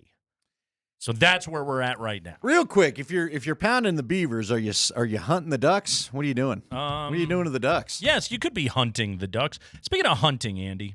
Oh, okay. I got a tale for you. Have you been following the goings on in Alaska recently as the Iditarod is currently being run? No, can't say that I tune in for all of that. Why, Okay. you big Iditarod? Is that what you did? Outdoor Life Channel or something? I'm a big yesterday as you were Iditarod sick? guy. Instead of Leave It to Beaver, As you know. you were watching dog races. I'm a big Iditarod guy. So, don't know you've been following this story, but I have not. A couple of days ago, Dallas Seavey. Yes. 5-time Iditarod champion. The guy. World-class musher, Andy. Real quick, since you're an Iditarod guy. Yeah. You can't get the jersey of Dallas Seavey, but can I get the parka? Do you wear the parka that he wears? Like, what do you wear to rep your guy? I think. Do they have NASCAR jackets with furry, fuzzy hoods, or you what? You get a taxidermied dog after they retire, I think is what you do. No good. Don't want your taxidermy husky, but thank you. So on Monday, Dallas Seavey, his team, they're coming around a blind corner. They're going down a hill between the Squentna and Finger Lake checkpoints. Finger Lake checkpoint. When there's a moose upon the trail. Okay. A moose has entered the trail. Moose, yeah. Okay. I think you want to roll up on the moose. Not really. But this is a thing that will happen from time to time. Sure, in the it's Iditarod. Alaska. Okay, that's that's Iditarod for you. All right. The game is the game, Nate. It's like Mike Shanahan. That's a National Football League. Yeah. Mm-hmm.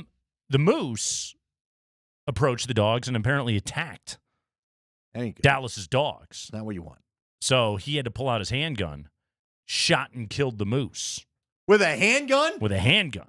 The hell was he packing? Whew, took him out. It's a good shot. Dallas Seavey, 5-time Iditarod champ, Andy. Okay, this guy's elite. Best of the best. So anyway, I did not know this. But in the Iditarod, if you kill an animal, because this is going to happen from time to time, you're in the Alaskan wild, stuff is going to happen. Yeah. You got to protect your dogs. But if you kill an animal, kill a moose, for example, you are obligated by race rules to gut the animal. Field dress the moose. So the meat can be salvaged. You have to gut the animal, and then you have to inform race officials. By the way, if you, while you are out amidst the wild and you come across one of these animals and you have to take them down, any other mushers that come up behind you, they are obligated by race rules to assist you in gutting the moose. This is, you know what? This no, wait. I was going to say, this checks out for polite Canadian culture. This isn't Canadian. This is good old American. It was Alaskan. They're quite polite Yes. there in the Iditarod. Mm-hmm. So Dallas Seavey guts the moose. Yep. Spends roughly 10 minutes at the site of the moose encounter. Finishes up, proceeds 11 miles, and camps for 3 hours. He encountered the moose at 1:43 a.m. He gets to his checkpoint, and he camps for 3 hours until 5:55 a.m. local time. Got to the next checkpoint at 8 a.m., Finger Lake, Alaska, and informed race officials of the dispatched moose. Okay? The gutted moose was later, according to The Athletic, retrieved, processed, and salvaged, and it is being distributed in Squentna, race officials said. According to Iditarod Rule 34, I know you're familiar with the rule book, Andy.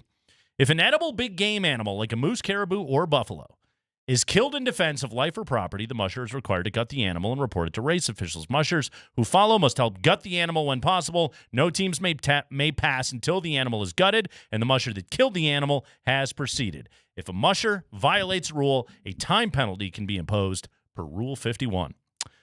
Iditarod race marshal Warren Palfrey, the Tony brothers of the Iditarod, Andy, convened a 3-person panel of race officials Wednesday to discuss CV's encounter with the moose. The panel determined CV did not sufficiently gut or remove the intestines and other internal organs of the moose. They handed CV a 2-hour time penalty at the 24 layover at the Cripple checkpoint. CV reached the checkpoint, which is about the halfway mark of the 975-mile race Thursday. Because of the penalty, he will serve a 26-hour mandatory rest as opposed to just 24 hours. Now, I do love the text line. We've got some people vehemently defending him. We're not knocking the guy. You got to do what you got to do. Oh, they had to airlift the dog out, by the way, Andy, but reports are saying dog's going to be okay. But $30,000 worth of vet care, according to a texter who seems to be really into this. So you're telling me...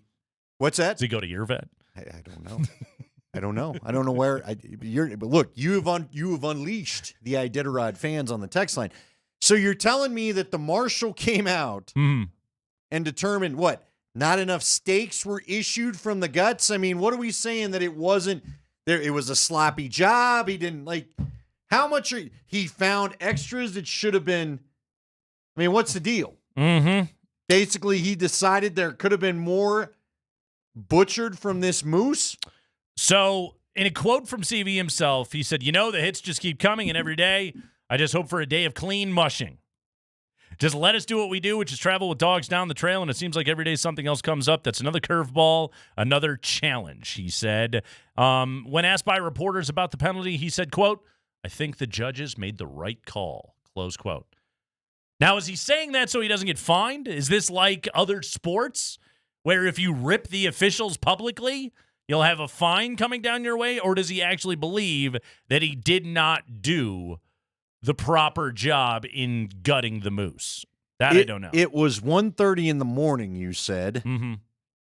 Is it light? Is it the time in Alaska where it's light all good the time? question. That's summer, right? Good That's question. their 1 week of I summer? think so, yeah. Mm-hmm. Yeah. Yeah, it could have very well been. You know dark how I out know there. it's probably not yet? Because I watched True Detective Night Country, and Christmas is when they have no sun. Here's the other thing that's wild about this story, Andy, is that you can't just move the moose. Right. No, it kind of big. Sounds like it was probably a large, angry animal. And apparently this was on a narrow part of the trail. Okay. Any of the teams that came up behind him, they had to go over the moose. I see. Mm-hmm. Is that why maybe if you gut it enough, can you then drag it off the trail? Is that part of the problem here? I don't know, man. Like, those things are several thousand pounds, right? Like, how much are those intestines weighing? Well, but if you relieve them of some of that. We do have Team Moose on the text line, too. Someone's mad at the moose. Remember, so to Jim, I understand your feeling about the moose, but the moose did attack. He didn't just shoot it. He wasn't just Wild Westing it through the Iditarod Trail. And it's life or death for the dog. Yes, and it's a handgun. Like, Yeah. they still can't get over. Did he pull out one of those gigantic, the 6-shooter pistol? I mean, what kind of gun did he have on him that the handgun took down a moose? I mean, I guess he's a good fire. He knew exactly where to. Dude, this had to be in the cover of darkness too, right? Yeah. Couldn't have been easy. It's not like the path isn't lit, is it? They don't light the path, I don't right? think so. No, right? Oh, you're in It's the an Alaskan outdoor- yes. wilderness. It's 975 miles. Texter said the moose pulled a LeBron flop. Got the T. Andy, I did. Oh, man. Out of curiosity, after I read this story, I was like, what's it like to field dress a moose? I looked it up on YouTube. Yeah, you Nah, don't I'm wanna. good. Like, I'm good. hey, remember I'm the good. Tauntaun scene where Han Solo's trying to stuff Luke in it? Imagine it's got a little of that going on. The guy said at one point, and I quote, "You got to grab the anus and pull it through." All right. Yeah, no. Okay. No. Whoa. Was that if you just want the pelts? Well, you want Could they take the pelts? You need the meat too. I know, but I'm just saying, if you take the pelt, it's cold. Fresh pelt. That's true. Extra blanket. That is true. Right? Can't believe you had the tauntaun Now I've comp got in there. I should have known. Everybody would know. I'm sorry I'm letting you know I don't know what caliber handgun will take down a moose. It just feels like that's not, it feels like you're taking Han Solo's pistol and shooting at an AT-AT. Pew, pew. Hey, real quick. Fall down. Speaking of the tauntaun. We're going to go into the wild, too, here We at are. 4 o'clock. But We are. Real quick, though, on the tauntaun. This is a thought you've kept pent up? Do you ever do you do a thing where sometimes like otherwise innocuous movie lines just work their way into All your the time. brain and you say them constantly? I say them to you here, you just rarely catch them. For example, anytime I lose anything, okay? Do you remember, like, if I can't find my keys? Sure. All right. Do you remember the scene? It's the morning after, and dude's in his snow speeder at the beginning of Empire on Hoth, and he's looking for him. And finally, Harrison Ford, Han Solo jumps in there like, nice of you to drop in. And he just goes, I found them. Repeat, I found them. I say that all the time. I don't know why. I've been watching that movie since I was 6 years old, and it's just burned into my brain. If I lose anything, when I find it every single time, I found them. Repeat, I found them. Mine is, and this is how you'll know I felt it was a stupid question if I don't make it clear with my facial expression. I like the one from Dumb and Dumber where he's asked, are you sure you went to the right place? And he goes, yeah, lobby bar, in the lobby. So, yeah. We've landed on the moon! I also like in your scene where Han's just clean as a daisy, like he had a shower at Tauntaun. Once we were done, I just bathed in the blood. It was all right. We're clean. And by the way, you're in a one-seater. You're basically in my Mustang. The hell are you picking him up in? Huh? He killed the Tauntaun. How'd you all get back to base? Is he riding on the handlebars? How did that work exactly? Yeah, Han's hanging off the back like it's a Subaru Brat or something. Hey, got any seatbelts I can have? They never showed you how they got back. 2-hour penalty. You gotta gut your moose properly, everybody. Are you going to tell the voice of the wild we're late because of Star Wars talk there, Spring? See if he knows. He's on a bit of a schedule, too. So Okay. They better go. All right, we'll go to break. Much more Iditarod conversation as the program moves on. 420.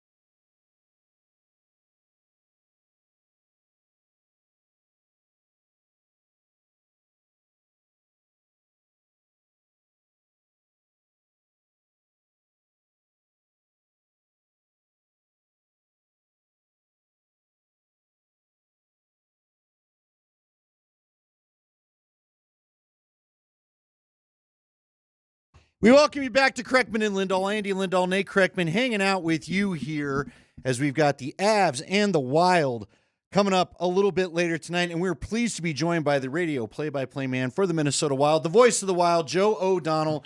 Joe, I appreciate you coming on for a number of reasons. A, it's a game day. B, I know you had back-to-back games. C, you're, I guess, in enemy territory. So why don't we start there? Is it still fun to get the Avs and Wild together, in your opinion? Yeah, it's just been so freaking long. Since I played them, like it was Thanksgiving for crying out loud. Hadn't even made the coaching change yet. Dean Evison and Bob Woods, one of his assistants, was fired just a couple days after that loss to Colorado in St. Paul right around Thanksgiving. So yeah, nice to be on with you guys. Thanks for having me. But these two teams are going to play 3 times the rest of the way, including tonight. So the rivalry certainly will be renewed here in no time. Joe, tell us about Brandon Duhaime and the way that he can fit in here with the Avalanche and how he was revered inside that Wild dressing room. Man, I got nothing but love for Brandon Duhaime. I could take up the whole segment talking about just what a great kid he is. Obviously, when you see somebody, from their pro debut in the American Hockey League, where I was for a number of years of the Iowa Wild, and then watch him get his, first NHL game, first NHL goal. Played almost 200 games with Minnesota the last couple of years. Very durable player, dependable, plays a straight line game, definitely doesn't mind mixing it up, dropping the gloves. He's going to chirp on the ice, on the bench. He is an energy guy. Teammates absolutely love him. And, I said this to a couple of folks the other day, and it was kind of echoed, I think, by Marcus Foligno of the Wild in a quote I read this morning in The Athletic. Was like, sometimes they say, like, well, we only give you a hard time because we love you. Brandon Duhaime is one of those guys, meaning his teammates just completely eviscerate him pretty much 24/7, give him a hard time, bust his chops. And it's only because he's just the perfect guy for that. And so I think he'll fit in well with Colorado from a chemistry standpoint, a lineup standpoint. Just a very well-liked guy, and he'll do anything, one of those run-through-the-wall type guys for a hockey team. Doesn't provide a whole lot of offense historically. I think he can score more than he has, but he hasn't, really generated a lot in the goal department in his career. But he's a great penalty killer, block shots, all those sorts of things, and he certainly will fight even guys maybe a touch bigger than his weight class. As far as the fit with the Avalanche, I'm assuming he's obviously a bottom 6, probably a 4th line left winger, but you know what you're going to get from him, and really good guy. So I don't think, if he's in the press box from time to time during a deep playoff run, obviously he'll want to be in the lineup, but he'll be no type of distraction. I am curious, Joe, you lose Maroon too, so a lot of toughness gone from the team over the deadline days, but what does this set up for the Wild as far as what will be your expectation the rest of the year, and then what will happen in the offseason, do you think? Well, it's a tough sled for the Wild to get in the playoffs, right? They're 7 points back of the second wild card, but there's a number of teams there. Calgary's there, St. Louis is there, Seattle's there. Looks like Nashville is sort of the last few weeks on this 9-0-1 run, really put themselves into a good spot. So now you're hoping either LA or Vegas falters. And, to have the defending Cup champs falter to the point where they miss the playoffs, that's probably not very likely. So it's slim. The hope has gotten a bit slim for the Wild to get into the Stanley Cup playoffs. It's certainly not mathematically out of the question. They went into last night's game in Arizona with 20 games left, probably having to win like 15, if we're being realistic. Pick up another 30 points, get in that low 90 range. So we'll see if they can do it. But I think basically the moves GM Bill Guerin's made the last couple of days are obviously for the future. He got a bunch of draft picks in 2026, which, they can be flipped for other assets, and that's certainly plausible in the next couple of years. They have this Russian kid coming over, should join the team tomorrow, former Wild second-round pick. I believe we're going at Marat Husnadinov, if the pronunciation is correct. We got to get him over the States first to confirm that, but he should slot in the lineup next week. Really, it's moves for the future. The Wild obviously still have the Zach Parise and Ryan Suter buyouts affecting them to the tune of almost $15 million for not only the rest of this year, but next year. They're trying to get younger. They're trying to give some of their top prospects a chance. And so we'll see how it plays out the next year plus. But right now, 19 games left. The guys in the room certainly aren't going to quit as they try to fight for a playoff spot. Talking to voice of the Wild, Joe O'Donnell, Avs and Wild tonight from Ball Arena. Real quickly, I know we want to keep you on schedule, but I got to get your opinion on this, Joe, because you just kind of made mention of it right there. You're suffering, again, one of the things hindering the Wild are the buyouts of the contracts and so on and so forth. So how do you feel about what Las Vegas is doing? Obviously, it's a topic around the NHL. They throw a couple guys on long-term IR. I think Ryan Whitney of Spit and Chicklets was going off about how big the payroll actually is when they pull everybody back off come playoff time. If you're a Vegas fan, I'm sure you love it. But are you with most of the NHL folks that think they need to do something about it, or are you team, you play the rules how they're allowed? I think I'm probably somewhere in the middle there. Like at times you kind of roll your eyes and go, really, this is happening again? Tampa Bay did it a few years back. Vegas did it last year. They've done it again this year. But then I have seen a lot. It's like you think they don't want Mark Stone in their lineup for the last 25 games. Like obviously he's hurt, so they wouldn't be sitting guys out or putting them on long-term IR just to try and beat the system when they're some of their top players. So when I think about it from that standpoint, I kind of lose some of this conspiracy theorist approach to it and think it's just kind of, the rules are the rules. And they've been in some situations where they've had some star players that need to go on the mend and sit out. And, when they come back, I guess it benefits them, obviously. But in the meantime, they're playing without some of their top players. By the way, Joe, what is the Wild logo? What is that thing? It's the Wild. Listen, I can't comment on that because if, it gets back around that either A, I don't know, or B, I said the wrong type of animal, I'll get myself some hot water. So I'm going to leave that one be. All right. It's an animal of some sort with a river as its mouth. Joe, good stuff, man. We appreciate the time. Have a good call this evening.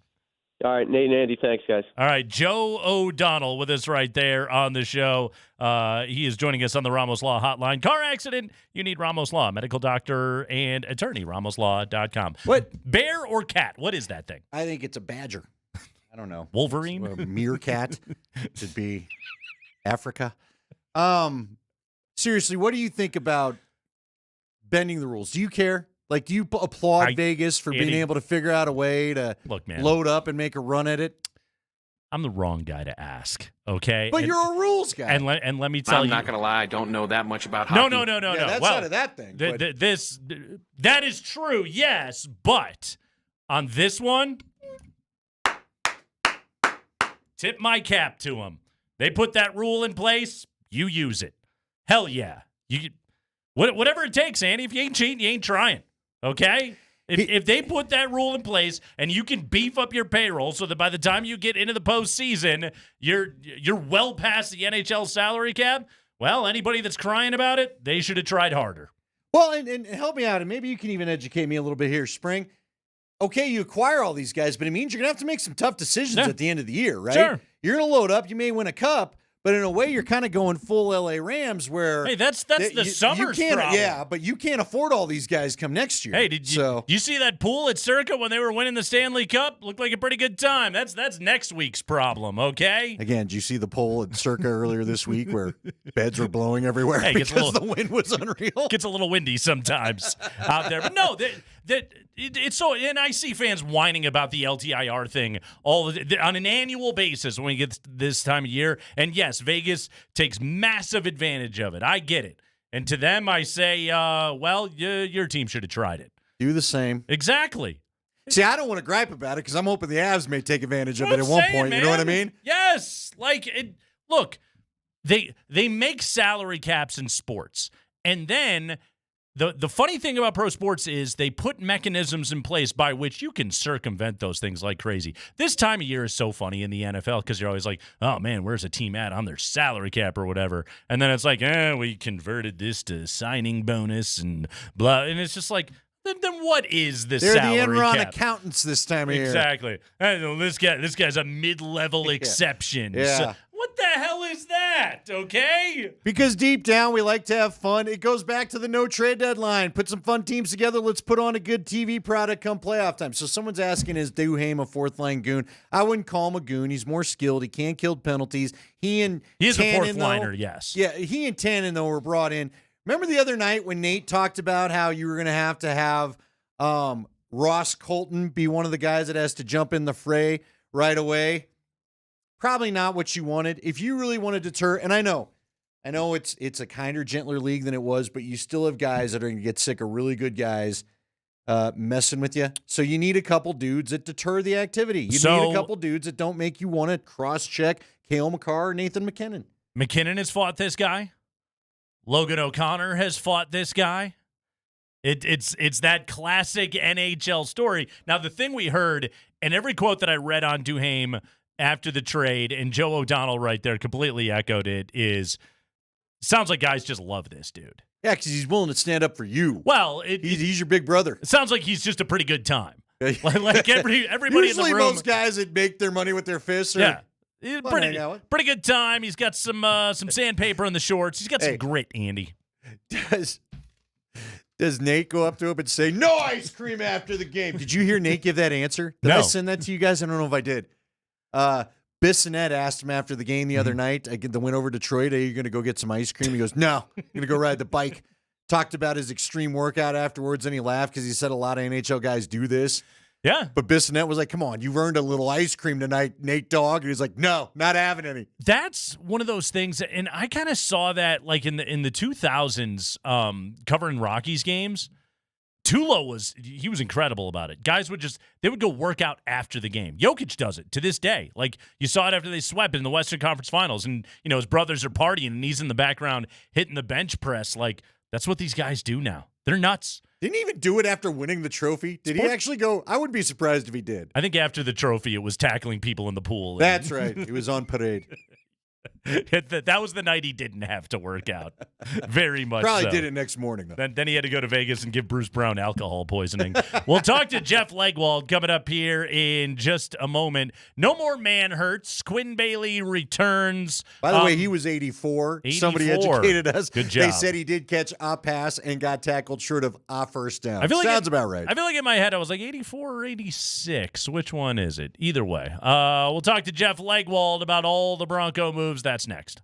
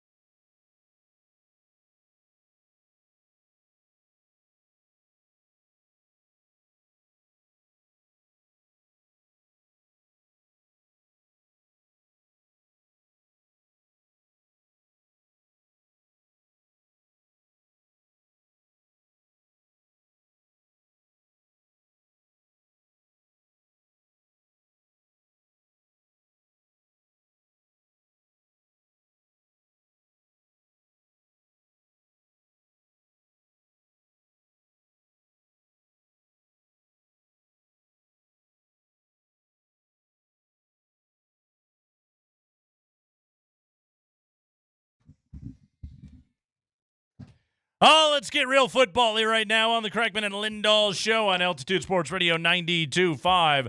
Our pal Jeff Legwald of ESPN joins us on the Ramos Law Hotline. Car accident, you need Ramos Law. Medical doctor and attorney, ramoslaw.com. Jeff Legwald, how are you, my friend? I'm good. How are you guys? We're doing great, Leggy. Let's start with our buddy Tim Patrick. Your colleague Field Yates reporting a few minutes ago some details on the restructuring of Tim Patrick's contract. We knew there was an opportunity for some savings there with Tim Patrick, but he will be retained and will be on the roster. How did the Broncos make this all work? Well, I mean, Nate, we talked earlier that Tim Patrick's contract was going to be one of the target points, and Mike McGlinchey's contract as well, and they both have been just that, as we talked about a week ago. I think it's kind to call Tim Patrick a restructuring. It was a severe haircut. I mean, he went from, I mean, Leggy, imploding a building is a form of restructuring it. Yeah, no, I mean, you feel for Tim because 2 years – He never caught a pass from Russell Wilson. Wrap your head around that for a second. But he took a reduction to the league minimum for a veteran, which is just over $1 million, $1.2 million, and then some per game bonuses, and so he will. They saved about $8 million there. They got about $11 million cap space for kicking the can in McGlinchey's contract a little bit, so that bill will come due later. And then, Manhurts' release created about $2 more million, just over $2 million more room. So that's like 21 or so million, depending on the exact numbers are probably a little different than that, but roughly 21 million in cap space. And they were roughly 15 over after they released Justin Simmons. So that's where you put them. They're under to start free agency. How much they can participate, they're still pretty limited. Yeah, how more extreme could they get, and do we know for sure yet which year they'll take the bigger hit on Russ's dead cap hit? Yeah, my understanding is they're still leaning toward the big hit this year, but as of the last time I checked today with people, no one was willing to say a decision's been made. But they have a few days yet. I do know they're shopping around for defensive tackles. I think they want to participate there in the middle tier. Whether that means in the legal tampering period, usually not. But the defensive tackle market got reset today with the Ravens. Matabuke. Signing their amazing defensive tackle. That sets the bar. But so I do know they do want to participate a little bit with some very specific spots leading the way, defensive tackles, and maybe a defensive end. What about a veteran quarterback? Yeah, well, that quarterback is like a whole nother conversation here. I mean, they're shopping for quarterback, but look, just do the math. They were 15 over. They're roughly 21 under. Now they're nowhere near enough room to go shopping even for a middle tier quarterback. And, I think they will like one or two of the quarterbacks enough to think about trading down and taking one developmentally, maybe not for 2024, but somebody they like moving forward. I think they might be getting to that place. It's just a matter of how the board falls and what they think they can do at that point. But I do still think they're going to sign a veteran, or would like to, or will at least kick the tires on a few just to see what the price is. All right, Leggy. As we continue to try to talk about saving money, and I know that any of the guys from last year, I suppose they could try to still restructure when it comes to Ben Powers and Zach Allen. What do you think happens with Bowles and Sutton, though? I mean, again, it just is kind of, it feels like those were two of the guys mentioned by Russ. I'm still waiting to find out if we're going to have a Russ side, a Payton side when it's all said and done. Maybe not. But those are two big cap numbers that they could do something with. Do you think they look there to trade those guys, or are they just going to leave it alone? And I think everything is on the table. I don't think if anyone's saying definitively they are or are not going to do something right now, I think that's misspeaking. I don't think there's anything not on the table right now. I mean, look what they've done already.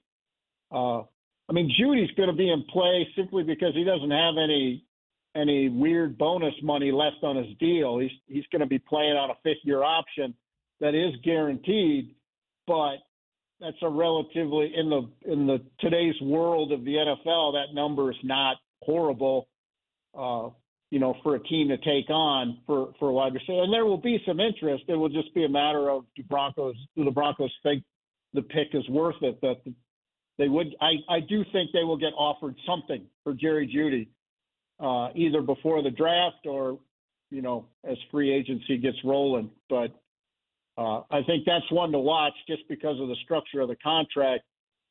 And, Bowles and Sutton, they've already done McGlinchey, to create a problem later that's too big is not something they want to do either. They don't want to do all this and then kick these multiple cans down the road, and 2 years from now they're doing all this again. I don't think, at least from speaking to people at the Greg Penner combine, said he didn't want to do it. Yeah, no, I don't think that's what they want to do, and I think they would have a hard time.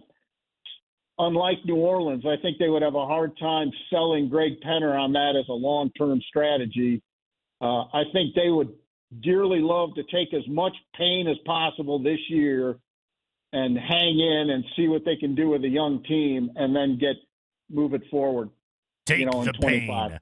Jeff Legwald of ESPN with us on the Ramos Law Hotline. Jeff, want you to weigh in on our conversation from last hour, talking about Justin Simmons and the bigger picture of the way the NFL is valuing the safety position, the amount of safeties out on the market right now that have been cut loose. We were having the discussion. Is safety play being devalued? Andy posited that point. I pushed back a little because so many of these guys are north of 30, which teams just don't want to spend big money on guys in their 30s, that maybe the safety position isn't in as much peril, at least, payroll-wise, as it would look. Where do you come down on this right now? Leggy, are teams starting to look at safeties like the running backs of the defense? I don't think anything that extreme, Nate. I think what you're seeing is a shortening of the window overall at every position to what general managers and personnel people think is a good run with your team. It used to be if you got two full contracts, that was a great run with a player with your team. I think everyone is shortening that window now to rookie contract and change. And, Justin's run here was 8 years, and that's very good. But I think that's sort of the max window for a lot of guys. Now, when I talk to personnel people, they're thinking more in terms of how productive will the guy be on his first contract, and then, where do you go from there? And I think it's more that. I think that just happened this year that a lot of safeties got paid, had the same number of birthdays, and I just think that grouping was an outlier. I don't think that's a trend yet that we can speak to, because every defensive coordinator I know doesn't believe you can play defense in any fashion in today's NFL without a mobile safety who can play down in the box and then still have enough athleticism to get deep when he has to. And Justin Simmons will have a demand. I've talked to guys already who've already said he's an upgrade for who we have on our team. So I think he will have interest, and it would shock me if Justin just doesn't go for as good a winning situation as he can possibly get, even if it costs him a little money. I think he's at that point where he just wants to get to the big game and, take whatever contract that takes to do it. All right, what do you think about Russ? Russ, all of a sudden, he's got the visit to Pittsburgh, which, of course, Vegas was saying that was going to be the spot all along. According to your colleague, Adam Schefter, he had a stop off and talked with the Giants real quick, and allegedly the Raiders wouldn't mind a conversation. What do you think goes on with Russ? How quickly do you think he signs? Well, Andy, it's the best deal out there for a quarterback. You're going to get a quarterback for $1 million. I mean, in the NFL, that's like ridiculous. So I think a lot of teams will be. There's probably a few more interested behind the scenes. I mean, I put Pittsburgh in my story the day I wrote. We wrote that. They announced they were going to release him.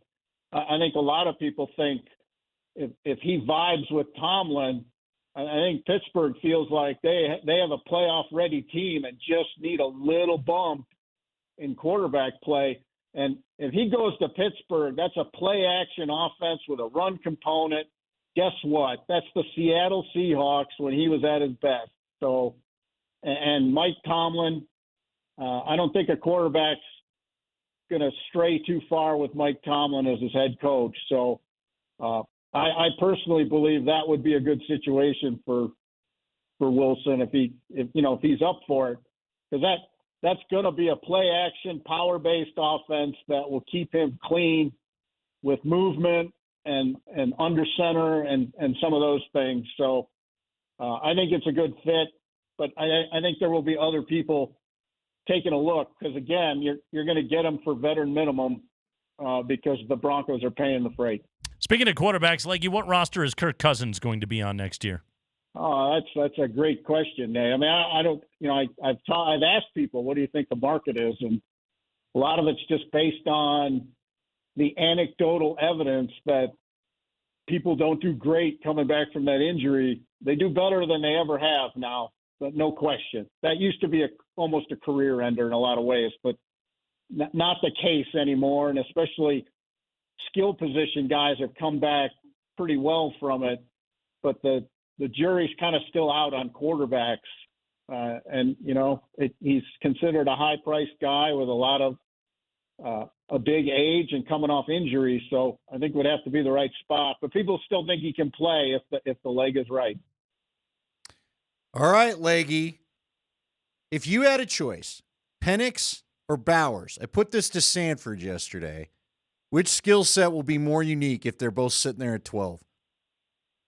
For me, the Bowers is the grade for me. I won't have Penix graded at 12, but Bowers will be a top 8 player on every board in the league. So, so for me, the value play is the tight end. But there are many folks who say quarterback or bust for the Broncos, and I know a lot of them are fans. And I think the guy to watch down the board a little bit is Bo Nix. I think he fits, and it's just a matter of what the Broncos think of him, because we're not going to know for sure until they have to show their hand. Things will be leaked, things will be thrown out there, things will be lied about, and we won't know what they really think till they show their hand. But from a football perspective and where he could be on the board, I think Bo Nix is the fit of the guys, that could be in play if they trade down a smidge. They want picks. If people don't think they want picks, they're mistaken. They want picks in some fashion. They know the trouble they're in. They know how to get out. So unless a quarterback they have graded 12 or above is sitting there looking at them, I think they will likely trade down a smidge. All right, real quick then. What'll be the ask for Mac Jones? What do you think the return on Mac Jones will be for New England anyway? Again, everyone's so quarterback, thirsty. Part of me thinks Justin Fields, whatever deal comes out of that, or whatever, kind of however that table is set before the draft, is going to sort of set the trade market for the quarterbacks who have been told to move on, which is Mac Jones is one, Justin Fields, the Jets, are they going to move Zach Wilson, who they picked at number 2? All those guys are going to be in play, and they're all coming off situations where their teams have said, no, thank you, including Russ, and maybe Russ is the first domino to fall in some fashion, but I think the trade market, at least people are telling me Justin Fields whatever the Bears do, may sort of set how that all goes. Guys, you read Jeff Legwold, ESPN.com. Watch him on ESPN. And, of course, listen to him here on Altitude Sports Radio 92.5. He joins us via the Ramos Law Hotline. Car accident, you do need Ramos Law. Medical doctor and attorney, ramoslaw.com. Jeff Legwold, beautiful stuff, man. Thank you. Thanks, fellas. Happy Friday. All right, Jeff Legwold with us right there. Boy, Andy, it's the time of year where they're all just lying. Oh, yeah. They're Nobody's all giving you anything. lying all the time. No. If you're Denver, yeah, wouldn't the prudent move, the wise move, just keep letting it be known? Yeah, we like that J.J. McCarthy. Yeah, we like that J.J. McCarthy. Yeah, we like that Michael Penix. Yeah, we like that Bo Nix right there. You like them all. And then just make sure that everybody knows you're hot for a quarterback, and then just sit there at number 12 and watch blue chip players fall down the board to you. Well, especially, see, again, what do you think, quickly, I'll quick fire this to you. What do you think they do with Bulls? Here or gone? The moves they've already made and the fact that they got McGlinchey already knocked down leads me to believe it sure feels right now like Garrett Bowles ain't going anywhere. So then, you think they're looking for a tackle? Because to me, if you think a top tackle can fall to you, because the top tackle will fall to you at 12 the way this thing's going, if the rumors are true, and as you said, it's the lying year, so who knows? Yeah. Then how far down are you willing to drop? You got to stay top 20? Jeff Legwold says in every draft, there's usually true 20 first-round grades. Yes. True. Guys truly graded as a first-rounder, there's usually only about 20 of them on average. So do you just make sure you don't go any further down than 20? Yeah, or because of the quarterback rush, does that allow you to play with that number a little bit? I don't think Mims or Alt will be there for them at 12. Like I can't see a world where those guys get out of the top 10. And I got to think the Chargers at 5 are taking a tackle. Like Jim Harbaugh knows he's got to get a stud in, to be able to protect Justin Herbert and help him out a little bit. But that does mean, the Oregon State kid could be available to you potentially. Like you could get your tackle of the future right there, boom, at number 12, and that could be a good situation for the Broncos. Because, again, if 4 quarterbacks go in the top 10, probably as much as 2 players are going to drop that are going to be above a grade at number 12. But if you want a second-round pick, and I got to imagine they do, they're going to go backwards. Your only choice is to trade down from 12, right? Then and you may have to go into the early 20s to do it. Andy, we had some solid, all-timer Jokic to Aaron Gordon lobs going on last night. But let me tell you why I think the next one they throw this year is going to be really nice. That's next.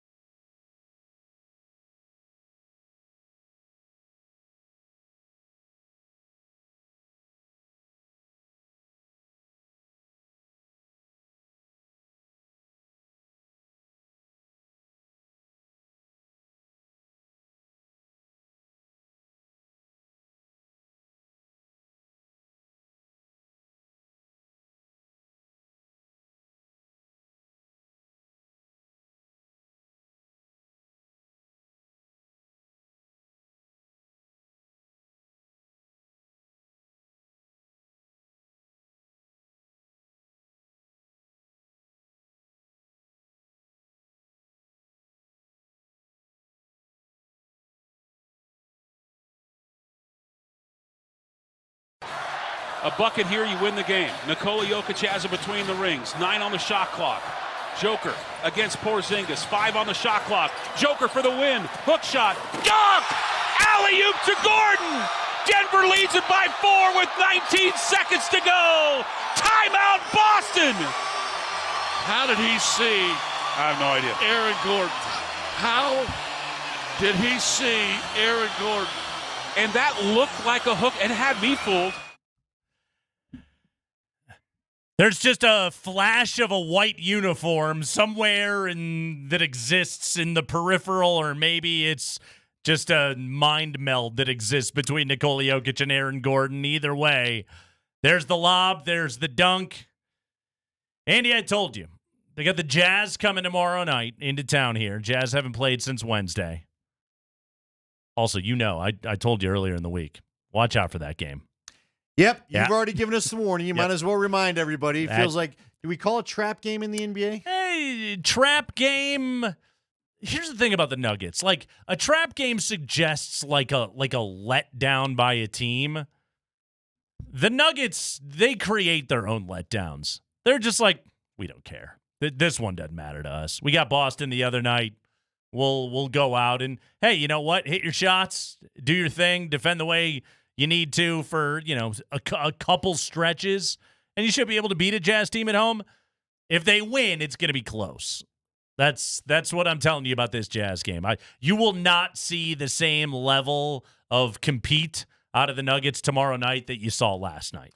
All right, let's see here. I'm going to go to the schedule. Mm-hmm. Give me the games you think that they actually get after it again. Did we see our last really get after it again game last night? Andy, this is why I told you when you suggested in the open of the show today that the MVP race is over. I don't think it is. Right. Because I don't think Nikola is. You're not going to see. There's not going to be a ton of I got to go kick ass. And their next two are Utah and Toronto.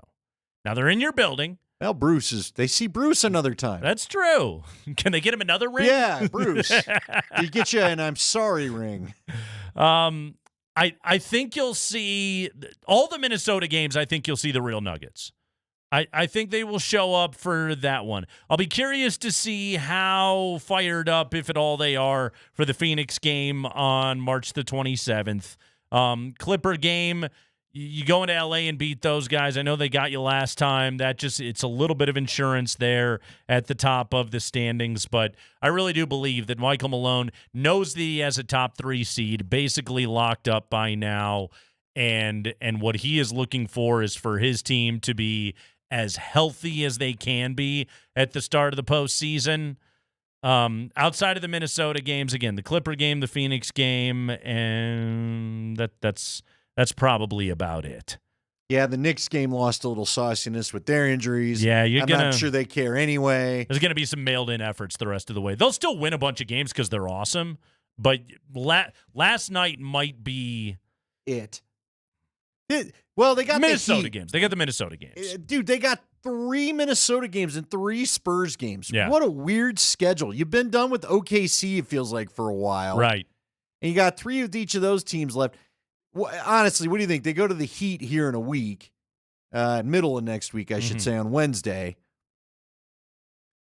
They don't care, right? They got them at home. Is there any leftover finals? Andy, they got a they got a night off in South Beach before that game. Yeah. I want to stay. Is that I want to stay on parade night? Nicola always has a good time in South Beach. They like him down there. Who doesn't like Miami? I'm telling you right now. I wouldn't want to live there, but that game next Wednesday in Miami, they're gonna lose that game. Woof. They will lose that game. I could be shocked. You never know. Things happen in sports, but I don't see the Nuggets winning that game. Andy, I told you next Jokic to AG lob. It's gonna be real nice.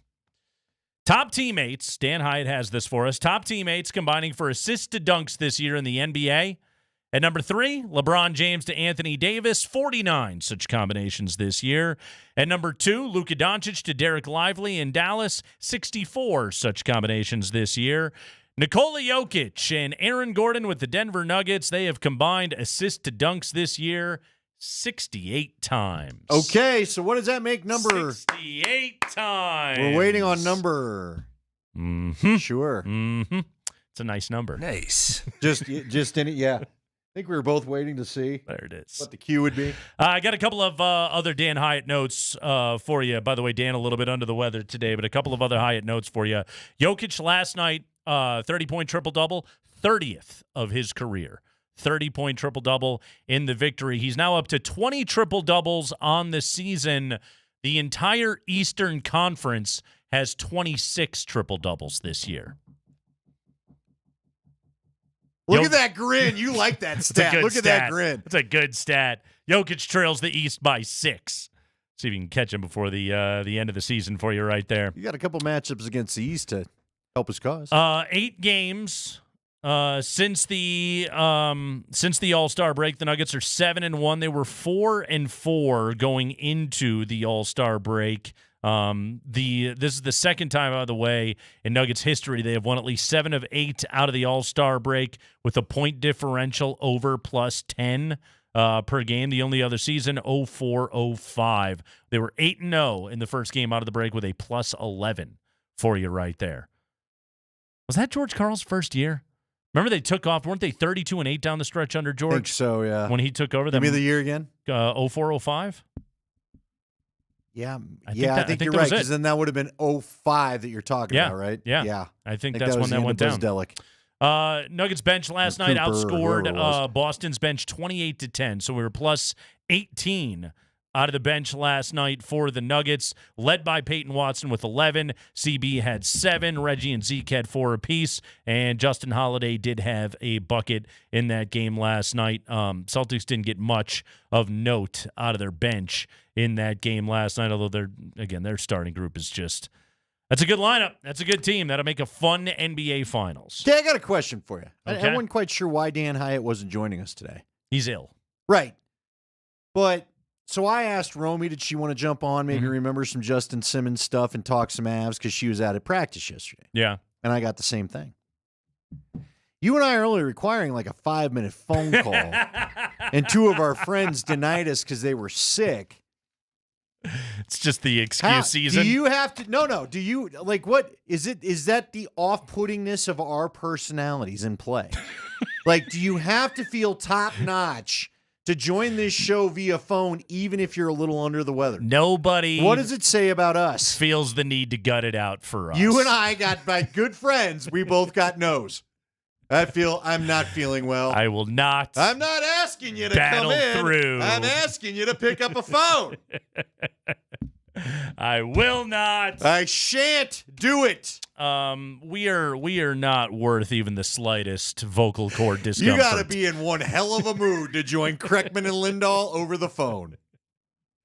You got to really have some free time on your hands. Really nothing better to do. I'm going to be at Starbucks. I don't know. It's tough for me. How many grandmothers can I have that will die rather than go on Nate and Andy's show? How many family members have I offed to avoid this? You know, I've looked at your family tree. I'm pretty sure you're the only one left. It is Kreckman and Lindahl. We got the 5 biggest stories of the day from around the NFL. A lot of Broncos contract stuff going on right here. Machinations aplenty. Andy, I got a bit of a conspiracy theory to drop on you about the Pittsburgh Steelers. Oh, really? We'll do that next.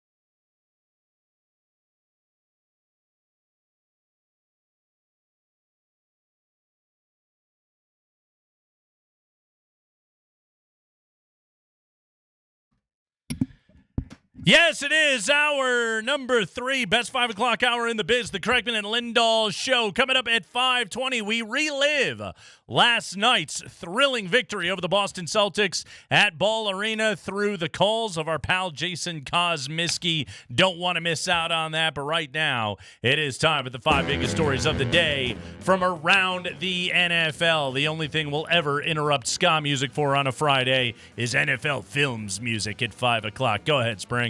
The High Five is brought to you by Bet365. Whatever the sport, whatever the moment, it is never ordinary at Bet365. Today, Russell Wilson did meet with the Pittsburgh Steelers, and apparently yesterday he spoke with the New York Giants, according to Adam Schefter. Yeah, the Giants thing we didn't necessarily see coming. The Steelers, I told you at the Combine, when Omar Khan was out there, like, we love Kenny Pickett, we love Mason Rudolph, it was just like, no, you don't. All right, okay. And the Raiders apparently are with some interest. But Andy, I got a thought here about Pittsburgh talking to Russ. I think the Steelers found themselves a useful idiot. So why don't you think they actually want him? You've been against this idea from the. Do you have a secret love of Steeler football I don't know about? No. because look, he's been the odds on. Pittsburgh's been the odds favorite by the betting markets forever. There's nothing about the Steelers and an Arthur Smith offense that would suggest that Russell Wilson would be a good fit there. They like to throw over the middle of the field and typically want the ball out on time. I believe that the Steelers are bringing in Russ to both send a message to Kenny Pickett and to get Mason Rudolph to the negotiating table faster.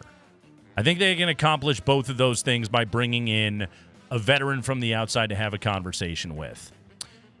I also believe that this meeting is being done to satisfy one of the Steelers' minority owners. So check this out. Thomas Tull, one of the Steelers' minority owners, is a business partner with whom? Russell Wilson and Sierra. And those three, along with, this is funny, Russell Westbrook, are founding partners of Evolution Advisors, LLC, a joint venture with Acrisure, which holds the naming rights to the Steelers Stadium. Acrisure signed a 15-year deal for $150 million for the rights to rename what used to be Heinz Field. So it's very possible this guy won't stop calling about Russell Wilson. Just bring him in here and have a conversation. Maybe. I'm not sure I'm all the way there, but I do think that's an interesting link. Here's what I'm curious about. Now that New York sneaked into the conversation, or snuck or whatever. We all got to remember, they kind of pulled their own version of the Broncos at a much less damaging cost by re-signing Daniel Jones. Yeah. Does Russ opt for the big lights and marketing opportunities of New York and ultimately try to swing something to go back there? Here's what I wonder. No matter what, because I don't think Pittsburgh was like again, you and I are thrown off, I think, because neither of us thought he was going to be. I knew he was going to take visits. I think he'll have a job. I know he'll have a job. But I didn't think he was going to be first wave guy. I am surprised he's already on visits right now. Is there just like that little, remember Mello and Lala and the Bright Lights Lake again? If the Giants want you with he wants to be a brand. Yeah. He opened up a stinking clothing shop before he even took a snap at a practice here. Yes. That screams. To me, I started going, is he going to just try to go to New York at all costs? Because, look, Daboll could do some whack things with him because he's done some whack things with Trubisky. Here's with Daniel Jones. No, Trubisky. Remember when they were together in Buffalo? Oh, you're right about that, yes. Here's the one thing I wonder, though, is, all right, if you're Russ, the New York media market, is that a good thing or a bad thing for you? I think it's a bad thing, but I don't think he sees it that way. You know how he sees himself. He doesn't care. Well, he's going to win 2 Super Bowls in the next 5 years. So, like, for him, it's going to all be magical. But again, his wife still wants to sell some records, right? Sure.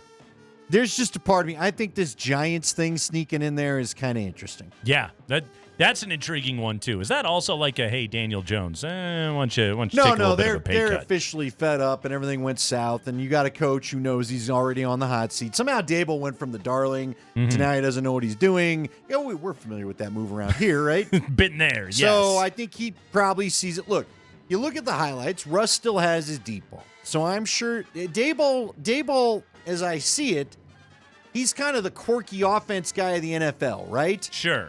I don't think he's worried about the Sean Payton 3 seconds out of your hand over the middle of the field, hit the crossing route in stride kind of deal. So, and again, Russ is going to be like $1 million. Okay, real quick on the deep ball. You know, one of the things that makes a deep ball look good receivers that can catch them. Do the Giants have one of those? I don't know the Giants roster. Don't be asking me to. I don't know. Seriously, can you name a Giants receiver right now? Not currently. Don't they have the tight end from the Raiders? Darius Slayton?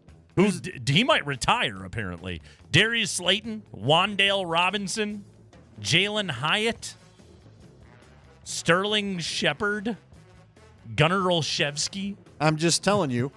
I think you need somebody to go catch the damn thing. That's what makes a deep ball look good. I'm just telling you why the Giants I think are interesting, and I'm letting you know that if the New York market is interested with the brand building we saw him desperately try to achieve here, I'm not going to be surprised if that's what he opts for. I mean, Andy, I'm just amazed, with the likelihood of winning 40% of the Super Bowls in the next 5 years, why isn't everybody bringing in Russ right now? Boy, you are salty. He's out of your life. You know what? I almost sent you 2 posts today just to send you over the edge. He took pictures with the pilots on his plane. Yeah. That was tweeted out. That's nice. And he stopped and took pictures with fans in Newark Airport. Beautiful Newark Airport. I was going to say, they're in Newark. Haven't they suffered enough? Spring. High five. All right, here's some Broncos notes. First, they have released blocking tight end Chris Manhertz. They will save about $2 million with this move. But he did have 2 catches for 16 yards. I didn't know he had season. 2. We were aware of 1. 1 was pointed out to us. That's 8 yards per catch. The Broncos have re-signed offensive lineman Quinn Bailey to a 1-year deal. He was set to become a restricted free agent. And we noted a couple weeks ago that the Broncos were going to release Tim Patrick if they could not renegotiate his deal. Well, they did just that. They renegotiated his deal.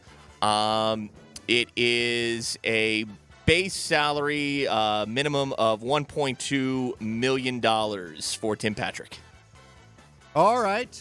That's good for Tim Patrick. Look, I think it's good that they were able to keep Tim Patrick around.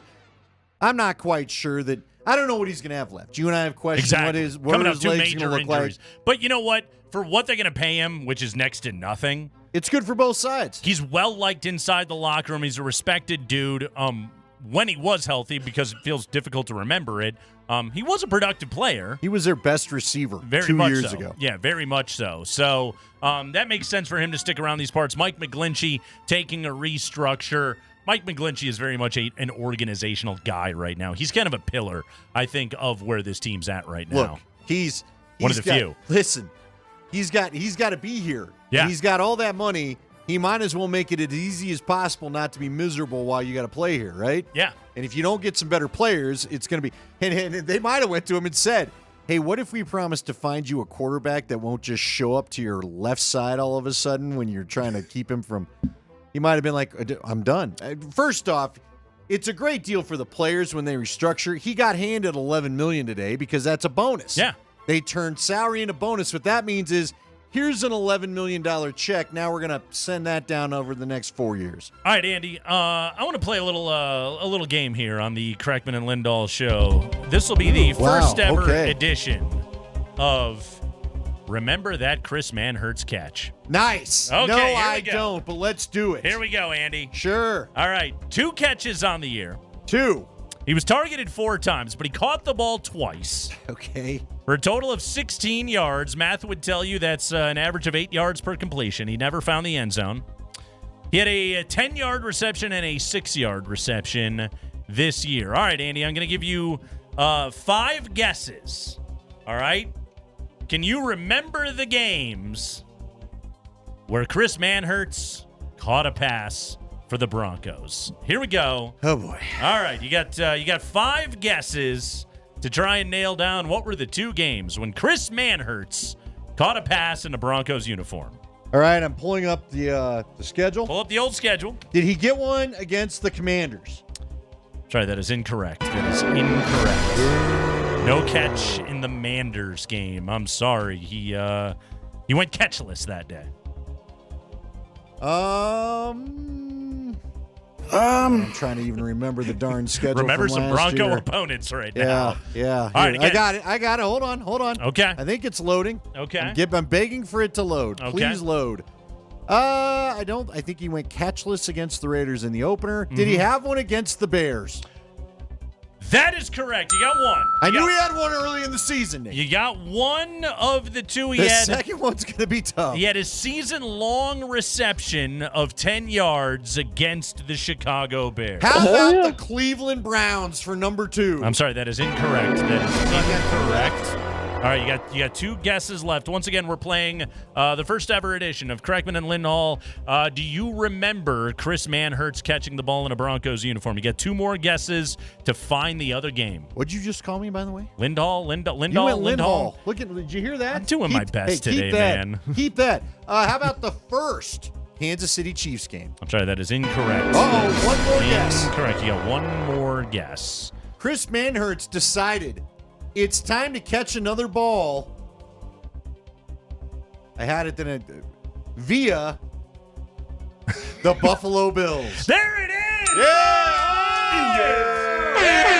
Russell Wilson comeback. That's I right. threw 3 all over the place, but I completed the 2 that mattered. There you go. Took all the way to the 5th guess, too. The drama. This man knows how to build it up, folks. That's right. Chris Manhertz caught a ball against the Bears, and he had a 6-yarder against the Bills. That was post-bye week. That was a part of really screwing up the Broncos' plans for you right there, Andy. Yeah. Looking back, I wish you would have had none. Although, which one was the 6-yarder you said was the Bills? No, that was the Bills game. That didn't help much. Probably not. The 10-yarder was probably the one that the guy texted in earlier and said he got stopped short of the first down. It was 3rd and 11, and he got to the 10. Sounds about right. Sounds about like every Broncos offense since 2016. 3rd and 11 is a very Denver Bronco down in distance. It so is. We've seen a lot of 3rd and 15s. Yeah. Handful of 3rd and 25s. If you like 3rd and 8s or longer, this is the team for you, this baby. team is not of 3rd and less than 4. We're not your guys. We want to let you know we are throwing the ball. Way to go, Chris Manhertz. Big catch against the Monsters in the Midway, and then he got one up there in Orchard Park. So, does either team end up signing Manhertz simply off remembering the reception against them? I could see him being a Buffalo Bill, sure. Yeah, he's a Bill. Yeah. He's a good Bill. Who was the other team? I already forgot. It was the Bears. The Bears? Yeah. The Bears need a tight end. They got cap They need space. any kind of blocking they can get, right? They need to fill out a roster. Somebody so. texted earlier, too, Manhertz, I think, was our best offensive lineman. That seems unfair. Yeah, come on. It's not bad. Miners was there. Miners was good. Spring. High five. Ian Rappaport reporting that the Patriots have been taking calls from teams about a possible trade involving Mac Jones, and that those teams are doing work on the 2021 first-round pick. Rappaport also reports that the Patriots appear to be open to making a deal involving Jones. Here's the problem. No one is open to calling them about Mac Jones. Watch the Broncos. The Broncos are going to trade for him now just because I said that. Keep the tape, Spring. I like the Patriots have been taking calls from teams about a possible trade involving Mac Jones. This is one of those reports that comes out on a Friday afternoon, and every team around the NFL is like, well, I know we're not doing that. They're texting each other. Hey, did you call the Patriots? You didn't, did you? Nope. Just like George Payton couldn't even play that game at the Combine. Remember that? What would you trade for Mac Jones? I'd throw a 6th out there. 6th? I'd maybe go to a 5th if they eat some salary. Ooh, huh? A 5th. There we go. Listen, I'll say this. I asked you guys in the Twitter, in our little thread, I probably would trade for him before trading up if you're picking from the back half of the litter, right? The thing you don't know about Mac Jones, like, This is what's always tough about the damaged goods guys, right? Is that, like, I don't think Mac Jones is terrible. Like, I don't think he's, like, not an NFL quarterback or something like that. I don't think you're winning the division with him. Like we've... Brings out enough of the chat. A little hot there. Get hot and heavy. Get out of your thoughts. That's a producer telling you, get off the Mac Jones I topic. told you, we got time. You're bleeding listeners. No. I could see the Broncos calling, and they might be one of the teams. They could be. They need a quarterback. A team that could have some interest. Matt, the thing you worry about is like, okay, you've been screwed up. All right, you've been done dirty. Okay? On The Bachelor, Andy, they would say, I'm afraid to be vulnerable now. Okay? Yeah, you've been hurt. That's kind of what's going on here with Mac Jones. Like, is he open to really doing the work to get corrected, to allow happiness into his life? That's what we don't know about Mac Jones. Or is this a guy that's just like, I played for Bill Belichick and Matt Patricia and Joe Judge and Bill O'Brien, and I hate football now? Yeah, I could see that. Look, I think he would do maybe at a better rate than Stidham what is asked of him by the Sean Payton offense. Again, am I going to fire up the bandwagons that you're going to win the dang division? No, I'm not. But I wouldn't be surprised if it's a nice price. Yeah. Broncos, I could see him fitting in with Sean Payton. Hey, real quickly, give me that last story, Spring. Yeah, real quickly, the Ravens put the franchise tag on Pro Bowl defensive tackle Justin Matabuki after a 13-sack season, but they have negotiated a new deal with him, 4 years, $98 million. There's your starting point for Chris Jones. And this, I want this one. Oh, you want that one as well? The Raiders have released Brian Hoyer. There it is. Russ is a Raider. The backup is gone. Hoyer's out. Did you see Russ is in? Did you see this note in here? I didn't see any of the notes. Go ahead. Hoyer's departure will create only $92,000 in cap space, as the Raiders will have to take a $2.6 million dead money hit. Seriously. It didn't even hit six figures. Is that Antonio Pierce going, listen, get the last of the Patriot guy out of here, please? $92,000. And football money, that's funny. By the way, Justin Matabike is awesome, and good for him for getting paid. How about that? $98 million. If you had a defensive tackle, this is the old Fletcher Cox. Yeah. If you're having to deal with a guy dude, what did Chris Jones just do? Yeah. Did Chris Jones go, oh, no franchise tag, huh? That's a shame. Yeah. Will this cause Chris Jones to leave? That guy's a stud, and the Ravens are going to be awesome again next year. We're reliving the Nuggets' victory over the Celtics with Kaz next.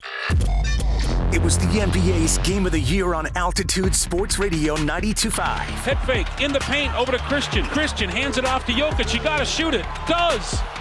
Baked it in at the horn. That's twice. The Nuggets' run to repeat lives on Altitude Sports Radio 92.5. Hey, it's Andy Lindahl for my friends over at Colorado Off-Road. What are you doing this weekend? Are you thinking about not dealing with snow in your bed anymore? Do you need a bed cover? My guys at Colorado Off-Road can take care of you. Jerry Jones is great with his selection of bed covers, the style of bed covers that he has. And if you're like me, I just knew I wanted a bed cover. Wanted to maybe help a little bit of the gas mileage there. Didn't know what type that I wanted. I had been looking at a crummy soft top that every day I'm happy I didn't buy. Got with Jerry. We talked out some of the things. He asked me, how often are you using your truck bed? That's something that you want to figure in as to whether you want to get one that folds up or whether you want one that's just kind of like a lid. He's got 1,000 options for you. Not literally, but it feels that way. And you need to stop by, have a conversation with them about it. They do all sorts of work. If you're a truck or 4x4 enthusiast and you want some accessories for your vehicle, it is Colorado Off-Road. That's the place. You can find them 3 blocks south of historic downtown Littleton on Prince Street, or find them on the web at cooffroad.com. If there's anything better than getting a few of your favorite things from McDonald's, it's getting a few of your favorite things from McDonald's for less in the McDonald's app. Delicious. Order in the McDonald's app today. Ba-da-ba-ba-ba. Buy a Bacon McDouble, Hot and Spicy McChicken Sandwich, or 6-piece McNuggets, and get another for $1. Order ahead in the app to save time. Price and participation may vary. Cannot be combined with any other offer. Valid for product of equal or lesser value. Must opt into rewards. All right, guys, you feeling a little bit tired, feeling sluggish, run down? If your health is starting to take a backseat to your busy life, I need you to pay attention. This is Tyler Polumbus here, and I've been using my guys over at Revitalize Health now for several years. As we start to age, our bodies begin to show a decline in specific hormone levels, as well as physical changes in our appearance. And the good news is that many of these key factors can be reversed. My friends over at Revitalized Health are the best in the business. Check them out at revitalize-health.com or visit one of their locations in Littleton or Johnstown. Update your appliances today and save big at Mountain High Appliances Clearance Center. I'm Brad Barnett, president of Mountain High Appliance. Get unbelievable prices on refrigerators, dishwashers, washers and dryers, ranges, and more on popular brands from KitchenAid, JennAir, Bosch, Sub-Zero Wolf, and many more. Whether you're looking for new, in a box, discontinued, or scratch and dent, our Clearance Center has it all. Visit us today in Denver or online at mountainhighappliance.com. Mountain High Appliance, your favorite appliance store. Thank you. Jeep owners love a good, snowy, muddy March. And if you're one of those mud-slinging, donut-spinning, back-road-loving Jeep people, you need to visit my friends at Johnson Auto Plaza. Find your perfect new Jeep during the Jeep Celebration event all March, or shop online at johnsonautoplaza.com. Johnson Auto Plaza, selling clean cars to dirty drivers for over 30 years. Just north of E470 on Highway 85, johnsonautoplaza.com. Mark Springer here for Bet365, and at Bet365, we don't do ordinary. We believe that every sport should be epic. Every basket, every game, every point, every play. From the moments that are legendary to the ones that fly under the radar. Whether it's a three-pointer at the buzzer to tie the game, or a player goes 2 for 2 at the foul line. Whatever the sport, whatever the moment, it's never ordinary at Bet365. 21 plus only, must be present in Colorado. Please gamble responsibly. If you or someone you know has a gambling problem and wants help, call 1-800-GAMBLER. Fargo, the new virtual assistant from Wells Fargo, makes banking faster and easier. Like this. Fargo, what's my checking account routing number? And this. Fargo, turn off my debit card. And this. Fargo, what did I spend on groceries last month? And that's just the beginning. Do you Fargo? You can in the Wells Fargo mobile app. Learn more at wellsfargo.com/getfargo. Terms and conditions apply. Your mobile carrier's availability and message and data rates may apply. Wells Fargo Bank, N.A., member FDIC. Looking to sell your used Rolex watch? We buy.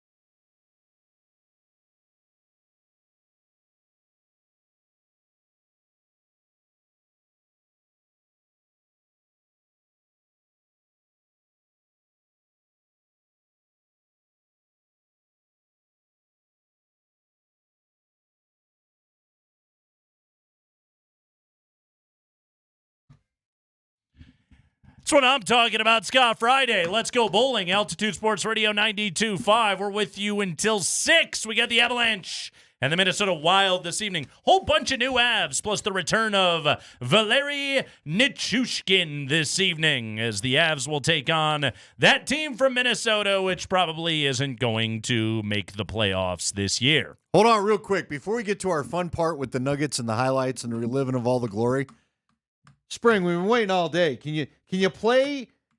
We got to get Dave McCarthy on again for Nate. If for nothing else, we'll make Nate ask him about his Norris Trophy odds, just so Nate can hear this. Okay, so who is this guy exactly? Dave McCarthy is from NHL XM Radio.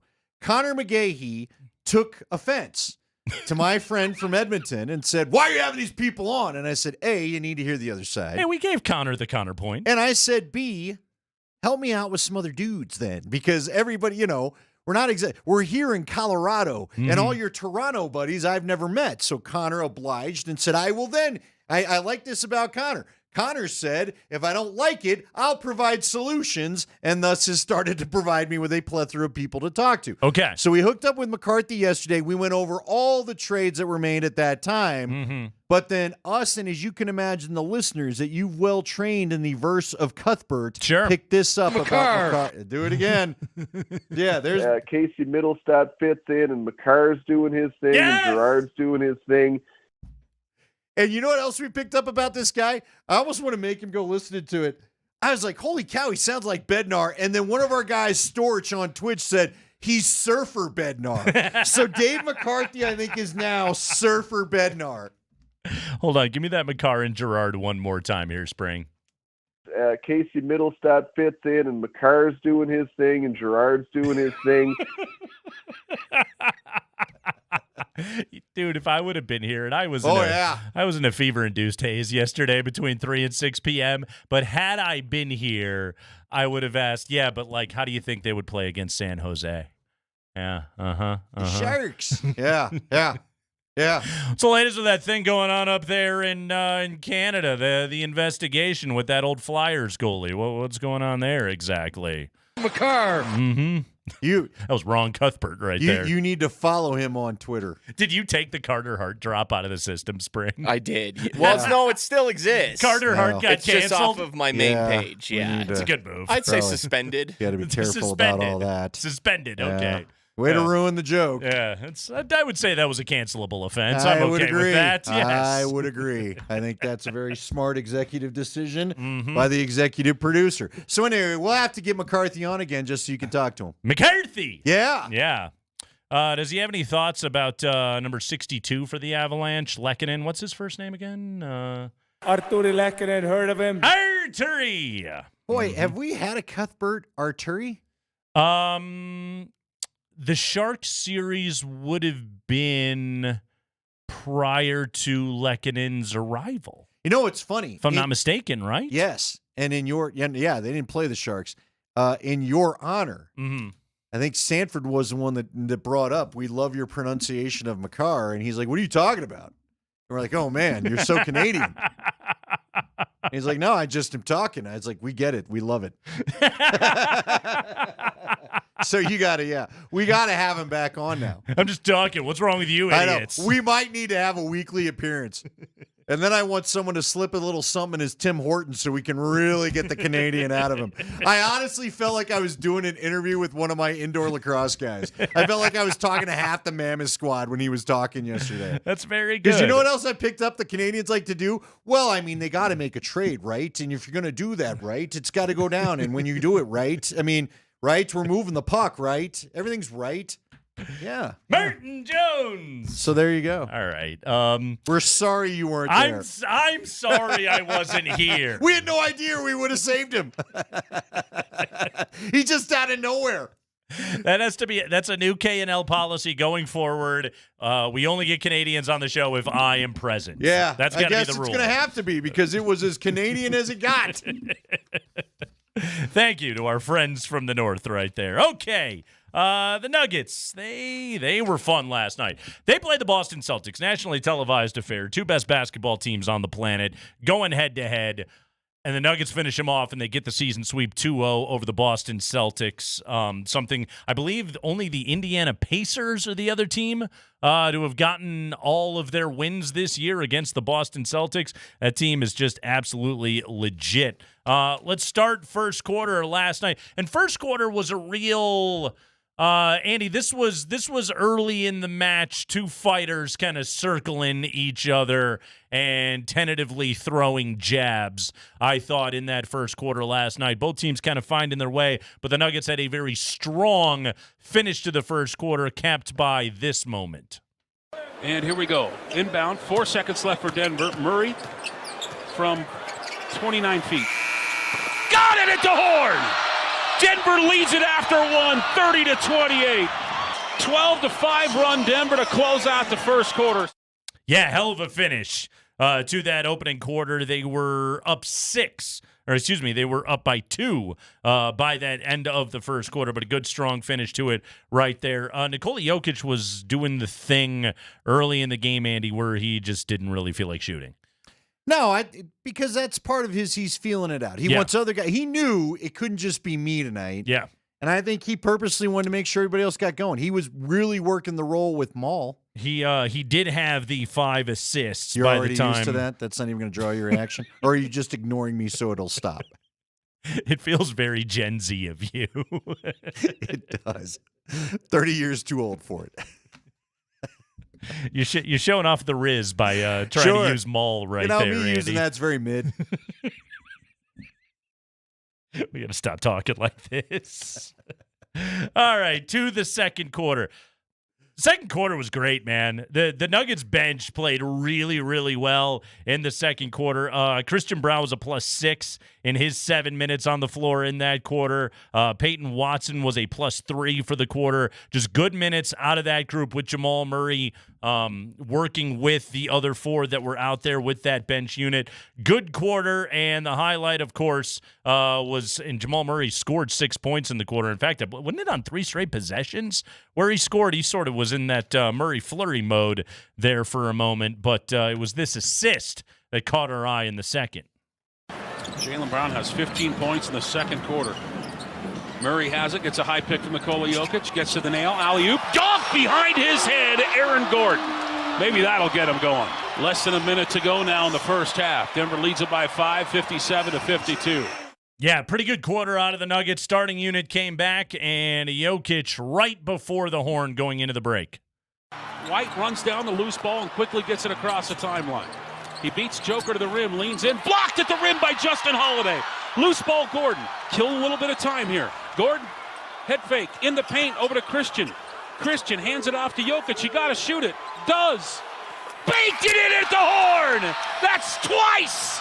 8-point lead for Denver, their big lead of the night, and we are at halftime.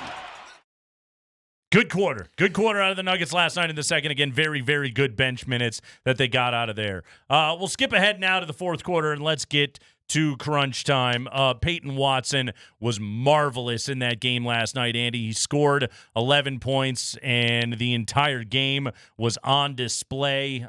His best highlight of the night was the one where he damn near killed himself. Top of the key is Tatum.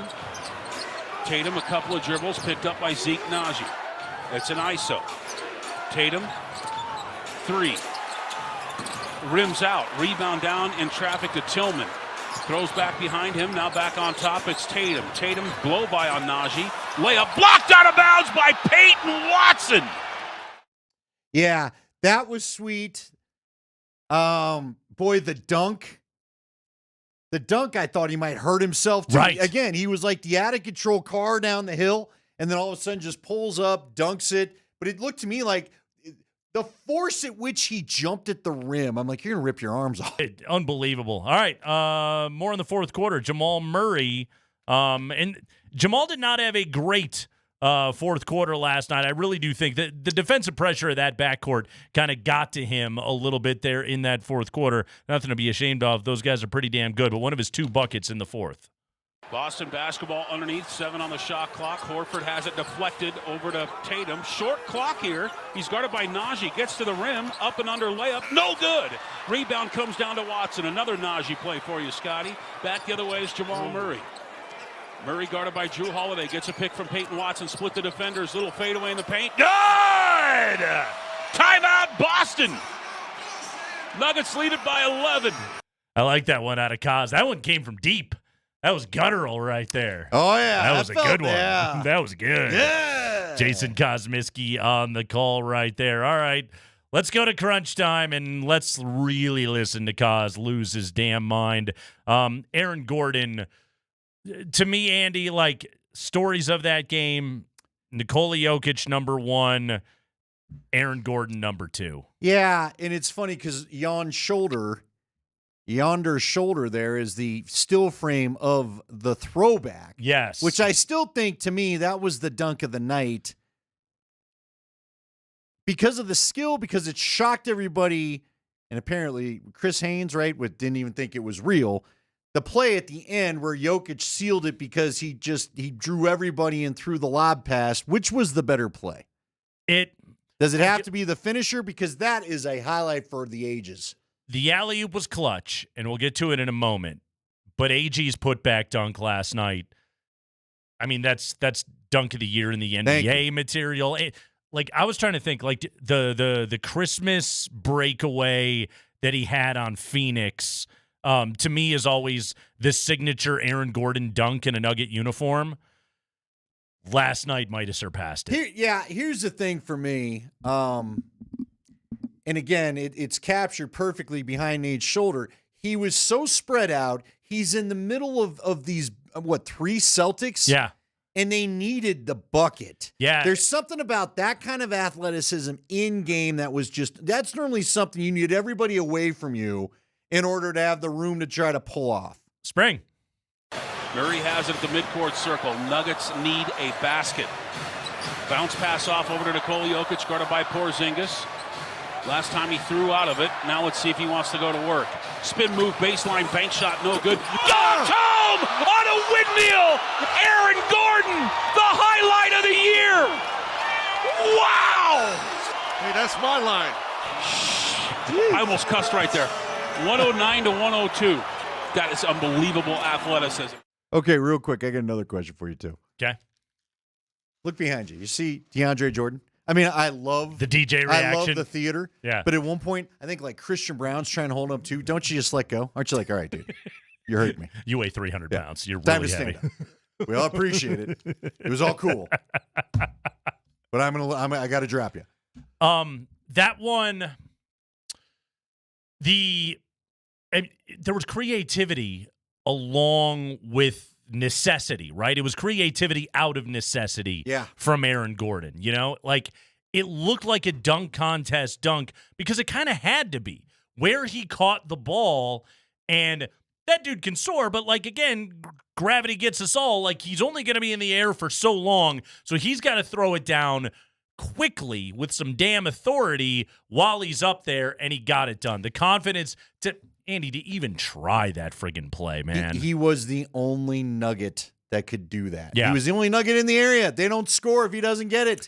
Also, it's the Kobe assist, right? It's the get in the lane and you can shoot a wild layup with the knowledge that Shaq is there to rip it down and dunk it. You know, like, you know that it's the old, like, I'll take a shot, but I know the offensive rebound's going to be there for me. I think Jokic was kind of doing that a little bit. Like, tough shot, and he knew AG could possibly make a play on it. Yeah, I thought they were getting down in the clock too, right? Didn't he have to shoot it? Yep. I just think it was, like, to me, look, I don't want to go against Jokic maybe being the Matrix because he is. I just think AG saved the play. Unbelievable. And I think they needed the bucket. Unbelievable. Let's finish it off. Here we go. Winning bucket in the game last night, and just the classic. All right, Nikola Jokic is going to go bully ball. He's going to wait till the double is there, and Aaron Gordon is going to find that one sliver of space above the rim to get the bucket.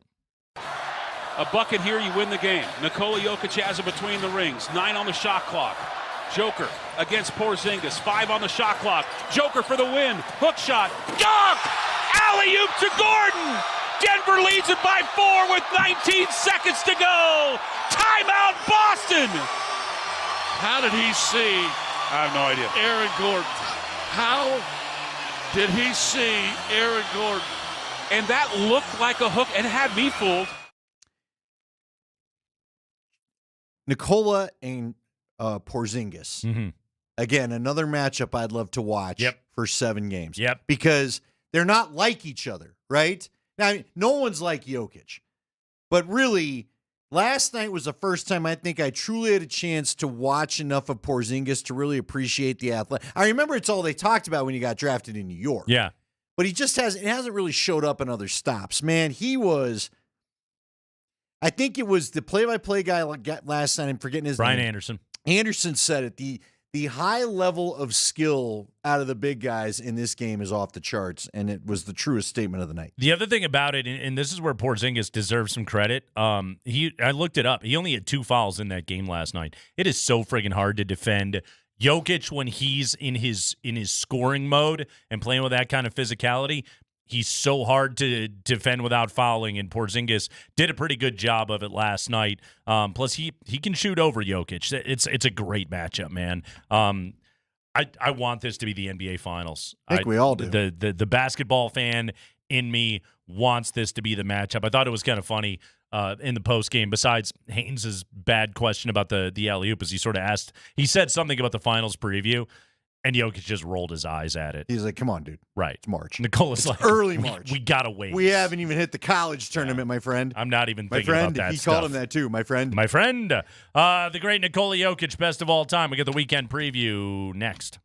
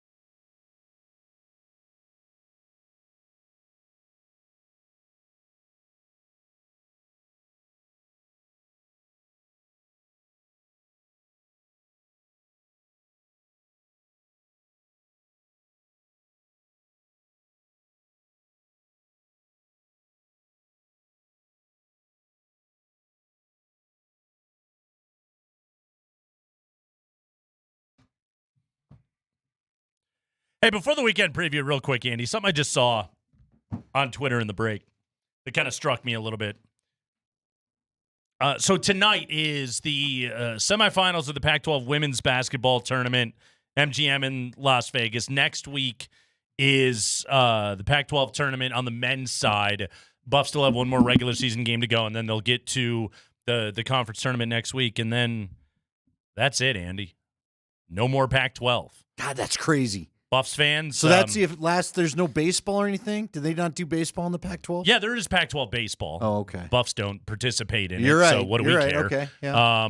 But yeah, this is it for next year, Buffs fans, Big 12. You road trip. It's the Big 12! Road tripping to Kansas City for that for that Kansas City's where the tourney is. Phillips 66 Big 12 men's basketball championships. The Big 12! Yeah, Nathaniel Hackett, you psyched to go to Kansas City? And tonight is also the kind of along the lines of the Pac-12's disillusion. The last Pac-12 women's basketball games on the Pac-12 network. Oh, good. Tonight. Yeah. Yes. We'll all watch. Nice job, everybody. Way to go. It's so lame. It is so lame, man. Yeah, I can't believe they couldn't. Well. Living in a world where there's no Pac-12. How did you guys Living in a this? world where a bunch of West Coast schools have to travel east because somehow with the two schools in the second largest media market in the country and you couldn't come up with a deal. Mm-hmm. You are the worst leader ever. I was watching some late night CBS Sports Network, like the college basketball final report on the night, and they were talking about the consistency that Purdue has had in the Big Ten and who's going to catch them. And somebody on the panel had to be like, I guess UCLA could next year. And it was like, oh yeah, like everybody had forgotten. Oh sure, yeah. Can't wait for that UCLA Rutgers game, everybody. Classic matchup. And with that, it is time on a Friday for the weekend preview.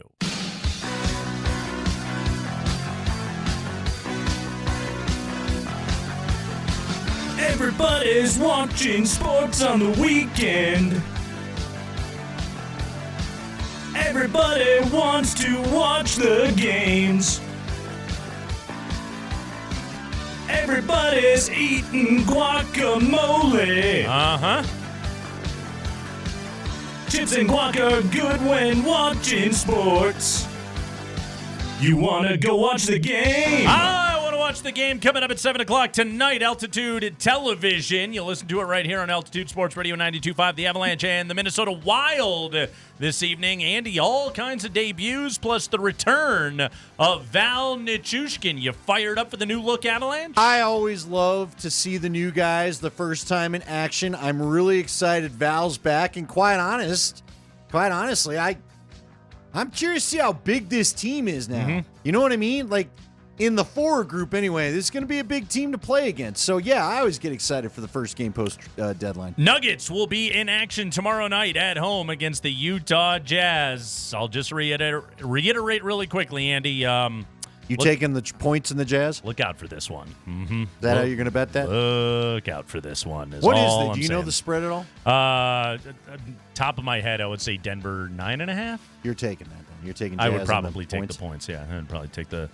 I'm not going to bet against the Nuggets. I'm not. You're just not going to bet then. Not that much. You're just going to find something else. Exactly.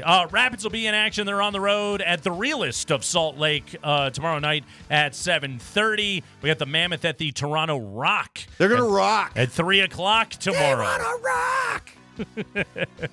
Mark Matthews, former DU star on that rock team. Speaking of DU, the Pios and the Tigers of CC coming up this weekend. They're down in the Springs tonight. They're back up at Magnus tomorrow night. Plus college buckets on the Front Range. CSU will close out the regular season down at the Air Force Academy tomorrow at 2 o'clock. Wyoming's on the road at Fresno State. And the Buffs hope to pound the Beavers in Corvallis tomorrow afternoon at 3 o'clock. Final game of the regular season. Real quick, let's also shout out to DU, my buddy's kid, Josh Carlson, and the number one DU Pioneer men's lacrosse team is playing Sunday against Yale. Get out and check it out. It's a big game. Big game. Pios just got ranked number one this week. Let's see if they can hold on to it. Best of luck against my safety school, Yale. That's going to do it for the Kreckman and Lindahl show this week. Thank you to everybody that tuned in. I'll be around next week. Here and there.